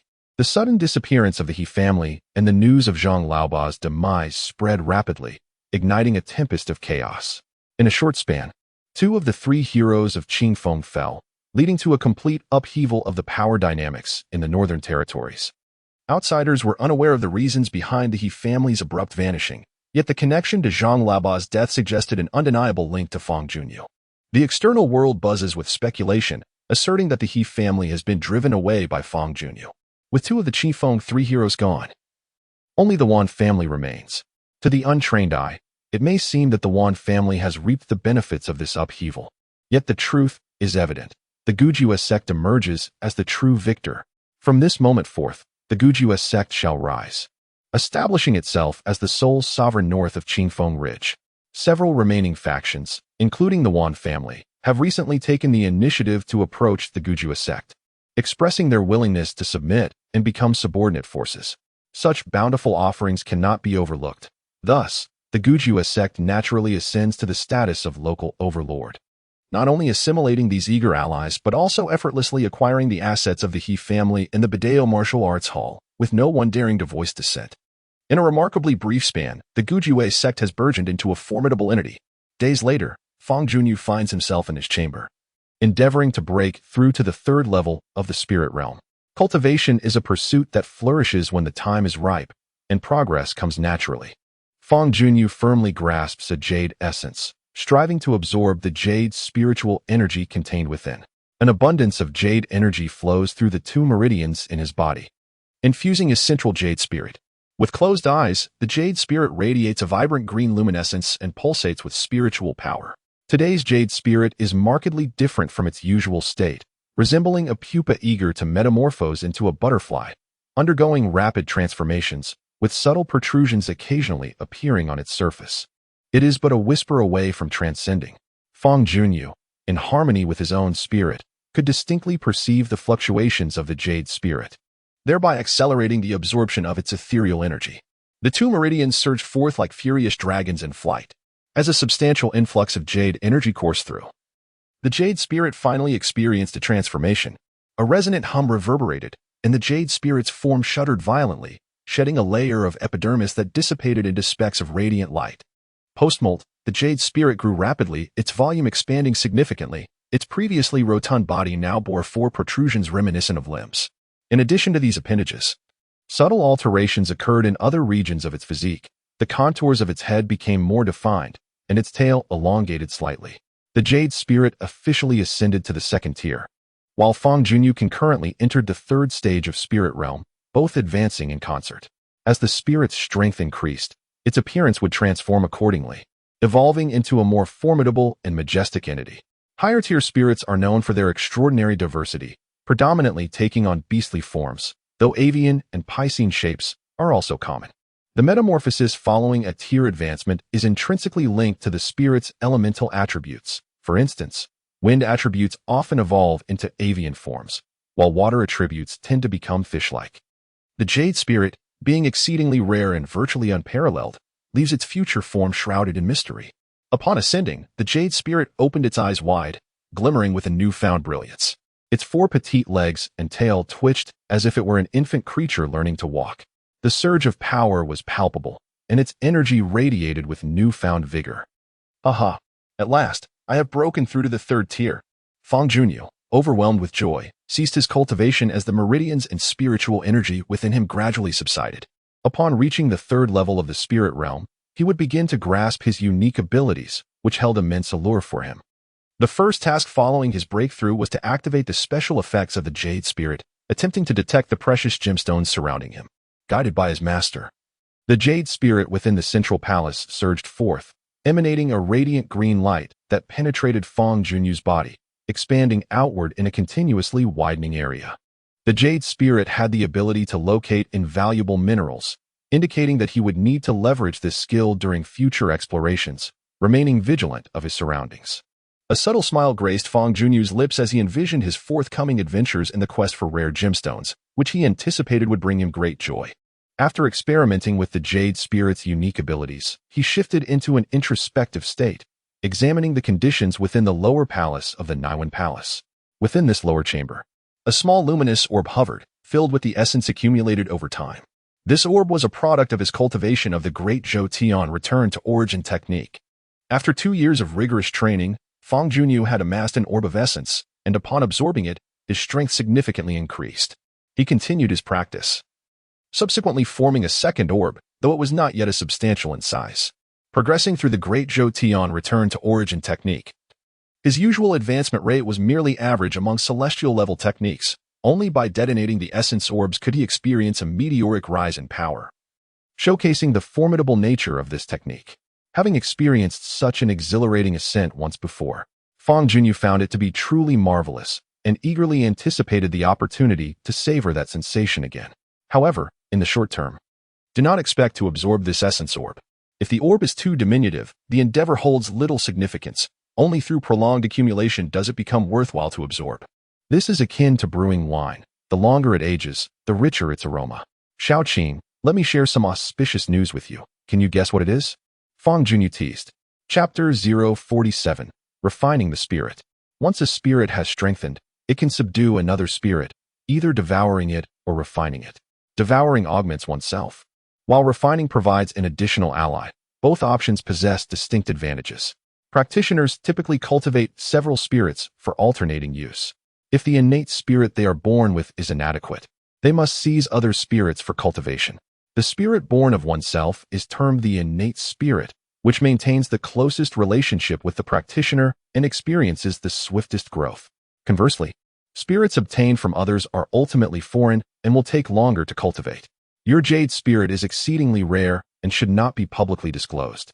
It is advisable to subdue another spirit as a disguise. If anyone inquires about your innate spirit, you may claim it to be the commonplace stone spirit. In the future, you are bound to acquire more spirits, and it will not be too late to absorb and enhance them then. Nangongqing proposed. That makes sense. We shall proceed as you suggest. Fang Junyu nodded in agreement, lightly tapping his bag of holding to retrieve the container that housed the stone spirit.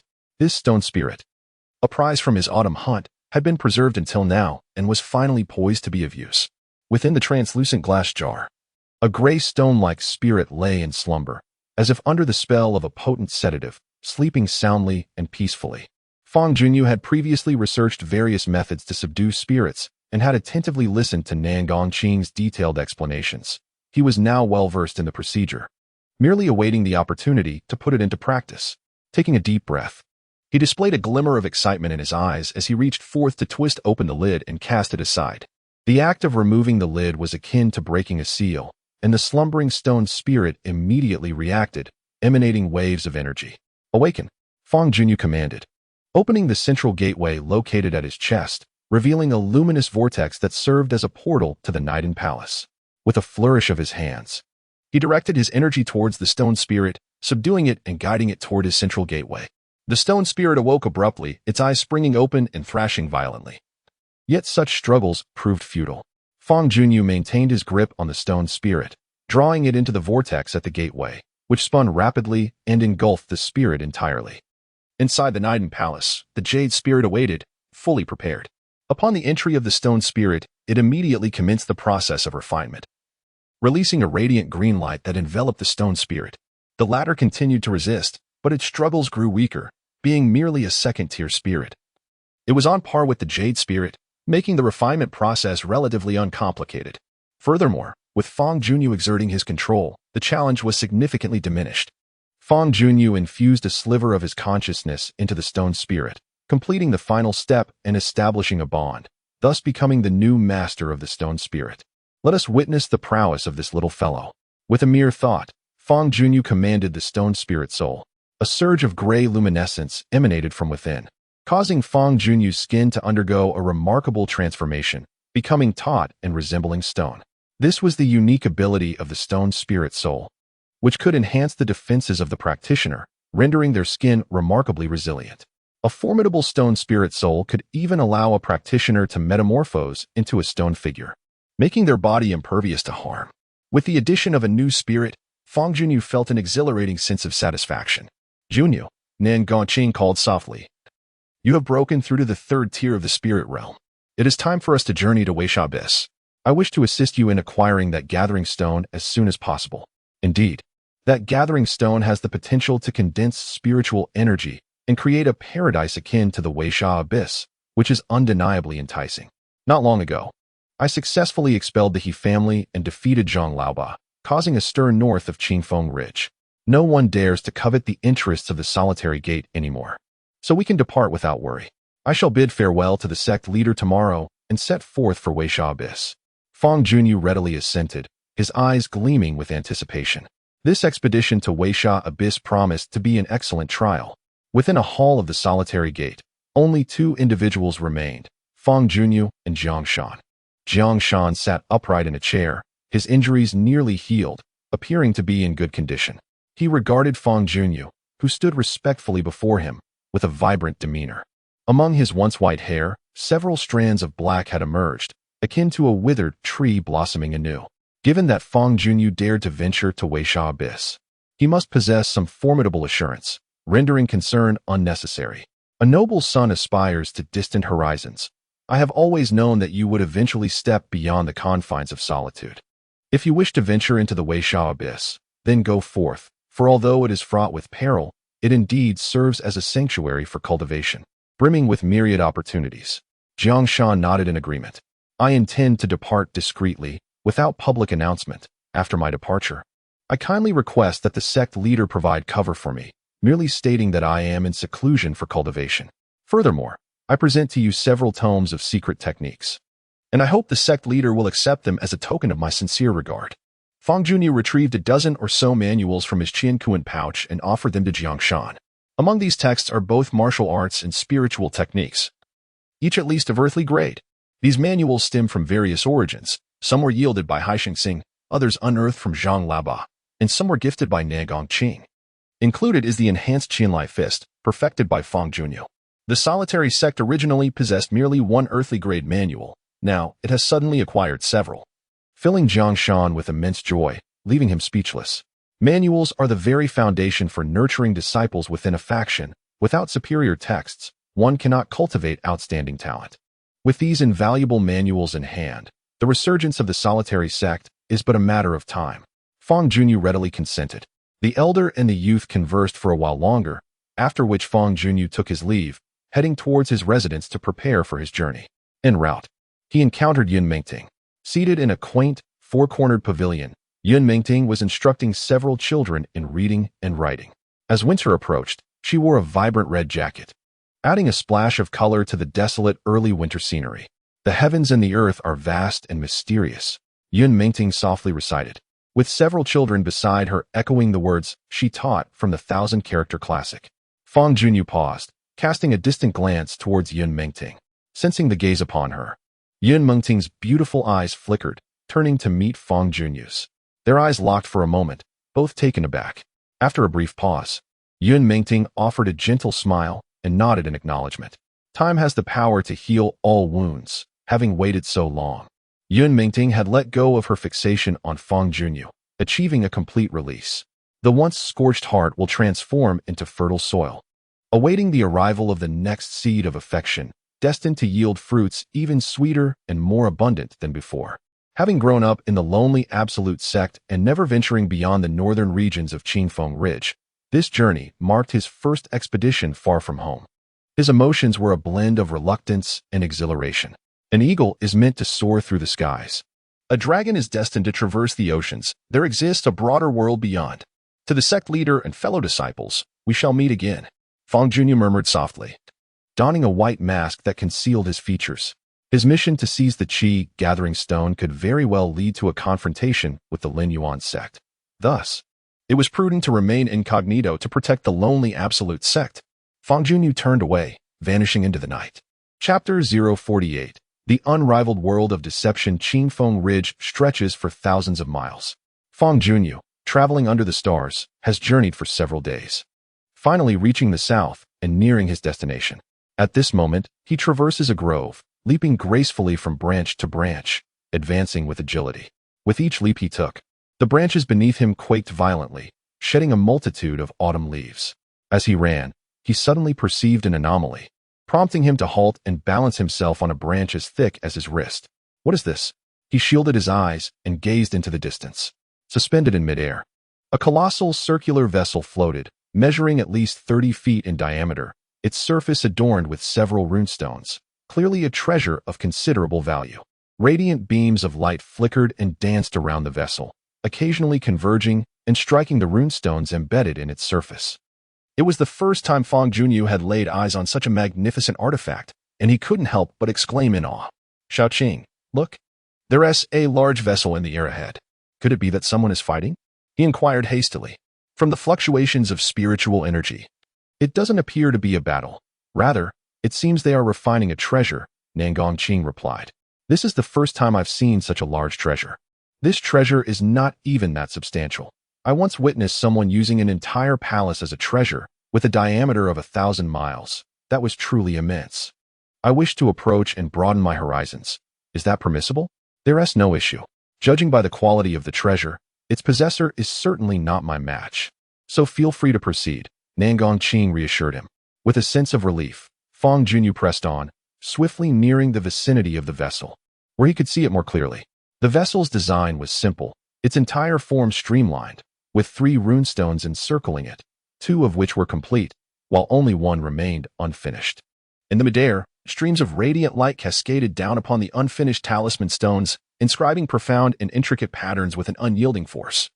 Beneath the vessel stood an elderly man of peculiar appearance, appearing to be in his 80s, his hair and beard as white as snow, yet his complexion was remarkably rosy, akin to that of an infant. His figure had grown portly, slightly resembling that of a general's belly. On his round face rested a pair of snow-white longevity brows, gracefully extending outward. The old man bore a colossal green gourd on his back, strikingly conspicuous, embellished with golden patterns and tied at the neck with a red ribbon. He tilted his head skyward, wielding a carving knife in his hand, unleashing streams of brilliance. With each motion, a new mark would emerge upon the talisman stone. Fangyuan's gaze shifted toward the man's chest, where he discerned an intricately embroidered green cloud design, a flicker of familiarity igniting in his mind. After a moment's contemplation, he recalled the origin of this embroidery. It belonged to the Biyun sect. This elder was indeed affiliated with the Biyun sect. Fangyuan felt a stir of intrigue within. The nation he hailed from was known as the Shaoxin Kingdom, which was dominated by 4 major powers, each controlling the nation's rise and fall. In comparison, the solitary and desolate sect seemed akin to a mere ant. The 4 dominant forces were the royal family, the Biyun sect, the Qiqiao Tower, and the Shiman family. The green cloud embroidery was the emblem of the Biyun sect, worn by its members to signify their identity. Fangyuan had previously encountered a disciple of the Biyun sect and recognized the emblem. It appeared that the elder before him was a figure of considerable standing within the Biyun sect. Just then, an unexpected change occurred. Suddenly, the unfinished talisman stone emitted a violent surge, akin to a dam on the brink of collapse, rendering it exceedingly unstable. The visage of the elderly man with white hair shifted in concern as he exclaimed, "This is disastrous. I mistakenly carved the spiritual pattern due to a tremor in my hand. This talisman stone is likely doomed." The so-called spiritual patterns refer to the intricate engravings upon the talisman stone, which constitute its primary component, capable of invoking various laws, akin to the workings of spiritual arrays. What may appear as chaotic spiritual patterns actually adhere to stringent requirements. Even a single misstep in engraving can jeopardize the entire talisman stone, leading to utter failure. This exemplifies one of the formidable challenges in talisman crafting. With the spiritual pattern incorrectly inscribed, the structure of the talisman stone became unstable, and the entire artifact was at risk of being compromised, likely on the verge of explosion. "Junyu, quickly cover your ears. The sound of the explosion will be deafening," came the voice of Nanggongqing, tinged with a sense of schadenfreude. Following her advice, Fangyuan hastily covered her ears. A resonating hum emanated from the artifact, as the semi-finished talisman stone erupted into bursts of sparks, the surface patterns flickering incessantly. "What are you shouting about? I shall rectify this mistake and make it work," the elderly man bellowed, gesturing wildly as he altered his hand seals, inscribing even more spiritual patterns upon the stone. His tone and actions clearly indicated that he was taking a considerable risk. As the number of spiritual patterns increased, the disturbances emanating from the semi-finished talisman stone grew increasingly tumultuous, approaching the brink of collapse. With a whirl of his form, the elderly man hastily carved another spiritual pattern, one that contravened conventional layout rules, prompting an extraordinary fluctuation that rejuvenated the overall structure of the talisman stone. The rune stone, once on the brink of explosion, suddenly stabilized, exhibiting a marked reduction in its previous volatility. Curiously, the old man's haphazard carvings inadvertently provided a glimmer of hope for this artifact. Nangong transmitted his voice once more, tinged with a hint of intrigue. This treasure will not detonate. Fangyuan slightly relaxed his ears. Then why wait? Let us act swiftly. Very well, I shall borrow your body for a moment, and in return, I will lend you my hand to assist him. Nangong, brimming with eagerness, immediately unleashed a surge of spiritual energy that enveloped Fangyuan entirely, manipulating his body as one would a puppet. Fangyuan soared into the air, radiating a formidable wave of spiritual power, even surpassing the elderly man before him by a margin. The elderly man, with his white hair, expressed surprise and hesitated momentarily.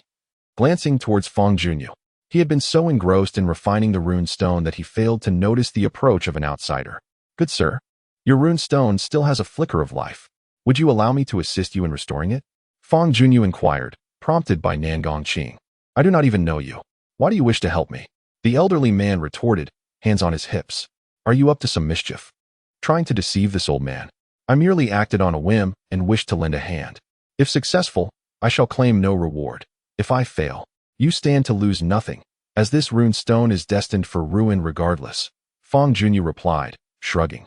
Do you truly believe you can restore this rune stone? The white-haired elder remained skeptical. I possess a 70% certainty, Fangyuan assured. Should it be restored, you truly require no payment? Indeed. Well then, let us see how this unfolds. After all, this talisman is destined to explode. I might as well treat it as a dying horse and hope for a miracle. However, I must warn you in advance, should the talisman injure you during the process, it shall be no concern of mine. The white-haired elder reluctantly agreed. Rest assured, this talisman will not detonate. Even if I fail, I will find a way to stabilize it. Fangyuan said with a faint smile as he soared toward the artifact suspended in midair. Under the guidance of Nangong, he deftly transformed his hand gestures, unleashing streams of spiritual energy that resembled sharp chisels, etching intricate runes upon the talisman. These runes, crafted with remarkable finesse, rectified previous errors and constructed an alternative framework, directing the talisman's internal energy to stabilize its structure. Previously, the white-haired elder had merely stumbled upon a clever trick, and had he continued without intervention, he would have ultimately faltered. Seizing this unexpected opportunity, Nangong devised a flawless solution, executed through Fangyuan's adept hands, showcasing the hallmark of a master talisman creator. Each of her movements was executed with impeccable precision, her speed and skill in engraving runes eclipsing the elder's abilities, revealing the vast disparity in their expertise. As the talisman gradually improved, the elder rejoiced, dancing with delight and exclaiming, "Little one, I must admit, I never perceived you to be so formidable. You surpassed this old man by leaps and bounds." After a brief moment, Fangyuan's fingers, akin to iron strokes and silver hooks, inscribed the final spiritual pattern onto the talisman stone. All the patterns harmoniously intertwined, resonating powerfully and shimmering several times. The task was accomplished. Fangyuan let out a hearty laugh and gracefully descended. Although others had covertly assisted, this process still filled him with exhilaration and broadened his horizons significantly. The elderly man with white hair gestured, summoning the jar before him. He circled the jar, observing it with delight, bouncing with joy. He gave Fangyuan a thumbs up, expressing admiration. You truly possess remarkable skills. Even such a heavenly-grade talisman stone can be restored by you. Among all the talisman makers I have encountered in my lifetime, you undoubtedly rank among the top 3. Fangyuan remained silent in response, but conveyed a thought to Nangong. He is praising you. I am solely interested in that talisman stone and have no desire to engage in conversation with him. You may converse with him at your leisure. Nangong appeared disinterested, showing no signs of pride in the elderly man's compliments. The white-haired elder, resembling a mischievous old monkey, hopped over to Fangyuan and said with a grin, "You excel in talisman crafting. I wish to learn from you. Would you accept me as your disciple?" "Accept you as a disciple?" Fangyuan was taken aback. Indeed, indeed, would you take me as your disciple? The elderly man beamed, resembling a playful child. That won't do. You could very well be my grandfather. How could I dare to take you as my disciple? Skill precedes age. It is not a matter of years. Your talisman crafting expertise is so high that you are more than qualified to be my master. Fangyuan chuckled softly, for he was, in truth, incapable of crafting talisman stones. The earlier success was entirely due to Nangongqing's prowess. It is utterly impossible for him to take the old man as his disciple.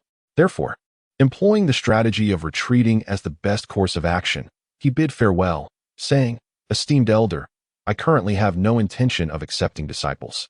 I sincerely apologize. I have matters to attend to, so please continue, and we shall part ways here. Do not be in such a hurry to leave."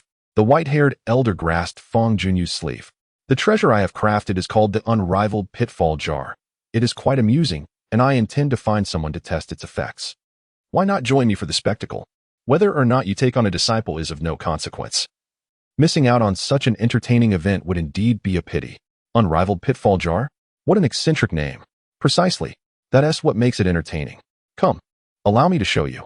The white-haired elder, brimming with enthusiasm, gestured into the air and retrieved the treasure jar from the sky before seizing Fangyuan and dashing off. Destination unknown. Fangyuan, being youthful and curious, found himself intrigued by the unrivaled pitfall jar and followed the elder. Though the old man was rather peculiar, he did not seem malevolent. Both of them moved swiftly, covering several dozen miles in the time it takes to burn a stick of incense, eventually arriving near a small village. The name of the village was unknown, but it boasted over 100 scattered households, with smoke curling from some chimneys and villagers meandering through the streets. At last, we have found someone. You stay right here and do not move. I shall present you with a splendid performance."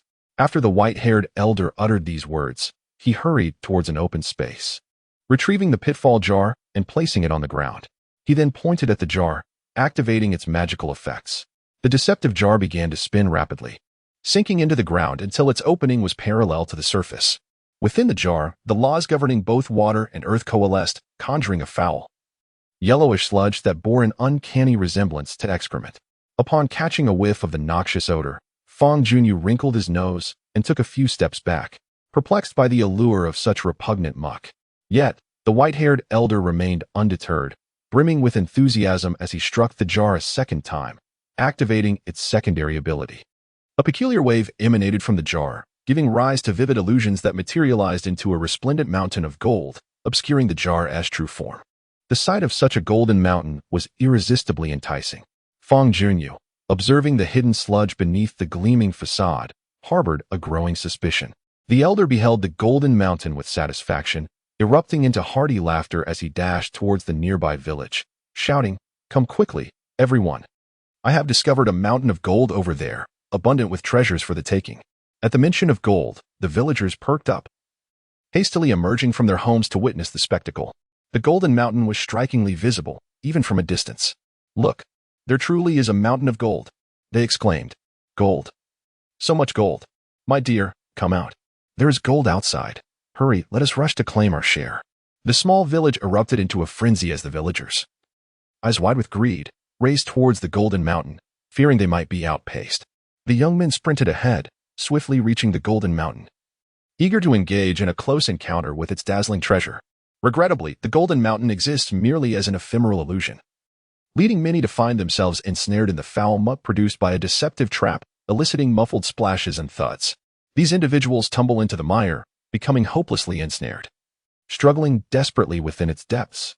The noxious sludge invades their mouths and nostrils, its stench overwhelming.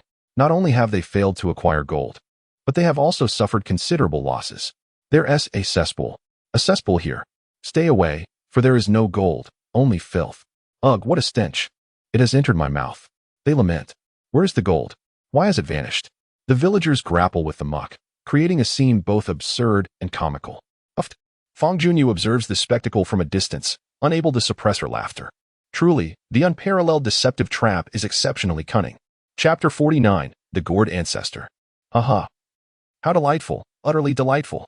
The white-haired elder gazes at those mired in the swamp, laughing heartily, tears streaming down his cheeks. To painstakingly forge a treasure merely for the amusement of others is indeed a most wicked pleasure. If a youth were to engage in such antics, it might be excusable. But he is, after all, an elderly man with snow-white hair, a truly peculiar sight. Previously, Fangyuan had thought the sect master of Jianshan to be a bit of a mischievous old man, but now she realizes she had misjudged him. This white-haired elder is the true embodiment of an old trickster. Shaqing, we have encountered an eccentric, Fangyuan conveys to Nangongqing, her bemusement palpable. The world is vast, filled with the extraordinary, and many practitioners exhibit peculiar temperaments. Nangongqing, however, finds no surprise in this. Not all cultivators in this world relentlessly pursue power. Different practitioners possess varying aspirations. Some revel in the pleasures of life, wandering like carefree clouds and wild cranes. Others become consumed by obsession, straying into malevolence and wreaking havoc. There are those who immerse themselves in contemplation, seated atop mountains, pondering the profound truths of the universe and existence. Some are entranced by beauty, navigating through a myriad of blossoms without a trace upon their garments. This diverse array of cultivators collectively forms a vibrant realm of cultivation, one that cannot be dominated by a single hue. After enough mischief, the elderly man with white hair stowed away his deceptive jar, emptying its contents upon the hapless individuals ensnared within. He then activated the jar's remarkable properties, cleansing it thoroughly with pure water, leaving no trace of foul mud behind. Indeed, this is a cunning instrument, to be wielded when necessary and easily stored when not in use. A treasure with multifaceted applications. It could also serve a purpose in battle, not merely a tool for trickery. The white-haired elder and Fangyuan departed, leaving behind a group of unfortunate souls, still bewildered by the turn of events and vaguely sensing they had been duped. In the forest, an elderly man and a young one raced ahead, swifter than the wind. Wasn't that amusing? The elder laughed. Those individuals sought to seize gold, but ended up wallowing in muck. They were utterly wretched. This treasure is truly extraordinary. I wish to explore further and ensnare more victims. Indeed, one's joy often finds its foundation in the suffering of others, he exclaimed with glee. Feel free to indulge in your amusements, replied the young man. I have little interest in deceiving others, so I shall refrain from joining you. Fangyuan came to a halt, preparing to part ways. My young friend, do not be in such a hurry to leave. You have greatly assisted me and allowed me to indulge in great pleasure. Why not consider forging a friendship? A friendship that transcends generations? Haha, indeed. A friendship that transcends generations.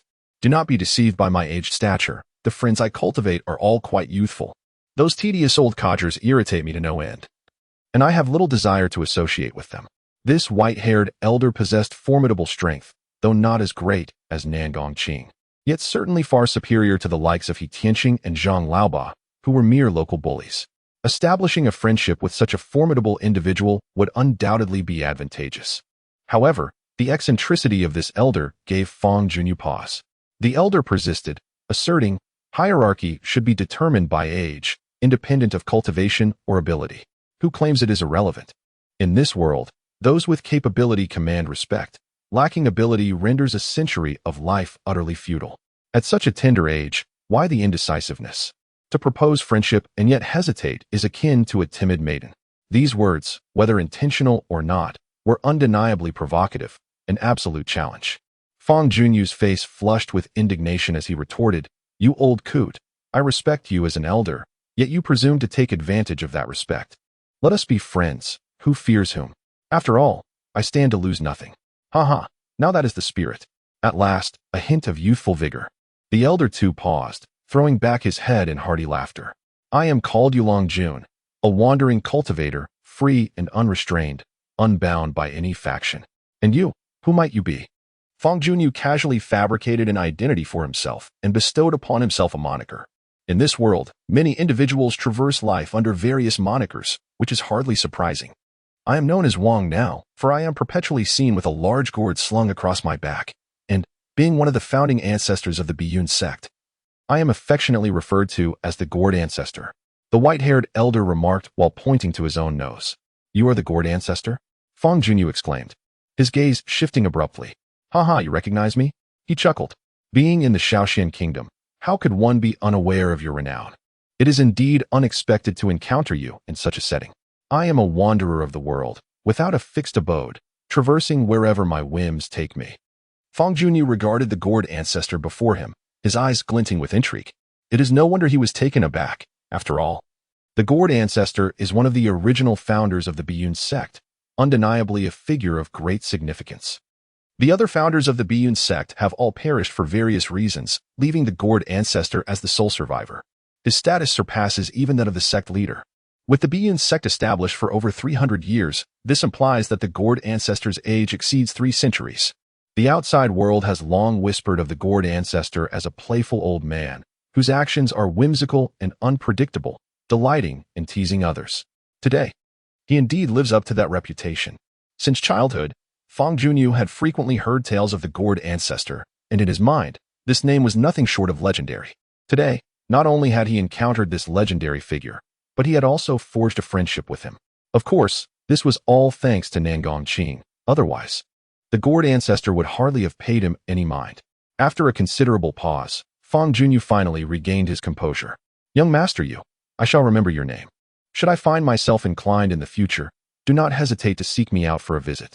I possess a token from the Biyun sect. Carry it with you. And should the need arise in the future, you may use this token to reach me. The elder of the gourd casually produced a black token and tossed it towards Fangyuan. Fangyuan deftly caught the black token and held it up for inspection. The surface of the token was intricately engraved with spiritual patterns, evidently possessing remarkable efficacy. This token is known as the Biyun token, and it bears my spiritual imprint. There are multiple copies of this item, each capable of transmitting sound over vast distances. By infusing it with spiritual energy, one can activate its effect, allowing communication by speaking into one token while the others will resonate with sound. However, there exists a limitation to this transmission. It can only convey sound within a range of approximately 10,000 miles. Beyond that distance, the message will not be heard. The elder of the gourd, brimming with enthusiasm, animatedly elaborated on the token's capabilities, his eyes sparkling with excitement. I have distributed this token to many individuals, on occasion, when the mood strikes me. I have used it to playfully disturb others, rousing them in the dead of night for a quick trip to the restroom. Quite the amusing pastime. However, rest assured, I have grown weary of this particular jest and shall refrain from using it to disturb you, at least for the time being. Fangyuan smiled awkwardly, rendered speechless, while simultaneously marveling at the token's extraordinary properties. The ability to transmit sound over such a distance is indeed remarkable. There are a few more details to bring to your attention. The Biyun token has a limited number of uses. Each activation reduces its count.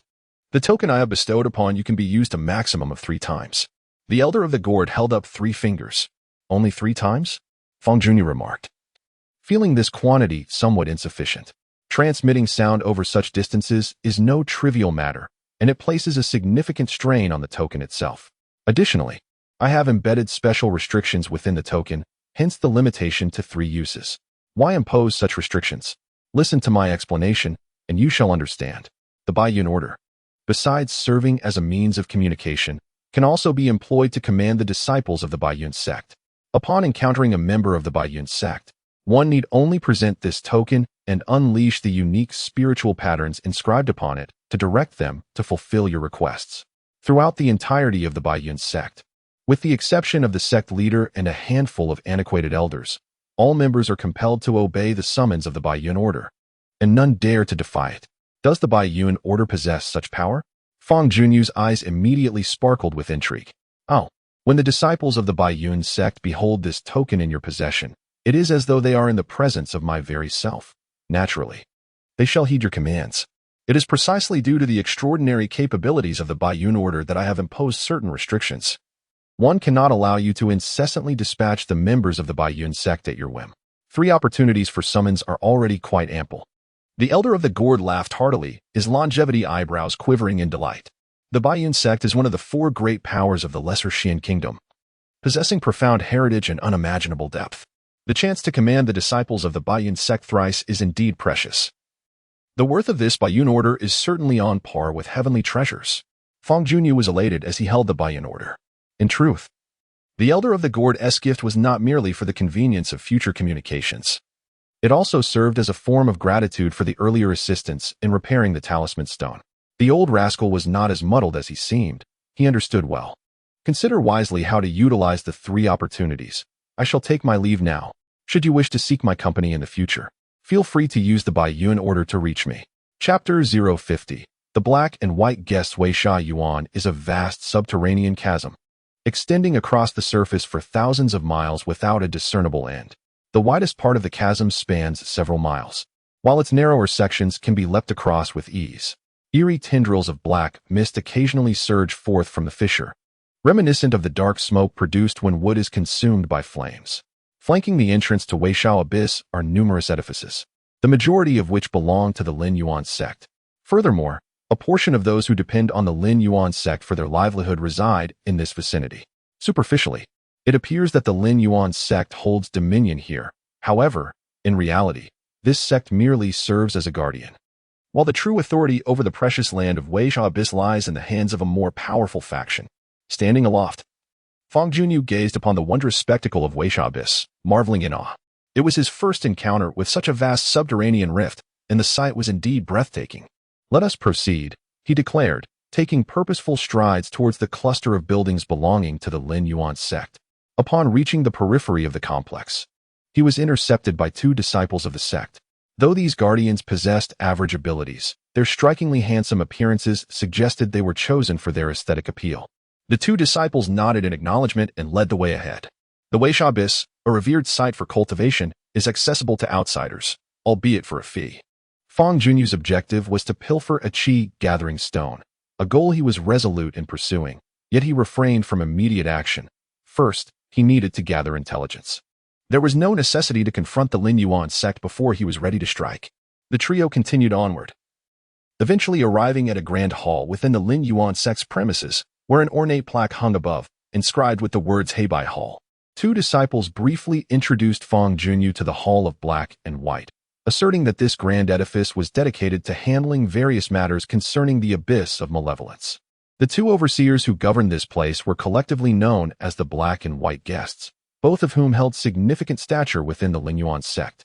The Hall of Black and White exuded a majestic aura, with its entrance towering over 10 feet high, adorned with intricately carved beams and painted rafters, and supported by numerous imposing columns. The so-called Black and White Guests sat within the hall. Both men were already in their middle years. One had a dark complexion and was clad in black attire, while the other possessed a fair complexion and donned white garments. They sat regally in elevated positions, the man in black exuding an air of disdainful authority, while the man in white appeared refined and possessed a gentle demeanor, respectfully presenting the overseers. "This friend wishes to enter the abyss of malevolence for cultivation. We kindly request your judgment," the two disciples said, bowing to the Black and White Guests. Fangyuan stood nearby, also offering a slight nod in acknowledgement. The two guests lifted their gaze, appraising Fangyuan with scrutiny, and subtly sensed the faint fluctuations of spiritual energy emanating from him. It was evident that he was not a formidable figure, or perhaps he was concealing his true capabilities. At that moment, Fangyuan was clad in a black robe, his head covered by a hood, and his face obscured by a white mask, rendering his identity indiscernible. "Does this friend dare not reveal his true visage?" inquired the man in black among the Black and White Guests. "It is not a matter of daring, but rather a matter of unwillingness," Fangyuan replied. "To conceal oneself can indicate three possibilities. First, one is being pursued. Second, one harbors ulterior motives. Third, one feels ashamed to be seen. I wonder which category you belong to." The man in black unleashed a pressure of spiritual awareness, enveloping Fangyuan, his words and actions laden with an intent of probing. Though the Weishao Abyss is open to the outside world, entry is not granted lightly. A thorough examination and inquiry are inevitable. An invisible assault of spiritual consciousness approached, wielding a subtle yet formidable power. Nagongqing let out a soft huff, quietly releasing her own spiritual awareness to shield Fangyuan, deftly dissipating the incoming force without leaving a trace. Simultaneously, she advised, "Junyu, do not let him intimidate you. Speak as you wish. The Lin Yuan sect, in its pursuit of business, will undoubtedly allow you entry into the Weishao Abyss, with the clandestine support of a beauty." Fangyuan felt a surge of confidence, calmly observing the duo in black and white, resembling a rugged reef unwavering amidst tumultuous waves. The figure in black attempted to probe with his spiritual awareness, but to no avail. He exchanged a glance with his companion in white, a flicker of unusual color igniting in their eyes. "As far as I am aware, your esteemed sect imposes few restrictions on those wishing to enter the Weishao Abyss. provided they do not threaten your interests. This is a condition I can certainly meet. I implore you both to exercise restraint and cease your probing, Fangyuan stated, hands clasped together in salute.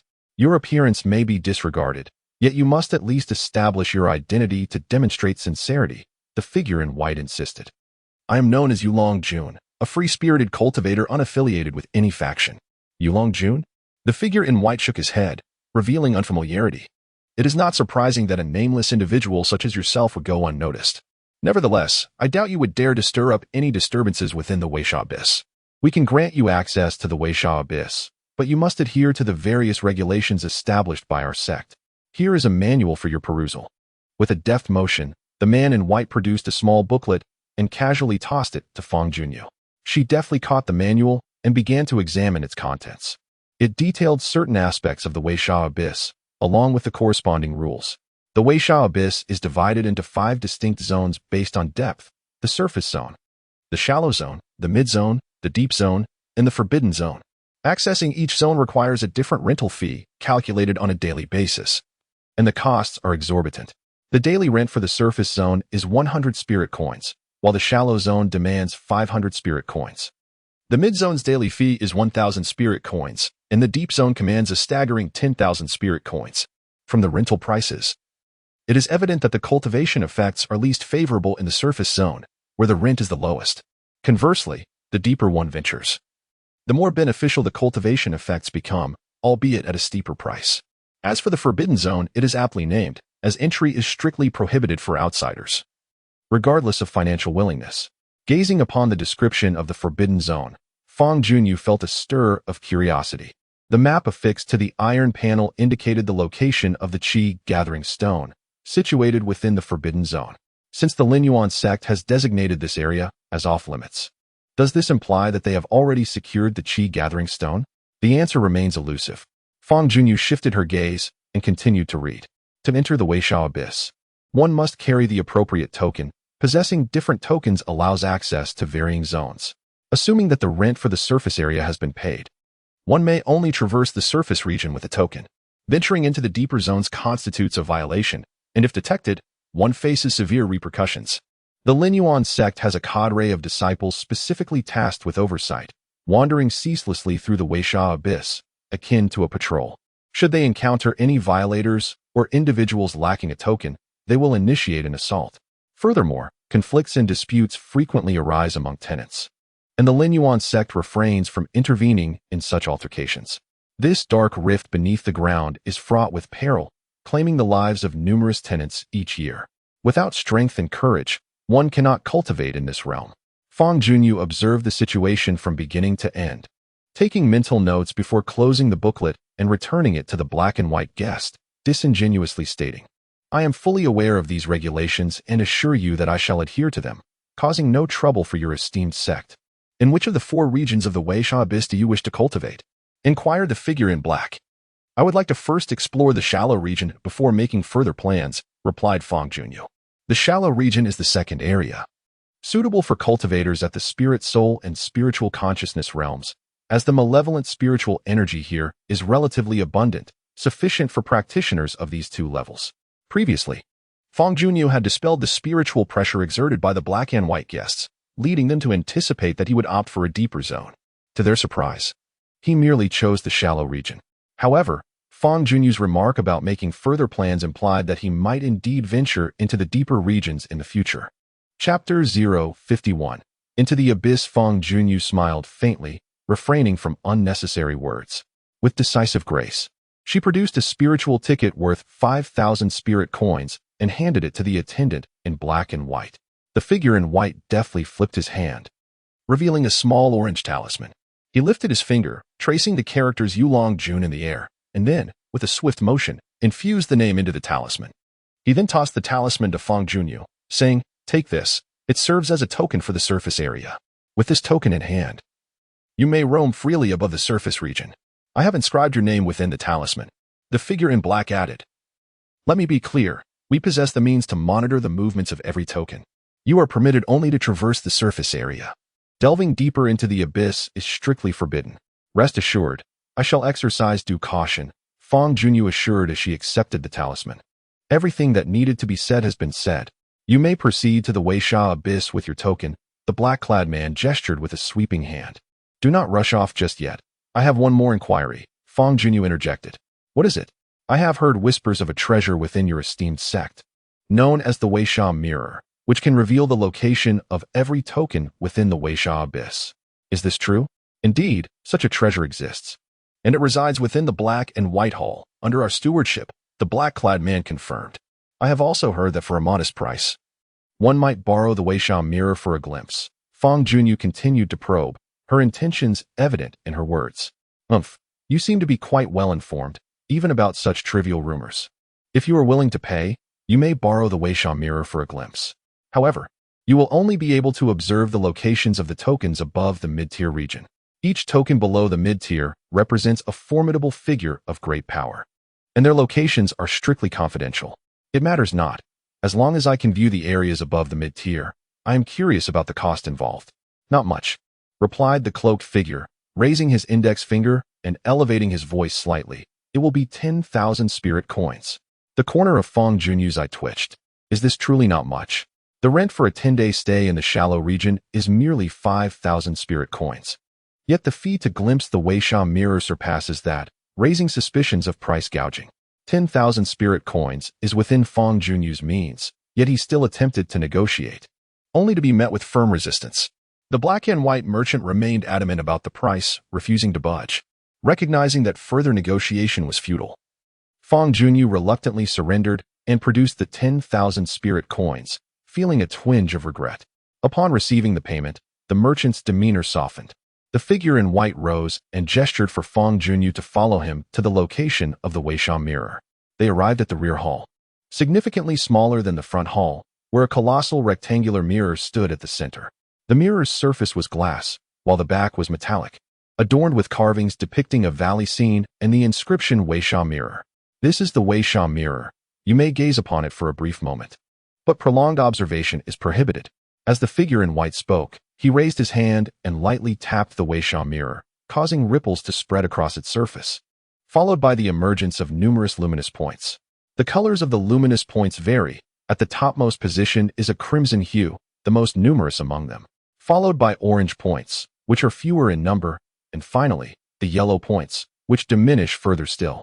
Each distinct point symbolizes a different area. The crimson points represent the surface zone, the orange points denote the shallow layer, and the yellow points correspond to the mid-layer. Areas below the mid-layer are prohibited from public disclosure, rendering the lower points invisible. From a distance, these points resemble a multitude of fireflies scattered across a mirror surface, with each point signifying a tenant.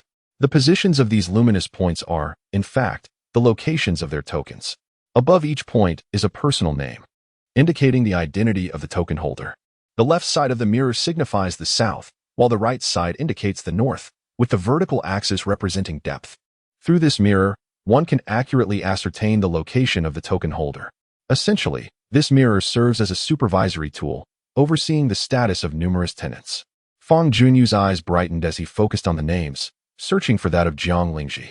Jiang Lingji is his senior, currently cultivating in the Weisha Abyss. Before his departure, the sect leader had advised him to seek out the senior within the abyss. The Weisha Abyss spans an extensive area, making the search for an individual quite challenging. And utilizing the Weisha Mirror is the quickest means to locate someone. Were it not for this matter, he would not have expended so much money on this wretched mirror. In front of the hall of black and white, the figures clad in black and white sat in high positions. The earlier young man dared not reveal his true visage, which struck as somewhat peculiar.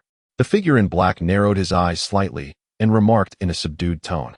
Indeed, his ability to withstand the pressure of your spiritual aura and his deliberate expenditure to witness the malevolent mirror is indeed peculiar and warrants further observation. The man in white nodded in agreement. What do you surmise his cultivation level to be? I would estimate him to be a formidable figure at the third realm of dominance, comparable to you and I. I hope he does not seek any trouble. In a place like the abyss of malevolence, is trouble in short supply? The presence of one more troublemaker is neither a boon nor a burden. It matters not. Moreover, our Fangyuan sect is backed by a formidable patron, rendering us unafraid of complications. The man in white smiled gently, his demeanor as tranquil as the clouds. Indeed, who would dare disturb the peace atop the head of the sovereign? The man in black laughed heartily, a hint of pride in his voice. Within the notorious abyss of malevolence, the surroundings were dominated by jagged, protruding rocks, with vast distances separating the towering cliffs. Below lay an unfathomable abyss, its depths concealed from sight. Occasionally, swirling black currents ascended, emitting a spine-chilling wail akin to a ghostly cry. These black currents were no ordinary phenomenon. They were known as malevolent spiritual energy, a form of spiritual essence. While it could be harnessed for cultivation, it also bore inherent dangers, resembling a fierce gale capable of stripping the skin from stone, underscoring its formidable power. Beyond the sheer physical harm, the malevolent spiritual energy exuded an aura of ferocity that could influence the mind. Only those with unwavering resolve could withstand the dual assault on both body and psyche.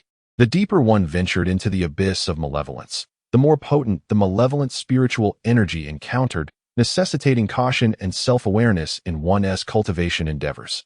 Fangyuan treaded carefully upon the rocky outcrops, making his arduous way southward, his entire being suffused with surging spiritual power, faintly aglow. His senior brother, Jianglingji, resided to the south, hence he advanced in that direction. In truth, he could have taken a route from above, approaching his senior before delving into the depths of Weisha Abyss, thereby sparing himself considerable hardship. His early descent was a deliberate choice. As a cultivator, one must learn to confront challenges head-on, to be somewhat ruthless with oneself.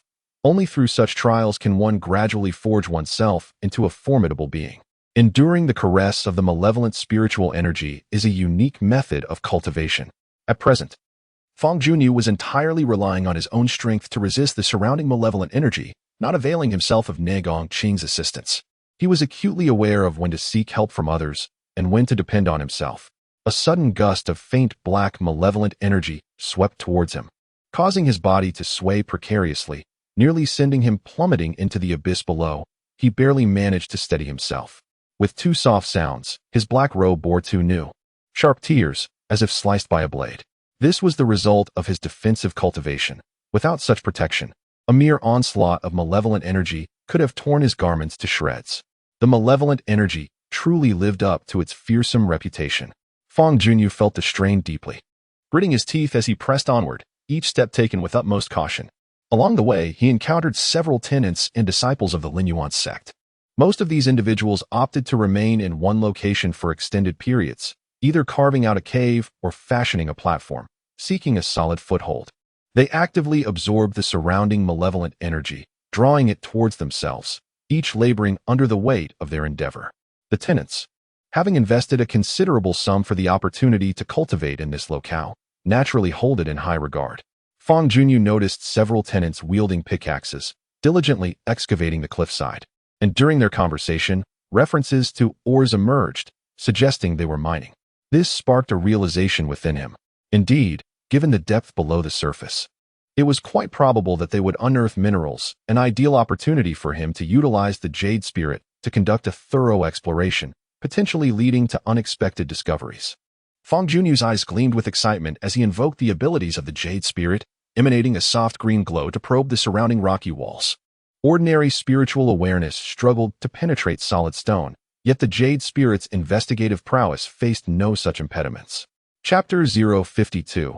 The Selection of Spirits. As night fell, Fangyuan, feeling fatigued, resolved to rest for the night and continue his journey at dawn.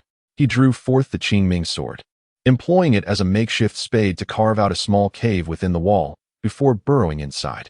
Once within, he found a spot to sit, retrieving his meager provisions, preparing to make do with a modest meal. Just as he was about to take a bite, a voice from Negong Qing interrupted. "Do not eat that. Tonight, I shall treat you and let you sample my culinary skills." "You're treating me?" he remarked, taken aback. "Indeed, it is I who shall treat you. Are you worried about my cooking skills?" "Not at all. I have no particular demands when it comes to food. Your dishes will undoubtedly surpass the meager rations I possess. I am merely surprised.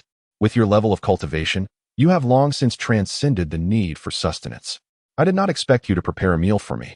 Of course, I do not require food. Otherwise, after 2 years of freezing, I would have perished from starvation. This time, the act of cooking was merely to enhance your sustenance. Having endured the elements for so many days, subsisting on rations, I could not bear the thought," murmured Negong Qing. A warmth enveloped Fangyuan's heart, accompanied by a tinge of complex and inexplicable emotion. It was no trivial matter to have such a lofty figure as Nangong deign to prepare a meal. Why was he extending such kindness? Was it solely out of gratitude? He yearned to inquire, yet the words remained unspoken, and he could only smile and remark, "It seems I am fortunate indeed. The cave you inhabit is not an ideal dining locale. Let us retreat to my Chinquan ring for our meal instead." Seizing this opportunity, "I shall also show you around my Chinquan ring, for the scenery here is rather delightful." As soon as Nangong's words fell, the Chinquan ring adorning Fangyuan's finger began to rotate and detached itself, hovering in midair. The token provided by the Linyuan sect was also drawn down by an unseen force, floating beside the Chinquan ring. The token must remain exposed. Any severance from the outside world could arouse the Linyuan sect's suspicions, potentially summoning the patrols. A pull emanated from within the Chinquan ring, latching onto Fangyuan. "Do not resist. Otherwise, I will be unable to bring you in," Nangong cautioned. Fangyuan complied, striving to relax his body. Yet a sense of tension lingered within him. Whoosh! Fangyuan transformed into a streak of light and darted into the Chinquan ring, vanishing from sight. The Chinquan ring remained suspended in the air, not descending. Within the Chinquan ring, Fangyuan's feet touched the ground. Upon lifting his gaze, he discovered he had entered an entirely different realm. The sky here is a crystalline blue. Suspended above is a luminous orb reminiscent of the sun. While the outside world is shrouded in the darkness of night, yet here, it is a brilliant day. The ground is carpeted with lush green grass. Not far off lies a verdant bamboo grove, accompanied by several elegant wooden cottages. A transparent stream meanders through the bamboo forest, flanking the wooden houses. The bamboo grove is slightly humid, with numerous sharp bamboo leaves adorned with glistening dewdrops poised to fall. The air is refreshingly pure, permeated with the essence of nature. And a deep breath expands every pore of the skin, evoking an indescribable sense of comfort. This small world is remarkably simple, yet the scenery is exceptionally refined and fresh. Akin to a hidden bamboo paradise, Nangong stands beside the wooden cottage, dressed in a pale green gown, embodying the same fresh and ethereal quality as the surroundings. As if untouched by the mundane world. "Young Master Fang, this way, please," she smiles, her delicate hand raising the flowing sleeves of her attire. Gesturing towards the entrance of the cottage. "You have always addressed me by my name. Why the sudden formality today?" Fangyuan chuckles in surprise. "Today is different. I have invited you as a guest, hence the need for politeness." "Ha! Very well then. As the saying goes, it is better to comply than to refuse. I shall relish the experience of being a guest today." "Indeed," Nangong nods gracefully, exuding the gentle demeanor of a refined woman, strikingly different from her usual self. The scene before them is so enchanting that even a fleeting glance is a pleasure. Fangyuan reluctantly shifts his gaze, clears his throat, and adopts the demeanor of a guest as he strides towards the wooden cottage. The interior is suffused with delightful aromas. The meal has long been prepared and is elegantly laid out on a round wooden table.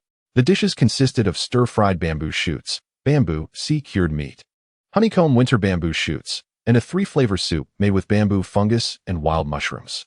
Even the rice was served in bamboo tubes, infused with the fresh aroma of bamboo. It turned out that Nangong had prepared an entirely bamboo-themed feast, with every dish intimately connected to bamboo, which was quite fitting. Fangyuan inhaled deeply, and the enticing fragrance of the food wafted towards him, causing his appetite to awaken and his stomach to audibly rumble twice. From the delightful aroma alone, one could ascertain that the flavors of this banquet would surely be exquisite. Who would have thought that you could so effortlessly navigate both the dining hall and the kitchen, showcasing such remarkable culinary skills? Fangyuan exclaimed in admiration. "Such trivial pots and pans could hardly daunt me," Nangong replied with a smile, beaming with pride. "Indeed, there is little in this world that can truly challenge you. I shall graciously accept your compliment, but I cannot allow you to bask in such pride. Henceforth, I shall ponder what might truly perplex you, and I shall unearth a flaw within you. Search as you will, I shall rise to the occasion." Fangyuan responded as he washed his hands in the wooden basin at the corner of the room. Eagerly taking a seat at the dining table to indulge in the bamboo feast, Nangong served him a bowl of rice, akin to a dutiful wife attending to her husband's meal. Subsequently, she poured him a glass of wine, saying, "How can one revel in a feast without wine? This is premium bamboo leaf wine. Do give it a taste." Fangyuan picked up his chopsticks and sampled the stir-fried bamboo shoots, finding them indeed delightful. He then took a sip of the bamboo leaf wine, which was refreshingly cool and fragrant, equally delightful. Nangongqing soon joined him at the table, sharing a few bites of the meal alongside Fangyuan. Your Thousand Flames Fist and Moonlight Sword technique have reached a state of perfection. It is now time to embark on the study of a new spiritual technique. The spiritual technique complements one's cultivation. Thus, as your cultivation rises, so too must your mastery of the technique. After finishing her statement, Nangongqing took a delicate sip of wine, moistening her soft lips. Indeed, you are right. I should learn a new spiritual technique. Do you have any recommendations in this regard? Asked Fangyuan. The spiritual technique manuals you have acquired from elsewhere are merely of human and earth levels, lacking in significance. Allow me to present you with a selection of heavenly-level spiritual techniques. You may decide which to pursue. Excellent. Fangyuan nodded eagerly, his heart brimming with excitement and anticipation. Observing Fangyuan's eager demeanor, Nangongqing couldn't help but let out a soft laugh, her voice reminiscent of wind chimes, enchanting to the ear. With a graceful gesture, a large box concealed within her Qianquan ring materialized and landed on the ground. As the lid opened, a collection of manuals was revealed, each appearing extraordinary. Fangyuan could not restrain himself from rising, his gaze fixated upon the manuals within the box. The names of the techniques: Void Break, Annihilation Palm, Fangyuan Fist Technique, Ethereal Nine Heavens, Heaven-Splitting Line Slash, and 2 forms transforming into 4 symbols, were all imposing, causing Fangyuan to feel overwhelmed, his eyes swirling with excitement. While there were many manuals present, suitability is paramount. In my judgment, these 3 spiritual techniques are the most appropriate for your current learning: Ghostly Fire Step, Thunderous Golden Light, and Wishful Sword Finger. What makes these 3 techniques exceptional? Fangyuan inquired with curiosity. The Spectral Fire Step is a unique technique that embodies profound insights into the principles of fire. Its movements are ethereal and elusive, with each step leaving a trail of blazing flames. Beyond merely evading opponents, it also encompasses various offensive maneuvers. Given your considerable mastery over the principles of fire, this technique is particularly well-suited for you, especially as you lack proficiency in movement techniques, thus addressing that deficiency. Nangongqing gestured towards the manual of the Spectral Fire Step and spoke reflectively. Fangyuan nodded in agreement. Recognizing that his lack of expertise in movement techniques was indeed a vulnerability, Nangongqing then shifted his finger to indicate the second manual, the Thunderous Radiance, and continued with his explanation. The Thunderous Radiance is a highly destructive technique that harnesses spiritual energy to condense light into lightning orbs. These lightning orbs bear a resemblance to explosives and can be detonated to unleash tremendous power. While these orbs are benign in their dormant state and pose no harm, they can be stored within the dantian and activated when necessary. With your current cultivation level, the lightning orbs you can generate are sufficient to vanquish practitioners at the 9th level of the spirit realm. As your cultivation advances, the potency of the lightning orbs will similarly escalate, enabling you to defeat foes beyond your level with ease. Chapter 053, The Sword of Wishes. This technique is also quite impressive. Fangyuan's eyes sparkled with enthusiasm. Mastery of the Thunderous Radiance necessitates an understanding of the principles of light. Among various principles, my research into the principles of light is the most profound, allowing me to offer guidance in this area, which is one of the reasons I recommend you pursue this technique. And what of the final technique, the Sword of Wishes? The Rui Sword Finger is not merely a technique of swordplay, but also an exquisite method of finger manipulation. Noticing your keen interest in swordsmanship, coupled with my own extensive research in the field, I felt compelled to recommend this profound skill to you. To cultivate the Rui Sword Finger, one begins with an iron sword, subsequently transitions to a wooden sword, and eventually comes to wield fallen leaves and flying flowers as swords. Ultimately, one may forsake the sword altogether, as the mere act of raising a hand and pointing manifests a formidable sword energy, rendering the individual an exceptionally sharp blade in their own right. The sheer grandeur of this technique is remarkable. Fangyuan felt a surge of excitement. Beyond its striking sword intent, the Rui Sword Finger possesses another notable advantage: its remarkable inclusivity.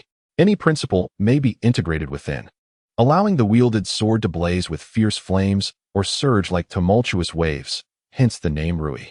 It embodies the essence of fluidity and grace, a seamless execution that resonates deeply with my aspirations. Eager to try, Fangyuan brought her fingers together, imitating the sword moves, and made 2 feigned thrusts before her. Her fingertips shimmered with energy, yet lacked any real power. Nangong Qing smiled gently and continued, among the three techniques, each is classified as a celestial level skill. The ghostly fire phantom step is a mid-tier celestial technique. The thunderous golden light is a superior celestial technique, while the Rui sword finger is an unparalleled celestial skill. Ultimately, the choice of which technique to pursue lies with you. Is it not possible to learn all three? Fang Junyu lamented. Each technique is more enticing than the last, and I find it truly difficult to part with any of them. Celestial level techniques are exceedingly challenging to master. It is implausible to simultaneously learn all three. If your heart is set on these three techniques, you may study them one by one, overcoming each in succession, mastering one before moving on to the next. It is indeed feasible to learn one by one. However, I find myself pondering which one to begin with. Fang Junyu stroked his chin, gazing at the three manuals suspended in midair, grappling with a challenging decision. The ghostly steps of shadow fire is associated with the law of fire, making it relatively easy to grasp, and it can indeed compensate for deficiencies in agility. The lightning radiance possesses immense power, with the condensed light resembling explosives. Mastering it would undoubtedly serve as a formidable trump card. The wishful sword finger transitions from swordsmanship to finger techniques, capable of encompassing various laws.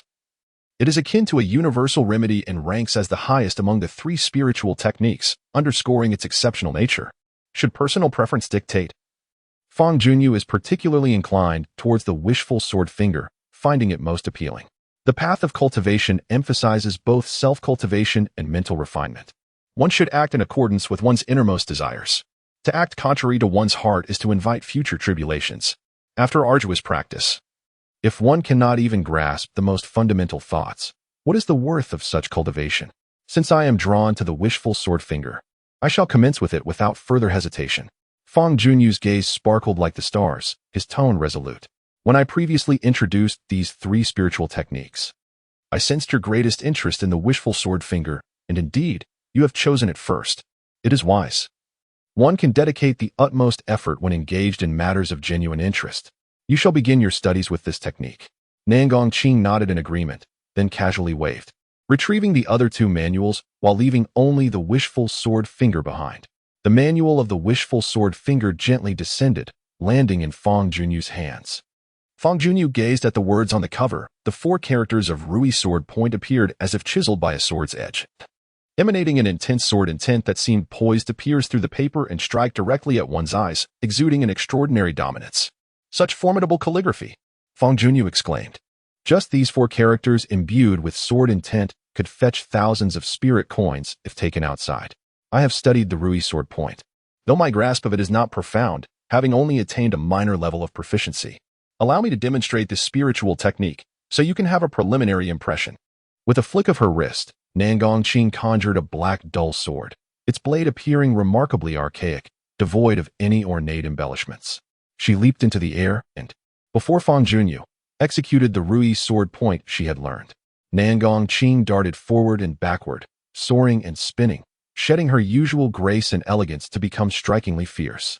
The black dull sword in her hand cleaved through the air repeatedly, unleashing waves of sword energy that enveloped the surroundings in a tempest.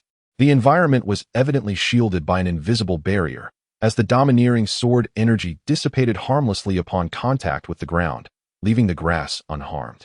Without such protection, a mere few strokes from Nangong Qing could transform this place into utter chaos. Fang Junyu's eyes widened in astonishment, as the sight of Nangong Qing's sword dance and the piercing sword energy etched itself into his mind. He could discern little of the underlying principles, only feeling the overwhelming strength of the techniques. Were they aimed at him, a single strike could claim his life. With a swift change in her swordplay, Nangong Qing charged towards a nearby bamboo grove, slicing through a stalk with a decisive swing of her sword.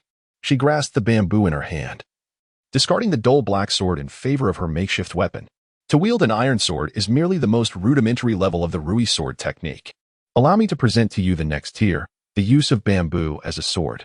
With the bamboo in hand, Nangong Qing continued to execute the Rui sword technique, her strikes demonstrating a power significantly greater than before.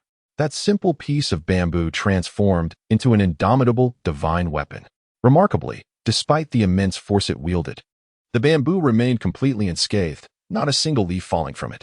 Fang Junyu's eyes widened in astonishment, He understood well the difficulty of this feat. If he were to wield bamboo in place of a sword, within mere moments, the bamboo would shatter under the pressure of spiritual energy, unable to withstand the force. Only with a mastery of spiritual energy that approached perfection could one utilize such fragile objects as weapons while ensuring maximum potency. After executing over 10 strikes, Nan Gongqing cast aside the bamboo and, in a fluid motion, plucked a vibrant green bamboo leaf, brandishing it as her new weapon. Though her instrument had become weaker, the power of her movements intensified once more, the aura of her strikes threatening to rend the very heavens apart, sweeping through the surroundings with a thunderous force. It was indeed difficult to fathom how such a delicate woman, armed with merely a bamboo leaf, could unleash such terrifying combat prowess. Fangyuan gazed at the tiny leaf amidst the tempestuous sword energy, feeling a profound sense of dread. After completing her set of movements, Nan Gongqing abruptly halted, her two pristine fingers delicately pinching the green bamboo leaf, creating a striking contrast. The winds have ceased, and the rain has abated, bringing a deceptive calmness that belies the tumultuous forces brewing beneath the surface, as if preparing for a more horrifying eruption. The cultivation of the Rui sword finger, wielded with fallen leaves and drifting petals as mere instruments, signifies only a modest achievement. To truly master it, one must relinquish all external trappings and harness the sword's essence through the mere touch of one's fingers. That is the pinnacle of mastery. As for my own grasp of the Rui sword finger, I have merely grazed the threshold of true mastery, yet I have not fully attained it. The maneuver I am about to demonstrate serves merely to showcase the formidable power of the Rui sword finger, a display that may seem presumptuous in its setting. As Nan Gongqing's words lingered in the air, her fingers subtly released their hold, allowing a green bamboo leaf to drift gracefully downwards. Her beautiful eyes suddenly sharpened, and her fingers swiftly came together again, thrusting forward with unerring precision. This seemingly unadorned move was infused with an unparalleled sword intent. As a torrent of spiritual energy surged forth, coalescing in front of her fingers into a radiant, luminous sword. This sword of light, imbued with the determination to cleave through all, shot forward like lightning, piercing the void with such force that it seemed to rend space itself, creating a gaping chasm. The Rui sword finger is truly indomitable. With a resounding explosion, the sword energy erupted, scattering in all directions. After a considerable time, the turbulence of the spiritual energy in the air gradually settled, and the fierce glint in Nan Gongqing's eyes faded, allowing her to reclaim her usual gentle demeanor. She descended gracefully from the air, moving with poise, step by step, toward Fangyuan. Fangyuan stood in stunned silence, his heart still in turmoil. The scenes that had just unfolded left an indelible impression upon him. Nan Gongqing was formidable, and the Rui sword finger was equally powerful. The synergy between them unleashed astonishing might. To wield a finger in place of a sword, shaking the heavens and the earth, was indeed a display of overwhelming dominance. I am determined to master this mystical art, regardless of the hardships or the sweat I must endure, Fangyuan resolved inwardly, clenching her fists until the veins on her skin became prominent. So, are you satisfied with the Rui sword finger? Nan Gongqing inquired with a cheerful smile. I am indeed very satisfied. Fangyuan nodded emphatically. A journey of 1,000 miles begins with a single step. This evening, I shall begin to impart the Rui sword finger to you. That would be splendid. Your own Qingming sword is too weak, and it has sustained some damage in the previous 2 battles. It is time to retire it. I shall gift you another celestial-level sword for your use. Nan Gongqing casually declared. The grandeur of a celestial-level sword was astonishing, and she offered it as if it were merely a trivial trinket. Treasures are categorized by their quality into human level, earth level, and celestial level, with even more exceptional artifacts beyond that. A celestial-level treasure is of such immense worth that one could not acquire it even by selling all the lands north of Qifeng Ridge. Items such as manuals can be copied, thus their value is relatively lower. Celestial-level treasures are far more precious, worth their weight in gold. Such a treasure is far too valuable. I cannot accept it. Fangyuan hesitated, shaking her head. Were it an earth-level treasure, she would have accepted it without a second thought, but celestial-level treasures are entirely different. Chapter 054. The Sword Within the Sword, Nan Gongqing remarked casually. Do you possess many celestial-level treasures? Fangyuan gasped in surprise. Of course, Nan Gongqing replied. Alas, in comparison to you, I feel like a pauper. You aren't merely feeling like a pauper. You are indeed a pauper, Nan Gongqing said, casting a sympathetic glance. Fangyuan was rendered speechless. At this juncture, There was no need for further pleasantries. She altered her stance and resolved to graciously accept the generous gift from Nangongqing. A celestial-grade treasure was of little consequence to Nangongqing. The sword I am presenting to you is the very one I just wielded, she stated. This blade is called Sword Within a Sword, named for the hidden blade concealed within its body. With a swift motion towards the bamboo grove, Nangongqing summoned the black blunt sword that was embedded in the ground, and it soared into her grasp. She executed a flourish with the sword before plunging it into the earth at her feet, gesturing, "Try to draw this sword and experience its heft." Very well. Fangyuan complied, bending down to grasp the hilt of the black blunt sword.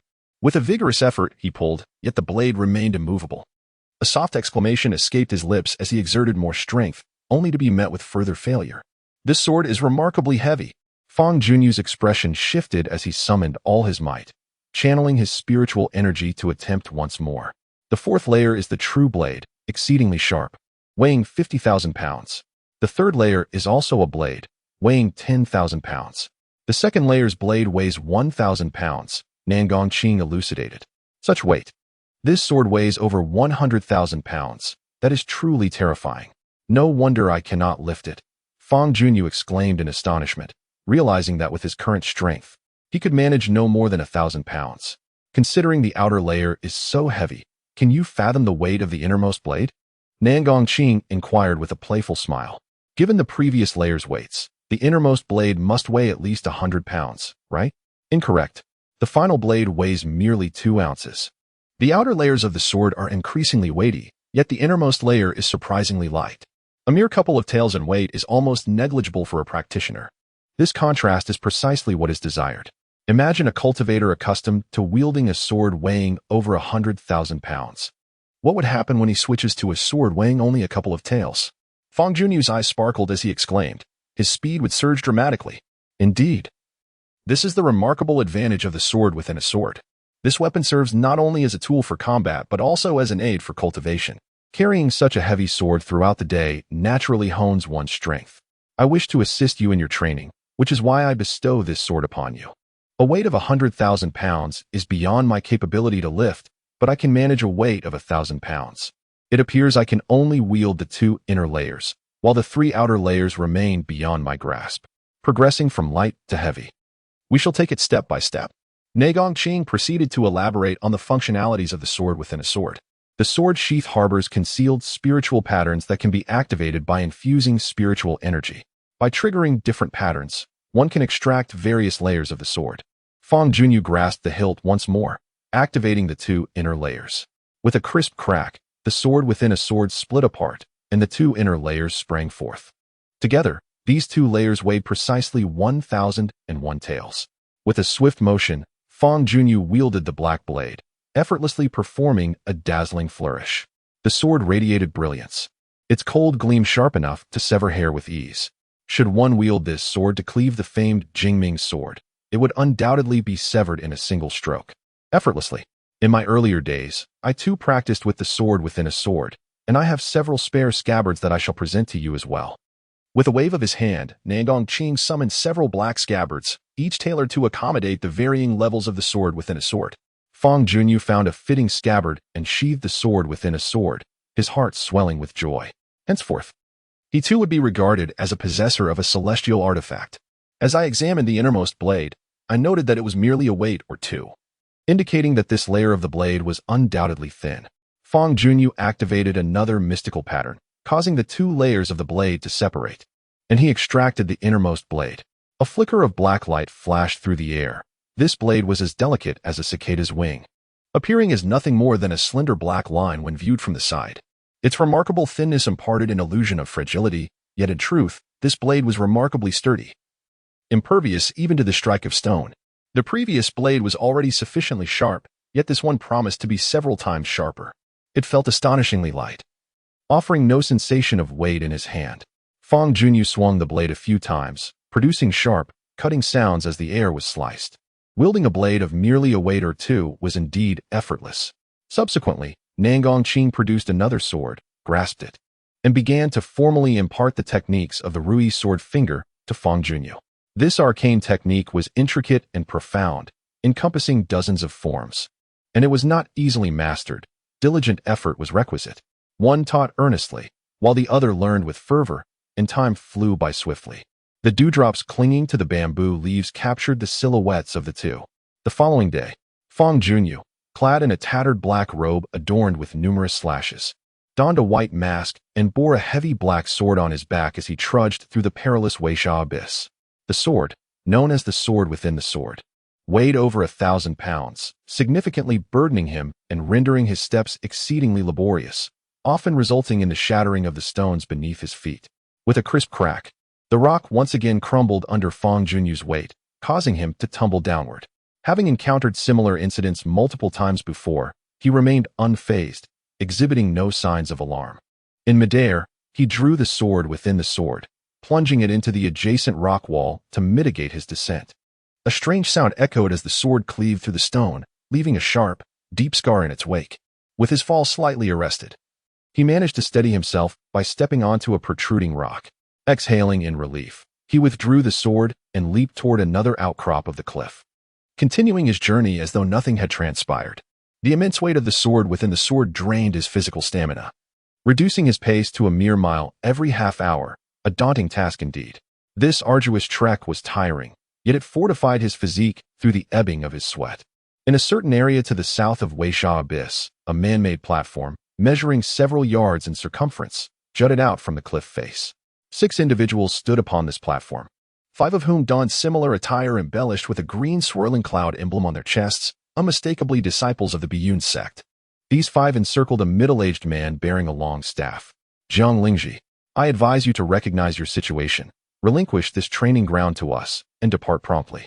Should you persist in your obstinacy, do not blame us for our lack of courtesy. Countless lives are lost within the depths of Weisha Abyss each year. Do you truly wish to become one of its victims? A brash disciple of the Biyun sect boldly inquired.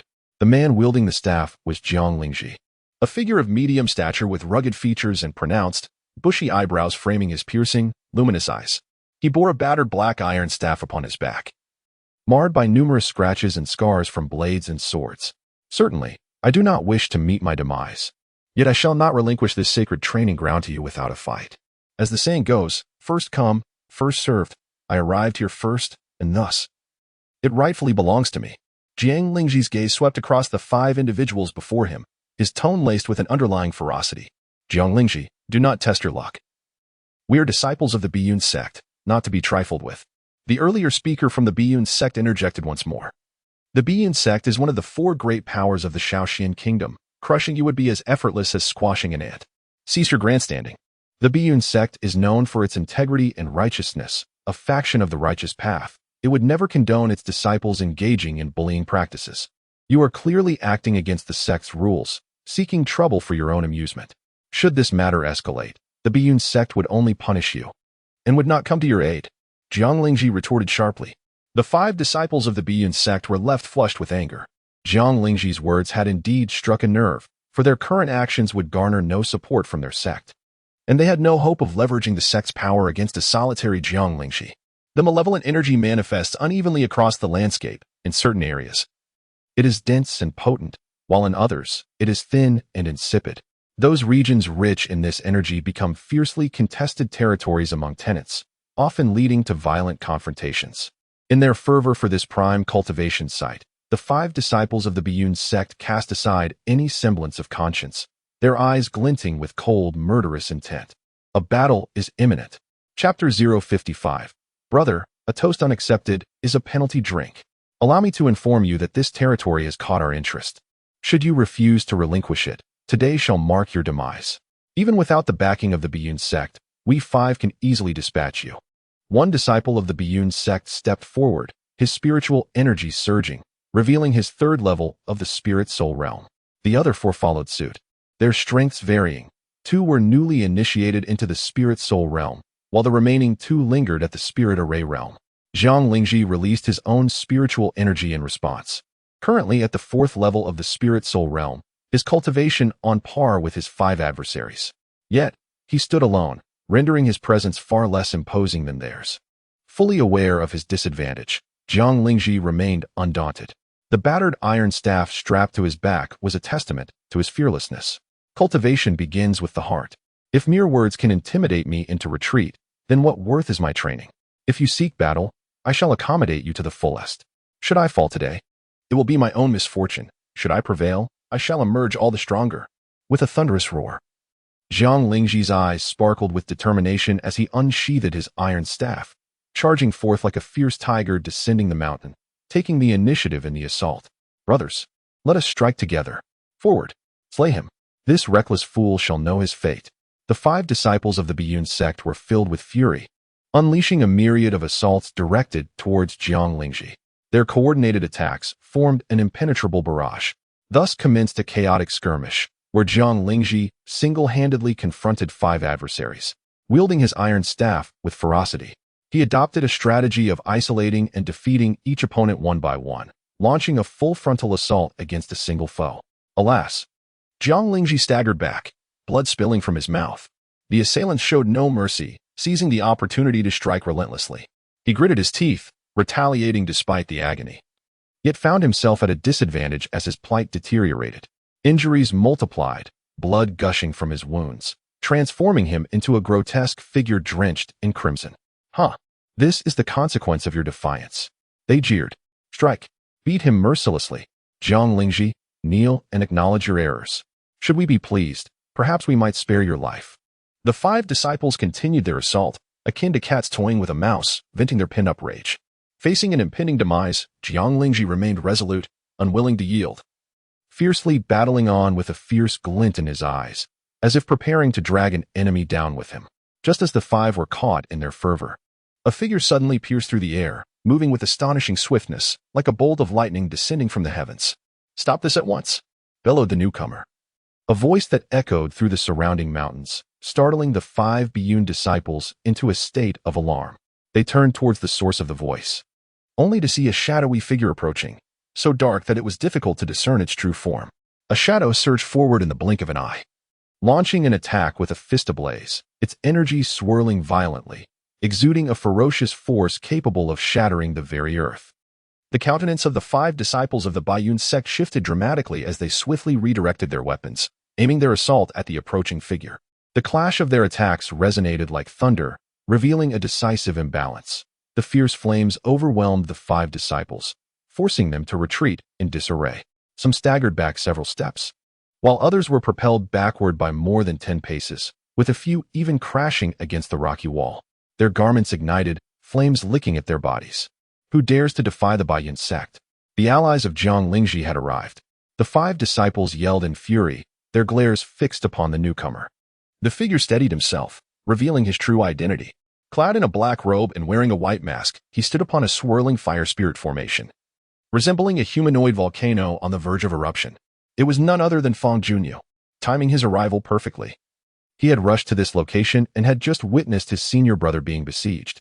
Faced with such a predicament, he could not remain idle. He immediately intervened, sending the 5 assailants sprawling. The technique he employed was solely derived from his own strength, without any assistance from Nangong Qing. Jiang Lingji, observing the masked Fangyuan, was taken aback.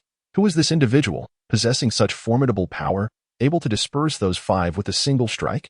While Jiang Lingji had previously faced 5 opponents and found himself at a disadvantage, the figure before him clearly dominated the encounter, the disparity unmistakable. The 5 disciples of the Biyun sect were undoubtedly astonished, yet they remained steadfast, bolstered by the formidable backing of their sect. We are disciples of the Biyun sect, declared one masked individual. Do not meddle in our affairs, lest you invite calamity upon yourself. The Biyun sect is a vast and influential establishment, not to be trifled with. One among them invoked the name of their sect's esteemed reputation. The disciples of the Biyun sect are insignificant. Your revered master Hulu is a friend of mine. By the order of our ranks, you should kneel and address me as grandfather. Fangyuan spat contemptuously, regarding the 5 with utter disdain. He spoke no falsehood. Indeed, Master Hulu was his acquaintance, having met him not long ago. He possessed the Biyun token bestowed upon him by Master Hulu, and if he were to reveal it and activate the special runes inscribed upon it, the 5 before him would surely be struck with terror. However, employing the illustrious Biyun token against such petty figures would be a gross misallocation of its significance. It was unnecessary to squander such resources to deal with these trivial adversaries. A simple application of force would suffice. Nonsense. How could Master Hulu possibly associate with the likes of you? How audacious of you to utter such insolent words. If the elders of the Biyun sect were to learn of this, they would not hesitate to extinguish your existence. The five remained unconvinced by Fang Junyu's claims. It was no surprise, as to them, Master Hulu was nothing short of a legendary figure, a wanderer of the seas, elusive and more mysterious than even their sect leader. Since their initiation, they had never laid eyes upon Master Hulu, nor even glimpsed so much as his silhouette. Out of the blue, an individual emerged, claiming to be a friend of the venerable gourd ancestor, but none would take him seriously. Fang Junyu, indifferent to their beliefs, turned his gaze towards his senior brother not far behind and proposed, "Brother Jiang, let us unite our strengths to confront these five rascals and show them the consequences of their actions." Jiang Lingji, taken aback, could scarcely believe his ears. The enigmatic powerhouse before him referred to him as Brother Jiang, treating him with such respect. The black blade gleamed ominously in the presence of the onlookers, radiating a chilling aura. Fang Junyu launched his attack, wielding his sword with a fluid grace, executing strikes that were both fierce and precise, aimed directly at the enemy's vulnerabilities. The sword, weighing 1,000 pounds, unleashed a tempestuous surge of sword energy. This assault was more ferocious than the staff technique Jiang Lingji had previously displayed. While attacking, he simultaneously activated the effect of the stone spirit, enhancing his skin's resilience and bolstering his defense. Fang Junyu was akin to a tiger among sheep, dispatching the five opponents into disarray with merely 2 strikes. With the arrival of formidable assistance, Jiang Lingji regained his composure, swinging his iron staff in tandem with Fang Junyu. Together, the 2 formidable figures advanced against the 5 disciples of the Biyun sect. However, the 5 were no mere pushovers. They divided into 2 groups, with 3 engaging the stronger Fang Junyu while 2 focused on encircling Jiang Lingji. As disciples of a major sect, they had received guidance from esteemed masters and wielded earth-level spiritual techniques. Surrounded by 3 adversaries, Fang Junyu executed a defensive maneuver, sweeping his sword in a wide arc. Clashing with one enemy's blade, the swords met with a sharp clang, resulting in the opponent's weapon shattering, the breakage as smooth as polished glass. Ordinary weapons pale in comparison to the divine-grade swords. What? The swordsman gasped in shock, staring incredulously at the broken blade in his hand. Taking advantage of the sword's prowess, Fang Junyu unleashed a flurry of strikes, severing the weapon held by the swordsman into several pieces, then aimed the sword's tip directly at the swordsman's forehead. The swordsman, filled with dread, hastily retreated, enveloping himself in protective spiritual energy. Another disciple from the Biyun sect rushed to his aid, wielding a heavy wolf-toothed club, launching a side attack against Fang Junyu. Did he think I would fear such a cumbersome weapon? Fang Junyu scoffed, his wrist deftly twisting as he employed the sword as a paddle, striking the wolf-toothed club with force. Though the sword appeared to be a light weapon, it bore the weight of 1,000 pounds, far heavier than the club. The collision produced a tremendous sound, sending the wolf-toothed club spinning away, astonishingly propelled through the air. The wielder of the club felt his grip fracture, blood splattered forth, and his arm went numb as he staggered back several steps. Fang Junyu, facing 3 opponents, maintained a firm advantage, inflicting grave danger upon them as they sustained injuries one after another. Engaging in battle with these adversaries had granted him considerable combat experience. However, the sword's immense weight greatly drained his spiritual energy, and he began to feel the strain within. No, my Rui sword technique is still in its infancy. Its power limited. To achieve a swift resolution, I must rely on my seasoned technique, the 1,000 blazing fists. With this thought, Fang Junyu swiftly plunged the sword into the ground, then unleashed his fists towards the 3 adversaries. A resounding explosion followed as his fists conjured gigantic fireballs, simultaneously hurtling towards his foes. Chapter 056. Repulsion. A searing blast struck the 3 individuals, propelling them off the platform and into the abyss below. Their anguished cries echoed, gradually fading away, leaving a chilling sense of foreboding. You dare to slay members of the Biyun sect? Bold indeed. The remaining 2 disciples of the Biyun sect turned pale with fury. Not only do I dare to kill those 3, but I also have the audacity to eliminate both of you. Fang Junyu retorted with a cold laugh, his fists swirling as he charged towards the 2 remaining remnants. Coming to his brother's aid, the expressions of the 2 shifted dramatically. Fear seized them, and they no longer dared to fight back. They turned and fled, leaping off the platform, landing on a protruding cliff face, desperately escaping along the treacherous rocks.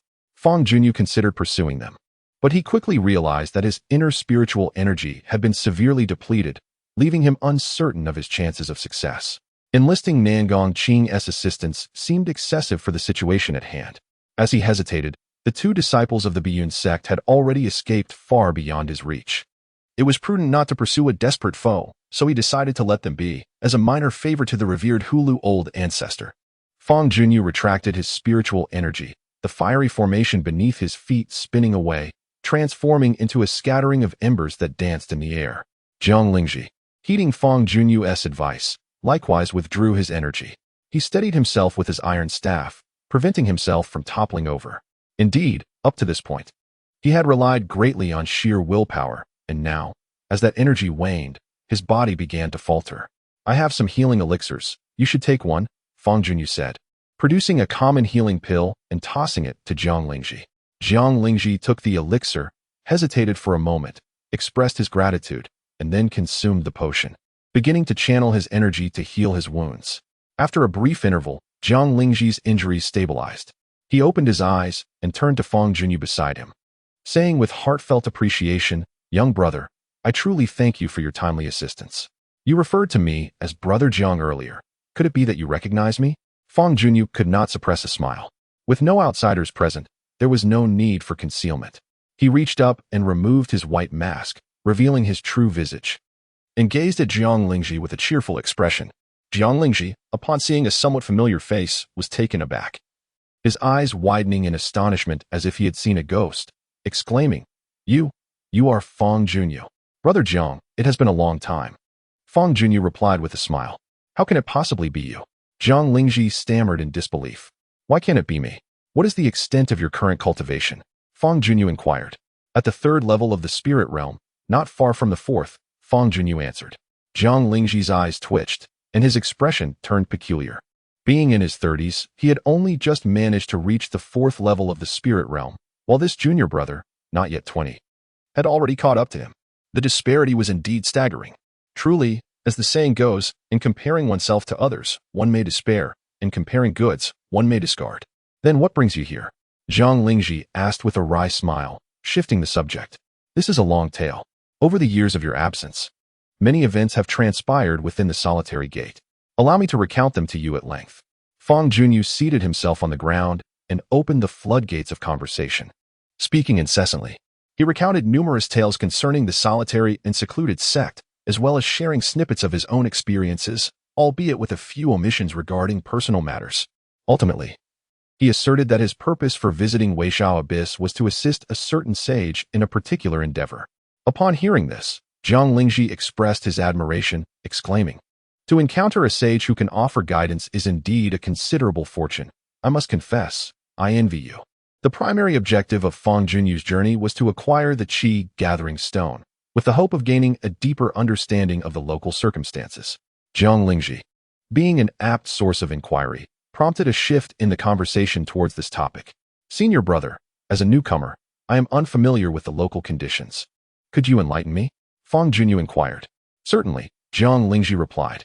"The situation in Weishao Abyss is rather intricate. On the surface, it appears to be under the dominion of the Linyuan sect. However, in reality, they merely serve as gatekeepers. The true rulers here are one of the four great powers, the Shiman family.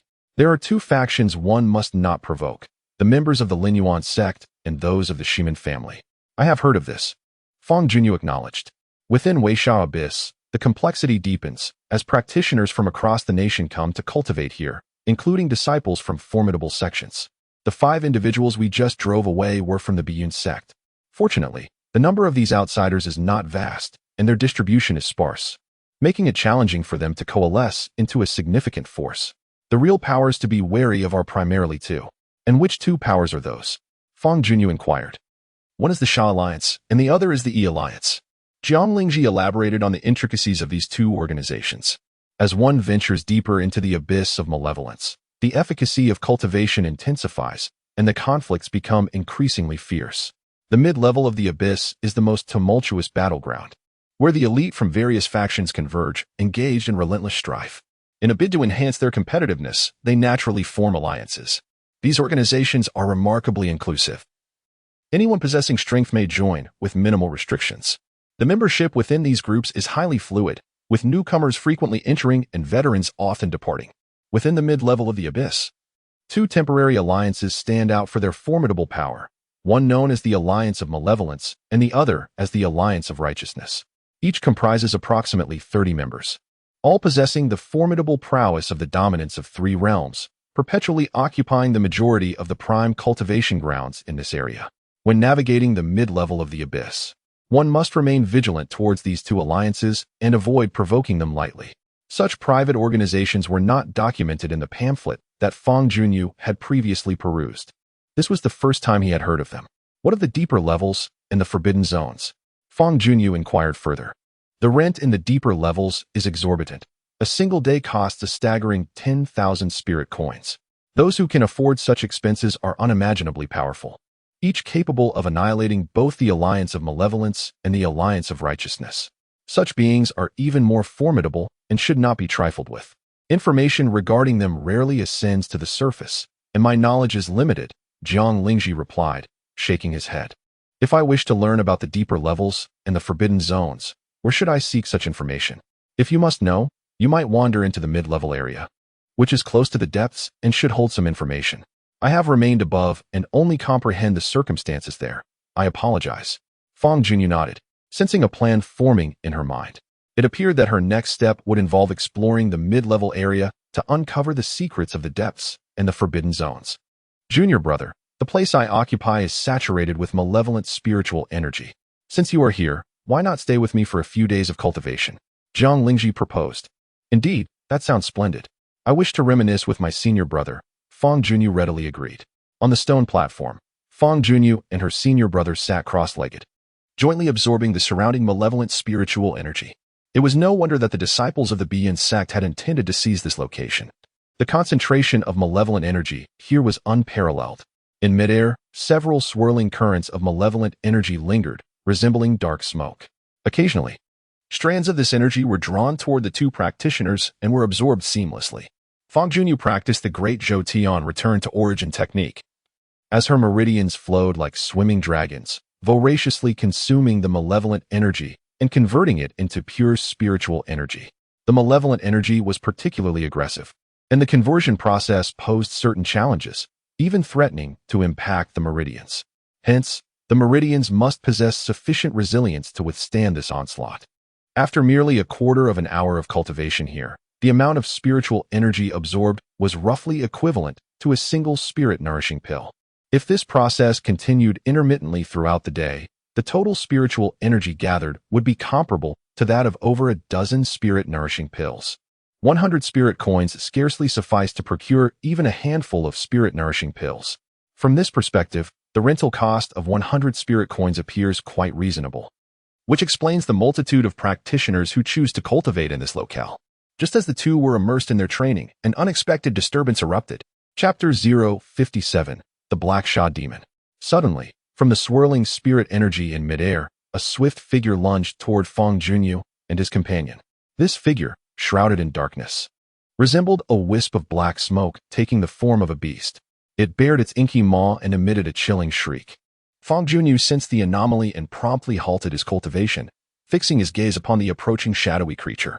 Be cautious, it is the Black Sha Demon, Jiang Lingji exclaimed, drawing the iron staff from his back and thrusting it toward the oncoming beast.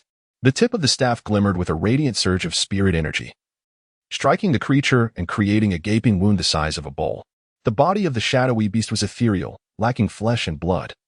The injury writhed as the wound rapidly healed.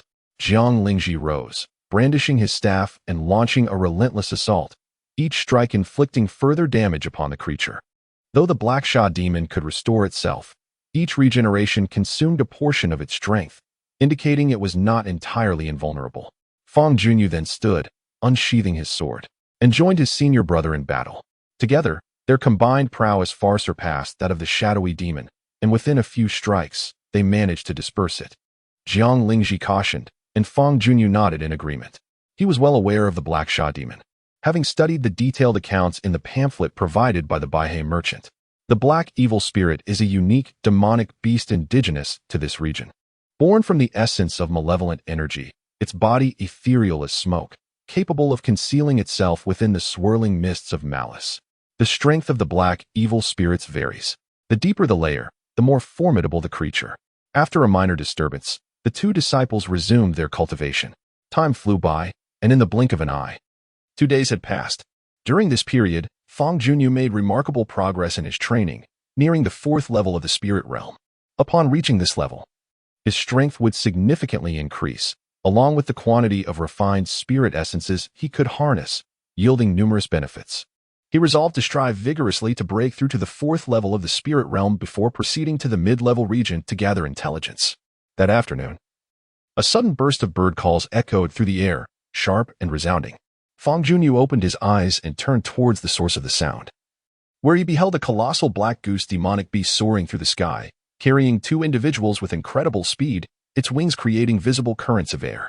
The beast, a mount for its riders, glided effortlessly through the atmosphere. Some demonic creatures possess gentle temperaments and can be domesticated, once tamed. They serve both as formidable companions in battle and as means of transportation. The 2 individuals seated upon the back of the black goose bore the insignia of the Fangyuan sect, clearly indicating their affiliation. "Junior brother, my landlords have arrived," remarked Jiang Lingji with a wry smile. Fangyuan immediately grasped the implication behind his senior brother's words. "Ah, they have come to collect rent?" he deduced. Indeed. These 2 were the overseers of Wei Yuan, tasked specifically with the collection of rent within its domain. Coincidentally, today marked the expiration of Fangyuan's lease, and their visit was undoubtedly to demand payment. In the depths of the abyss of Wei Sha, all tenants are required to prepay their rent. Once their funds are depleted, the Fangyuan sect will utilize the Wei Sha mirror to determine the tenants' locations and dispatch individuals to collect the owed payments. Should a tenant refuse to pay additional rent, they are left with no choice but to vacate. "Senior brother, the name I left with the Fangyuan sect is Yulong Jun. Please ensure you do not disclose my true identity. I have my reasons for this, and I trust you will comply," Fangyuan whispered. "Understood, I shall keep your secret," Jiang Lingji replied promptly. Before long, a black wild goose demon beast approached, extending its massive claws to grasp the rocky wall, its entire form leaning against it. 2 stewards mounted on the beast leaped onto the stone platform. Both were middle-aged men, one with a broad face and the other bearing a dark mole on his cheek. Fangyuan and his companion stood to greet them, forming a quartet. The man with the broad face cast a disdainful glance at the 2, his expression revealing contempt. Those who practiced above were all impoverished and lacking in strength, each one more destitute than the last, with some unable to produce even a few hundred spirit coins. The broad-faced man, who had long been responsible for collecting rent, held these poor tenants in utter disdain. "Steward Liu, I intend to remain here and cultivate for 3 more days. Here is my rent," Jiang Lingji stated, presenting a bag of spirit coins with both hands to the broad-faced man. "The daily rent here amounts to 100 spirit coins, totaling 300 for 3 days. Steward Liu accepted the bag, weighed it momentarily, and employed his spiritual sense to scan its contents, confirming the precise amount. He snorted coldly, 299 spirit coins, plus 1 counterfeit coin. "Do you think our Fangyuan sect is so easily deceived that you would attempt to pass off fake currency? How could there be counterfeit currency?" Jiang Lingji was taken aback. "That is a question you should reflect upon yourself." Liu, the steward, maintained a stern expression as he opened the money pouch and spilled its contents onto the ground with a clatter. The white, circular spirit coins fell, each as small as a copper coin, rolling about and emanating a faint aura of spiritual energy. Observing the scattered coins, Jiang Lingji furrowed his brow and inquired, "Steward Liu, what do you mean by this? Are you mocking us with counterfeit coins and then questioning me?" Wei Yuan, being wealthy and generous, would not fuss over a single spirit coin, yet it does not grant you the right to take advantage of us. Today, consider this a minor lesson. You shall bend down and retrieve that counterfeit coin, then crush it in your hand and provide me with a genuine coin in return. If you comply, I shall overlook this matter. Otherwise, prepare for the consequences." Liu, the steward, gestured toward the coins scattered on the ground. "Steward Liu, you are being excessively unreasonable," Jiang Lingji retorted. "Though I may not be a towering figure, I would never resort to trickery over a single spirit coin. Even if a counterfeit coin inadvertently made its way into my possession, it was not by my design." Jiang Lingji was clearly agitated. "Anyone can speak beautifully. There are countless individuals in this world who utter kind words yet fail to act accordingly. Spare me your ramblings. I demand that you retrieve the counterfeit coin as instructed. If not, take your leave and never return to this place to cultivate again. I have little tolerance for those who cannot afford to pay. Collecting rent from you is akin to a death sentence. I would rather not earn money from such impoverished souls. A gentleman may be slain, but he cannot be humiliated. As a proud man standing tall at 7 feet, my spine shall not bend nor break. I refuse to stoop down for a mere few hundred spirit coins. Since Wei Sha Yuan employs such intimidation, I shall take my leave. The world is vast. It is not solely here that one can find the essence of the heavens and earth. Jiang Lingji gritted his teeth, turned on his heel, and resolved to depart, disregarding the scattered spirit coins on the ground. Throughout this ordeal, he had never considered seeking assistance from his junior brother, as he did not wish to burden him. Do not leave just yet. This matter is not yet resolved, Fang Junyu exclaimed, grasping Jiang Lingji's arm. Although his senior brother had not solicited his help, how could he remain indifferent? But Steward Liu had been excessively oppressive, forcing Jiang Lingji into such a predicament over a mere counterfeit coin. Today, Fang Junyu was determined to help his brother reclaim his dignity and make Liu suffer a bit. Jiang Lingji perceived his junior's intentions and, fearing the situation might escalate, whispered, "Do not act rashly. Wei Sha Yuan is not someone we can afford to offend. This slight is trivial. I can endure it. You may endure it, but I cannot." Fang Junyu patted his senior's shoulder, signaling him to remain at ease. Yet, Jiang Lingji recalled the matter of his junior's concealed identity and was reluctant to let his own troubles affect him. "It is fine. Do not concern yourself with it. Leave the rest to me," Fang Junyu insisted, shaking his head as he shot a fierce glare towards Steward Liu, his gaze icy. Steward Liu scrutinized Fang Junyu and scoffed. "What? Do you wish to stand up for him?" "Indeed," Fang Junyu affirmed. "Birds of a feather flock together.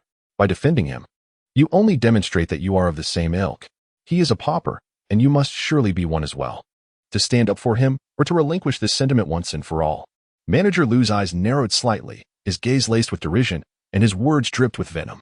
Upon hearing this, Fang Junyu's anger intensified, her breath growing heavier with each passing moment. If she did not vent this indignation today, she would be left feeling utterly defeated. "How dare you accuse him of using counterfeit currency?" Fang Junyu questioned, enunciating each word with deliberate clarity. It appears you haven't even reached the realm of spiritual awareness, rendering you incapable of discerning objects, let alone distinguishing between genuine and counterfeit coins. Among these 300 spirit coins, a single counterfeit is intermingled. A mere cursory examination would reveal it. The contempt in Liu's gaze deepened. To him, practitioners below the realm of spiritual awareness were nothing but refuse. If there were no counterfeit among these 300 spirit coins, what then? Do you wish to engage in a serious debate with me? Indeed, I do. Fang Junyu replied resolutely. I am the steward of the Lin Yuan sect. What right do you have to challenge me? Liu scoffed coldly. No one relishes stepping in muck. But once one has, one must find a way to clean it off. Fang Junyu retorted sharply. You dare to insult me as muck. Liu's temper flared, taken aback by the audacity of this masked youth who dared to insult him. As the steward of the Lin Yuan sect, overseeing the collection of rents, he wielded considerable power locally and was accustomed to walking with an air of superiority. How could he endure such humiliation? What was even more intolerable was that the one who dared to humiliate him was merely a practitioner of the surface realm, in his eyes, utterly insignificant. You shall perish. In this realm, the sky reigns supreme, and I am but a humble servant. Dare you insult me? How could I spare your life? Liu, the steward, bellowed, unleashing an overwhelming aura that caused his garments to swell without wind, stirring the sands and stones beneath. Beside him, a man marked with dark blemishes also exuded a formidable presence, poised for confrontation. A battle was imminent. Jiang Lingji's expression shifted dramatically. He was not one to cower in fear, yet he was unwilling to let Fang Junyu sacrifice her life for his sake. Hold on, esteemed stewards. Jiang Lingji attempted to defuse the tension. At that moment, a new and powerful aura erupted, reminiscent of a dragon's roar echoing through the heavens, enveloping all in its vicinity and pressing heavily upon the hearts of everyone present. The ferocity of this aura surpassed that of the two stewards by an order of magnitude. The source of this overwhelming force was none other than Fang Junyu, who had covertly harnessed the power of Nangong Qing. The sky reigned supreme. And you are but a humble servant? I have encountered boastfulness before, yet never such audacity as yours. Your bluster could burst the very heavens. Fang Junyu scoffed. Taking a step forward, her spiritual energy surged dramatically, akin to a lightning bolt racing across the ground. A series of sharp cracks echoed as fissures erupted upon the earth. The shockwave, born of her unleashed power, struck the two stewards, forcing them to stagger backward, grievously wounded, their once mighty presence diminished in an instant. This twist of fate was utterly unforeseen, leaving all in attendance astonished.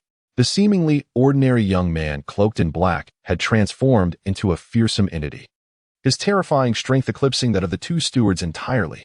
With a casual step forward, he inflicted severe damage upon the two individuals.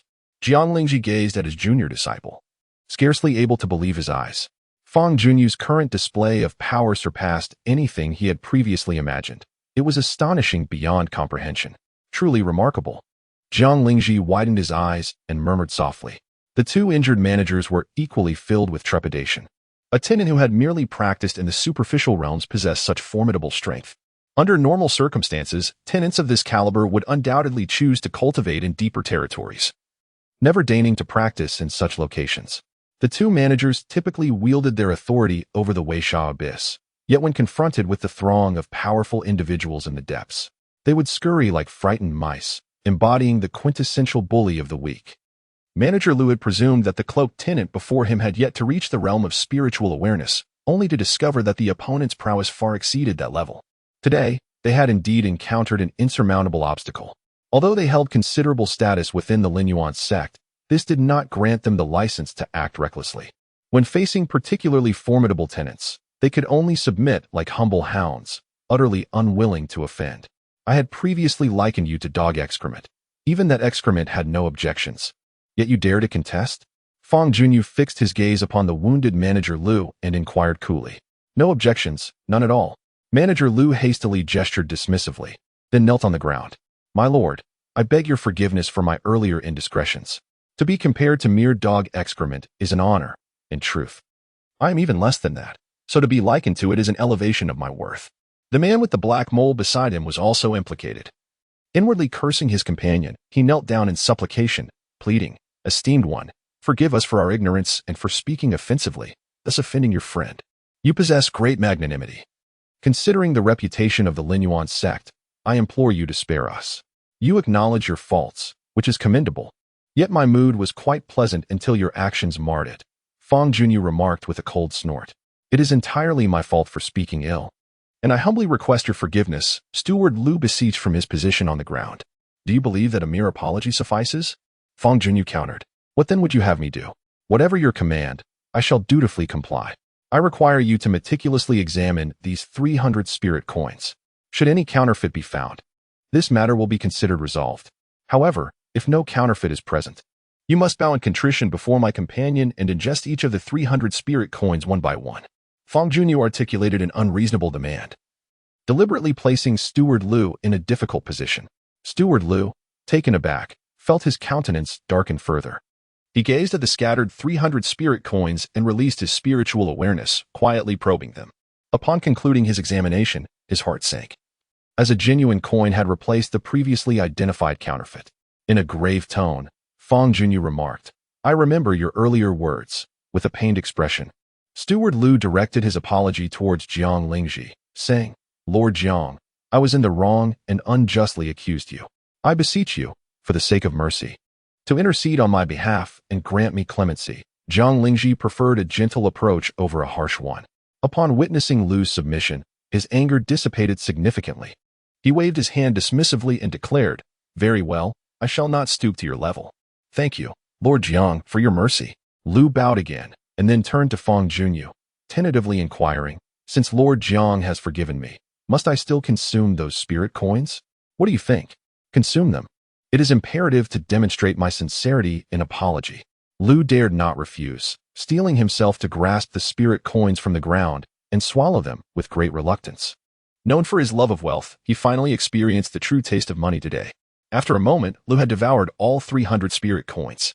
The sheer volume almost overwhelmed his stomach. Yet, as a cultivator, he managed to endure. How many spirit coins did you just consume? Fang Junyu asked nonchalantly. 300. Not a single one missing, Liu replied, burping. 300? I distinctly recall it being 30,000 spirit coins. 30,000. Yes, indeed, 30,000. How could I have forgotten such an important detail? Lu quickly corrected himself, anxious not to provoke the ominous figure before him. He retrieved an account book and inscribed the line indicating the collection of 30,000 spirit coins next to Jiang Lingji's name, presenting it to Fang Junyu for review. Fang Junyu nodded, and all remnants of anger within him vanished. Meanwhile, Jiang Lingji's eyes sparkled with delight upon witnessing this turn of events. His 300 spirit coins had astonishingly been counted as 30,000. With such rental income, he could sustain his cultivation here for 300 days. In the past, he had been financially constrained, intermittently residing here for cultivation. At long last, he could engage in prolonged practice, which filled him with exhilaration. As my lease was nearing its end, it was the perfect opportunity to collect my rent while both of you are present. With a flick of his wrist, Fang Junyu produced a spirit ticket valued at 30,000 spirit coins, tossing it before Manager Lu, urging him to examine its authenticity. Manager Lu took the ticket, and with a cursory glance, recognized it as genuine. However, he hesitated to accept it as 30,000 spirit coins and cautiously inquired, "What is the value of the ticket you have given me, esteemed sir? Are your eyes deceiving you? Did you not see the inscription of 30,000 upon it? Rest assured, a transaction is a transaction. This is my own rent. You should calculate it accordingly. I have lost interest in the upper two tiers. My intention is to proceed to the middle tier for cultivation, so please charge me according to the standards of that level." "Very well. I shall note that down for you." Chapter 059. The fourth level indeed. Trampling upon others can be a rather exhilarating experience, yet it sometimes invites complications. Fang Junyu could not guarantee that the disciples of the Baiyun sect and the two managers he had just encountered would let the matter rest. They might very well seek retribution later. While he himself was unperturbed, his senior brother was another matter. He was soon to ascend to the middle level of the Weisha Abyss, and before doing so, he needed to secure some protection for his brother to ensure his safety, allowing him to depart with peace of mind. "Shaoqing, I am concerned that those individuals may trouble my brother. Do you possess any effective strategies?" Fang Junyu privately inquired through thought transmission. "This matter is quite manageable. You shall present this talisman to him. Should he find himself in peril, he can shatter this talisman. As long as he is within 100 miles, irrespective of my location, I will be able to sense the talisman's condition and pinpoint its whereabouts. Upon discovering that the talisman has been broken, we can hasten to his aid without delay." Nangong Qing proposed this idea. Immediately, Fang Junyu felt something materialize in his palm. Upon opening his hand, he beheld the very talisman capable of sending signals. "Senior brother, keep this talisman safe. If you encounter trouble in the future, simply crush it. As long as I am within 100 miles, I shall surely come to assist you." Jiang Lingji received the talisman with great reverence and secured it carefully. That Manager Lu was truly despicable. For the sake of a mere spirit coin, he spoke so harshly and made things difficult for you at every turn. Had it not been for his excessively arrogant demeanor, I would not have stooped to his level. Indeed, his words were quite harsh, nearly making my lungs burst with indignation. "Well then, let us continue our cultivation." Jiang Lingji chuckled, casting aside the unpleasantness of earlier, and seated himself beside his junior apprentice. In the midst of Weishawen, two managers were mounted atop the back of a black goose demon beast. The Manager Lu, unable to contain himself, vomited forth all the spirit coins he had ingested. Swallowing those spirit coins was uncomfortable, and expelling them was not much better, subjecting him to a tormenting ordeal. The man with the dark mark on his face, seated behind him, furrowed his brow and cautioned, "Allow me to offer you a word of advice. It would be wise to let this matter rest. That formidable individual we encountered earlier possesses unfathomable strength, potentially linked to the four great factions. If you were to report to the sect seeking help, it is highly probable that you would attract even greater trouble. Perhaps it is wiser to endure this grievance. Should you escalate the situation, I too would suffer the consequences." Manager Lu clenched his teeth in frustration, yet he refrained from retorting, fully aware that the words spoken were indeed accurate. It is advisable to avoid provoking such formidable experts. Not only the two of them, but the entire Lin Yuan sect would hesitate to stir the ire of such a harbinger of misfortune. Furthermore, even if the Lin Yuan sect were willing to intervene on his behalf, it is doubtful he would emerge unscathed. Absorbing malevolent energy can accelerate one's cultivation of spiritual power, while ingesting jade essence can hasten the growth of jade spirits. Each possesses its own merits. For a jade spirit, jade essence is akin to a potent tonic. The more the better. Cultivation is a process of gradual accumulation. Upon reaching a certain threshold, a qualitative transformation will occur. Tonight heralds such a transformation. Fangyuan teetered on the brink of a breakthrough as the jade spiritual energy coursed through 2 meridians, tracing a mysterious path in a full cycle. Infusing it into the jade spirit within his core, enabling this verdant little entity to flourish continually. The jade spirit finally reached a critical juncture, poised for further advancement. It suddenly lifted its head, its smooth, jade-hued form emanating a peculiar resonance, its size swelling, shedding a layer of skin. The newly formed body had evidently matured significantly. The contours of its head became more pronounced, for tiny feet sprouted tips, and its tail elongated. It was evident that the jade spirit's physique resembled that of a 4-clawed beast, though what form it would ultimately take remains a mystery. With the advancement of his innate spirit, Fangyuan's cultivation level ascended to the 4th realm of the spirit soul realm. In addition to the enhancement of his spirit, his own spiritual energy had significantly increased in strength. Each growth filled him with joy, and this occasion was no exception. Upon reaching the 4th realm of the spirit soul, he could now possess 3 spirit souls simultaneously. However, the spirit soul in Shaoqing's possession was of a much higher tier, rendering it impossible for him to refine. Thus, he had to select a more suitable one from the lower tier spirits. The wind spirit could enhance the practitioner's speed, while the fire spirit could amplify the power of his 1,000 flames fist. He contemplated which of the 2 to choose. After much consideration, he concluded that the wind spirit was the more advantageous option. The wind aids the flames, and the wind spirit could also augment the potency of fire-based spiritual techniques while increasing speed. Truly a dual benefit. Fangyuan possessed 2 wind spirits, one of 9th tier and the other of 5th tier. Both had been acquired from the Wan brothers and were sealed within talismans. Due to his limited cultivation, he was unable to refine the 9th tier spirit and had to settle for the 5th tier one. He opened his eyes, gazing intensely at Jiang Lingji, and said, "Senior brother, I have just broken through to the 4th realm of the spirit soul and intend to refine a wind spirit. Could you please keep an eye on me?" "You've broken through to the 4th realm of the spirit soul?" Jiang Lingji exclaimed, surprised by the progress he had overlooked while engrossed in his own cultivation. "Yes, I just achieved this breakthrough.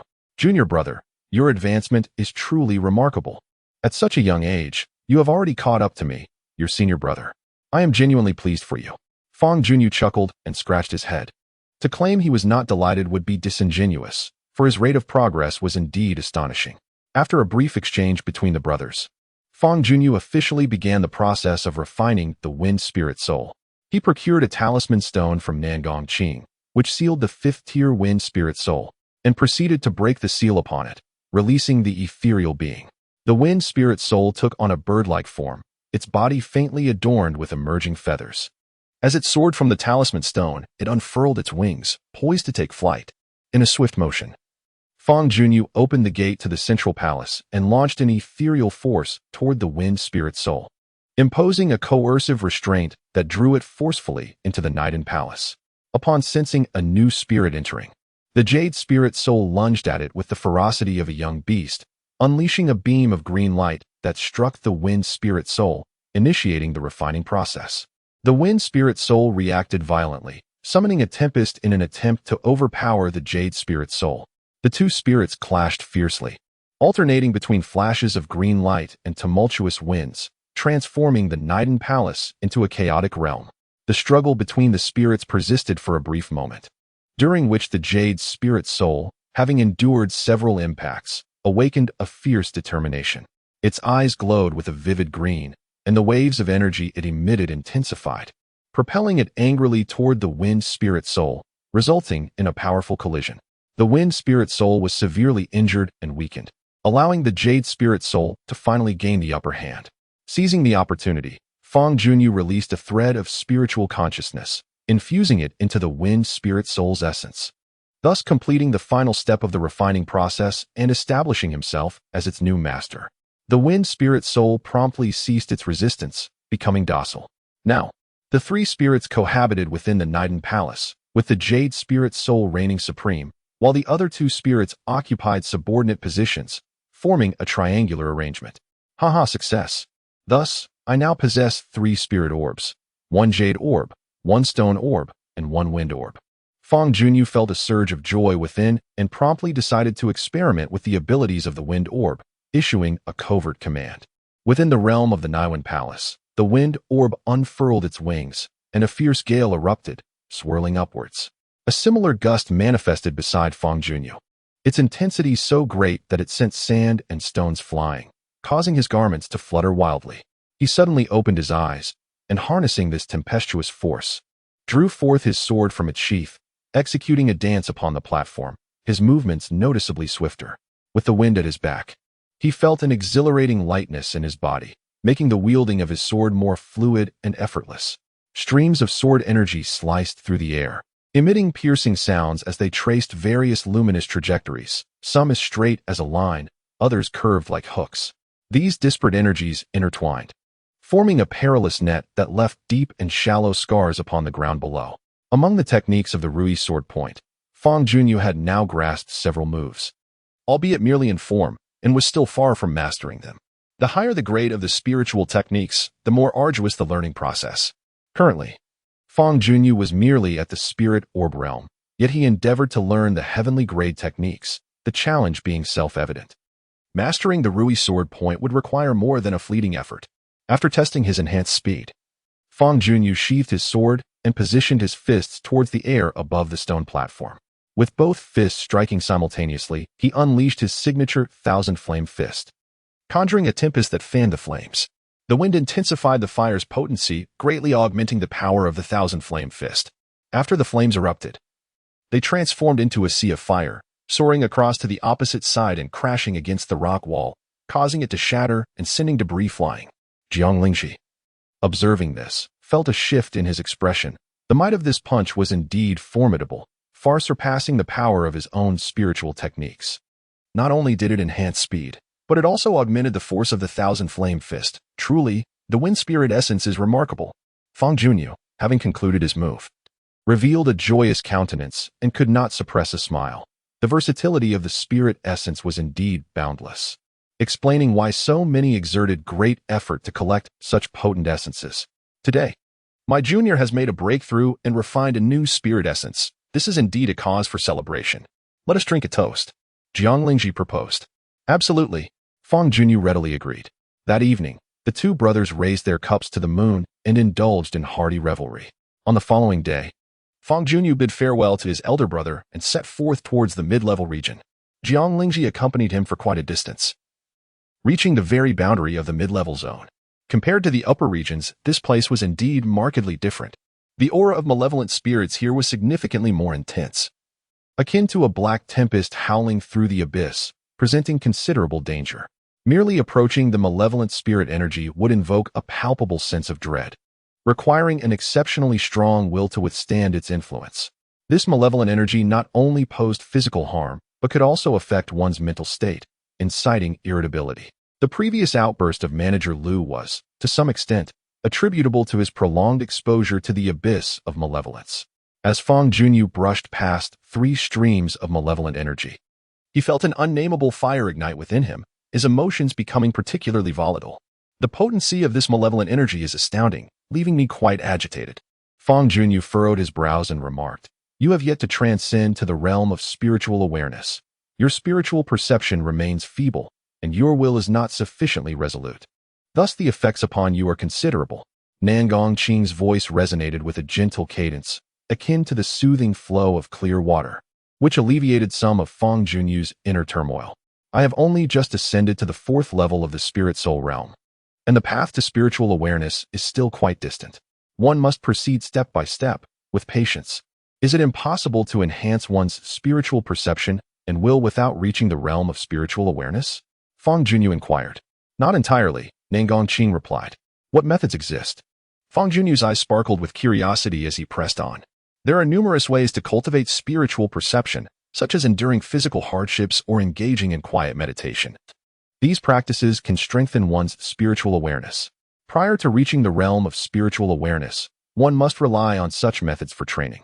If you commence your training now, when you eventually break through to the realm of spiritual awareness, your foundation will be solid, surpassing that of your peers at the same level," Nangong Qing elucidated. "That sounds promising.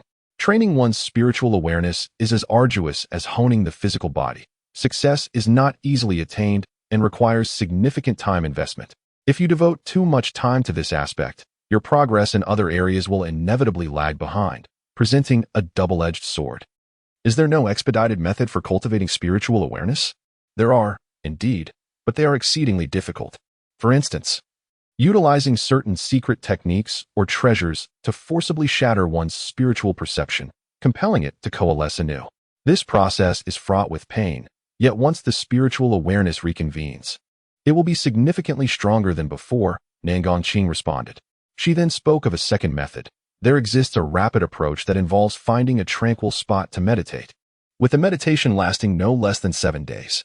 During this period, one must maintain an unwavering focus, devoid of any distracting thoughts, if one allows their mind to wander.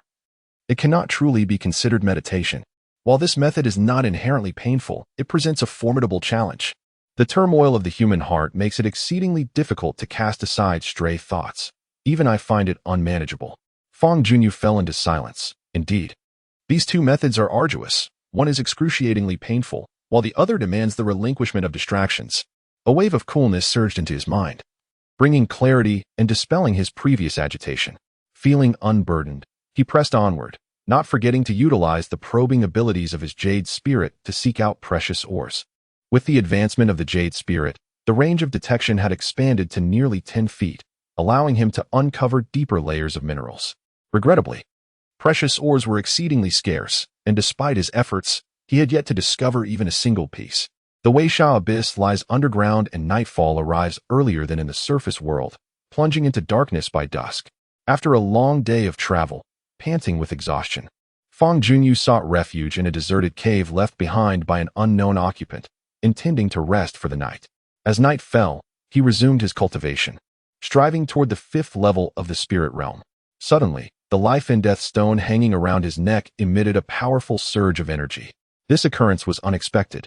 Fangyuan's spirit consciousness was forcefully drawn into the stone, transporting him to a realm of profound mystery. This was the second time such an event had transpired, and he quickly regained his composure, feeling a surge of joy. The life and death stone had finally activated.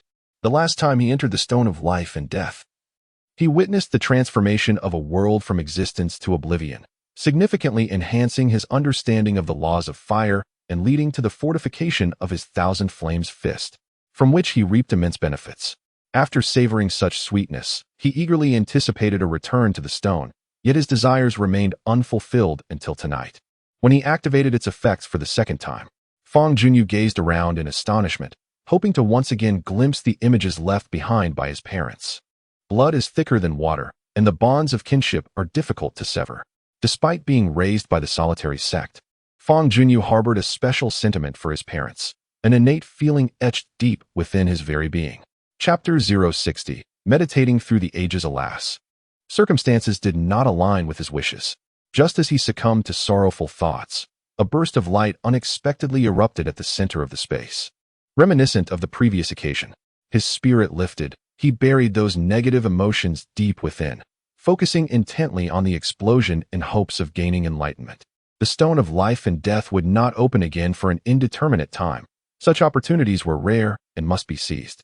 The explosion engulfed the entire space, and the fierce flames incited astonishing transformations, creating substances during the burning process, which, upon cooling, coalesced into a spherical star.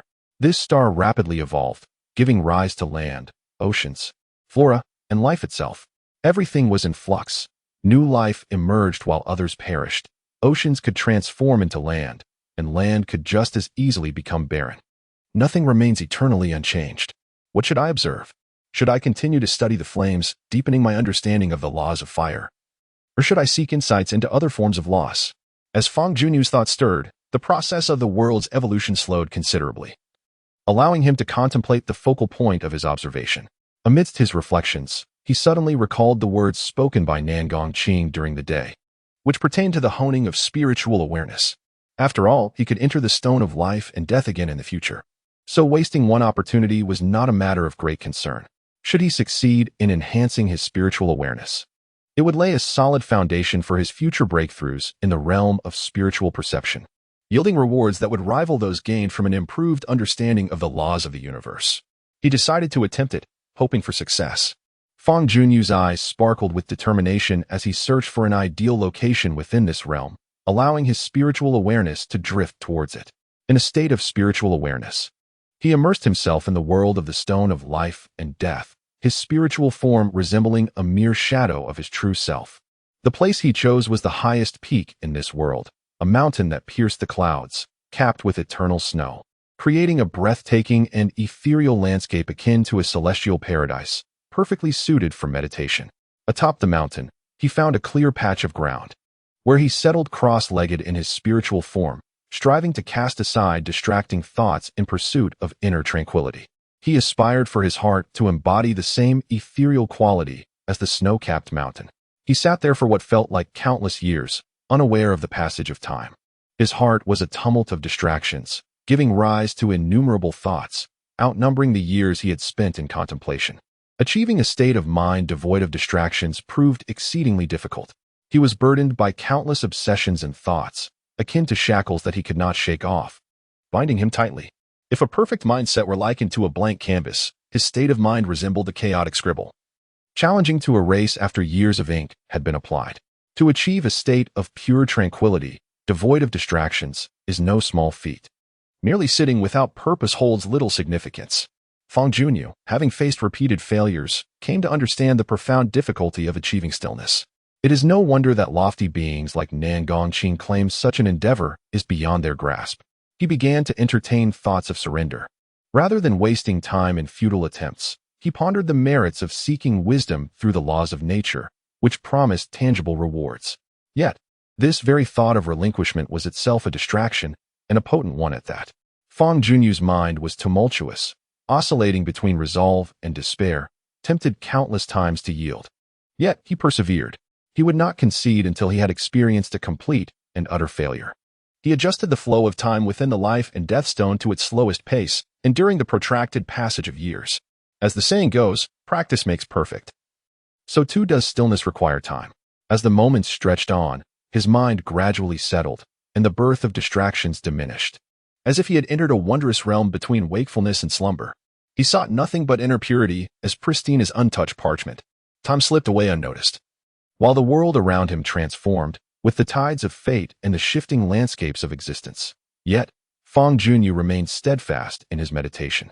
He withstood the trials of time, resisting the encroachments of distraction, and his heart solidified into an unwavering rock. In the absence of thought, he attained insights that eluded him in moments of deep contemplation. Some truths lie not at the end of thought, but at its inception. Eventually, he awakened to the reality of his situation. How long have I been seated here? Fangyuan murmured to himself. This time, you have surpassed your previous duration of meditation, having spent a full 7 days immersed in stillness. Regardless of how I call you, you remain unresponsive.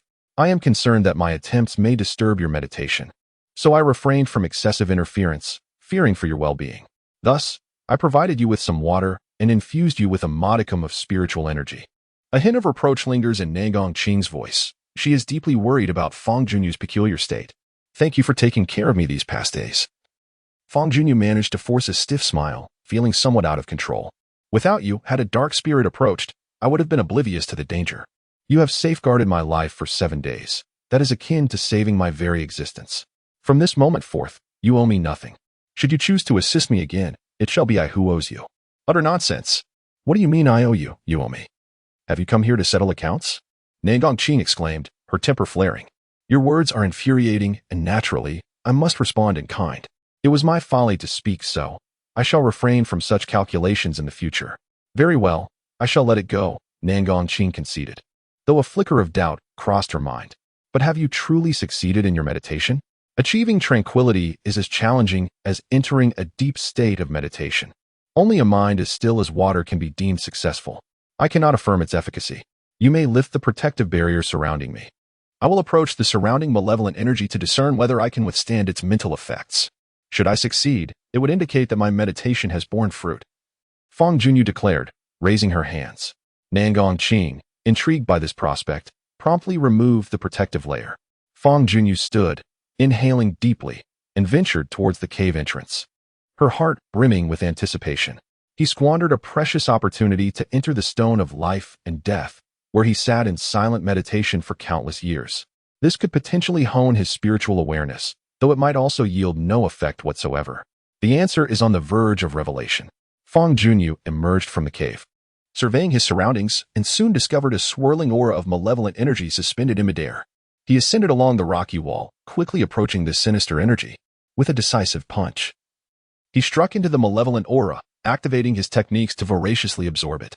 This act of absorption inevitably provoked a reaction from the malevolent energy, allowing him to acutely sense the alterations in his spiritual awareness. The once overwhelming onslaught of spiritual energy now felt like a gentle breeze, having no impact whatsoever. This transformation, this contrast, was strikingly evident. His previous meditation had not been in vain. As for the gains from this meditation, a precise assessment was elusive. For his method differed from that of ordinary individuals, his practice took place within the stone of life and death. The seemingly endless years there were, in fact, but a fleeting moment. Shaoqing, it seems I have succeeded. This malevolent energy, while capable of harming my body, has no effect on my mind. My emotions remain as stable as ever. I feel joy when I should, and calmness when I must. Fangyuan exclaimed, filled with delight. You truly succeeded. Achieving a tranquil heart is something even I cannot accomplish. Nangang responded, equally astonished and elated to witness Fangyuan's growth. Amidst her joy, a flicker of curiosity arose within Nangang. How could Fangyuan, at such a tender age, master the profound arts of meditation and stillness? In principle, only cultivators who have practiced for hundreds of years or even longer possess the ability to enter a state of meditation and stillness. It is exceedingly rare for the youthful to achieve such feats. Every young individual who can defy this norm is, without exception, a peerless genius. Could it be that his talent and potential surpass my expectations? Nangang heart was filled with astonishment. Chapter 061. Unexpected gains that day, the two celebrated briefly. Fangyuan made significant progress this time, which indeed warranted a celebration. The profound applications of spiritual awareness are boundless and immensely important. By establishing a solid foundation now, when he eventually breaks through to the realm of spiritual awareness, his capabilities will undoubtedly be formidable.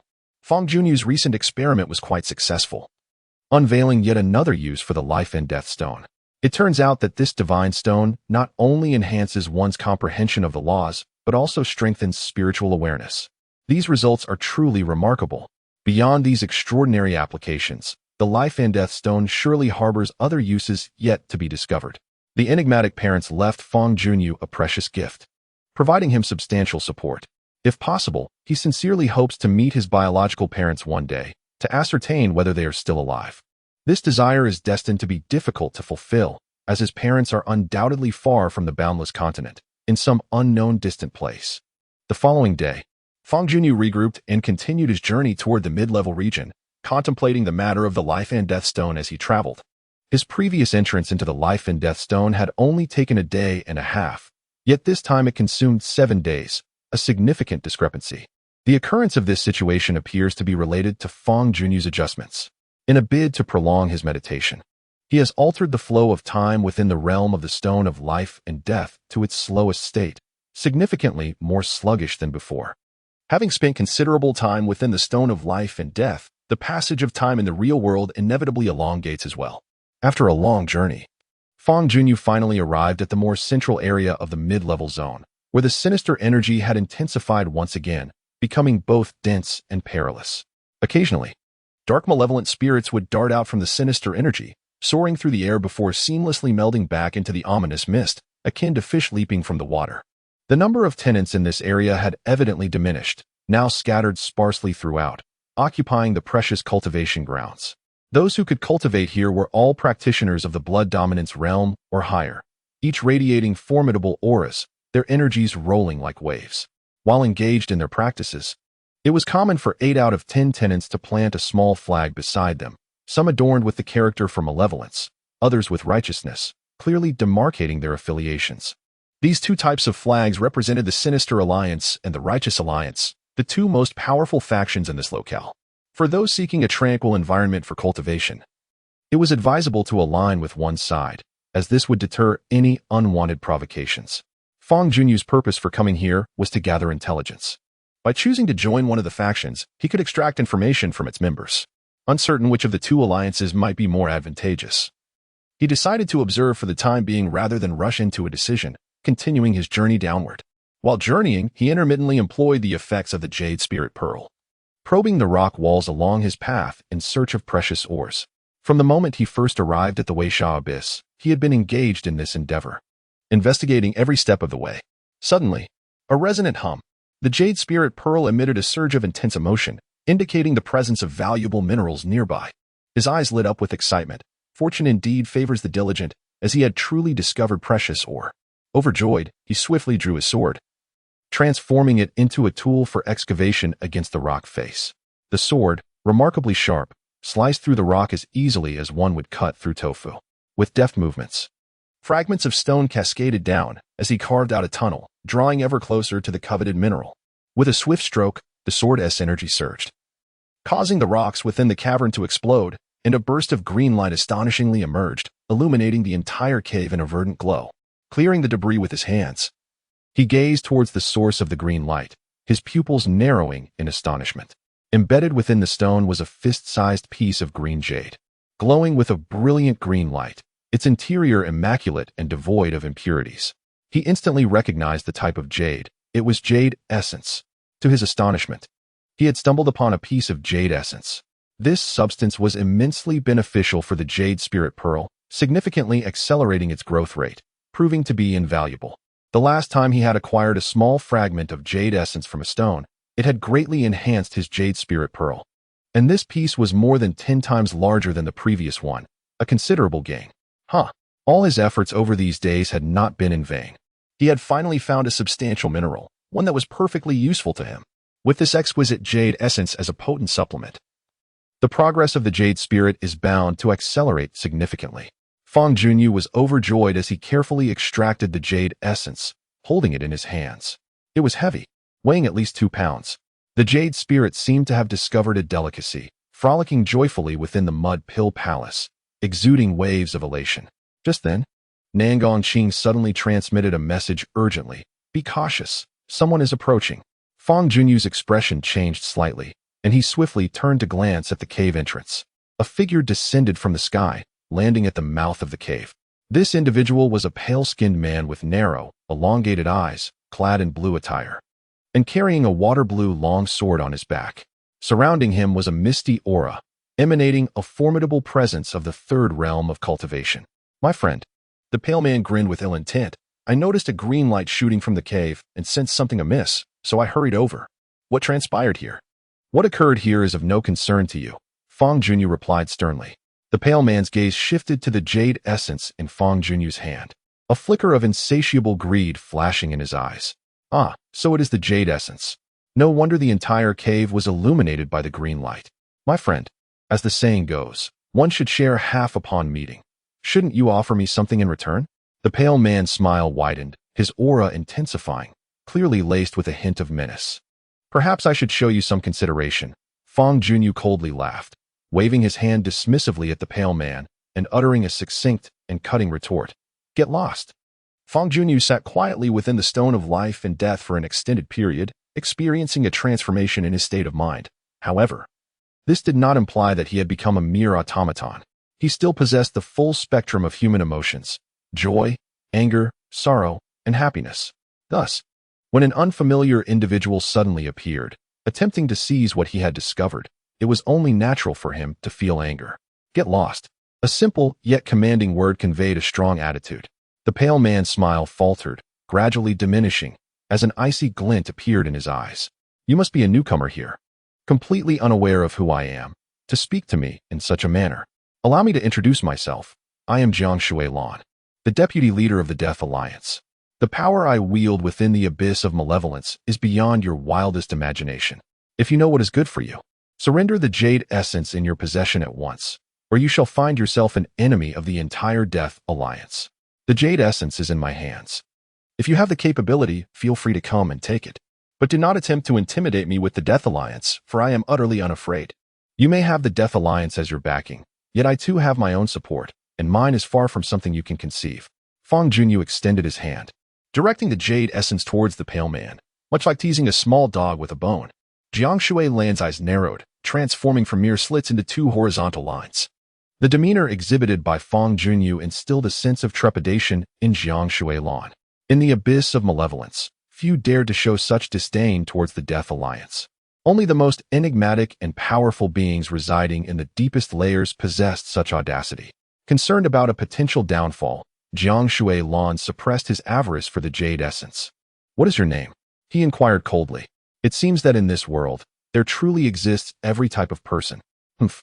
Such a timid soul, yet daring to compete for treasures. How laughable." Fang Junyu smirked, tucking away the jade essence. Apart from this solitary piece, no other precious ores lay in sight. Previously, Fang Junyu had been indecisive about whether to join the Blood Alliance or the Justice Alliance. Now, clarity dawned upon him. Since Jiang Shui Lan was affiliated with the Blood Alliance, there was no reason to contemplate joining them. He could never work alongside such individuals. The Justice Alliance it would be. With resolve, Fang Junyu set off in search of members of the Justice Alliance. After half an hour of searching, he encountered not a single soul from the Alliance, but stumbled upon a peculiar pool of water. This pool, nestled midway up a rocky cliff, was quite expansive. Its origins a mystery, whether in natural formation or man-made remained unclear. As Fang Junyu gazed at the pool, a sudden impulse to bathe there seized him. Chapter 062. The being in the water bathing in the depths of Weishao Abyss was hardly a prudent choice, yet the allure of this pool was irresistible to Fang Junyu.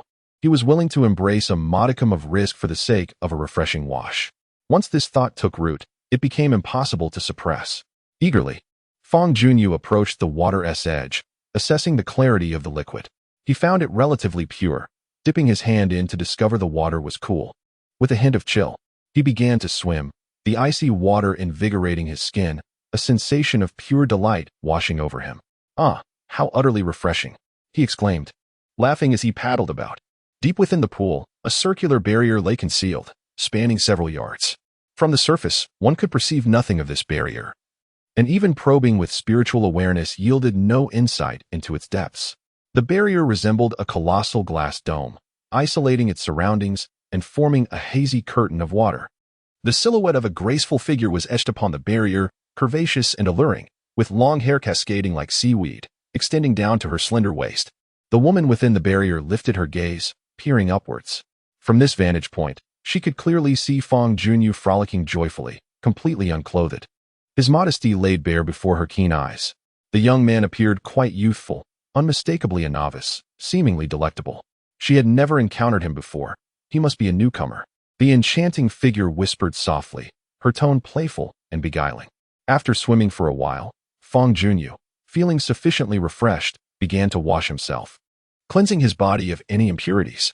Once he had finished bathing, he proceeded to wash his hair, plunging his head into the water and inadvertently catching sight of something below the surface. The pond was crystal clear, revealing a massive sphere lurking beneath, the nature of which was unknown to him. What on earth is that? He contemplated leaving immediately but felt it would be dishonorable, so he lingered instead, exclaiming, "I had no idea there were others below. I sincerely apologize for my earlier intrusion, and I hope you can forgive me." The young woman, engaged in her ablutions, had not anticipated the sudden appearance of the gentleman, and she confessed, "You truly startled me. My heart is still racing." "Are you reproaching me?" she continued. "I would not dare. This matter is entirely my fault, not yours." Fang Junyu, having glimpsed her form, felt a sense of guilt and chose not to dispute her words. The young master cast a fleeting glance at the pool before departing, a testament to his noble character. "I hold individuals of your ilk in the highest esteem and harbor no resentment towards you. To prevent a recurrence of such an incident, I humbly beseech you to remain by the water's edge, to avert any further unwitting trespassers. Would you be so kind as to assist me in this modest request?" The voice from beneath the water was enchanting, articulating its plea. This request was not excessive, and Fang Junyu found no grounds for refusal, acquiescing, "Very well. I shall stand guard for a while. Rest assured, I am neither a paragon of virtue nor a scoundrel. I shall not take advantage of the situation to steal a glance at you." The voice from below chuckled softly. "I trust in your integrity, and I am grateful for your assistance." Fang Junyu upheld his promise, remaining in place, seated with his back to the pool, his head motionless to avoid arousing suspicion. Time slipped away quietly, and after a quarter of an hour, a splash echoed as someone emerged from the water. "Young master, I am done bathing. Thank you for keeping watch, preventing any untoward exposure." It was the same beguiling voice. For the first time in his life, Fang Junyu heard a voice so intoxicating, imbued with an almost enchanting power. He turned to face the speaker and beheld a captivating woman standing upon the water's surface. Tall and curvaceous, she embodied a harmonious blend of fullness and delicacy. Her bosom round as a melon, skin as smooth and white as porcelain, and her waist remarkably slender.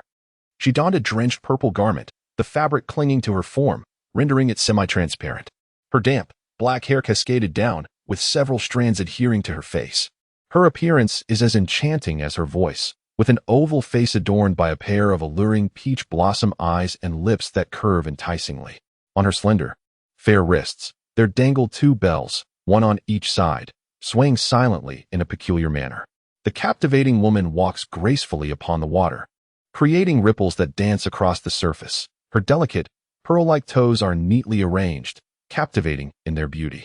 Fangyuan is momentarily entranced, realizing that after she has donned her garments, she appears even more striking than before. He feels a wave of embarrassment, turning his head away. Furrowing his brow as he speaks, "Miss, you have completed your bath. I shall take my leave." The enchanting woman's smile falters. She is exceedingly confident in her beauty, having always effortlessly ensnared men in her charm. Yet today, she encounters an anomaly, someone who wishes to depart upon merely seeing her. Is he too earnest? Or is she not alluring enough? How intriguing to encounter a gentleman like Lu Xiaohui today. If you do not succumb to my allure, I shall make it my mission to stir your heart. I refuse to believe there exists a cat that does not stray. Such a tender youth as yourself is the easiest to ensnare. A glint of mischief sparkles in her peach blossom eyes as she regards Fangyuan as her prey. And with a sultry tone, she implores, "Young sir, please do not depart." Fangyuan halts, turning his head to inquire, "What more do you wish? Our brief encounter is also a form of fate. Parting ways like this seems a pity. I harbor no ulterior motives. I merely wish to share a few words and forge a friendship. In a perilous world, having more friends equates to greater safety. I appreciate your kind intentions, but I must decline. The preceding events have rendered our acquaintance rather awkward. It may be preferable for us to part ways indefinitely." Fangyuan, with unwavering resolve, bid farewell once more and leapt onto another protruding rock, preparing to depart from this place. The enchanting woman's smile transformed into a cold smirk. Did she assume she could take advantage of me, Li Karen, and simply depart? My form is not for just anyone to gaze upon. The captivating woman waved her hands, channeling her spiritual energy into the two bells adorning her delicate wrists. The once silent bells suddenly emitted a haunting sound, shrill and reminiscent of a ghostly wail. These seemingly inconspicuous bells turned out to be treasures. The cacophony of the bells triggered a chain reaction, causing the icy waters of the pond to erupt into splashes, from which emerged several figures, racing toward Fangyuan with the swiftness of lightning. To her astonishment, the creatures that soared from the pond were hideous flying insects, resembling oversized mosquitoes with sharp, piercing mouths. Li Karen deftly maneuvered her wrists, the bells producing an array of tones akin to commands. Under the influence of the bell sounds, the insects surged toward Fangyuan, their assault far more elusive and unpredictable than any conventional blade or sword. In the blink of an eye, the insects closed in on Fangyuan from various angles. Observing this scene, a cold smile grazed Li Karen's lips. The flying insects she commanded were, in fact, venomous pests, their bodies harboring potent toxins capable of paralyzing even the mightiest practitioners of the third realm with a mere bite, rendering them utterly submissive to her will. A man who disregards my beauty must inevitably pay the price. A ruthless glint flickered in Li Karen's beautiful eyes. Chapter 63. The goo worms. A multitude of goo worms surged through the air, their potent energy palpable. Fangyuan sensed impending danger and turned his gaze towards the rear. At that moment, the defensive talisman stone he carried was activated, responding instinctively to the threat. It soared into the air, levitating above Fangyuan, its form transforming into a brilliant crimson hue, emanating an intense wave of energy. Suddenly, the talisman shattered, morphing into a flickering candlelight that hovered in midair, casting a glow that barely enveloped Fangyuan's figure. This tiny flame, seemingly fragile, exhibited an extraordinary steadiness. As the swarm of goo worms approached within mere 10 feet, the flickering candlelight swayed violently, releasing several sparks that precisely struck the worms, incinerating them into ash in an instant. The talisman. Li Karen observed this scene with a hint of astonishment, taken aback by the presence of such protective charm. A talisman capable of withstanding the ferocious assault of a third-tier attack was indeed a priceless artifact. Fang Junyu furrowed his brow, his gaze sharpening, an intense fury igniting within his eyes. Previously, he had acted recklessly and accidentally fallen into a water pool, yet he had sincerely apologized. Yet, the adversary persisted in their vendetta, covertly attempting to harm him. The flickering candlelight above seemed to sense Fang Junyu's wrath, quivering violently before becoming even more fervent. I once thought you merely a minor character. I clearly underestimated you. A person capable of wielding such a talisman is far from ordinary.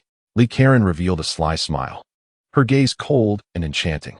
Suddenly, she altered the rhythm of her bells ringing, causing an immediate change in its sound. A centipede-like insect, lying dormant within the crevices of the stone, suddenly burst forth, its width spanning an impressive 3 feet, adorned in a rich reddish-brown hue. With its sides bristling with an abundance of legs, its shell gleaming and smooth. The grotesqueness of the centipede starkly contrasted with the exquisite beauty of Li Karen, a woman of such allure, who would resort to wielding a repugnant insect as a weapon. The centipede moved with astonishing swiftness, its elongated body continuously emerging from the fissure, twisting in midair as its head aligned with Fang Junyu, opening its maw lined with formidable fangs to release a noxious cloud of black, foul-smelling gas. The defensive talisman once again proved its worth, emitting a burst of flame that collided with the vile gas, the two forces clashing and gradually wearing each other down, with the talisman seemingly gaining the upper hand. The chimes produced by Li Karen resonated urgently in the surroundings, their sharp, piercing tones surpassing even the fervor of war drums.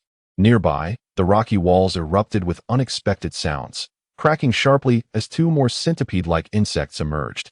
The 3 insects formed a menacing encirclement around Fang Junyu, leaving the efficacy of the talisman in withstanding their assault shrouded in uncertainty. The battle of the strong shifted rapidly, the preceding skirmish having transpired in mere moments. Given the previous awkwardness, Fang Junyu hesitated to inform Nangongqing, but now it was imperative to do so. Nangongqing's voice expressed astonishment as he secretly aided her, releasing 2 offensive talismans from his Qianquan ring, one gray and the other blue. The gray talisman hovered in midair, swiftly coalescing into a dark cloud. A blue talisman then burrowed into the cloud, which erupted with several bolts of lightning, as if an electric dragon were weaving through the tempest. The thunderous roar reverberated through the heavens, drowning out the sound of the bell held by Li Karen. Crack, crack, crack. 3 resounding claps of thunder echoed as 3 bolts of lightning simultaneously struck downward, accurately landing upon the 3 centipede goo insects. The ferocious power of the lightning sliced through the centipedes like a sword, obliterating them into fragments. As the electric brilliance flickered, the scattered blood instantly vaporized, and the flesh was reduced to char. An instant kill. What? Li Karen's face turned pale, taking a step back, her heart sinking. The 3 centipede goo she dispatched were known as blood helmet goo. Their exoskeletons were robust and virtually indestructible. Even formidable foes of the Third Realm found it challenging to breach their defenses, excelling in attrition battles. The simultaneous annihilation of the 3 blood helmet goo indicated that her opponent's strength vastly surpassed her own. The bell's chime abruptly ceased, and Li Karen stood poised upon the water, her long, graceful legs aligned, exuding an elegant demeanor. Her expression fluctuated between joy and despair, now hesitant to launch a reckless attack. The 2 sides remained locked in a distant standoff. Fang Junyu seized the opportunity to speak, conveying a message to Nangongqing. Do not mention it. I inadvertently crossed paths with this woman. Earlier, while bathing in the pond, I presumed I was alone, only to unwittingly encounter her and catch a glimpse of her form, which led to a confrontation. You saw her form? Nangongqing's voice quickened. In truth, I barely discerned anything. The water was murky. Besides, I already apologized to her. There was no need for such a reaction over a trivial matter, was there? Are you certain you didn't see clearly? Of course, it is indeed true. This is more like it. Nangongqing's tone softened. Fang Junyu felt somewhat speechless, pondering whether Nangongqing's focus was misplaced. Did he not realize how significant the woman's physique was? After confirming the situation, Nangongqing extended his spiritual awareness further, locking onto the figure of Li Karen across from him, thereby ascertaining the appearance of this adversary. Initially, he believed her to be a stranger, but upon further investigation, he discovered she was, in fact, an acquaintance. Oh, why is it her? Nangongqing exclaimed in surprise. Do you know her? Fang Junyu inquired. Yes. She is a friend of mine named Li Karen, renowned for her talent in taming and employing insect-based sorcery. After all this fuss, the enemy you've provoked turns out to be her. It truly feels like a great flood has swept through the Dragon King's temple. This woman is quick to act, utilizing insects as her weapons, which do not suggest benevolence. Why would you associate with someone like her? Nangongqing pondered for a moment, and with a sound of affirmation, he chose not to sever ties over a trivial matter. Their dialogue transpired in secrecy, conveyed through spiritual transmission, leaving Li Karen oblivious to their exchange.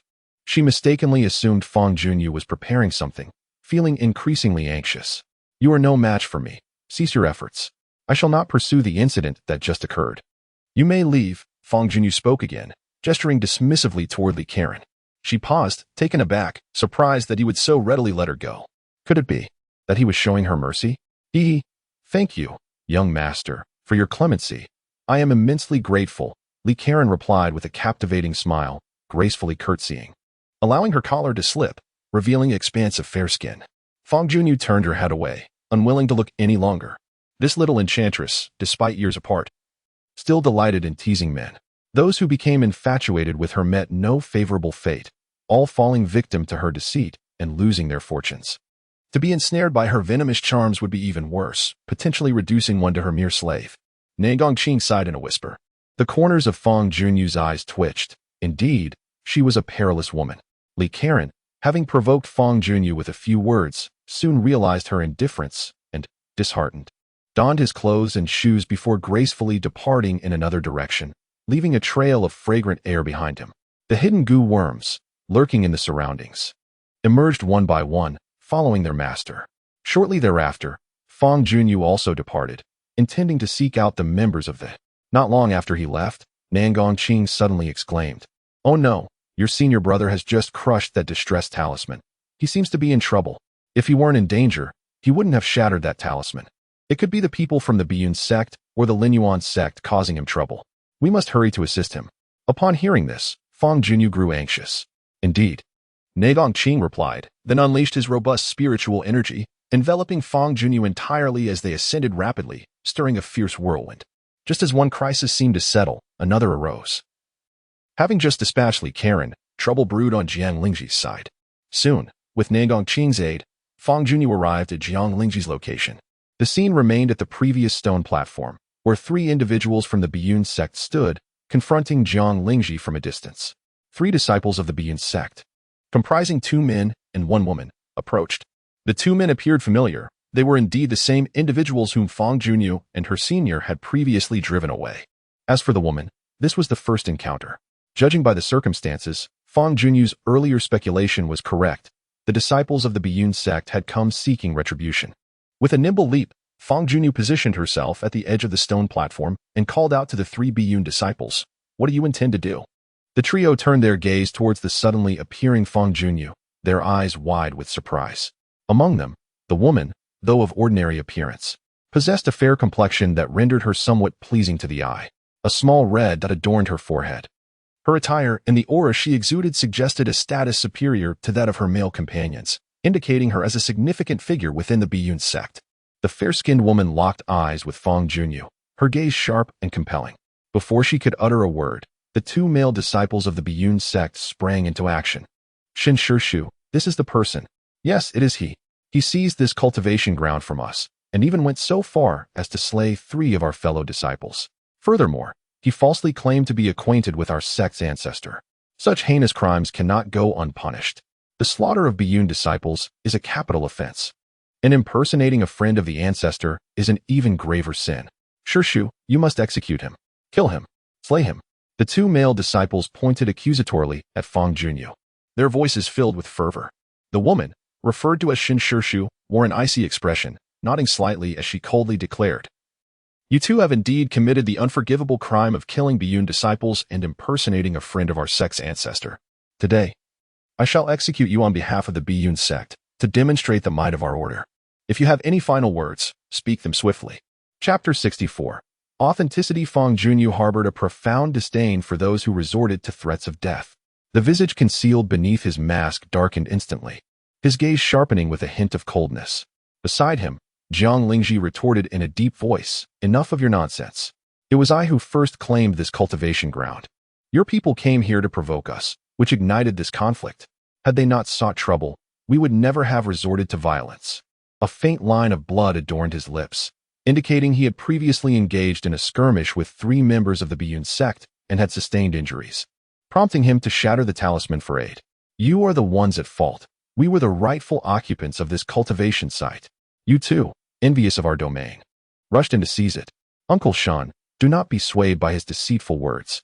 Indeed, Uncle Shun, do not listen to him. The 2 Biyun sect members clamored, their arguments lacking substance. Uncle Shin's expression remained unchanged as he turned to Fangyuan, stating coolly, your companion has already spoken his final words. It is now your turn. Zhang Lingji's previous remarks, meant to defend himself, were absurdly interpreted as a farewell. Final words? Huh. Every life must eventually meet its end. But today is certainly not my day to perish. Rather, it is you who should be concerned for your lives. The ones truly deserving of final words are you. Fangyuan scoffed. It seems that this is your final proclamation. Having delivered your farewells, you may now embark on your journey. Uncle Shin snorted disdainfully, suddenly sweeping his sleeve, from which 2 short swords glimmered ominously. A powerful surge emanated from her slender frame, possessing a dominance akin to that of the 3rd realm, which explained her rather imperious demeanor. Indeed, she had some merit to back it up. Fangyuan, with the assistance of Nangong Qing, could effortlessly vanquish his opponent. However, their conflict would not merely conclude here, as it was likely to attract further trouble from the members of the Biyun sect. Large sects might lack in certain resources, but they were never short of personnel. Fangyuan was reluctant to engage in this endless entanglement, where minor skirmishes escalated into larger confrontations. When would it all culminate? It would be far more prudent to leverage the Biyun token, this precious artifact, for a decisive resolution. He retrieved the Biyun token, brandishing it before the battle-ready Master Shin, and remarked, hold your horses, gaze upon this. Master Shin turned her attention to the Biyun token, her expression instantly frozen in astonishment. The aura surrounding her diminished, and she gasped, the Biyun token. The 2 other disciples of the Biyun sect were equally flabbergasted. For the Biyun token was a privilege exclusive to those of the highest rank within the sect, signifying an unparalleled status. To behold the token was tantamount to encountering its bearer in person. Lower-ranked disciples were compelled to obey the commands of anyone in possession of the Biyun token. Even the most modest Biyun token could dictate the fates of the 3 present. Initially taken aback, Master Shin soon shifted to skepticism and then regained her composure, questioning, you are not a member of the Biyun sect. I have never seen you within its ranks. I do not believe the Biyun token you hold is authentic. You previously impersonated a friend of the Grand Master, and now you produce a counterfeit Biyun token. This is an egregious offense, and I cannot let you escape unscathed. In the absence of spiritual energy infusion, the Biyun Ling appears to be an ordinary token. Only with the infusion of spiritual energy can the intricate spiritual patterns inscribed upon it be activated.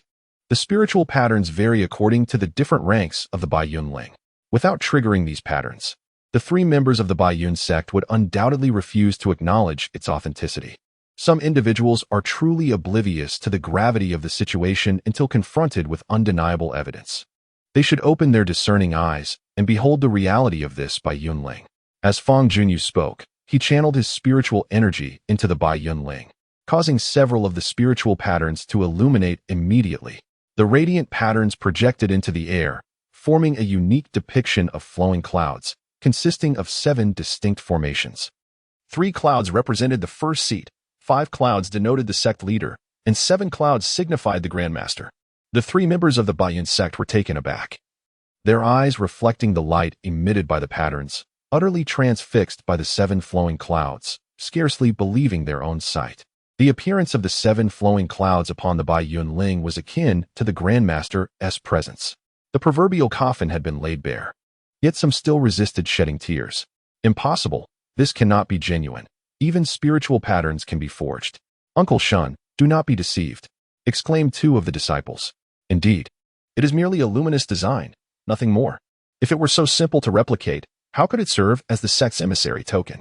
This Biyun Ling is undoubtedly authentic. You 2 should hasten to kneel and pay your respects.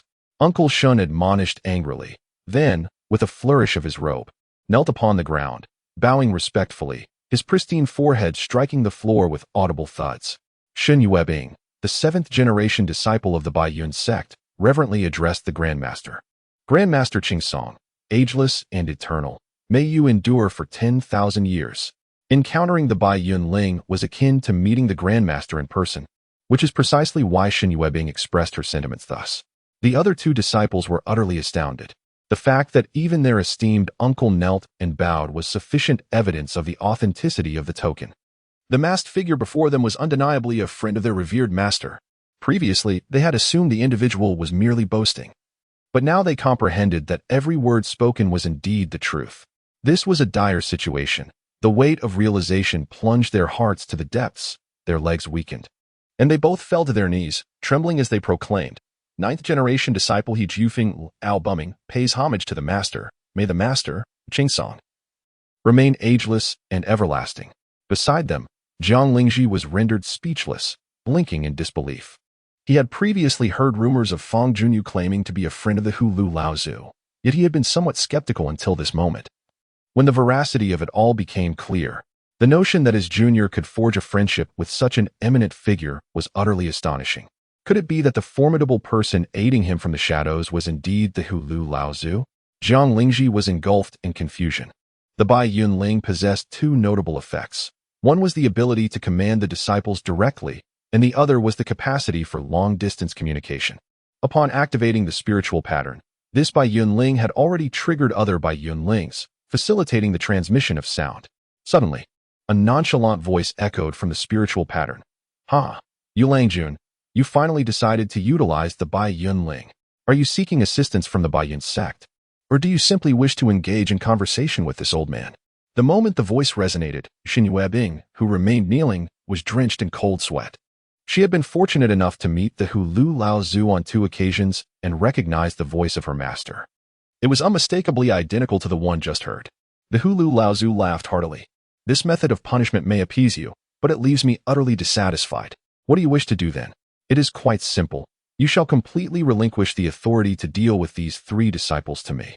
I assure you, I shall spare their lives. Yet some hardship is undoubtedly unavoidable. What harm is there in handing over a mere 7th-generation disciple and 2 9th-generation disciples to you?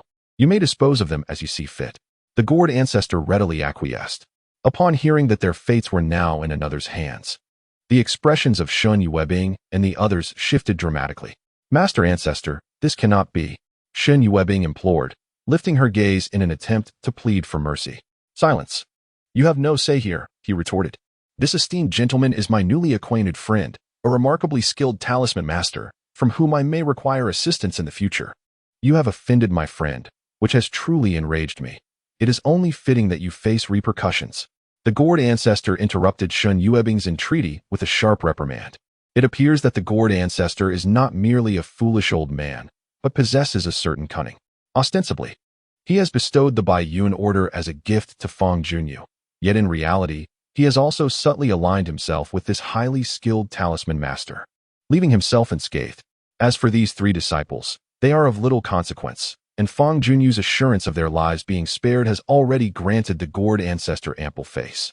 Xin Yuebing and the others fell into utter despair, too frightened to utter another word, their faces ashen. The gourd ancestor engaged Fang Junyu in a few exchanges through the Bai Yun order, discussing various schemes to exploit the unsuspecting, much to his delight, laughing heartily. Upon concluding their conversation, the two parted ways, and the Bai Yun order faded into obscurity. Fang Junyu once again cast his gaze upon the 3 individuals kneeling before him, causing them to feel a profound unease. After much hesitation, Xin Yuebing ultimately dared not rise, maintaining her kneeling position as she softly inquired, "Senior Yulangjin, how do you intend to deal with us 3? It's quite simple. I wish for you to remain by Brother Zhang's side as his bodyguards. During your time together, you are to protect him. Should he have any requests, you are to comply with his commands. This shall serve as your punishment. And consider yourselves fortunate that I have chosen not to impose a harsher fate." Fang Junyu replied coldly. Since execution was not an option for these 3, it was only natural to make good use of them in service.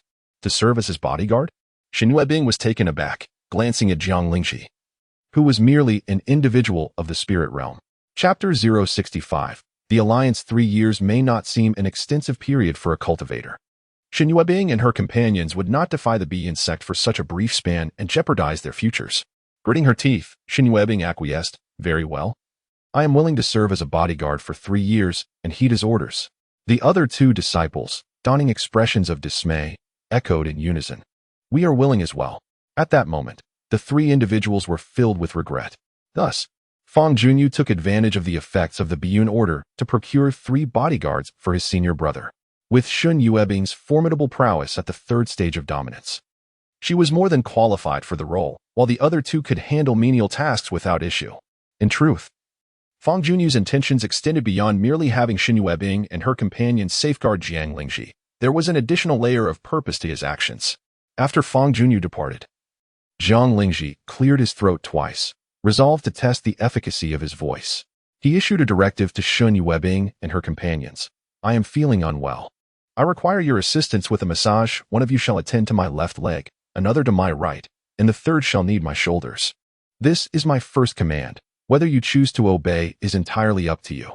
Shun Yuebing and her companions were torn, but ultimately, considering the pressure from the Biyun sect, they opted for compliance and commenced the massage for Jiang Lingji.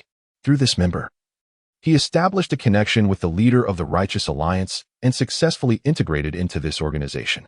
The Righteous Alliance is a loosely organized, temporary collective devoid of stringent regulations or rigorous entry requirements. Anyone who can reach the mid-level area is welcome to join. The sole stipulation for membership is unity. Should any member face adversity, the others are obligated to lend their support. Strength in numbers ensures that no one dares to intimidate them. The leader of the Righteous Alliance, Gongsun Zhan, is a tall figure with a mane of pale red hair that billows like flames as he strides. After a brief encounter, Fang Junyu perceived Gongsun Zhan as magnanimous, possessing a spirited demeanor and the gravitas of a mentor, which explains his ascendance to leadership. From Gongsun Zhan, Fang Junyu received a small flag embroidered with the character for righteousness, signifying membership in the Righteous Alliance. When placed nearby during cultivation, this flag acts as a deterrent to any potential disturbances. With only 33 members, each new addition to the Righteous Alliance is a significant event, prompting gatherings for celebration to strengthen bonds among members and facilitate familiarity between newcomers and veterans alike. That evening, Gongsun Zhan set a lavish banquet within the cave he had carved out, inviting all members of the Righteous Alliance to celebrate the joining of the esteemed Yu Langjun. Such gatherings were perfect for gathering intelligence, and Fang Junyu was more than pleased to partake. Inside the cave, 5 tables were meticulously arranged, each laden with an abundance of food and wine. Members of the alliance arrived in droves, greeting Fang Junyu under Gongsun Zhan's introduction. Although Fang Junyu wore a mask, none paid it any heed, as among cultivators, eccentric attire was not uncommon, and a mere mask was of little consequence. With yet another new member joining our ranks, the growth of our alliance is truly commendable, a melodious voice echoed from the cave's entrance. Fang Junyu recognized the voice, glancing towards the door to see Li Karen gracefully stepping in. To his surprise, Li Karen was also a member of the alliance. Dressed in purple, her neckline was daringly low, and a slit in her skirt revealed a glimpse of pristine white flesh with every step she took. Delicate bells adorned her wrists, yet they emitted no sound. Upon noticing Fang Junyu, Li Karen paused momentarily, her expression shifting to one of amusement as she chuckled. So, you are the newcomer. How serendipitous. Fang Junyu felt a twitch at the corner of his eye, sensing that any association with this woman would lead to complications. Shaoqing, I have encountered your friend once more. Fang Junyu communicated silently with Nangongqing. Regrettably, my identity prevents me from stepping forth to reminisce with her. Nangongqing sighed in response. If her identity were to be exposed and the news leaked, she would undoubtedly fall victim to the relentless pursuit of the formidable Emoyan Palace, her sworn enemy. It was not merely a matter of encountering an acquaintance. Even in the presence of a dear friend, she would find it impossible to reveal herself. Several men who admired Li Karen cast hostile glances at Fang Junyu, their earlier cordiality evaporating. Gongsun Zhan chuckled, gesturing toward the seat beside Fang Junyu, and remarked, I never anticipated that you two shared such a connection. It seems I ought not to pry further. It is always a joyful occasion when old friends reunite. You two should take this opportunity to reminisce. Indeed, Li Karen readily agreed, gracefully moving to sit beside Fang Junyu. The jade leg beneath the table intentionally brushed against Fang Junyu's, teasingly provocative. The earlier comments had sown seeds of misunderstanding among the onlookers, yet there was no recourse to clarify, lest the situation become more convoluted. Fang Junyu, unwilling to be perceived as reckless, lowered her voice and cautioned, mind your words. Refrain from speaking nonsense. I I merely speak the truth. When have I ever uttered falsehoods? Have you truly forgotten our previous encounters? Li Karen pressed closer, a flirtatious smile gracing her lips. The phrase previous encounters was even more suggestive than before. The surrounding individuals regarded Fang Junyu with increasingly peculiar expressions, as if she were an unpaying patron. Fang Junyu seethed with frustration, but found herself powerless against Li Karen's provocations, ultimately deciding to ignore her. Those who are clear of heart remain untainted, and those who are wise discern the truth. This choice proved to be prudent, as Li Karen's subsequent attempts to entice Fang Junyu met with resistance. And sensing the lack of amusement, she ceased her flirtations. After a brief moment, the celebratory banquet commenced in earnest. Amidst the festivities, Fang Junyu seized an opportunity to inquire of the assembly. To my knowledge, the number of tenants in the mid-level area is fewer than 100, a rather paltry figure. I wonder, how many reside in the deeper levels? Should you manage to amuse me, perhaps I might divulge some other secrets as well. Her tone was nonchalant as she lifted her glass, taking a delicate sip. For this occasion, she had donned a mask that obscured only half of her face, leaving her lips exposed. It is unwise to speak insincerely. In any case, the opportunity has been presented to you. It is up to you to decide whether to seize it. Li Karen responded with a charming smile, exuding an irresistible allure. Fang Junyu, however, chose to ignore her, focusing instead on her own thoughts. The other guests refrained from delving into discussions about the Forbidden Zone, seemingly unaware of its intricacies, and instead engaged in light-hearted banter, meandering through a variety of topics. Once the revelries concluded, the guests began to disperse. Just before departing, Li Karen leaned close to Fang Junyu's ear, whispering her address and adding, "You must come, you know," before gracefully taking her leave. The sweet aroma of her words lingered in Fang Junyu's ear, provoking a tingling sensation. After the gathering, Fang Junyu navigated the cliffs, making her way to her temporary residence. This abode, chosen by Gongsun Zhan for her, was a spacious cave imbued with a rich spiritual essence. Along the way, the voice of Nangong Qing suddenly broke the silence. I wish to ascertain the situation within the Forbidden Zone. Such knowledge would facilitate my endeavors. Since Li Karen claims to possess information regarding the Forbidden Zone, it would be prudent to visit her residence tonight and discern what she has to say. Can the words of that woman be trusted? Fang Junyu scoffed. I certainly do not believe her. She merely seeks to lure me into her trap, most likely to ambush me with various venomous insects within the cave and strike at me with lethal intent. Chapter 066, A Night Meeting. With my assistance. What tricks could she possibly employ? Furthermore, my intentions extend beyond merely gathering intelligence about the Forbidden Zone. I wish to present this old friend with a token of goodwill. Nangong Qing remarked. What do you intend to gift her? Fang Junyu inquired, astonished. A talisman stone capable of neutralizing the poison of the insects. She harbors and coexists with these creatures daily, which inevitably exposes her to their toxins.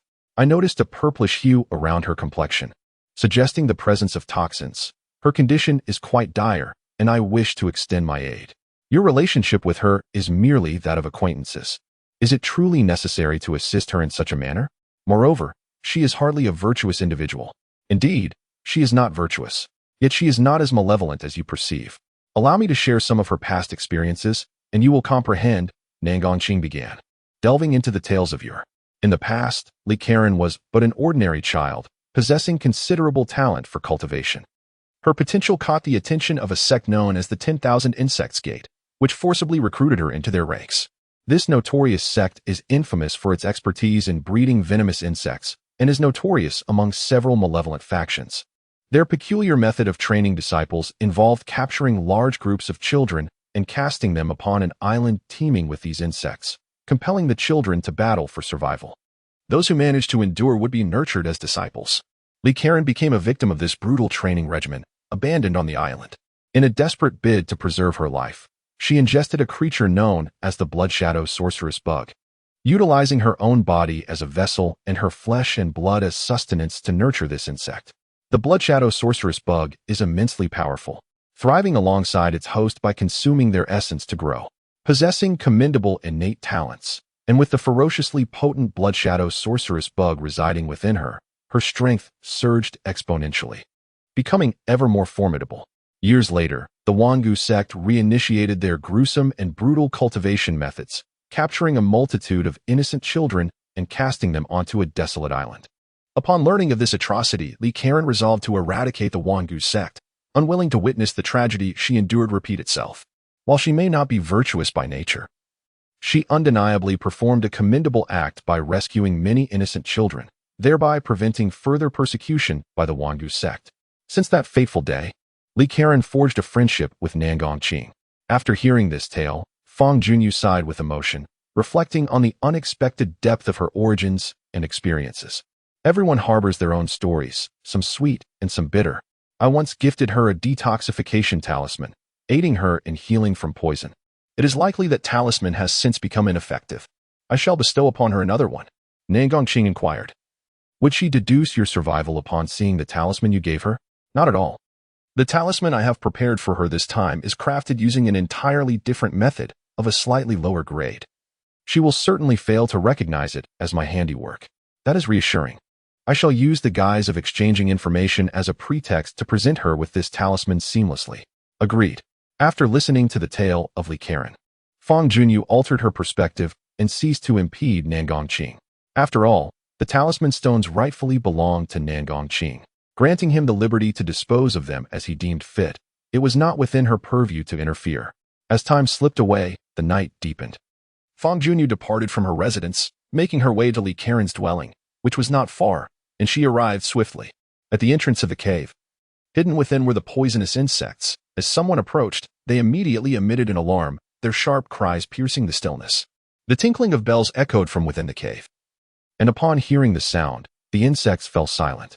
Fang Junyu leaped to the cave's mouth, steadied herself, and called out, Yulong Jun has come to visit.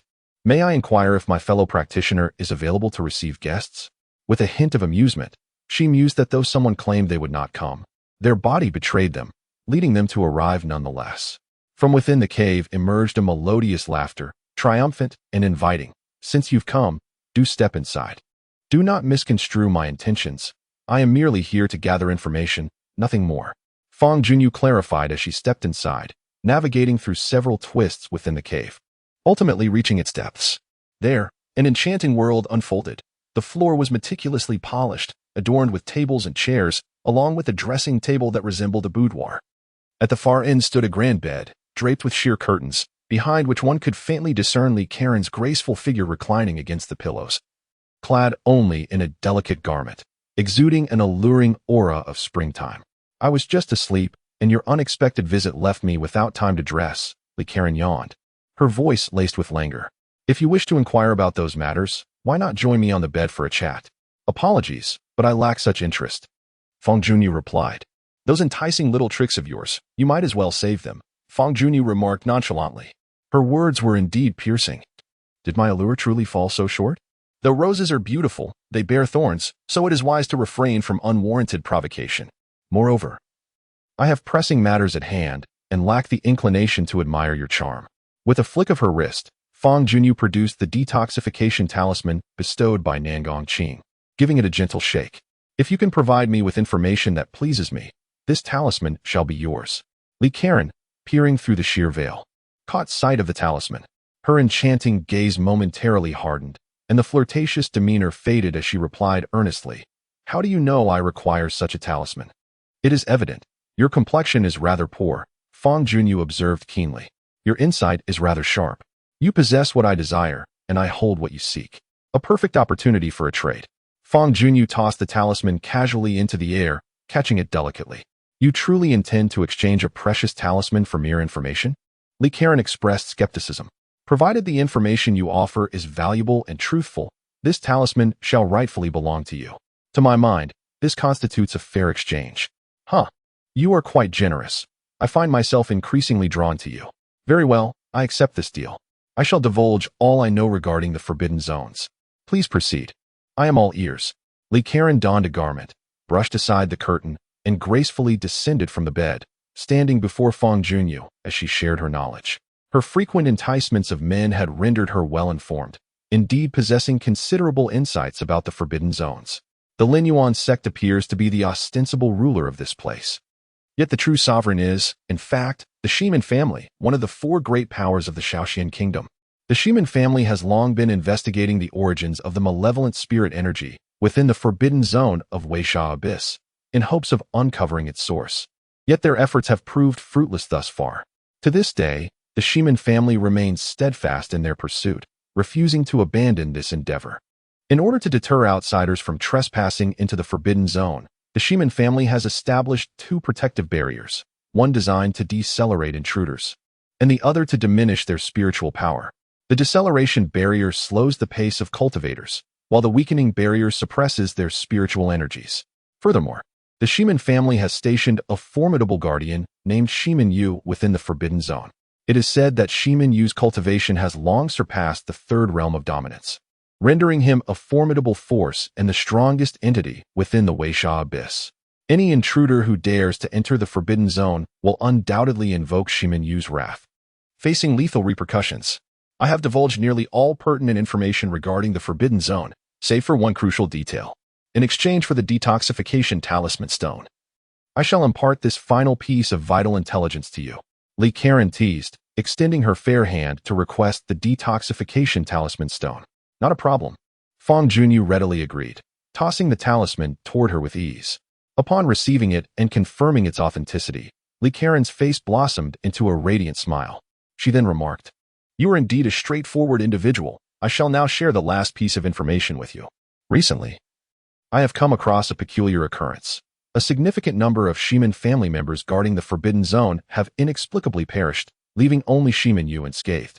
I suspect that someone has forcefully breached the forbidden zone and taken the lives of those individuals. As for the specifics, I remain uninformed." Fangyuan furrowed his brow slightly. Indeed, this was a matter worthy of attention. "What else do you know about the forbidden zone?" Fangyuan inquired. "Nothing more. I have shared all I know." Li Karen replied with a shrug. "Very well, I shall take my leave then. Is it his excessive seriousness, or perhaps my lack of charm?" Li Karen mused, glancing down at his undeniably impressive physique and reaching a conclusion. Yes, it must certainly be his excessive seriousness. Fangyuan, with the sword sheathed upon his back, traversed the rocky terrain slowly while engaging in a telepathic conversation with Nangong Qing, deliberating on the matter of seizing the Qi-gathering stone. The fact that the Shiman family was still searching for the source indicated that they had yet to obtain the Qi-gathering stone, which was good news. The bad news was that there existed a barrier below, guarded by a formidable expert known as Shiman Yu. To procure the Qi-gathering stone, these factors must be taken into account. The Shiman family is, after all, one of the four great powers of the minor Shen kingdom, and the barrier they have established would undoubtedly be formidable. My old injuries have yet to heal, and my strength is not at its peak. If I am subjected to the suppression of two barriers, confronting a formidable opponent would be rather challenging, Nangong Qing calculated. What shall we do then? Fangyuan asked. There is but one prudent course of action. I shall first refine two targeted talismans based on those two barriers. When the time comes, I will use these talismans to break through the barriers and then charge into the forbidden zone to seize the Qi-gathering stone. Unbound by the barriers, I shall no longer fear Shiman Yu, and success will be nearly assured. How long will it take to refine these two talismans? Half a month will suffice. In the past fortnight, you have been diligently honing your skills here, striving to break through to the 5th level. Previously, Li Karen mentioned an odd occurrence, stating that the entire Shiman family had been slain, leaving only Shiman Yu. What is your perspective on this matter? It would be prudent to gather more information regarding this incident, though it need not weigh heavily on your mind. This place is a sanctuary for cultivation, and it is unsurprising that the prominent Shiman family might attract unwanted attention. Very well. The two of them established a plan and set it into motion. One would secretly refine talismans within the Qinquan ring, while the other would seize the opportunity to cultivate. Days swiftly passed. Fangyuan sat cross-legged in the cave, practicing the great Zhou Tian Gui Yuan Gong, absorbing and transforming the malevolent spiritual energy. During this time, he had made significant progress with this technique and had begun to attempt opening the 3rd meridian. Once achieved, his cultivation speed would undoubtedly accelerate once more. The formidable nature of heavenly-level techniques was gradually revealing itself. Just as he was engrossed in his training, a domineering voice suddenly echoed from outside. Gong Sunjan. The members of the Sha Alliance have come to pay a visit. Why do you not come out to greet us? Chapter 067. The Pact of the Two Alliances. The voice was resounding, carrying across the surroundings. From the content of this declaration, it seemed that the members of the Sha Alliance were seeking trouble. In the mid-tier region, two alliances existed, the the Sha Alliance and the Yi Alliance, and they frequently clashed. Fangyuan opened his eyes, ceasing his cultivation, and gazed towards the cave entrance. He beheld 7 figures ascending and descending against the opposing rock face. The foremost being a handsome middle-aged man, his eyes bright as stars, with brows that arched like rainbows and a visage as striking as a silver basin, bearing a folded silver spear on his back. It was said that the leader of the Sha Alliance was named Yi Wuyo, proficient in combat with a long spear. He must certainly be the one. Among the 7 individuals, there was a familiar face, the vice leader of the Shalem Alliance, Jiang Shuilon.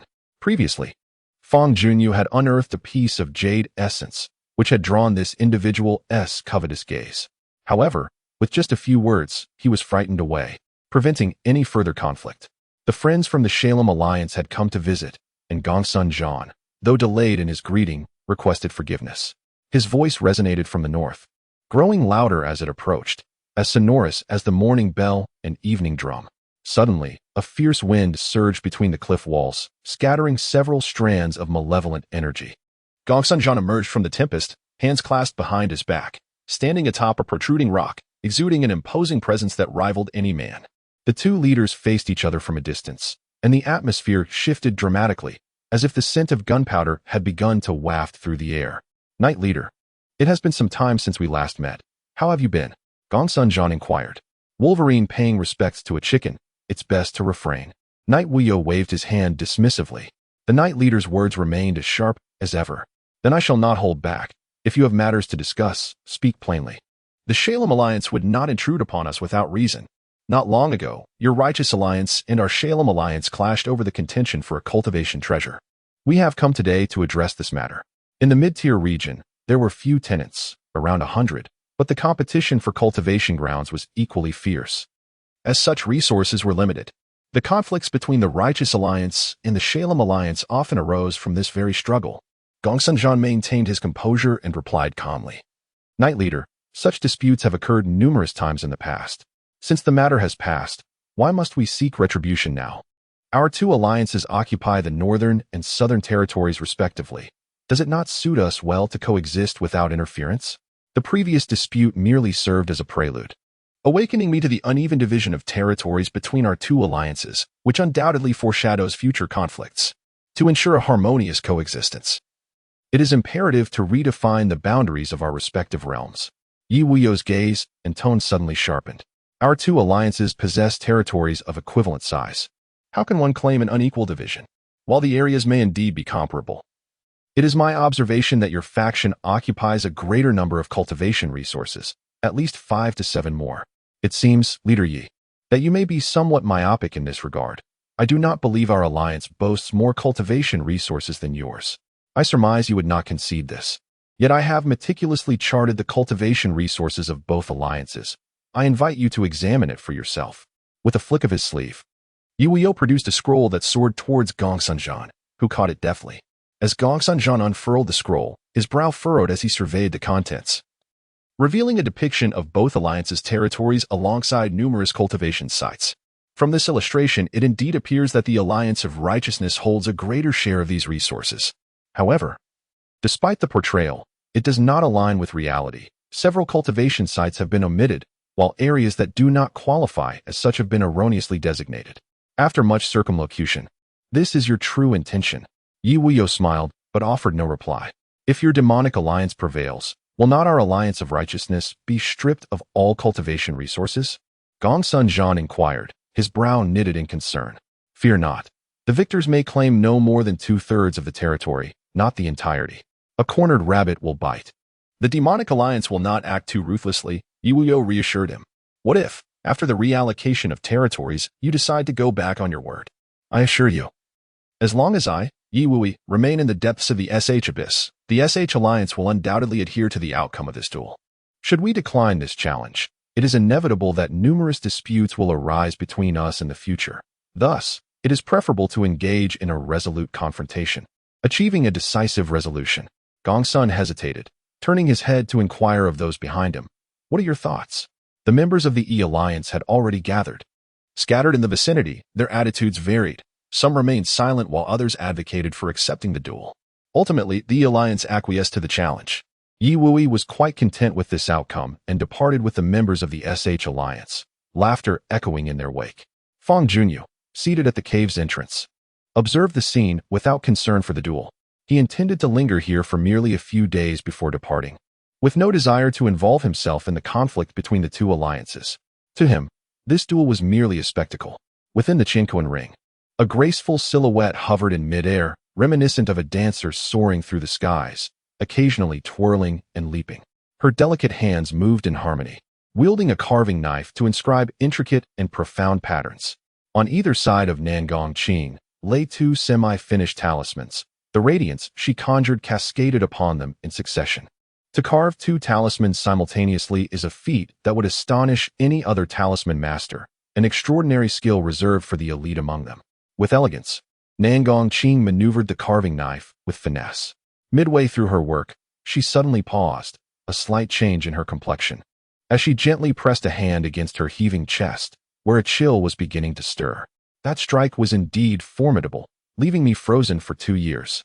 After enduring such a long period of recuperation, I still find myself unhealed, with a lingering oppressive and sinister energy residing within me. Nangong Qing whispered softly, taking a moment to regulate his breath, before continuing to inscribe the talisman stones. The following day, within a cavern in the middle region of Weisha Abyss, the members of the Alliance gathered in full attendance. Gongsun Zhan, with a furrowed brow and devoid of his usual vigor, stood before them, burdened with unspoken worries. The Alliance leader summoned us. But is it regarding the duel in 2 days? Someone ventured. Your countenance betrays a lack of confidence in this duel, Gongsun Zhan.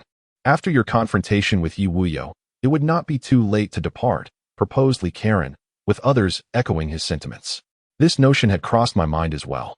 I had even sent individuals to confer with Yi Wuyo. Gongsun Zhan gritted his teeth. Yet, he resolutely declined any proposition to postpone or cancel the duel. The decision was irrevocable, leaving no room for alteration. Gongsun Zhan earnestly apologized to everyone before bidding them farewell and departing with determination. Once he left, a shadow of despair enveloped the group, casting them into low spirits. Within the Weishao Abyss, Gongsun Zhan raced upward alone, his thoughts consumed by his father and the affairs of the Alliance, his mind a chaotic tangle. As he reached the boundary between the middle and upper layers, a sudden whoosh sliced through the air, a chilling light flashed, and with an overwhelming force, it pierced through Gongsun Zhan's chest. Taken by surprise, he suffered a grievous blow, blood erupting from his chest as he was hurled backward. A figure wielding a spear landed upon the rocks, a sinister grin upon their face. Gongsun Zhan, you truly are rather foolish. A mere stratagem of luring the tiger from its den has ensnared you so easily. A simpleton like you could never achieve greatness. Today marks your end. Resign yourself to being a specter beneath my blade. Yi Wuyo twirled his firearm. The glimmering tip of the weapon pointed menacingly at the airborne Gongsun Zhan. Chapter 068. The dual Gongsun Zhan soared towards the opposite cliff, crashing violently against it, barely managing to steady himself as he spat blood. Filled with a mixture of shock and fury, he glared at his longtime adversary, instantly grasping the truth. The letter from his family was a ruse. You lured me out, waiting for the moment I was alone to strike. Gongsun Zhan seethed. Indeed, the letter was penned under duress by your father, and the servant who delivered it was long since bribed by me. It was all a trap, a scheme to eliminate you. Yi Wuyo retorted coldly, his handsome visage taking on a particularly sinister aspect. You scoundrel, I shall fight you to the death. It is not so simple to slay Gongsun Zhan. He roared like a beast unleashed, his blood surging with fury as he drew his saber, preparing to fight with all his might. At that moment, 2 formidable attacks hurtled towards him from below, both emanating from the third tier of power. One was a hand formed from condensed vapor, while the other was a razor-sharp sword chi. The 2 assaults raced along the cliff face, their resonance shattering the rock and causing a cascade of debris to fall. It appeared that there was more than one ambusher. 2 figures suddenly charged forth, catching Gongsun Zhan off guard. He hastily prepared for battle, recognizing one as Jiang Shuilan and the other as a member of the Blood Alliance. He was gravely injured and, facing 3 opponents, quickly found himself at a disadvantage, surrounded by peril. Haha, do not struggle like a cornered beast. Perish. Knight Wuyo sneered, charging into battle with his spear. The trio launched a concerted assault, their onslaught akin to a dam bursting, overwhelming Gongsun Zhan. who was no match for them and suffered relentless blows, his wounds multiplying. He soon transformed into a figure drenched in blood, ultimately pierced through by Knight Wuyo's spear. Dying with resentment, his lifeblood staining the cliff face. Knight Wuyo, triumphantly hoisting Gongsun Zhan's lifeless body on his silver spear, declared, "With your demise, the righteous alliance shall find no one to rival me. From this day forth, this realm is mine. As for your family, rest assured, I shall send them on their way, so you do not traverse the underworld alone." Haha. Those who commit nefarious deeds seldom broadcast their actions. After the assassination of Gongsun Zhan, the Blood Alliance maintained strict secrecy, ensuring no information leaked. The members of the Righteous Alliance remained oblivious to the ambush that had befallen their leader, continuing to fret over the impending duel. 2 days later, the duel commenced as scheduled. Members from both alliances gathered in a spacious area within the mid-level zone. Standing in opposition, the Blood Alliance exuded confidence, while the Righteous Alliance appeared dispirited. Fangyuan, as a member of the Righteous Alliance, was naturally among them. Knight Wuyo unsheathed his silver spear, which instantly straightened, and with a flourish, he pointed the spear's tip towards the members of the Righteous Alliance, feigning ignorance. "Where is your leader? Why does he not show himself?" "The leader has matters to attend to and has long departed," someone from the Righteous Alliance responded. "Well then, since he is absent, let another take his place. One and all, who among you dares to take Gongsun Zhan's place and face me in combat?" Yui's cold gaze swept over the crowd, his tone dripping with arrogance. The members of the Righteous Alliance exchanged uneasy glances, their expressions grim, none willing to accept the challenge. Fangyuan contemplated stepping forward, yet restrained himself.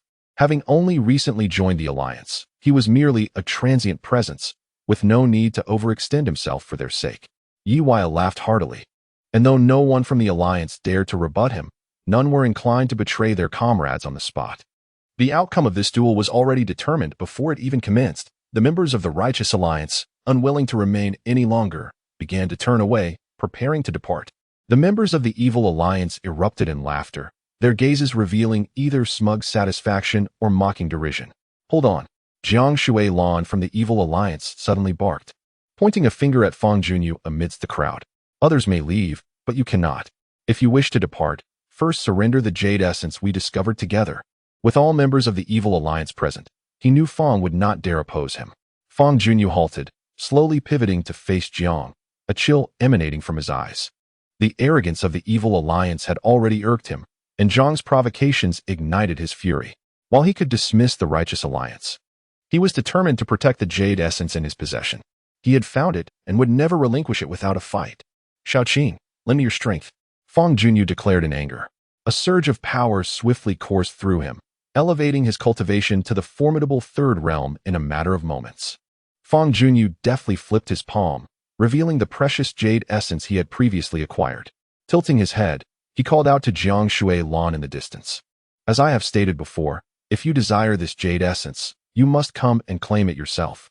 Although his words seemed to convey a sense of concession, an undercurrent of intensity permeated his demeanor, rendering his true intentions elusive. Jiang Shuai-lan narrowed her delicate eyes, hesitating whether to approach. Beside her, Yui let out a soft snort and commanded, "Since he has already agreed to relinquish the jade essence, what are you hesitating for? Hurry and go retrieve it. Whatever happens, the Blood Alliance will stand by your side."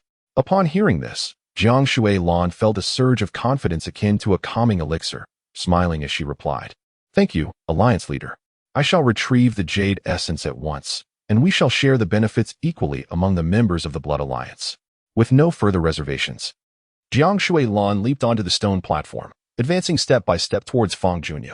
With the Alliance leader absent, there was no one to protect the members of the Alliance, and everyone remained a passive observer, offering no defense for Fangyuan. Li Karen's enchanting eyes sparkled with intrigue as she observed Fangyuan's figure, sensing that an engaging spectacle was about to unfold.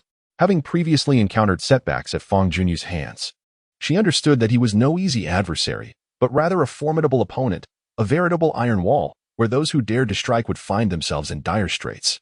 How fascinating. It seemed the Blood Alliance might be in for a tumultuous experience. As Jiang Shuai-lan approached Fangyuan from behind, she reached out to grasp the substantial jade essence. Just as her hand was about to make contact with the precious stone, Fangyuan suddenly pivoted, delivering a powerful punch towards her. "I dare to offer it. But do you have the audacity to take it? You wretch, how dare you covet my belongings? Fang Junyu roared in fury, unleashing a blazing fist that surged towards Jiang Shuilan with searing flames. Jiang Shuilan's countenance shifted dramatically as he hastily raised his arms in defense. The fiery punch collided with his forearms, erupting in a dazzling explosion and a thunderous sound, propelling him backward amidst the intense blaze. Fang Junyu swiftly retracted his jade essence, then leaped into the air, swinging forth a burning fist once more, igniting an even more fervent inferno that mirrored the wrath within his heart. Outrageous! Jiang Shuilan exclaimed, both astonished and enraged. He quickly summoned his spiritual energy, conjuring a water-based spiritual formation, which he struck with force, releasing a hand formed of condensed vapor to counter Fang Junyu's assault. Fire and water clashed midair, resulting in a struggle of elemental dominance. The flames immediately flickered and weakened, yielding a thick mist of vapor. Jiang Shuilan felt a surge of triumph, convinced he had the upper hand. Suddenly, a sharp sound sliced through the air as a sword pierced the mist, aimed directly at Jiang Shuilan's face with brutal precision.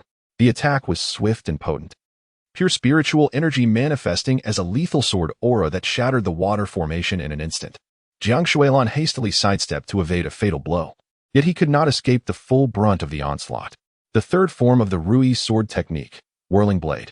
The sword's maneuver shifted unexpectedly, transforming from a direct thrust into a series of rapid slashes. Waves of sword energy surged forth, carving sharp arcs through the air, radiating a dazzling yet perilous luminescence, engulfing Jiang Shuilan entirely. The sound of shattering resonated repeatedly as several strikes found their mark, inflicting grievous wounds despite his evasive efforts, leaving him battered and bleeding profusely. Fang Junyu sheathed his sword and, with a swift change of tactics, closed in on the severely wounded Jiang Shuilan, unleashing a flurry of punches, not limited to his fists. Every part of his body became a weapon of combat. Elbows, knees, legs, and feet, all relentlessly striking Jiang Shuilan. For such an adversary, a thorough beating was the only way to quell the fury. Thud, thud, thud. The muffled sounds echoed like firecrackers. Fang Junyu's final move was an elbow strike, landing heavily on Jiang Shuilan's head, sending him crashing to the ground, his life hanging in the balance. The battle unfolded with breathtaking swiftness, the victor emerging in mere moments, leaving no opportunity for others to intervene. The over 60 formidable warriors present were left utterly dumbfounded. Jiang Shuilan had long been renowned in the middle-tier domain, his prowess widely acknowledged. His position as the deputy leader of the Shale Alliance was testament to his strength. To defeat him with ease was no trivial task. Yet, an inconspicuous newcomer had effortlessly bested Jiang Shuilan in just a few moves. The sudden turn of events left the onlookers in shock. Li Karen observed Fang Junyu's imposing figure and chuckled to himself. The Shale Alliance has truly stumbled. You boasted so boldly. Now you see the consequences. The once advantageous position of the Shale Alliance now lay in tatters, with their esteemed deputy leader reduced to a pitiful state. Knight Wuyo, the leader of the alliance, suddenly changed countenance, his eyes gleaming with ferocity as he glared at Fang Junyu, exclaiming, "How dare you harm my deputy leader?" Unfazed, Fang Junyu stepped on the unconscious Jiang Shuilan, gesturing towards Knight Wuyo, and inquired, "The duel rules established between our alliances stipulate 3 matches, 2 victories. I have already toppled one. Who will face me next?" Previously, Fang Junyu was reluctant to engage in battle, yet circumstances have rendered avoidance impossible. How intriguing. Apart from Gong Sunjan, I did not expect anyone within the Righteous Alliance to dare oppose me. Since you seek confrontation, I shall oblige. Behold my spear. Yi Wuyo's figure flickered as he leapt gracefully onto the stone platform above. In his hand, the silver spear shimmered, transforming into a cascade of silver light that rained down upon Fang Junyu, each ray sharp and menacing. Chapter 069. A sword that cuts fate. The disparity was evident from the outset. Yi Wuyo's swiftness and ferocity far surpassed that of the recently defeated Jiang Shuilan. Despite the assistance of Nagong Qing, Fang Junyu sensed an undercurrent of peril. In response, he immediately employed defensive techniques to shield his vulnerabilities, infusing his swordplay with the fire principle, which he mastered. The 5th form of the Rui sword technique, "This path is blocked," was unleashed. Fiery sword energies cleaved through the air, intertwining to form a miniature sword array, akin to a shield protecting Fang Junyu. The Rui sword technique, much like the ocean that embraces all rivers, accommodates various principles, allowing any principle to coexist within its realm. At that moment, Fangyuan's spiritual energy surged, forcibly augmenting the might of the Rui sword technique. With sufficient spiritual power, every gesture exuded the strength to shatter mountains and split rocks, especially when employing spiritual techniques. The myriad points of silver light collided violently with the fiery sword array, generating a cacophony of deafening sounds. The fiery sword array was subjected to a fierce onslaught, rapidly diminishing in intensity. "You are merely mediocre," Yi Wuyo scoffed derisively, twisting midair, executing a sweeping kick that propelled him against the cliff wall. Utilizing the wall's surface, he pivoted once more, circumventing the fiery sword array and launching an assault directly at Fangyuan. A silver spear suddenly pierced the air, emitting a dazzling arc of silvery light. This radiance coalesced into a phantasmal spear shape, descending from above like a torrent of the Milky Way. Fangyuan countered the spear with his sword, thrusting directly at the falling apparition, causing the spectral spear to dissipate upon impact. In that instant, Yi Wuyi seized the opportunity to close in, launching a new, perilous offensive, the tip of his spear enveloping Fangyuan entirely. A resonant hum filled the air as Yi Wuyi's spiritual energy surged violently, his consciousness extending outward, rendering him an ethereal distortion, obscuring his form. The silver spear in his grasp twisted and coiled in an inscrutable manner, making it nearly impossible to discern the source of his attack. The Phantom Dream Spear. A startled cry erupted from within the alliance. This technique was Yi Wuyi's signature move, a deceptive display that confounded his adversaries, rendering them defenseless. Fangyuan's expression shifted, unable to pinpoint the enemy's location, and thus opted for a tactical retreat to evade the oncoming threat. Lacking sufficient combat experience, his evasive maneuvers proved somewhat flawed, failing to secure a safe position. Nan Qing, noticing this, swiftly interjected, "This technique is profound. You cannot contend with him. For your safety, allow me to assist you." No sooner had the words escaped his lips than Fangyuan's body moved uncontrollably, darting aside with lightning speed, instantaneously reaching a safe zone. Though reluctant, Fangyuan acquiesced, permitting Nan Qing to direct his movements, for victory was paramount. "Oh!" Yi Wuyi exclaimed softly as his spear struck empty air. In his lifetime, only 3 individuals had ever evaded such a strike. The young man possesses remarkable skills. With a thunderous roar, Yi Wuyi brandished his silver spear, launching yet another fierce assault on Fangyuan. The silver spear resembled a celestial dragon, aimed with lethal intent at Fangyuan's heart. This strike was merciless, undoubtedly a life-taking move. In the face of someone intent on killing Fangyuan, Nan Qing showed no mercy either. Under Nan Qing's guidance, Fangyuan activated the hilt of the sword within a sword, drawing forth the innermost blade and charging towards Yi Wuyi. The sword's edge, as delicate as a cicada's wing, glimmered ominously. One wielded a spear, the other a sword, their figures intertwined in a swift dance that was nearly imperceptible to the naked eye. With a flash, the gleam of the sword culminated in a severed head. Fangyuan deftly maneuvered to Yi Wuyi's rear, sheathing his sword and concluding the battle. True strength does not seek the flamboyant allure of spectacle, but rather the efficacy of a lethal strike. Elaborate techniques are unnecessary. Lethality suffices. The myriad shadows of the spear vanished in an instant. Yi Wuyi's body, along with his severed head, fell to the ground, blood gushing forth and staining the earth. Death arrived with such abruptness that he scarcely comprehended how it had transpired. All eyes were fixated on Yi Wuyi's lifeless form, unblinking in disbelief. The leader of the Blood Alliance had met such an end. Just moments ago, he had exuded vigor, and now he lay as a corpse. He possessed formidable prowess, ranking among the upper echelons of the dominance realm, moving unchallenged through the mid-tier zones. Only those in the depths had the strength to vanquish him. Could it be that I did not see this correctly? The leader has actually perished. Who is this young man, possessing such formidable strength, capable of slaying the leader in mere moments? It's over. We have suffered 2 consecutive defeats. The members of the Sha Alliance were thrown into disarray, their gazes towards Fangyuan filled with intense apprehension, even betraying a hint of fear. In stark contrast, the members of the E-Alliance experienced a resurgence of spirit, seeing a glimmer of hope. As for the 2 corpses, you may take them as well. Fangyuan removed the Qianquan bags from the 2 bodies and collected the spirits, treating them as trophies, before tossing the corpses towards the members of the Sha Alliance. This truly was a remarkable reversal, The Sha alliance, which had initially basked in victory, was suddenly transformed into the vanquished, suffering the loss of 2 leaders. The morale of the Sha alliance plummeted from great heights to the depths of despair, leaving them dazed and confused. In the absence of a leader, they collectively chose to retreat, unwilling to confront Fangyuan. Haha, we actually won. Thanks to Lord Yu's timely assistance. Without him, none of us could have matched Knight Wuyo, exclaimed a member, with Lord Gongsun absent. Let Lord Yu take up the mantle of our leader. A gentle breeze swept through, causing the bloodstains on the ground to ripple. In the mid-level region, the number of tenants was scarce. With each death, the news would swiftly reach the ears of the black and white guests. Within 3 days, first Gongsun Zhan met his demise, followed by the fall of Knight Wuyo. Both the leaders of the E Alliance and the Sha Alliance were gone, marking a significant event in the Weisha Abyss. The identity of Gongsun Zhan's killer remained unconfirmed, yet the name of Knight Wuyo's slayer had spread far and wide. Lord Yu.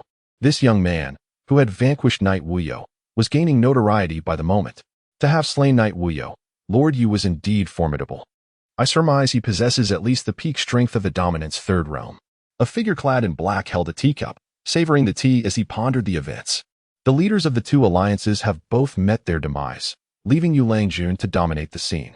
It appears that the mid-tier region will now entirely belong to him, allowing him to extract additional profits from the tenants within that area or to leverage the region for other benefits. The man in white nodded in agreement. Previously, the 2 alliances were perpetually at odds. One wonders if they will now find some semblance of tranquility. The tenants in Weisha Abyss, influenced by the malevolent aura, are notoriously fiery. When have disputes ever ceased? I hope this Yu Langjun understands the limits and does not escalate matters too far. Our Linyuan sect rarely intervenes in the affairs below, yet we do not turn a blind eye entirely. A person capable of reaching this level is surely no fool. Rest assured, the man in white was not overly concerned. In the mid-tier region of Weisha Abyss, Fangyuan sat cross-legged within his cave, diligently cultivating, having even etched the words "No visitors" on a stone at the entrance. Several days had passed since his last duel, yet the tumult had not subsided. Having witnessed Fangyuan's formidable prowess, the members of the Yiming Alliance were eager to appoint him as their leader and frequently sought his counsel. As for the news of Gongsun Zhan's death, it had long spread, causing quite a stir. Regarding these disturbances, Fangyuan chose to remain aloof and closed his door to visitors. His current objectives were singular: to enhance his strength and to acquire the Qi-gathering stones. Everything else was of secondary importance. After days of arduous training, his power had nearly reached the 5th level, and if fortune favored him, he would break through today. Regarding Nangong Qing's endeavor to refine the talisman stone, progress has been made, and it is anticipated that the process will be completed within a few days. Fangyuan, with eyes firmly closed, diligently practiced, beads of sweat occasionally trickling down his forehead. As time elapsed, several hours passed. Within the Niwen Palace, the Jade Spirit underwent yet another transformation, raising its tiny head, its body taut and radiating a verdant glow. Its form shed a layer of skin, expanding in size. The contours of its head became increasingly defined, its claws sharper and more formidable. A faint layer of scales emerged on its surface, while tufts of fur sprouted on its head and back, including its tail. The Jade Spirit now resembled a spirited young beast. It threw back its head and roared, its eyes glinting with ferocity, its entire body quivering with newfound vigor, shedding its previous naivety. With the elevation of his innate spirit, Fangyuan successfully broke through to the 5th level of the spirit realm. After nearly half a month of arduous cultivation, he finally achieved this milestone. With a sigh of relief, he relaxed his body, allowing his spiritual energy to settle into tranquility. As he turned inward to observe the Jade Spirit, he noticed significant changes and vaguely felt that its appearance bore a resemblance to a mythical beast. He mumbled to himself, "This Jade Spirit is growing larger. It seems somewhat reminiscent of a Qilin." Chapter 070. Taking action. With a lion-like head, a beastly body, a coat of fur and scales, and a tail reminiscent of an ox, these features combined are indeed akin to a Qilin. The forms of spirits vary widely, thus the emergence of one resembling a Qilin is not entirely surprising. Fangyuan found the Qilin to be quite majestic, rivaling that of a dragon, and his affection for the Jade Spirit grew even deeper. He resolved to name the Jade Spirit Jade Qilin, a name both fitting and formidable. Fangyuan quietly issued an order, his body emanating a verdant glow that extended 6 zhang into the distance, 2 zhang further than before. The broader the range of exploration, the greater the likelihood of discovering precious ores. Fangyuan whistled, his spirits lifted. Time, like sand slipping through fingers, passed, and 2 days later, news arrived from Nangongqing's side. The 2 talismans had finally been successfully forged. With everything in place, they were ready to act at any moment. That evening, the night was profound, engulfing the entire Weisha abyss in absolute darkness, save for the illuminated training grounds. Near the cave entrance, Fangyuan stood face to face with Nangongqing. Be cautious. I do not wish for you to encounter even the slightest mishap while assisting me, for I would blame myself to the death, Fangyuan advised. Nangongqing smiled radiantly, her pearly teeth gleaming, and confidently replied, Rest assured, I have devised a meticulous plan, and there shall be no errors. Moreover, should I encounter the formidable Shiman you stationed below, I am certain of victory and can extricate myself swiftly. Tonight's endeavor is foolproof. That is reassuring. Time is of the essence. I shall descend now, and you remain here in the cave awaiting my good news. Understood. The 2 exchanged a profound gaze. Nangongqing donned her mask and retrieved an unused sword, grasping it firmly as she departed the cave. Fangyuan watched her exit, his heart inevitably tinged with anxiety. The plan for the night was simple. Nangongqing would personally go forth to seize the Qi-gathering stone, while Fangyuan stayed behind in the cave, awaiting favorable tidings. I yearn for a formidable ally to shield you from the tempest, and, perhaps, even to obliterate the malevolent Cloud Palace, avenging past grievances. As Fangyuan gazed upon the enchanting silhouette of Nangongqing, she clenched her fists resolutely, vowing silently within her heart. Under Fangyuan's watchful eyes, Nangongqing gracefully exited the cave and leapt downwards. She plummeted swiftly, employing a stealthy talisman to conceal her form, merging seamlessly with the nocturnal shadows, her sound fading into silence. Simultaneously, she extended her spiritual awareness, ensuring the vicinity was devoid of any presence, proceeding with utmost caution and vigilance, leaving no trace behind. Descending further, Nangongqing traversed the mid-level region, passed through the depths, and ultimately arrived near the forbidden zone. Abruptly halting, she swayed slightly and landed upon a nearby cliff. Gazing downward, with a flick of her wrists, 2 talismans appeared in her palms, each the size of a hand, differing in shape and adorned with distinct spiritual patterns. These were the talismans she had recently crafted, specifically designed to counteract the barrier of the forbidden zone. Gripping the talismans tightly, she leaped forth, diving headlong into the forbidden realm. Having memorized the map leading to the gathering stone, she was now en route to the shortcut that would guide her there.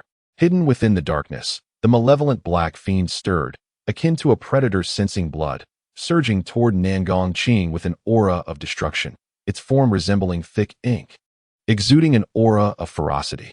Do not obstruct me.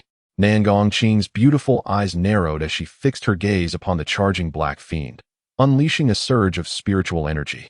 The fiend's body erupted with a thunderous crash, obliterated in an instant. Nangongqing continued to descend, ultimately breaching the forbidden zone and triggering a concealed barrier. An enraged roar reverberated through the air. Those who dare trespass into the forbidden grounds shall be slain. Those who dare trespass into the forbidden grounds shall be slain. Those who dare trespass into the forbidden grounds shall be slain. The voice echoed incessantly, resembling the thunder of the heavens, emanating from the depths of darkness below and resonating throughout a vast expanse of Weisha abyss, startling many souls. Amidst the swirling smoke, beams of white light pierced through as if a multitude of sharp blades were thrusting into the sky. This was the manifestation of the barrier's weakening, capable of suppressing the spiritual energy within cultivators. Li Karen's intelligence proved remarkably accurate. Indeed, these were the 2 types of barriers. Nangongqing remained unfazed, his gaze steady, while simultaneously activating 2 talismans, propelling himself towards the barrier below. The 2 talismans ignited in unison, radiating distinct hues.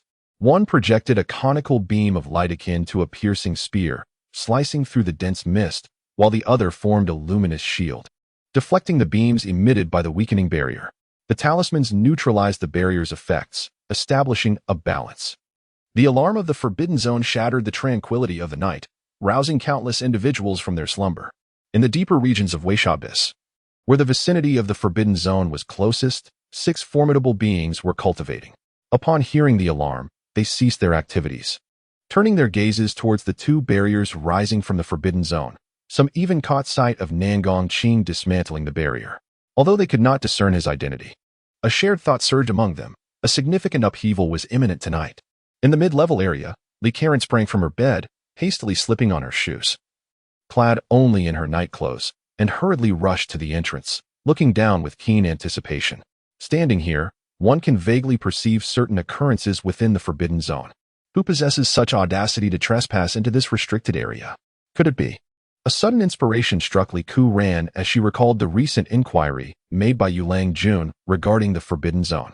Promptly, she donned a garment haphazardly over her shoulders and departed from her dwelling cave, making her way to the cave of Yulang Jun. The two locations were in close proximity, and shortly thereafter, she arrived. There stood Yulang Jun at the entrance of his cave, hands clasped behind his back. Gazing downwards as if observing a spectacle, Li Ran felt a twinge of disappointment and mused to herself, "Have I misjudged the situation? It is indeed plausible. Though he is formidable, he is not invincible enough to vanquish Shimenyu. The forbidden zone is perilous. Should an incident occur within, jeopardizing Wei Shaoyuan, the repercussions would be dire, entangling the entire Lin Yuan sect. You must inform the sect leader immediately and assemble a force to guard the entrance of Wei Shaoyuan with vigilance. I will lead a group to investigate the situation below and act accordingly," the figure in black urged swiftly. "Very well, let it be so," replied the figure in white. Nodding in agreement, beads of sweat appearing upon his forehead. With a swift motion, the black and white figures transformed into fleeting shadows, racing off in divergent directions. Within the confines of the Wei Shaoyuan forbidden zone, Nangongqing leaned against two protective talismans, maintaining her original speed as she successfully penetrated through two layers of barriers, delving deep into the abyss of Wei Shaoyuan. Had she not possessed these talismans, her velocity would undoubtedly have been compromised, rendering her journey here far more arduous. The space here is constricted, littered with debris and detritus cascading from above. At first glance, everything appears uniform and indistinguishable. However, beneath the seemingly mundane rocks lies a passage leading to deeper realms. Nangongqing lightly flicked his fingers, releasing a beam of earthy yellow light. From this, a spirit resembling a pangolin emerged, swaying its body with a cloud of dust enveloping it. This earth spirit is one of Nangongqing's high-ranking spirits. Utilizing its earth-digging ability, the spirit caused the rocks to shift and the soil to part, swiftly creating a passage over 10 zhang long, connecting with the existing underground route. The location of this passage aligns perfectly with the records of the treasure map. There's hope. Chapter 071. Light illuminates all directions. Nangongqing's face lit up with joy as he instructed the earth spirit to lead the way while he followed closely behind. Both entering the passage.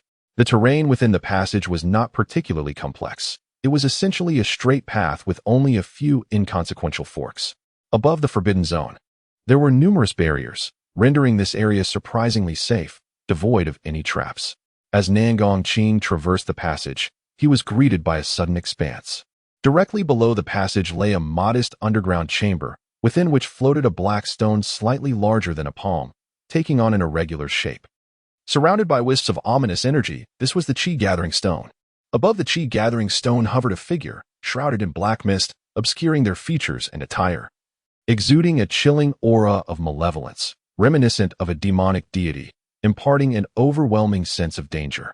It seems that the Shimen family had already discovered this Qi-gathering stone, but had yet to retrieve it, a fact that diverged from Nangongqing's earlier estimations. Shimenyu glared at the sudden intruder, Nangongqing, his eyes ablaze with fierce intensity. His expression contorted into a menacing snarl as he gritted his teeth, exclaiming, "Another one has come.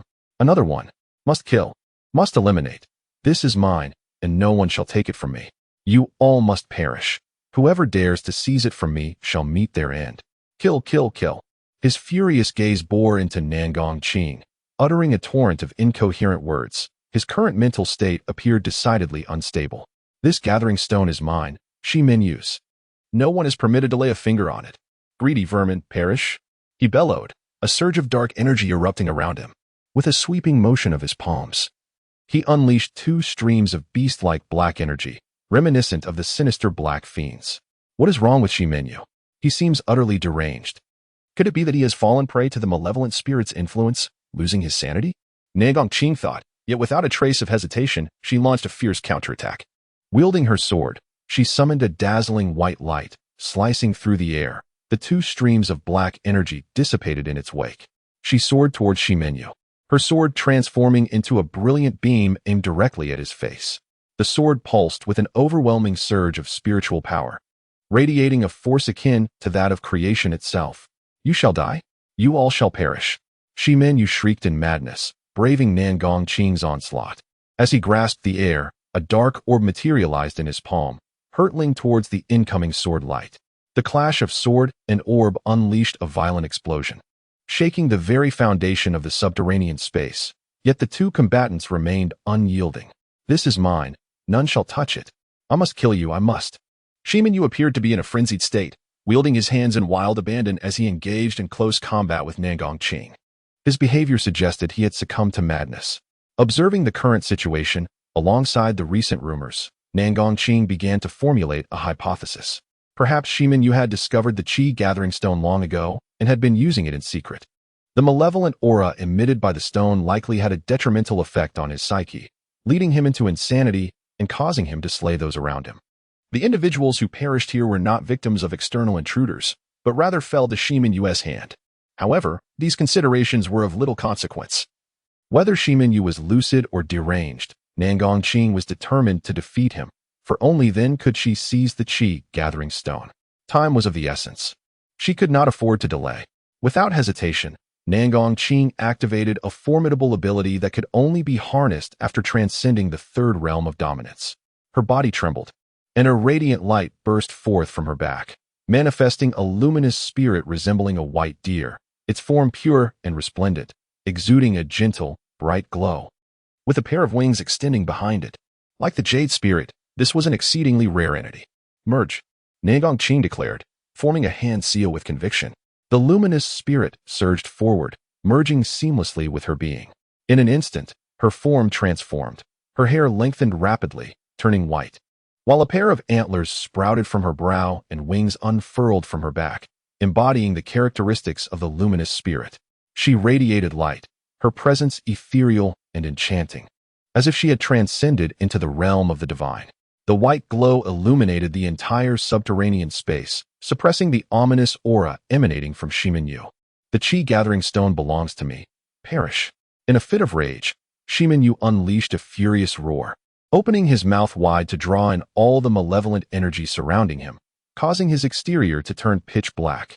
He charged towards Qing, thrusting his palms forward to unleash a torrent of destructive force, resulting in the collapse and shattering of the entire underground space. In this critical moment, the outcome hung in the balance. Qing sheathed her original sword, opting instead to condense her weapon from pure radiance. Countless beams of light converged swiftly, forming an extraordinarily colossal greatsword, measuring an entire yard in length, with a hilt extending half a meter. Remarkably, only half a stick of incense had elapsed since she began, and most within the Weisha Abyss were still oblivious to the unfolding events. A few tenants, connected to the Shimen family and situated in the deeper regions, stood upon the rocky wall, keenly observing the commotion below. Upon witnessing someone burst forth, they immediately positioned themselves in the way. Dear friend, please pause. Outsiders observing her trajectory might mistakenly believe she was escaping the Weisha Abyss. The next step was to rendezvous with Fangyuan. The thought that the gathering stone in her possession could greatly aid Fangyuan filled Qing with immense joy, surpassing even her own elation from acquiring something valuable. The malevolent energy within the Weisha Abyss was a product of the gathering stones. Now that the stones had been seized, the malevolent energy could no longer persist. Someone must have tampered with the restricted zone. The entire Weisha Abyss was plunged into unprecedented chaos. As for the tenants, they appeared largely unfazed, after all. They were merely temporary occupants. Should the Weisha Abyss cease to exist, they could simply pack up and seek another place to cultivate. The Linyuan sect, along with a handful of the Shimen clan stationed there, viewed the existence of Weisha Abyss as a matter of their very survival. Should Weisha Abyss be destroyed, the losses would be incalculable. No matter how swift one is, reaching the depths would require a certain amount of time. As for those stationed within the confines of Weisha Abyss, they could indeed reach the scene of the incident promptly, yet their utility would be severely limited. In truth, the true guardian of the Forbidden Zone was Shimenyu, the most formidable trump card. An incident within the Forbidden Zone signified that this trump card was likely compromised. To seize the Qi-gathering stone from within Weisha Abyss was akin to extracting teeth from a tiger's mouth. It was undeniably a perilous gamble. He cast his gaze around, alert to every subtle movement. Suddenly, a fierce wind swept in with an almost imperceptible speed, darting into the cave. Before Fang Junyu could react, a familiar Qianquan ring appeared in his hand. Fang Junyu gazed at the Qianquan ring, his eyes sparkling with excitement, and communicated telepathically. Did it succeed? Indeed, came Nangong Qing's voice, brimming with elation. Haha, this is truly splendid. The Qi-gathering stone is secured, the journey was relatively smooth, and we encountered no significant troubles. Now, our next task is to depart from this place. Once the malevolent spirit energy dissipates, the tenants will undoubtedly vacate. At that time, you can leave alongside them. The Qi-gathering stone is replete with spiritual energy, sufficient for over 1,000 individuals, let alone just myself. With this treasure in hand, it feels as though the entirety of Weisha Abyss is at my disposal. What an exhilarating thought. Fang Junyu's heart soared with joy, his mouth nearly unable to close beneath the mask. Chapter 072. Eloquence sparks a turbulent tide. The situation escalated, creating ripples that grew ever larger. In the realm of the black and white guests, the enigmatic figures clad in black led individuals into the Forbidden Zone, meticulously investigating the surroundings. They uncovered an underground passage and discerned signs of a struggle. In their search for Shi Menyu, they found naught but absence, indicating that this formidable individual had likely encountered peril, perhaps even death. The Lin Yuan sect was thrown into turmoil, promptly relaying the news to the Shi Min family lurking in the shadows, concurrently to preclude the escape of the assailant. The Lin Yuan sect mobilized its entire force to seal off the treacherous Weisha Yuan. The Shi Min clan would hasten to send reinforcements to address the unfolding crisis. Through their inquiries, the Lin Yuan sect learned that at the time of the incident, a woman had been seen soaring through the air with remarkable speed, likely the intruder. Drawing significant attention, it was inevitable that friction would arise between the Lin Yuan sect and these tenants. Within the cavern, Fang Junyu reclined leisurely against the rocky wall, observing the unfolding drama with a sense of detachment. Nearby, the tenants congregated in small groups, engaged in animated discussions. Occasionally, members of the Lin Yuan sect passed by, preoccupied with their own affairs. Little did they suspect that the invaluable Qi-gathering stone was concealed upon his person. While indulging in the spectacle, he conversed with Nangong Qing, absorbing the intricate details of the stone's acquisition. Upon learning that Nangong Qing had encountered Shi Menyu and engaged in a fierce battle, he felt a surge of concern. You did not sustain any injuries during your confrontation with him, did you? Fang Junyu inquired with genuine care. Nothing serious, Nangong Qing replied. That is fortunate. It seems I have been rather unfortunate. Had I not crossed paths with Shi Menyu, matters would likely have progressed more smoothly. Why was he there? What drove him to madness? Fang Junyu repeatedly inquired, feeling perplexed. The possibilities began to multiply. Perhaps he desired to monopolize the Qi-gathering stone, unwilling to relinquish it to his family, thus choosing to cultivate alone. Prolonged isolation might have profoundly affected him, leading to his current state, speculated Nangong Qing. Indeed, such a possibility exists. The two continued their discourse, delving into various topics, including their forthcoming actions and the intricacies of refining the Qi-gathering stone. As time progressed, the situation within Weisha Abyss deteriorated increasingly. The Lin Yuan sect could not locate the intruder and discovered remnants of Shi Menyu's clothing within the Forbidden Zone, thereby confirming his demise. The news was relayed to the Shi Men family. However, the distance from their stronghold meant that it would take several days for their leaders to arrive. Without the malevolent spiritual energy, the tenants found it impossible to cultivate, leading to mounting frustration. The Black Fiends, deprived of the malevolent energy, were similarly affected, launching frenzied attacks on the tenants and exhibiting even greater madness than before. The patience of the people was gradually wearing thin, leaving them restless. 3 days later, in the mid-tier region, dozens of tenants gathered outside Fang Junyu's cave, imploring him to emerge for a discussion, disregarding the stone inscribed with the words "closed to visitors." Given the collective presence of so many individuals, Fang Junyu felt compelled to respond, and having already surmised their intentions, he decided to leverage the situation. Nonchalantly, he approached the cave entrance, clasped his hands in greeting, and addressed the crowd. "Esteemed friends, what brings you to my humble abode?" Li Karen, with a charming smile, was the first to respond. Young Master Yu, this place has become desolate. Remaining here is merely a waste of time. The intruder is of another kind, and it bears no relation to us. No one is willing to wade through this murky water. What now? We wish to request that you take the lead and represent us in negotiations with the Lingyuan sect. With the unfortunate demise of Alliance leader Gongsun, both alliances have crumbled, and you stand as the one with the highest prestige. Thus, we must implore you to step forward. The individuals nearby nodded in agreement. Echoing the sentiment, most were members of the Righteous Alliance, with several belonging to the Evil Alliance, all eager for Fangyuan to take charge. As for the previous conflicts between the two alliances, they have long been cast aside, forgotten by all. You remember me for this arduous task. While the Lingyuan sect may not be formidable, the formidable Shiman family looms ominously behind them. Who would dare to provoke them lightly? For me to take the lead would merely invite trouble, Fangyuan remarked with a resigned smile. Rest assured, you will not be alone. We shall accompany you. However, during the negotiations, you must take the lead in dialogue. We collectively plead for your assistance, as we trust you, and this endeavor will undoubtedly benefit you as well. I surmise you would not wish to squander your days idly here, would you? Li Karen inquired, her enchanting eyes sparkling. Not long ago, Fangyuan's prestige soared after slaying Yu Wui, which is why he was chosen by the others. Such endeavors are only undertaken by the strong. Fangyuan surveyed the room and, albeit reluctantly, nodded, saying, Since you all hold me in such high regard, I cannot disregard your goodwill. I shall accept this task. However, it would be prudent to summon additional individuals to accompany us in our discussions with the Lingyuan sect. The crowd rejoiced at his words. Subsequently, the crowd dispersed, leveraging various connections to engage more individuals to join their cause. With a larger assembly, their negotiating power grew significantly. What began with dozens soon swelled to over 100 participants, encompassing not only the majority of tenants from the central area, but also those from other regions. The influx of new members resembled a snowball effect, accumulating rapidly. Fangyuan initially intended to involve his senior brother as well, but was unable to locate him, likely because his senior had departed long ago.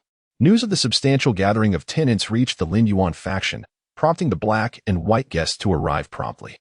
Fangyuan found himself thrust into the limelight, engaging in negotiations with the black and white guests, who confronted him atop a sizable stone platform. Esteemed guests, we comprehend your sentiments. However, we kindly ask for your patience. This matter is of great significance, and we hope for your cooperation while you remain in Yuan. Unless unforeseen circumstances arise, the representatives of the Shiman family shall arrive tomorrow. The figure clad in white spoke with a serene smile, his tone gentle yet deliberately invoking the name of the Shiman family to exert pressure on the tenants. May I, Yu Langjun, humbly inquire why your esteemed faction insists on compelling us to stay here? Fangyuan boldly questioned, addressing the assembly while channeling Nangong Qing's spiritual energy to amplify his voice. It is a straightforward matter. We merely require your cooperation for an investigation, they replied. An investigation into what? An inquiry into the identities of the intruders. And how will this investigation proceed? We are merely acting as temporary custodians for the Shiman family to stabilize the situation. Once their representatives arrive, they will oversee the investigation. The specifics of the methodology, I confess, are beyond my knowledge. Very well, allow me to inquire about another matter. What precisely transpired in the Forbidden Zone? The esteemed gatekeepers have an obligation to disclose the situation to us. With a shift in her tone, Fangyuan pressed on relentlessly. From what you've just conveyed, I surmise the investigative methods employed by the Shiman family. Upon their arrival, in their quest to unearth the source, they will undoubtedly compel us tenants to surrender our Chinkoan bags, scrutinizing their contents. A most straightforward and direct approach to investigation, Fangyuan asserted vehemently. Upon hearing her words, the expressions of those nearby shifted markedly, igniting a fervent discussion. Practitioners harbor their own secrets, often concealed within their Chinkoan bags, and none are inclined to permit outsiders to probe into their possessions, particularly those formidable individuals residing in the deeper realms. With the confirmation of the Shiman family's investigative tactics, the tenants resolved to vacate this place of turmoil solidified further. The man in white observed the growing agitation among the crowd, his countenance darkening. Fangyuan, deliberately fanning the flames, continued, I have also heard reports from numerous witnesses claiming that, on that fateful night, a woman was seen soaring through the air, likely an intruder. This indicates that the intruder has long since departed from Abyss. and there is nothing to be gleaned from us tenants. Forcing us to remain here is merely a waste of time. Indeed, the intruder has already fled. Why continue to investigate us? Another chimed in. Moreover, she is female and I am male. This alone attests to my innocence. In a place as perilous as the Forbidden Zone, we are simply not equipped to breach it. Even if we were permitted, we lack the capability. The spirit of the gathering has dissipated. Our presence here serves no purpose. Return our rent promptly. Indeed. How shameless it is to take our money yet deny us our freedom. A chorus of agreement arose, voices intertwining in a crescendo of agitation. Fangyuan, who had previously spoken sparingly, articulated words that ignited the tenants' fury. The tide had turned. It was now inevitable that the Linyuan sect would concede. The duo, black and white, faced the mounting ire of the crowd, their expressions darkening. While the figure in white managed to endure, the one in black could not contain his rage. Yulongjun, cease your instigation. Not even the prominent figures from the deeper realms have spoken. What right do you have to interject? He shouted. Opposing us, the Linyuan sect, is tantamount to opposing the Shimin family. Today, I shall teach you a lesson on what words are appropriate and which are not. The black-clad man charged towards Fangyuan with the speed of a tempest, his hand transformed into a claw aimed at the latter. Dark streaks of energy sliced through the air, as sharp as sword chi. Anticipating the assault, Fangyuan remained composed, pushing forward with both palms, unleashing a surge of spiritual energy that formed a protective shield. The dark streaks collided with the barrier, producing a sound akin to metal striking metal. As the two forces neutralized each other, was the black and white duo truly intent on opposing all the tenants present? Fangyuan raised his gaze and inquired calmly. I am merely targeting you. What concern is it of others? Retorted the black-clad man, raising his hand in anger. Fangyuan turned sideways, gesturing towards the crowd behind him. I am the representative chosen by all. I embody the will of the collective. Should you wish to lay a hand on me, you must first seek the consent of those who stand behind me. The consensus among the crowd was palpable. Fangyuan's words resonated deeply with their sentiments, and they were resolute in their support for him. If their representative were to be harmed, what leverage would they have in negotiations? Indeed, Yulongjun is our voice. To strike him is to strike us all. Should the Linyuan faction continue their brazen and unreasonable conduct, we shall have no choice but to confront them head-on. Our presence here was merely a sign of respect, not an indication of fear. Hey Baiku, should you dare to lay another finger on Yulongjun, we shall unite and retaliate. One by one, the tenants unleashed their spiritual energy, glaring fiercely at Heibaiku, their cold weapons glinting ominously. Such a formidable assembly of tenants would be an insurmountable challenge for the Linyuan faction. Hearing the fervent shouts, Fangyuan displayed a hint of satisfaction. He had achieved his objective. The figures in black were taken aback, their imposing aura dwindling, and they no longer dared to approach Fangyuan.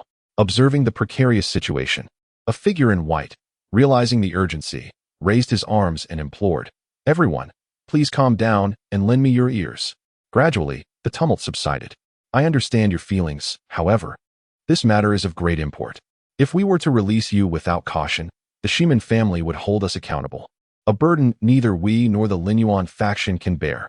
The man in white surveyed the crowd and slowly spoke. If you wish to leave, you must at least provide us with an explanation, so that in the future, we can justify our actions to the Shimin family. Fangyuan raised her eyebrows and asked on behalf of the others, what sort of explanation do you seek? It is quite simple. You will engage in combat with us. The Heibai duo. Should you emerge victorious, all present may depart. If the Shimin family inquires later, we can conveniently claim that you were released after our defeat, thus providing us with a pretext, replied the man in white. And if I lose? She inquired. Should you lose, those present shall not be permitted to leave. You will be required to remain here for at least 3 days. The expressions of the crowd shifted as they perceived the precariousness of this proposal. The Heibai duo were formidable practitioners of the third realm of dominance, and having been close friends for many years, they possessed a synergy that enabled them to execute exceptionally potent spiritual techniques together. Within the third realm of dominance, few could rival the Heibai duo. Even the formidable knight Wuyo and Gongsun Zhan, when joined in combat, might not triumph over them. While a one-on-one duel seemed acceptable to the crowd, facing two opponents was an entirely different matter, especially considering that their very fates hung in the balance. Is this fair? Fangyuan questioned, raising an eyebrow. If a large-scale conflict were to ensue between us, it would undoubtedly lead to casualties. By limiting the confrontation to just the three of us, we can minimize the loss of life. Although it may not be fair, it is the best option available, the man in white asserted with conviction. Opinions among the crowd varied. The majority opposed such a duel, preferring to maintain their standoff against the Lin Yuan faction, believing that with the passage of time, they could compel Lin Yuan to relent. Yet, there were also those who held differing views. Li Karen emerged from the crowd and approached Fangyuan, inquiring, "If you were to engage in combat with the black and white duo, how confident are you?" "With absolute certainty, I shall prevail," Fangyuan replied candidly. A profound silence enveloped the surroundings. To assert such unwavering confidence against the formidable duo was undeniably audacious. The onlookers gazed at Fangyuan with wide eyes, eager to decipher the source of his self-assurance. The man clad in black, hearing Fangyuan's brazen declaration, was nearly apoplectic with rage, exclaiming, "You truly possess a remarkable audacity." "I beg your pardon, but I brushed my teeth this morning, so I have no bad breath," Fangyuan retorted playfully. "Should I fail to defeat you today? It would be an eternal disgrace for the black and white duo." The crowd dispersed as the black and white duo prepared to engage in battle. The figure in black unleashed a surge of spiritual energy, resembling a fierce beast. Beside him, the figure in white also manifested his spiritual power, his garments billowing with intensity, his demeanor shifting from previous gentleness to a striking ferocity. The duel was inevitable, leaving no room for negotiation. The spectators hastily retreated, clearing the stone platform, which had just moments ago been teeming with people, now rendered desolate save for three individuals. Li Karen stood against a rocky wall, gazing intently at the enigmatic Fangyuan, whose peach blossom eyes sparkled with intrigue. Inwardly, he mused, such formidable strength, unfathomable depth, and an air of mystery, coupled with a gentlemanly demeanor. "My interest in you, young lord, grows ever stronger. After all these years, you are the first man to stir such emotions within me." Upon the stone platform, the battle was on the verge of eruption. The black and white duo assumed distinct stances, their spiritual energies intertwining as though emanating from a single being. A torrent of spiritual energy surged forth, overwhelming in its intensity, stirring up a whirlwind of sand and stones, while the ground crackled ominously, fissures forming beneath. In contrast, Fangyuan remained composed, refraining from unleashing any grand display of power. His hand rested firmly on the hilt of his sword, poised for action. The man in black, impatient by nature, could not endure the stalemate for long and initiated an offensive, his hands morphing into claw-like appendages as he unleashed a flurry of strikes through the air. Shadows of his claws, each measuring a foot in length, materialized and encircled Fangyuan, advancing menacingly. Fangyuan, possessing a keen awareness of his limitations, recognized that he was no match for the enigmatic duo known as the Black and White Guests. He had already entrusted the resolution of this conflict to Nangong Qing. For now, his sole purpose was to observe and learn. As Nangong Qing maneuvered Fangyuan's body with precision, she drew forth the hidden sword from within his sheath at a critical moment. With a deft flick of her wrist, the long sword danced in the air, shattering the approaching claw shadows into fragments. With grace, she propelled Fangyuan into the air, their leap reminiscent of a soaring dragon, as she wielded the sword with fury, cleaving through the atmosphere. A magnificent wave of sword energy erupted forth, violently tearing through the earth and rock, hurtling towards the black and white guests. The figure clad in white shifted slightly, extending a hand to grasp the wrist of the man in black. Together, they unleashed a sphere of light, coalescing in hues of black and white. This was the spirit technique, black and white double kill. Barely engaged in combat, the black and white guests revealed their most potent technique. The sword energy collided with the orb of light in a thunderous explosion, sending shards of stone flying and plunging the arena into chaos. Fangyuan, with the sword as an extension of his being, moved like a streak of brilliant light through the debris, advancing relentlessly towards the black and white guests. Wherever he passed, the stones were reduced to mere dust. As the enemy approached, the man in white deftly flipped his wrist, revealing a talisman stone, which he hurled towards Fangyuan while commanding, "Seal." The talisman formed a pot lid-shaped barrier, enveloping Fangyuan within its confines. Not far away, Li Karen observed this scene and scoffed. To use a talisman against young Master Yu. Truly an act of folly. Indeed, the act of the man in white was not a judicious one. It merely served to alert Fangyuan. "Humph, you wield a talisman." "So do I." With a casual flick of his hand, Fangyuan unleashed 3 talismans, 1 for defense and 2 for offense, each of a higher rank than the talisman cast by the man in white. The 2 offensive talismans transformed into streaks of light, piercing through the ceiling barrier in an instant, and then hurtled towards the duo clad in black and white like 2 arrows released from a bow. What? The man in white gasped in shock, quickly adopting a defensive stance alongside the man in black. The duo combined their energies to form a circular shield, encasing themselves within. Boom! The attacking talismans shattered the shield, causing both the black and white figures to spew blood as they staggered backward, utterly disheveled. Fangyuan then advanced with his sword, executing moves that were wild and domineering, manifesting as a torrent of sword energy. The second stance of the Rui sword, Sword Cheese Tempest.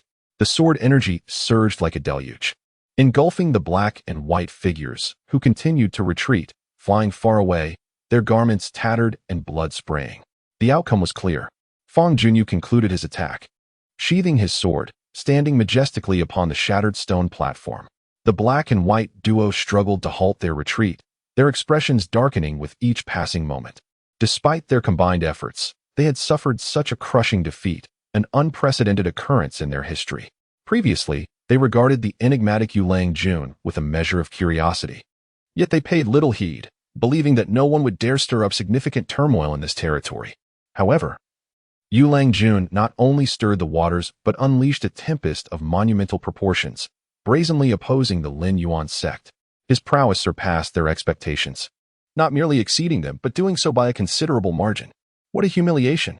The figure cloaked in black let out a furious roar, feeling a surge of despair. The man in white shared a similarly heavy heart. He had initially hoped to stabilize the sentiments of the populace through this confrontation, compelling the numerous tenants to remain. Instead, he faced a devastating defeat. In this instant, there remained no justification for retaining these tenants. The onlookers were filled with a mixture of astonishment and elation. They were astonished by the formidable strength displayed by Yulangjun and elated at the prospect of departing unscathed. Yulangjun has triumphed, they exclaimed. It was evident he was far more powerful than they had anticipated, which elucidated his previous claims of absolute confidence. Who exactly was Yulangjun? To possess such extraordinary strength, he was likely affiliated with one of the 4 major powers, as speculated by many. Fangyuan gazed at the figures clad in black and white, clasping his hands in a gesture of respect. I concede, I have emerged victorious. As per our agreement, everyone is free to depart. The black and white figures fell into a contemplative silence, tacitly acknowledging the outcome.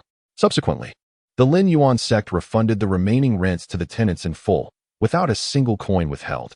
Fangyuan, accompanied by the tenants, collected their reimbursements and made their way toward the exit of Weisha, previously considered a pillar of support with the resolution of the conflict. The crowd saw no further need to follow him. They dispersed in various directions. Only Li Karen remained captivated by Fangyuan, quietly trailing behind, her beautiful eyes reflecting admiration. Chapter 074. The Battle of Dragons and Tigers in the Woods. Near the entrance of the fiendish abyss, Fangyuan, carrying his sword, suddenly halted his steps. He turned his head to gaze at the enchanting woman trailing behind him, inquiring, "Why do you persist in following me? Do not claim it is merely a matter of coincidental routes. Whether a path is coincidental depends not on the road itself, but on the individuals traversing it," replied Li Karen with a charming smile, delicately twirling a lock of her lustrous hair with her alabaster fingers. "Do you wish to walk alongside me? With my company, your journey shall be far from solitary. The union of a gentleman and a beauty, what a delightful affair it would be." "I am no gentleman, and you may not truly be a beauty," Fangyuan countered firmly. "I am accustomed to solitude. Your kind intentions are appreciated, yet I must decline. Why must you keep me at arm's length?" Li Karen's countenance darkened, her expression turning sorrowful and poignant, feigning a pitiable demeanor. A man with a tender heart would surely succumb to such a sight, feeling weak in the knees. Fangyuan, aware that Li Karen was merely putting on an act and recognizing the impossibility of forming a close bond with her, remained resolute. He shook his head, unwilling to engage in further trivialities, and leaped away, quickening his pace. "You!" Li Karen exclaimed, watching Fangyuan's resolute figure retreating, her frustration causing her to stamp her foot. "You are but a morsel I have set my sights on. Do not presume you can easily rid yourself of me. A person like you is destined to shine, and I shall inevitably cross paths with you again." A green light approached swiftly, skimming just above the ground, revealing itself to be a luminous gourd, upon which sat a figure. It was the gourd ancestor. Fangyuan felt a twinge of surprise as the gourd ancestor descended, having noticed him, and abruptly slowed his pace. Floating downwards, he stood atop the gourd, gesticulating animatedly, while the longevity star's brows danced wildly, exclaiming, "Good friend, we meet again, though I may not recognize your face. I surely know your mask. It has been quite some time, gourd ancestor. Are you once more off to amuse yourself at the expense of others?" Fangyuan greeted him. "I have heard that a calamity has befallen Weishabis. Someone has stolen the source of the concentrated malevolent energy, and I thought to join in the commotion." The gourd ancestor gracefully descended, shouldering the large gourd. "I just came from there. In truth, there is little of interest to behold. If there is nothing to see, then let us create some excitement. I shall unleash a deluge of mud upon Weishao Abyss with my unparalleled trickster's jar, ensuring that those within are drenched in foul muck. Now that would certainly stir up some amusement." "Haha." Fangyuan chuckled in disbelief. This old rascal was indeed capable of such mischief. Those still lingering in Weishao Abyss would likely find themselves in a predicament. After sharing a few laughs, the gourd ancestor suddenly recalled something and exclaimed excitedly, "Ah, I recently heard another intriguing piece of news." "What news?" Fangyuan inquired. "The lone traveler of the clouds, by watching from the Shaoxian kingdom, is nearing his end. He intends to distribute all the spiritual souls he has cultivated over the past century. He has set up 2 arenas at his Baiyun Manor, allowing any youthful talent under the age of 20 to participate. The victor shall receive the spiritual souls he bestows as rewards. The higher one ranks, the more exceptional the spiritual souls they shall acquire. Is that truly the case?" Fangyuan's eyes sparkled with intrigue. Bai Luocheng is indeed a renowned figure in the Shaoxian kingdom, his fame rivaling that of the gourd ancestor. He is a solitary cultivator, one who does not belong to any major faction, residing for years in the Baiyun Mountain Manor, detached from worldly affairs, embodying an air of transcendence. Bai Luocheng once uttered a profound saying, "I have no friends, no enemies, and therefore no worries." This clearly illustrates that he is a person who detests trouble and cherishes tranquility. His cultivation is exceptionally advanced, having long surpassed the 3rd realm of dominance, standing on par with the foremost powers of the 4 major factions. In the power rankings of the Shaoxian kingdom, his position has never fallen outside the top 10. Although he rarely takes action, none dare to underestimate him. A formidable figure such as he undoubtedly possesses numerous high-grade spirit souls. These spirit souls, offered as prizes, would surely entice many talented individuals to participate in the arena, heralding a spectacular clash of geniuses. Fangyuan, at the tender age of 17, perfectly meets the eligibility criteria and cannot help but feel a surge of ambition to compete against his peers. Bai Luocheng has issued invitations to talented individuals nationwide. I alone have received numerous letters, and I shall present you with 2. The specifics are all inscribed on the invitations, which you will readily discern. The gourd ancestor retrieved 2 invitations and placed them in Fangyuan's hands. The invitations bore the elegant and refined inscription, Dragon and Tiger Clash, undoubtedly the title of the forthcoming tournament. Fangyuan opened the invitation and examined it closely, while the gourd ancestor provided an explanation. The invitation stated that the tournament would be held in 3 months at the Baiyun Mountain Manor. The competition is divided into 2 segments. Though the specific rules were not elaborated upon in the invitation, the competition's requirements are exceedingly stringent. Only those under the age of 20 and possessing a cultivation level of at least the 8th stage of the spirit realm are eligible to participate. Accompanying the invitation is a catalog listing 9 types of spirits, which serve as the prizes for the arena contest. Among these, several rare spirits are prominently featured at the top of the catalog, capturing considerable attention. To his astonishment, Fangyuan discovered the words Jade Spirit inscribed there. The fact that this extraordinary contest, known as the Battle of Dragons and Tigers, includes a rare Jade Spirit, one of significantly higher rank than the one within Fangyuan, left him wide-eyed. Should he obtain this Jade Spirit and allow the Jade Qilin to refine and absorb it, the beast would undoubtedly ascend several ranks. While external spirits are merely foreign entities, they cannot compare to one's innate spirit. Thus, acquiring a second Jade Spirit would certainly warrant offering it to the Jade Qilin for consumption. The Jade Spirit is the grand prize of one arena, while another arena boasts an equally rare grand prize known as the Chaotic Spirit. The Chaotic Spirit possesses the ability to absorb all things, showcasing immense power. Any young contender fortunate enough to secure either of these spirits would indeed reap substantial rewards. The venerable ancestor of the gourd expressed astonishment, extolling its virtues. The chaotic spirit, also a rare entity with remarkable effects, excels in combat and is valued comparably to the jade spirit. The remaining spirits are indeed commendable, yet they pale in comparison to these two. Both the jade spirit and the chaotic spirit are exceedingly rare, and their appearances in the world often incite fierce and bloody competition. Had the individual revealing these two spirits been a weaker contender rather than by Luo Cheng, he would have undoubtedly faced lethal attempts for his treasures. Dear Jade Lord, our ages are too disparate for me to partake in such childish contests. If you happen to have any outstanding descendants, it would be worthwhile to consider bringing them to Baiyun Mountain Villa to join the festivities. I must continue on my journey, so I shall not linger in conversation until we meet again. With that, the ancient ancestor of the gourd stepped onto his gourd and soared into the sky, leaving behind a trail of emerald light. From his earlier remarks, it was evident he regarded Fangyuan as a venerable practitioner, for it is unlikely that someone so young could possess such exceptional talisman-making skills. Junyu, this presents an extraordinary opportunity for you. Should you acquire the Jade Spirit and the Chaos Spirit, your prowess will undoubtedly surge, paving the way for a boundless future. Nanguaqing conveyed telepathically. Indeed, I am quite intrigued. With your clandestine support, victory will be all but assured. Fangyuan exclaimed with fervor. However, I fear I cannot assist you this time, Nanguaqing replied. Why not? Fangyuan was momentarily taken aback, apprehensive that Nanguaqing intended to part ways, causing his heart to race. My old injuries have yet to heal. During my previous battle with Shiminyu, I was compelled to employ the fusion technique, which exacerbated my prior wounds. If these malevolent energies are not thoroughly eradicated, they may pose a future threat, which cannot be underestimated. In that case, focus on your recovery without delay. Please do not let my presence hinder your healing, for that would weigh heavily on my conscience. As for the upcoming Dragon Tiger Storm battle, I shall rely on my own strength to participate.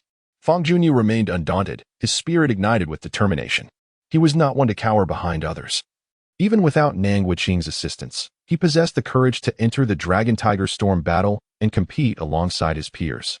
Even if Nanguaqing were to enter seclusion, a few days would not make a difference.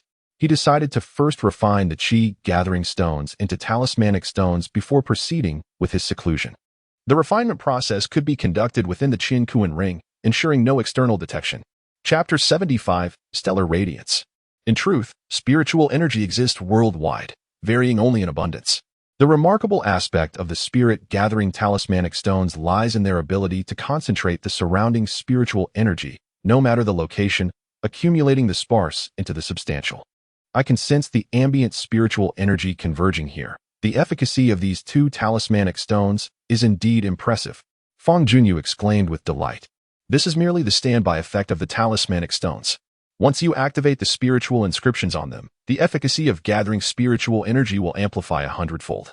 And it will attract pure spiritual energy, not the harmful malevolent energy, Nanguaqing explained. Malevolent energy is aggressive and not considered beneficial. True spiritual energy should be harmless to humans. Nanguaqing's purpose in refining the Qi gathering stones into talismanic stones was to eliminate their adverse effects. That peculiar stone was quite large before. How did it become so small after refinement? Fangyuan pondered while handling the talismanic stones. I merely used the remnants of the Qi gathering stones to craft 2 talismanic stones for your temporary use. One for you and one for the Gujua sect. I am about to enter seclusion to heal my injuries, so I do not have the time to refine the entire stone. Rest assured. These 2 smaller talismanic stones are sufficient for your current needs. Once I have recovered, I will refine the larger stone for you, Nanguaqing explained. It is reasonable. Your recovery should take precedence now. A few days' delay is of little consequence. Nanguaqing interrupted Fangyuan's words. Fangyuan understood that his companion did not wish for him to feel guilty and sighed softly before inquiring, "How long will your seclusion last?" "At least 3 months, which may coincide perfectly with your participation in the Dragon and Tiger tournament. However, if it extends, it could very well take 6 months or more," Nanguaqing replied. "I wish you a swift recovery. During my seclusion, you must remain vigilant and cannot afford to act recklessly as you did before. You must learn the art of adaptability." Fangyuan said with a smile. "I have kept a low profile for 2 years to assist you. Do you think I am merely a reckless youth who knows nothing but to charge forward? Indeed, you have a point, Nangongqing acknowledged. In addition to these 2 talismans, I have other items for you. At this, Nangongqing handed Fang Junyu several objects, including a distress talisman and 3 metallic spheres. Fang Junyu recognized the distress talisman, which he had previously gifted to his senior brother. Once crushed, it would send out a signal for help. As for the 3 metallic spheres, Fang Junyu was unfamiliar with them, and they piqued his curiosity. The spheres were silver, slightly larger than a walnut, their surfaces shimmering with light, each inscribed with the character for thunder. After my seclusion, you will be unable to communicate with me through spiritual means. If you find yourself in a perilous situation, crush this talisman. As long as I receive the signal, I will break my seclusion to come to your aid. As for those 3 small spheres, known as thunderous light bombs, they have been crafted by me using the mystical technique lightning gold radiance. They can serve as explosives, possessing enough power to severely injure cultivators within the formidable triumvirate. This is a means of self-defense I have prepared for you, explained Nangongqing. For the safety of Fang Junyu, she has made extensive arrangements. Given her prowess, she undoubtedly possesses many more treasures. However, some must remain concealed to protect her identity, while others have excessively high requirements that Fang Junyu cannot meet. The treasures she can freely use are, in fact, quite limited. Holding these items, Fang Junyu felt a sense of satisfaction. For even a single thunderous light bomb could fetch an exorbitant price in the outside world. There is another pressing matter I must remind you of. Should you distinguish yourself in the Dragon and Tiger Storm battle and seize a rare spiritual soul, it is imperative that you swiftly align yourself with a prominent faction to seek their protection. You are an astute individual. Surely you grasp the significance of this course of action, questioned Nangongqing. Indeed, I understand. A common man is innocent, yet possessing a precious gem renders him a target. If I were to acquire a rare spiritual soul, I would undoubtedly attract unwanted attention. Venturing out alone from Baiyun Mountain Manor would surely invite endless trouble. To evade such difficulties, aligning with a powerful faction is the only viable option.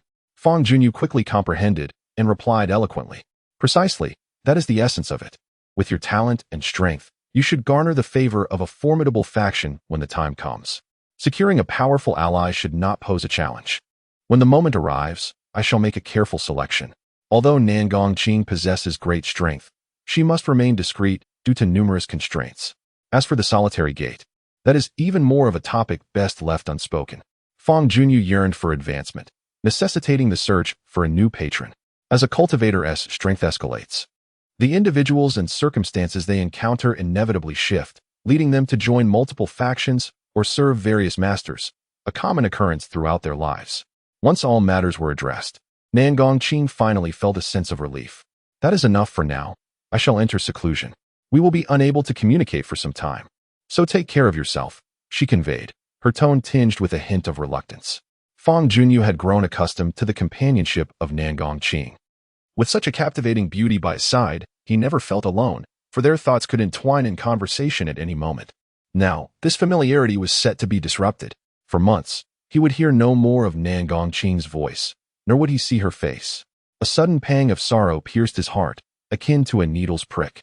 Since the thawing of that impenetrable ice, Nangongqing's significance in his heart had only intensified. Before you retreat, might I have a moment to truly behold you? Fang Junyu implored. She was a young woman, not yet 20, exuding a noble aura cultivated over the years, with a teardrop birthmark at the corner of her eye. Draped in a resplendent golden gown and adorned with a golden hairpin, she radiated opulence. Any single piece of her jewelry could fetch a fortune. At that moment, she was engrossed in embroidery. Swish, swish, swish. The sounds of piercing through the air resonated as needles, tethered to colorful threads, danced midair, stitching towards a vast expanse of silk, upon which an incomplete golden phoenix awaited completion. Enshrouded by an ethereal aura, the needle danced with extraordinary swiftness, weaving through the silk to delineate the golden phoenix. To manipulate a needle with spiritual energy, especially for such delicate work as embroidery, was clearly no simple feat. After a half hour, the noblewoman paused, the golden phoenix embroidery before her nearing completion. She turned to find a messenger standing respectfully in the palace. Speak, the noblewoman commanded, her voice imbued with the authority of one who held life and death in her hands. Yes, your highness, the messenger responded. producing an invitation from his sleeve and presenting it with both hands. The invitation bore the inscription, Dragon, Tiger, Wind, and Cloud Battle. Meanwhile, in a valley within the little mystic kingdom, the environment lay in ruins, scarred by blades and swords, some gashes extending over 10 yards. A family of 3 stood in the valley, a couple and their son. The husband exuded an imposing aura, while the wife possessed a refined elegance, both clearly extraordinary individuals. Their son was practicing martial arts.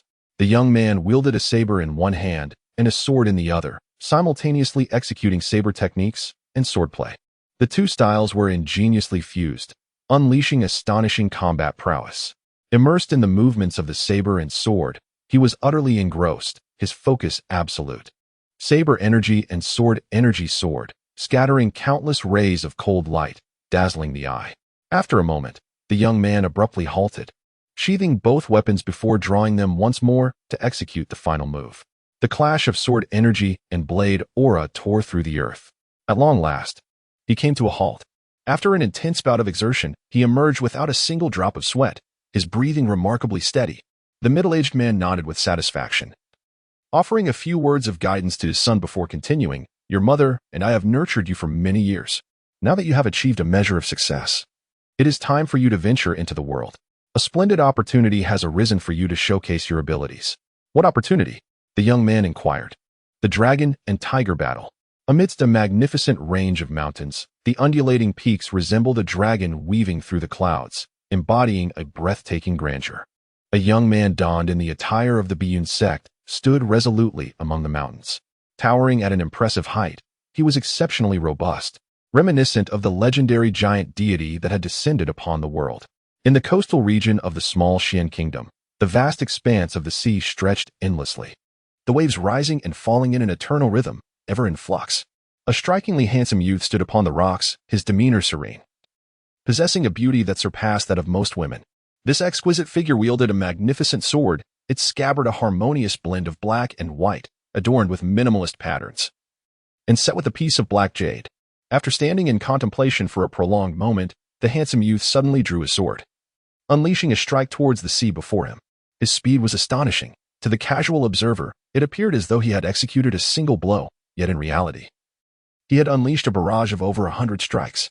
The sword aura cleaved through the water, sculpting it into the shape of a dragon, albeit abstract. It exuded a formidable presence. With the sword as his instrument, he carved the sea into a dragon. The water dragon hovered for a brief moment before plunging back into the ocean, merging seamlessly into the depths. The handsome young man maintained his composure, showing no signs of pride after the recent duel. Behind him, applause suddenly erupted.